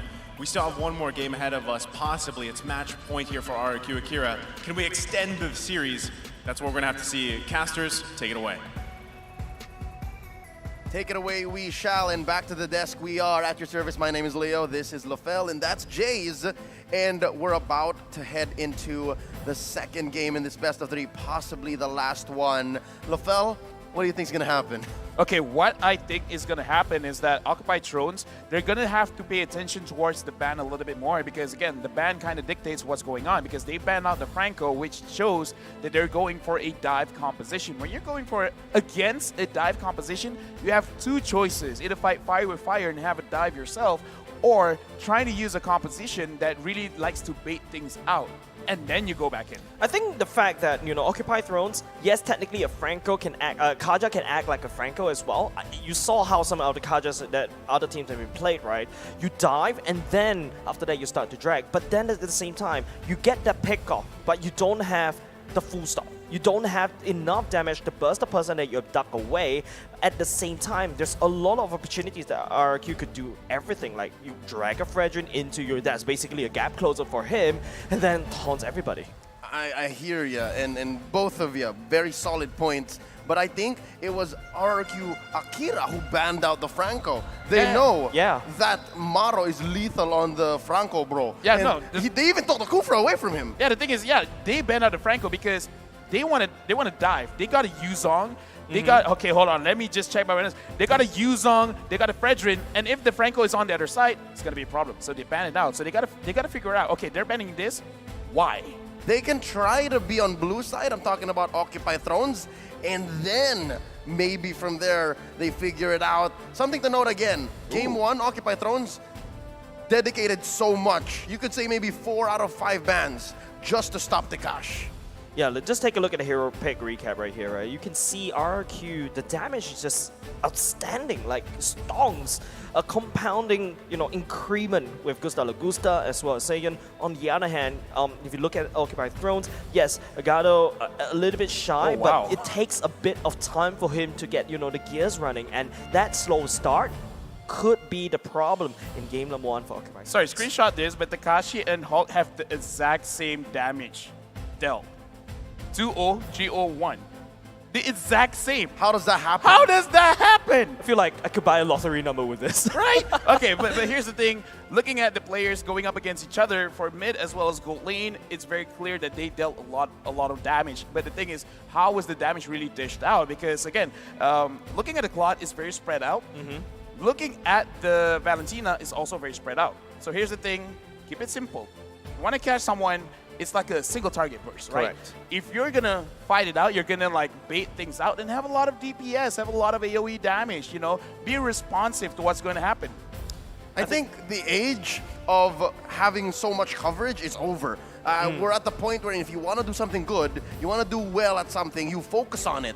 And I think that's something that Occupy Thrones, with the leadership of Coach Mundo, should have done in the reset.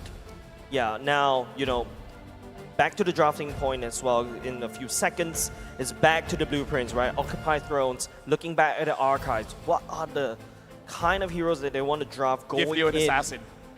Give Leo the Assassin could be an interesting point.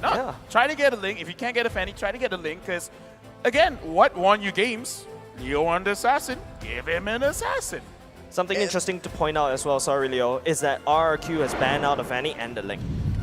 Yeah. Oh, that's right. Hey, wait, no. They did. They banned out Fanny first phase. Yes, pick, and then Haya Ling second. Yeah. So they could have prioritized it. Exactly. Oh, no. Correct. I All think right. Occupy Throne just doesn't really know how to prioritize this pick, but we got to take a look at the draft. Yep, going into game 2, this is where decisions are going to be made, possibly feelings hurt, but games are won and lost off of what is going to go down. Here we go. Once more, RRQ Akira on the play. I was expecting to switch up here, but no, they're doing the same thing. Franco and Fanny taken out, and then Occupy Thrones banning out the carry and the glue. I kind of feel like they understand, is it really worth banning all EXP laners for Takashi? Because I kind of feel like he had an entire year to basically trade all of the meta EXP laners and then some. I think the best part is that I think RRQ identifies the mission right here is just to basically ban away the Fanny, ban away the Franco, ban away the Kaja, which Maro used in the previous game. Occupy Thrones will trade that ban with a 1-1 ban, but this opens up to the Joy. And there you go, Astro Thunder still gets his hero anyways. The Joy comes through, and mind you, this is still a flex. We have seen King play this. Here's the thing, right? Joy, like, it started off very slow, but now it's really catching steam. 1-1 is #1 in pick and ban rate with 100%. Gee, I wonder why. Man, like, 1-1, super broken, especially when she gets into the air, spreads all the damage all across the board. But even with the recent nerfs, it's still not enough. Looking at this, right? So Valentina picked up again. When I see a Valentina, I think of control. I think of team fight. So I'm looking at the draft from Occupy Thrones. I want to see a team fight composition. Yep. We're looking sure that, you know, Occupy Thrones will pick up a team fight composition. First ingredient for that team fight composition is a tanky frontline. There you go. That's the Fredrin going in. Don't feel for the carry at all because, you know, Occupy Thrones has always already banned it away. Now, I think the biggest question from the side of RQ Akira, where is this Joy going to be? Because Jungle Joy doesn't look as delicious anymore. It feels like a EXP Joy is the way to go right now. Yeah, okay, so I agree. Let Joy be there. So I feel like in this situation, don't pick up a clear-cut jungler just yet because you said as well, King can use this hero. So wait until the end of the draft to make a decision. With Eve as well as Cho picked up, this is a very strong dual mid lane because they can have a lot of control because yes, Cho is a catch hero, but the thing is, because of his Jit Kundo, he has AoE crowd control as well. So this is actually a good answer towards a possible team fight composition where you have a lot of control in the slows with the Eve as well as the knockups with the Cho. Yep, and this leads into the current storyline, the path, the narrative for both coaches drafting is everyone's non-committal except for Coach Mundo, who picked up on what we were saying. You gotta give Leo an assassin, and at first I thought they were gonna, take this to their grave, flex that Fredrin until the very last minute, but no. Leo said, Coach, look at me, I need the assassin. Yeah, I need the assassin, goes for the higher. Preferably, I prefer the Link because you got the global map presence, but I mean, as long as Leo is comfortable on this assassin, that's great. Now, your biggest target that you need to look out for is definitely that Eve. You want to try to land the shadow kills on top of the Eve, burst them down, but then again, there's also that tricky part, right? Joy can always take the aggression from the shadow kill and then run away with it. So that's why the way that I'm looking at drafts right now, if you're picking up an Hayabusa, what's the follow-up is going to be very important because you need someone to isolate absolutely anyone, right? So and you got to make sure that you get to dictate how people are isolating yourself because throughout this M4 World Championship, you can't really rely on your opponent to isolate themselves from their own teammates. So you need someone to force it out. Again, Akai is not good here, but I'm thinking of something like an Akai where you don't get to choose where you're going to be at, and then the Hayabusa could take control. So I'm looking at the draft. If they can pick anyone that isolates someone from RQ Akira, because you're saying that the target is the Eve. How can you be sure the Eve will anyways be alone? It doesn't even have to be isolation in the fact of ult, right? It doesn't even have to be the fact that I can, through my skills, do that. It can be just the nature of the hero. So I'm also looking at possibly a Kufra. The Kufra is solid looking right now. Your team is picking. I definitely agree, but it's going to be the Lunox being picked up by the side of Occupy Thrones. I feel like the Kufra should be there in game number 1, but it got slipped away. But RQ Akira will confirm that Rudy for Gusta Lagusta. Now the question is that the Lunox gold lane? I think so. I personally think so. Yeah, it is.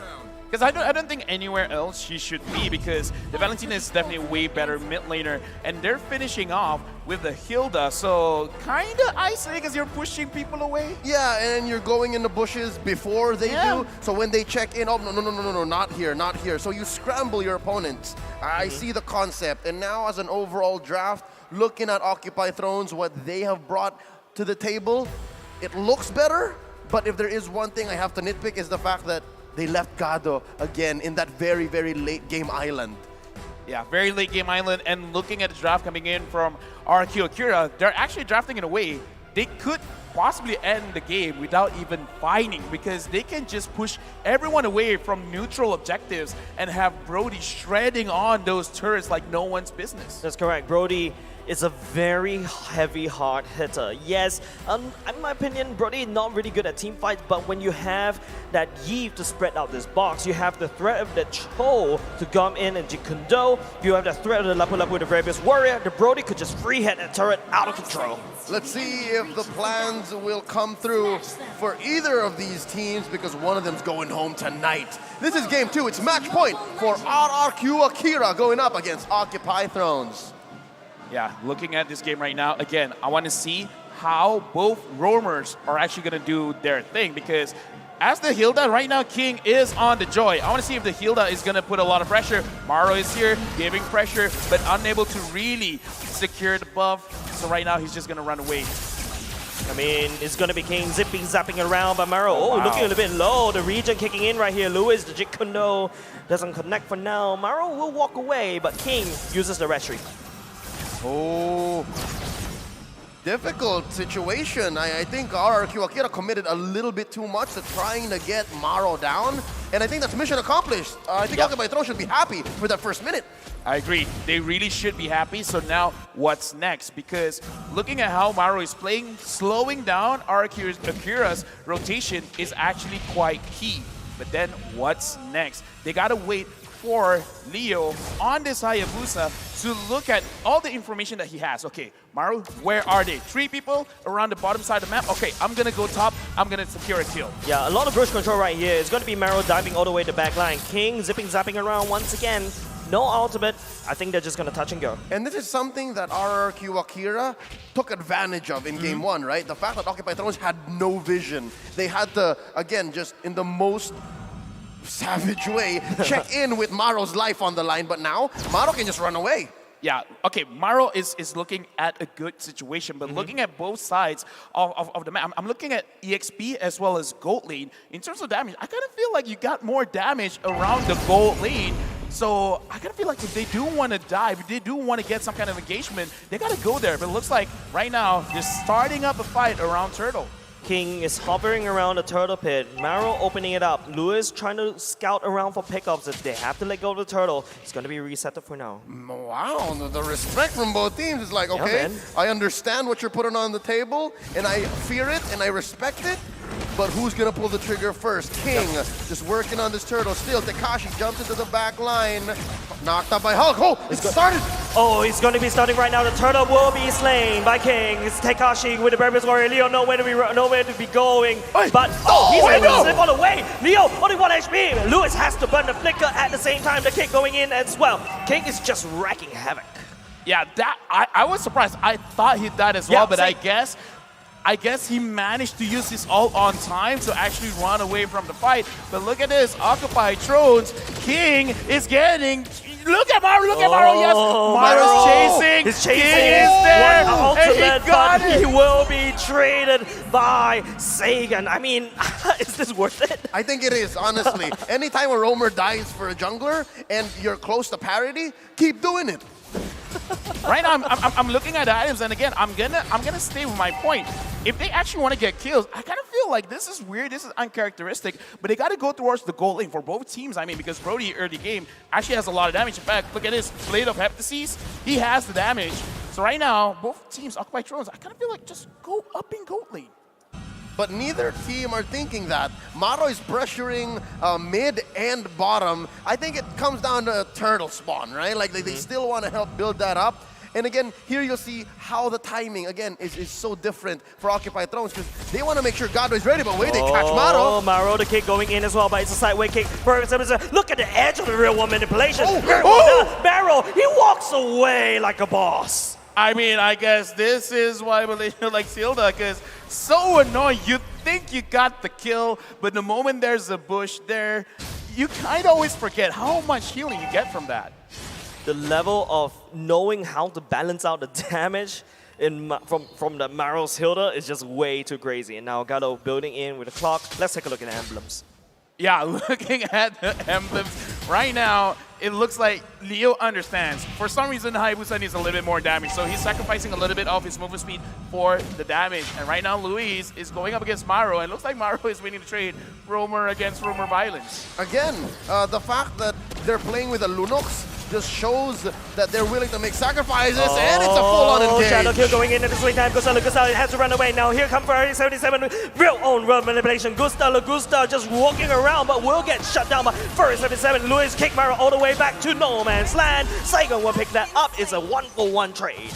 Again, Maro for anyone from RRQ Akira is a good trade, especially since Gado's not suffering just yet. Hey, they put an assist on that gold laner. And I just like looking at a fight around the goal lane, so now they're freeing things up a little bit. Fury 77 got the purple? He protected the purple. Oh, wow. It's on him instead of King. So again, that's a check for Occupy Thrones in the mid-game. Everything is going superbly well for Occupy Thrones in a very awkward way. RQ Akira, I don't know. Everything is looking slightly okay for now in terms of the goal lead. Super even. Oh, you hear that?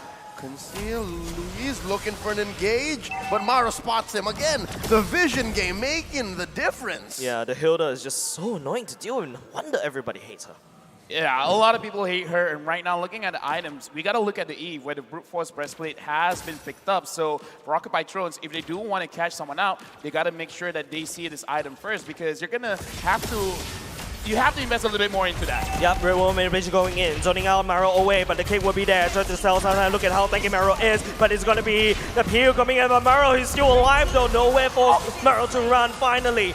The squirrel jump, and he has to fall on the ground someday. Close call. If only this was maybe 2 or 3 minutes into the game more, then maybe Gado would have gotten a kill or two. But at least they're just trading Maro. Maro's more than happy to be of service to his squad this way and eventually get them to the late game where they're more comfortable. Something I want to talk about.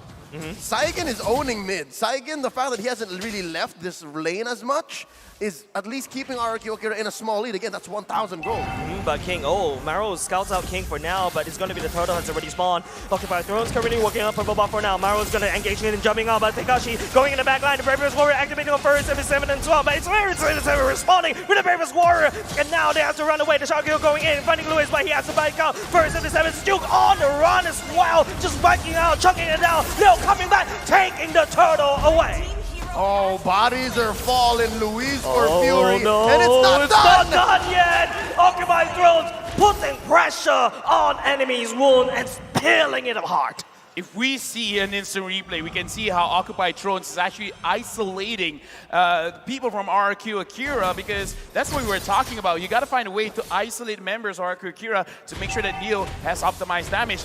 Now, the way to do it is kind of weird, because Shadow Kill to put everyone together, and once everyone is together, then they start isolating people. So, reverse order, but it still works out. It's isolation by with more steps. Exactly. It's like, we come together and then we isolate excellent, and we come together again. Occupy Thrones. I think the way that Maro has been playing this Hilda is actually making so much sense. You know, opening up the map. Everyone somehow is scared of the Hilda. With the way that Maro had stepped up, originally they had a different shot caller. It was their mid laner previously, Joke. But now it's Fury 77. Maro had to come into the leadership role, and here he's making all the difference. He shrank that gold lead previously about 1,000 and change. Now it's OT who's actually owning the map. And look at this, the main damage dealer, Lunox, as well as the Brody, already having 2 core items. I would say if they want to fight, this is the time to fight, because you gotta engage the Brody before he gets his Blade of Despair. Once that is online, this is a very scary Brody. Lunox, just by having 2 items, right? Lightning Truncheon as well as the Clock of Destiny, you can already wreak havoc. And thinking of the possibilities, right? We really haven't seen the full potential of Gado just yet. He can even survive when King tries to dive him. But so far, RRQ Akira have picked up on it. Hey, Occupy Thrones are owning more of the map. We should watch out. Tekash tries to engage, cancels it. Oh, no, Leo! It's so hard to see Hayabusa just jumping in back and forth like that. Leo, super slick on this. This is the assassin that he's comfortable with. Maro gets slowed down by the E for now. Leo, he actually catches Gusta, but have to run away. Look at how much Gusta hurts. Look at this, it's very crazy, but Luis gets a kick. Oh, Luis got a kick for 77, actually blowing down the real one manipulation. Icon following suit, but it gets cancelled by Hawk at the same time. Torn apart memory, not tearing people apart. Front side, Occupy Thrones. It's gonna be Leo going into the shadow kill all the way to the back line. King looking to reload. Shuriken there to finish the King off. Hawk will be there to say hi to Tekashi. Backsaw because Occupy Thrones pick up a good kill. Look at the way Occupy Thrones is approaching the fight. Leo is the one engaging. He's giving the idea, I'm gonna use my Ogi Shadow Kill, and that forces the members of RRQ Akira to actually move together. Up Maro running away, running for the hills at the same time. He's super fast. RRQ Akira cannot catch up.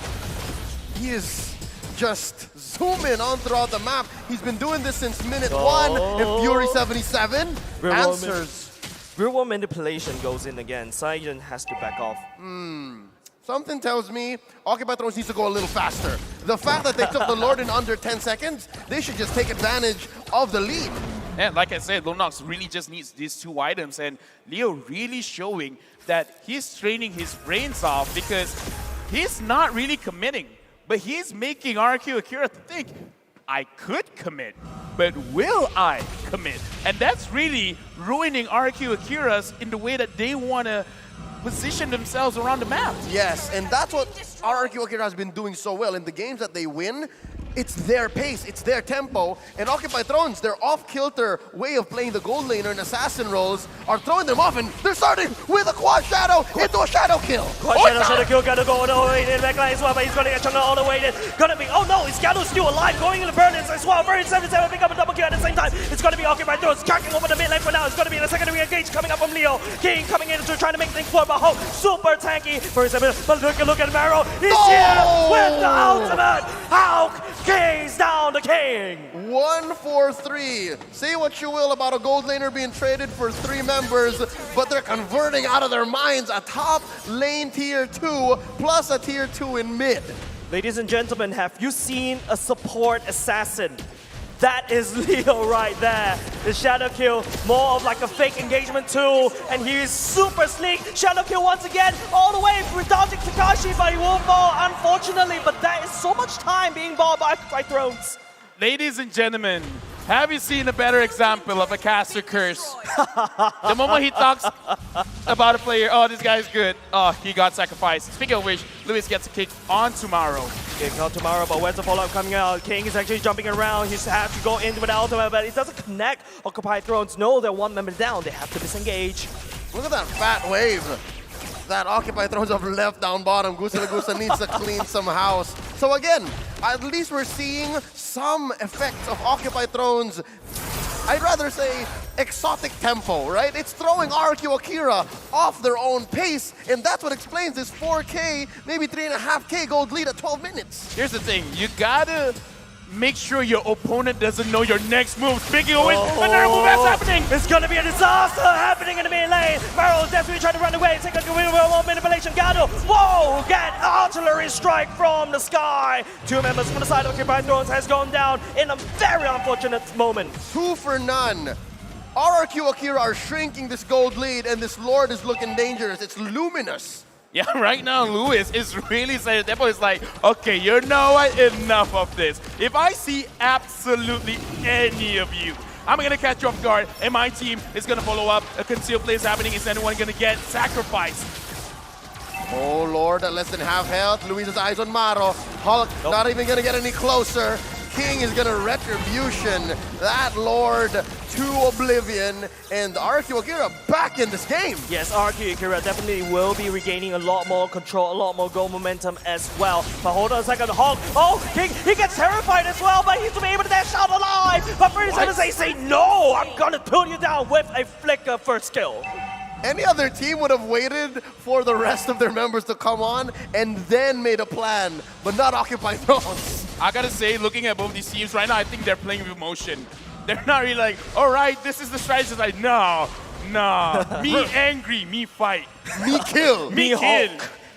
Me Hulk, just literally what Occupy Throne is doing right now. Leo going in. I don't know what he can do against Gusta Lagusta though. Wind of Nature will be activated but now, but will go into nothing but Occupy Thrones. Oh, the memory! Tears the Hayabusa up. Me find Brody. Me kill. That's how Single Dimension right now Occupy Thrones has evolved into. But it's going to be RQ Akira gaining control. This game has devolved into something very crazy. Yep, this is going to be a difficult defense for Occupy Thrones now that RQ Akira has regained part of the map. They have a very small lead. Vision though, Occupy Thrones knows a little bit more. Oh, successful Lord defense, but wait! Lewis, he's kicking for 7-7 right to the real one manipulation. Just buying some time. Takashi just slashing down Occupy Thrones.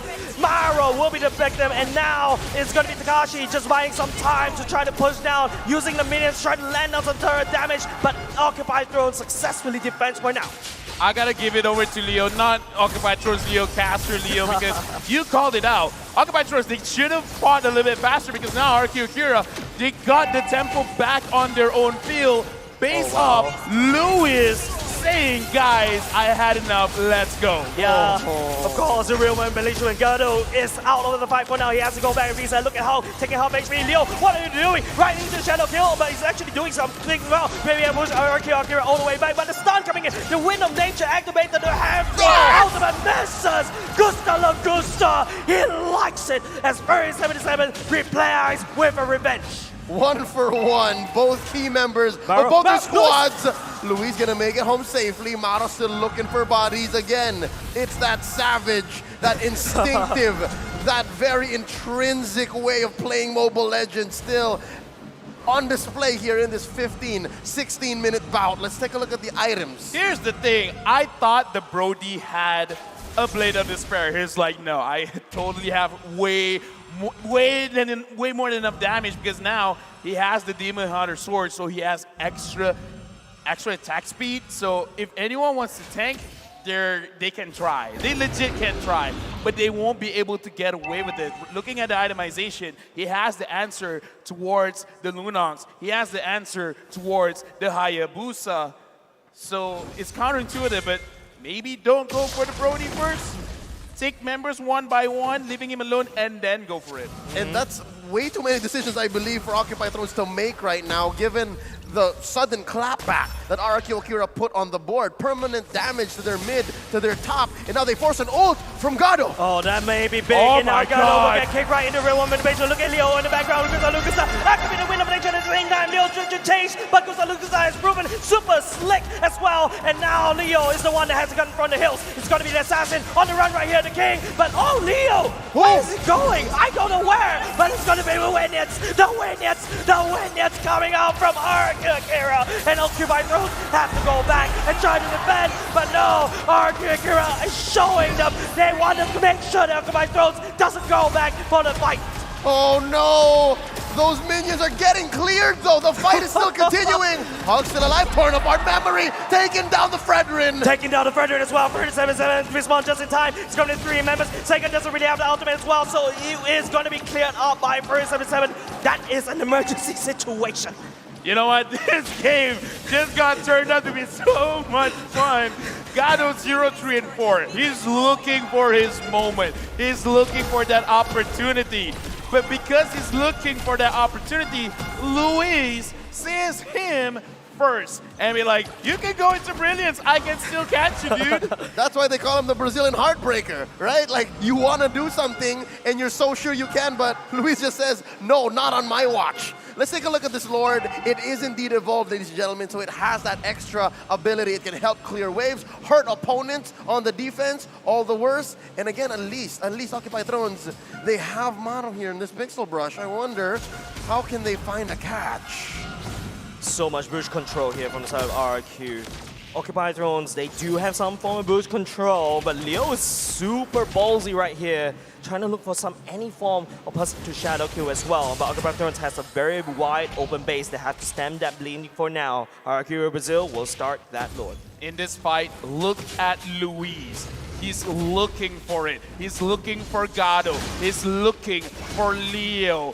He's dictating the fight. If no one touches Gado in this up-and-coming fight, it could be all Occupy Thrones. But if Luis catches him, that's going to be trouble. Oh, Astro Thunder not letting go. Oh, finally the Lord gets reset. But look at this, the Y bush to the east. Huge presence from Occupy Thrones there.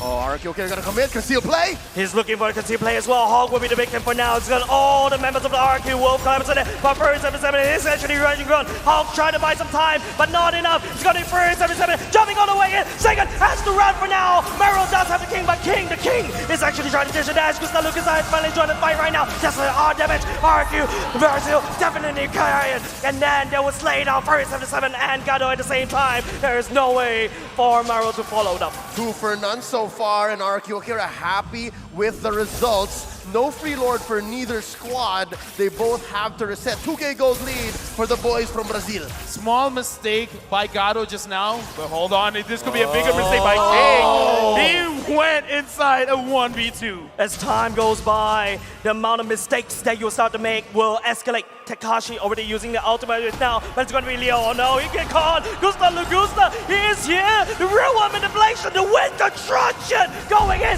The quad shadows, not enough. Too much to expect Leo to survive that. That's basically all the surviving members of RRQ Akira looking for revenge for their fallen jungler. Now, as quickly they turn to the Lord. Okay, here's the thing, Occupy Thrones. You got 2 members going up against 4. How ballsy are you to go in? Because right now Luis is going for Maro. Looks like they're abandoning the Lord. They're going for a fight. They're going for the fight as well. Got it going in all the way into Brilliance. We'll start this out. Hulk is actually going in as well. Gets slowed infinitely. Real one man division going in for his 7-7. Holding on to the ultimate of the Lapu Lapu. Instead, Occupy Thrones. This Lord fight has gone on way too long. Numbers don't lie. We said it before the game even started. RRQ Akira, if they see Lord, if they see members of the opponent team, we're going for the opponent team. We like fights a little bit more. But right now, they're securing the Lord for themselves. Oh, yeah. No way Occupy Thrones can get it. King secures it. Yes. Jace, this is what they call a Lord dance. All right, this happens about 4 or 5 times per game in a Filipino match in the MPL. And I have to say, RRQ Akira have done so well to orchestrate it, and Occupy Thrones did their best to respond. And that's why it lasted so long. We were originally looking at an 18-minute Lord. Now it's scaled up. It's a 21-minute Lord marching down mid. This is very scary for Occupy Thrones because now there is almost no way for you to isolate anyone. Lord comes in. Luis tries to find someone. Oh, Hawk in the middle. They got the damage as well. Second will start with the real one manipulation first. 77 doesn't really have the ultimate to work with. The Lord is already chunking down on the Occupy Thrones core. Maro is desperately trying to buy some time, but RRQ Brazil focus down the roof of Occupy Thrones. And now there's one member down as well. Occupy Thrones buys some precious time, but for how long? Oh, they cleared the minion waves. King brought one through the bottom. Leo very low. Leo very low. Second will be there to clean it up. It's now going to be a 3v5 in the favor of RRQ. As well, Luis will actually fall down and sacrifice at the same time. Hawk is absorbing so much damage, but he will not be there for long. Second going in the real one manipulation at the same time, but Gustav Lucas going in for the crazy plays. Go ahead. Nothing left for Occupy Thrones. May have taken a while longer, but RRQ Akira have found a way. They're sending the MPL MENA champions home tonight. GG, well played, and thank you to Occupy Thrones, but RRQ Akira moves on to the next round. Saying they did well is an understatement. They understand what was going on, and then they, with the experience that they have, they know how to fight against it. They know how to fight against Occupied Thrones, and even though Occupied Thrones has been eliminated, I gotta say good sportsmanship because smiles are all around.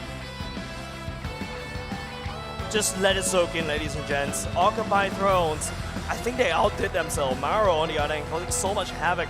This is an unconventional game of Mobile Legends Bang Bang, but truth to be told, RRQ, Akira still reigns supreme. Well, unconventional makes for really entertaining matches. But for now, the boys from Brazil stand tall. Let's give it up. Viva RRQ! Vamos! And congratulations, obrigado, to our boys from Brazil. Let's throw it over to our analysts to break down game number 2 and the rest of the series that Viva RRQ took home. Can't help it. I can't help but I mean, we were cheering here, bobbing along with this amazing band and the supporters from RRQ, Akira, and just RRQ in general. And again, the throne, for now, that throne has been conquered. Yeah. It's a sweep here for RRQ, Akira over Occupy Thrones. But again, it's been a amazing experience watching Occupy Thrones, the journey that they've had up to this point. And you know, it's always sad to say goodbye to these teams that have to get knocked out here in the knockout stage, but you know, the tournament must move on. But still, Occupy Thrones, congratulations to you, GGWP, and RRQ Akira. What a performance. What a performance from them. I'm gonna have to say that Occupied Thrones all throughout the group stages and now the knockout stages were so many close goals for the team. I think this is just about their experience that's speaking, right? Or lack thereof of Occupied Thrones. But the skill is there. You can see it. They know what they're doing. They know what they wanted to do. They're just not that clutch as compared to a team like RQ Akira, who had more, you know, longer training, more experience internationally. But still, Occupied Thrones, very commendable performance. Bright future. Bright future. I for mean, sure. that's what you can see here. I mean, they've made it to this point, and it was still, you got to think, it was a team that a lot of people didn't know what to expect from them, right? I mean, that was the case for a lot of these teams here, and there's a very bright future there for Occupy Thrones. Yeah, I feel like the first 2 days of the lower bracket are always kind of tear jerkers, even for us casters, because we get to see these teams, we get to see them perform, and especially the ones who make it from here forward. It's not as bad because they've made it pretty far, but Occupy Thrones, a great performance, but in the end, only one team can occupy the throne. Now, Brazil did a phenomenal job holding it together through those games, even with that tough start of the second game. I mean, very well played. Well, we're going to find out here. Again, this is a long game, considering the average time for a lot of these matches in M4. 22 minutes and 26 seconds here. This was a nail-biter, I do want to say, you know, and Wolf, how is this looking for the items? You know, RQ Akira, I thought that they will have the better early game composition. I thought that they will take over the early game just because of the fact that they have like Eve as well as the Brody. And even Brody having already like Maleficor and Demon Hunter sword, you should have a lot of damage ready for RQ Akira. But then again, their choice this time is for King to be a little bit more passive, right? You have the Genius one for sure, but the rest is like oil on the defensive spot. So what I'm trying to say here is that RQ Akira didn't have enough to overwhelm Occupy Thrones because of their Occupy Thrones' itemization, as well as the fact that they're actually finding the mark. Gado, I mean, even when he went 0-5, I think this is still a pretty impressive performance from the Lunox. I mean, when we crept into the end of that game, the fights were definitely long in the choices of the Haas Claws on Gusta Lagusta plus the DHS. Then you take a look at King, who built more bulky, and you even take a look at Takashi, building the sustainability with that Bloodlust axe and everything. They were ready for the long haul. They wanted to bring in those long fights. Now, taking a look at some of these statistics, the forgotten one with Sagan picking up 12 assists, and then Gusta Lagusta, I know it was a long game, but 130,000 damage. That's insane. Hulk taking most of that. Yeah, for sure. You know, when we saw Gusta Lagusta not perform that well in the early stages, you're quite afraid for RRQ Akira already because they drafted an early game composition. Come the late game, you see him like time his ultimate, time his stun actually so well, and even his ultimate, he just throw it away. He waits for the right and opportune moment, and I can fairly remember that outplay he did against Leo when he went in. I mean, Leo went in with a quad shadow as well as the shadow kill. He eventually had like Wind of Nature available for that, and Gusta Lagusta just also made enough space for him to get out of the zone after the shadow kill coming out from Leo. So there were many outplay moments from this guy, even when he's playing a Brody. I mean, that's the thing. There was moments of brilliance here that Correct. really worked in favor of RRQ Akira, because still at certain points in the game, it was looking like, you know, Occupy Thrones could take that game and take us to a game 3. Unfortunately for Occupy Thrones, they couldn't finish the game, right? I mean, they were winning some skirmishes here and there, but it was still a very difficult game to turn around for them. And, you know, we're not surprised, right? Gusta Lagusta having a massive game here on this Brody. We saw just how much he was able to farm up the 10-2-6 KDA here, looking really strong on this Brody pick. Yeah, and I mean, and as I said before, he didn't go with any sort of defensive, like no brute force, nothing like that, but instead went for the DHS in the Haas Claws. And I was actually asking Wolf about the DHS during the game. I'm like, do we think that works? And my guess was, I think it maybe gives a bit more possible finish-offs with the Damn it. Torn apart memory. Torn apart memories. You say your memory was torn apart. My memory was torn apart. Yeah, it's very true. I think that the idea here for RRQ Akira is just to burst on the members of Occupy Thrones as soon as possible. That's why they chose for this build. And I think that he went for the Haskell's after the fact that his Wind of Nature is on cooldown. So he's very active with his item choices. Whenever you don't need an item, just sell it and trade it for a cheaper one. Haskell's does the job, and eventually Gusta Lagusta is just able to sustain himself in the latter portions of the game. Yeah, I mean, that's what we saw, right? We saw a lot of these extended fights go on through this game, and those Haas Claws is a big component of surviving that, and not to mention, too, not just the item, but the fact of his positioning, right? We saw a lot of the times, even that last siege on the base, how clutch the positioning for Gusta Lagusta was. Most definitely. Even the position of him from the 5 to 10 and 5 second minute mark. I mean, able to rotate. Once he got the advantage in the gold lane, he starts to move over to the XP lane, starts to help with these objectives. And taking a look at some of these highlights, you can even see him now being so important in game 1, hitting that crossbow of Tang at such clutch times. RQ Akira really dominating, I feel like, in game 1, but even here, being so pivotal throughout the whole series. Yeah, all throughout the series that Gusta Lagusta just pulls through for RRQ Akira. I mean, everybody was pulling their own weight in game number 1. Come game number 2, it was really rocky at the start, but eventually they were able to manage to overwhelm Occupy Thrones. I'm excited to see game number 2. This is game number 1. It was pretty one-sided. RRQ Akira just got the OT's number, specifically with the game, with how they are able to play it. And we are going to see Sagan play the Eve once again, and King playing now the Joy. It wasn't as smooth as game number 1, but you're gonna notice the torn apart memories just destroying Occupy Thrones many times this game. Not only that, but every time he lands a hit, you can see his health bar come back a bit, and that's where it was just, he was really able to get, especially against like a Fredrin or something like that, where you know these fights are gonna go on. And it was just, I think that's what really helped come throughout the final parts of these games. I mean, even there, like that highlight right there, the fact the positioning from Gusta Lagusta was crucial here. And even here, you can see he's outside the base, right? Waiting patiently, then goes in, because he knows that that's pretty much the end right there. There's no threat at all. You can go for the flicker in, you have your jump again, you have another stun, eventually you'll have the damage, and there's no one to actually threaten you. Gusta Lagusta knows his timings, and that is one of the marquee, how do you say this, attributes that you're looking for when you want to play the gold lane. Well, it was an amazing series here to end the day. It was a sweep for them. And again, congratulations to RQ Akira. On behalf of me, Naisu, Trex, and Wolf, we're going to hear over on the stage with our hosts with RQ Akira. Here we are with the King of Kings from Brazil, RRQ Akira! Congratulations! You guys did really well. They did so good with that sweep. I have to ask, because your opponent tried to rattle you yesterday, and they said, you guys better come prepared. And it seems like you did.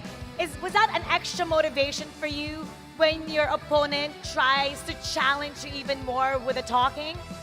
I think when the opponent says thing like trash talk or give strength for our team, and we stay humble every time because we are from Brazil, and that's it. Keep calm and do your best. But yeah, I want to ask about this match. You guys got sweep, and what is the biggest factor for your win this match? So with the sweep for today, Preparation, our training, because it's working so hard, and our preparation is so important for today. Yeah, and you got your comfort heroes.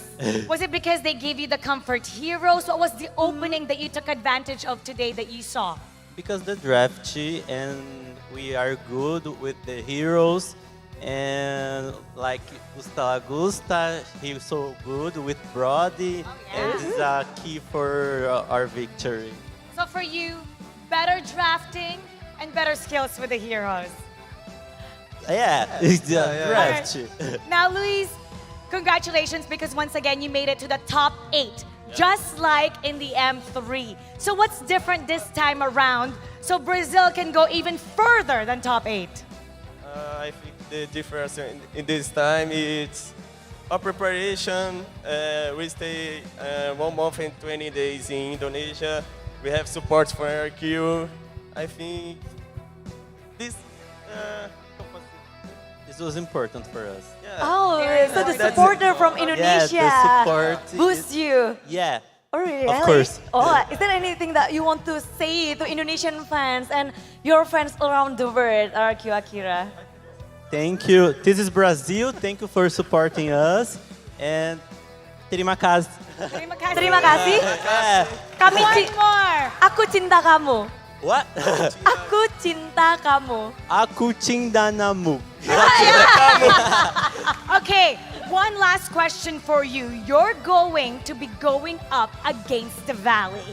Now, the group stages, it didn't seem like you had a hard time. Do you think you can repeat that performance and knock them out, or will it be more challenging? We are very confident to play against the Valley, but will be a hard match, we think. They are with another thinking of game, so will be hard, but we are confident. All right, that's what we need. Confidence, especially against the Valley. Once again, congratulations to our RQ Akira. Yay! This is Brazil! And thank you for the great interview. We will see you on other occasions. So thank you once again. And of course, they sweep the match 2-0. Yes, actually. Oh, you guys may now exit the stage. Thank you so much. So, Clara, today we had back-to-back games, action-packed today. What was your favorite series out of all of them? Mara, I've seen a lot of games, but this third match really caught my eyes. With the Valley. That's right, they won with a style. Even though the opponents tried to split push, they still keep calm and they got the win. How about you? Too bad for Todak at their expense, but don't worry, Todak. I know you'll come back stronger for the Todak fans, for the Malaysian fans out there. That's right. The Valley did really great in the beginning. They seemed really nervous, but they did really well with the sweep. My favorite game is series number 2, the only series that went up to game 3 with Incendio Supremacy. They're really improving. Yeah, nobody could predict the second match of the day because we know that everyone going to be full all out and nobody want to lose because they got eliminated today. We got 4 teams that cannot compete tomorrow. Now, this is our last best of 3. After this, we're gonna go to the best of 5. What do you think? How do you think that'll affect the game and the players going from best of 3 to best of 5? You know what? Best of 5 is really hard because they need to prepare a lot of things, and this is the updated bracket.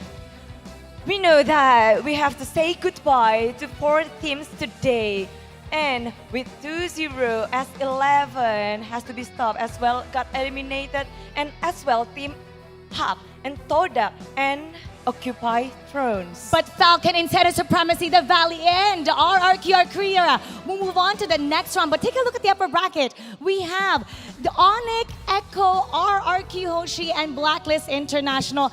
Indonesia versus Philippines in the upper bracket. And you know what? For the schedule for the next day, especially tomorrow, we're gonna have it split up. It'll be the lower bracket and the upper bracket.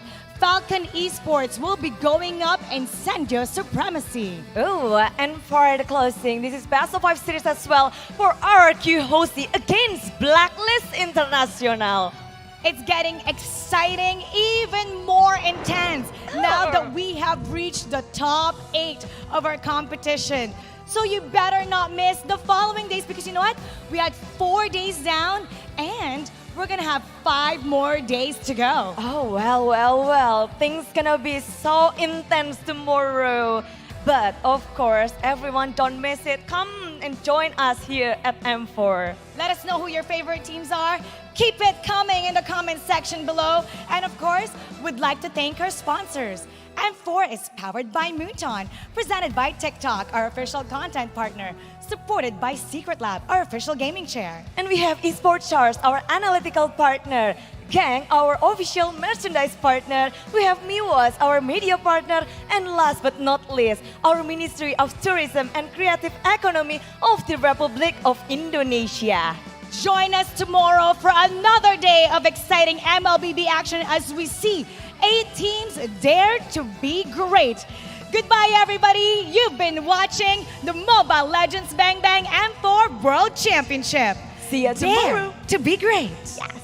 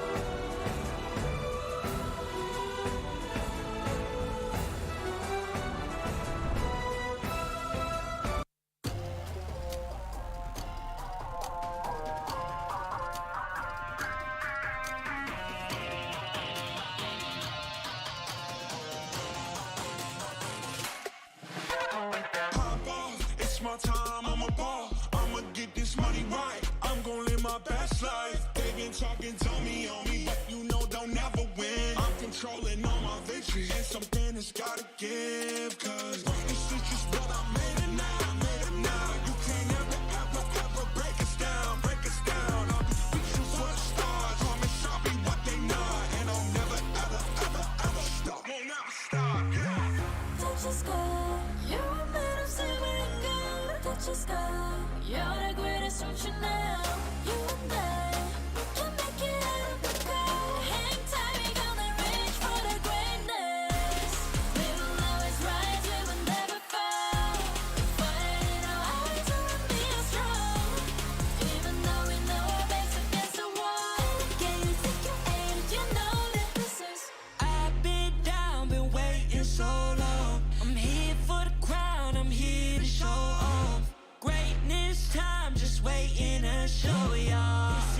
time to remember. So many times I lie in the basement waiting for greatness. No, I won't listen to anyone hating on me, telling me I wouldn't make it. Cause I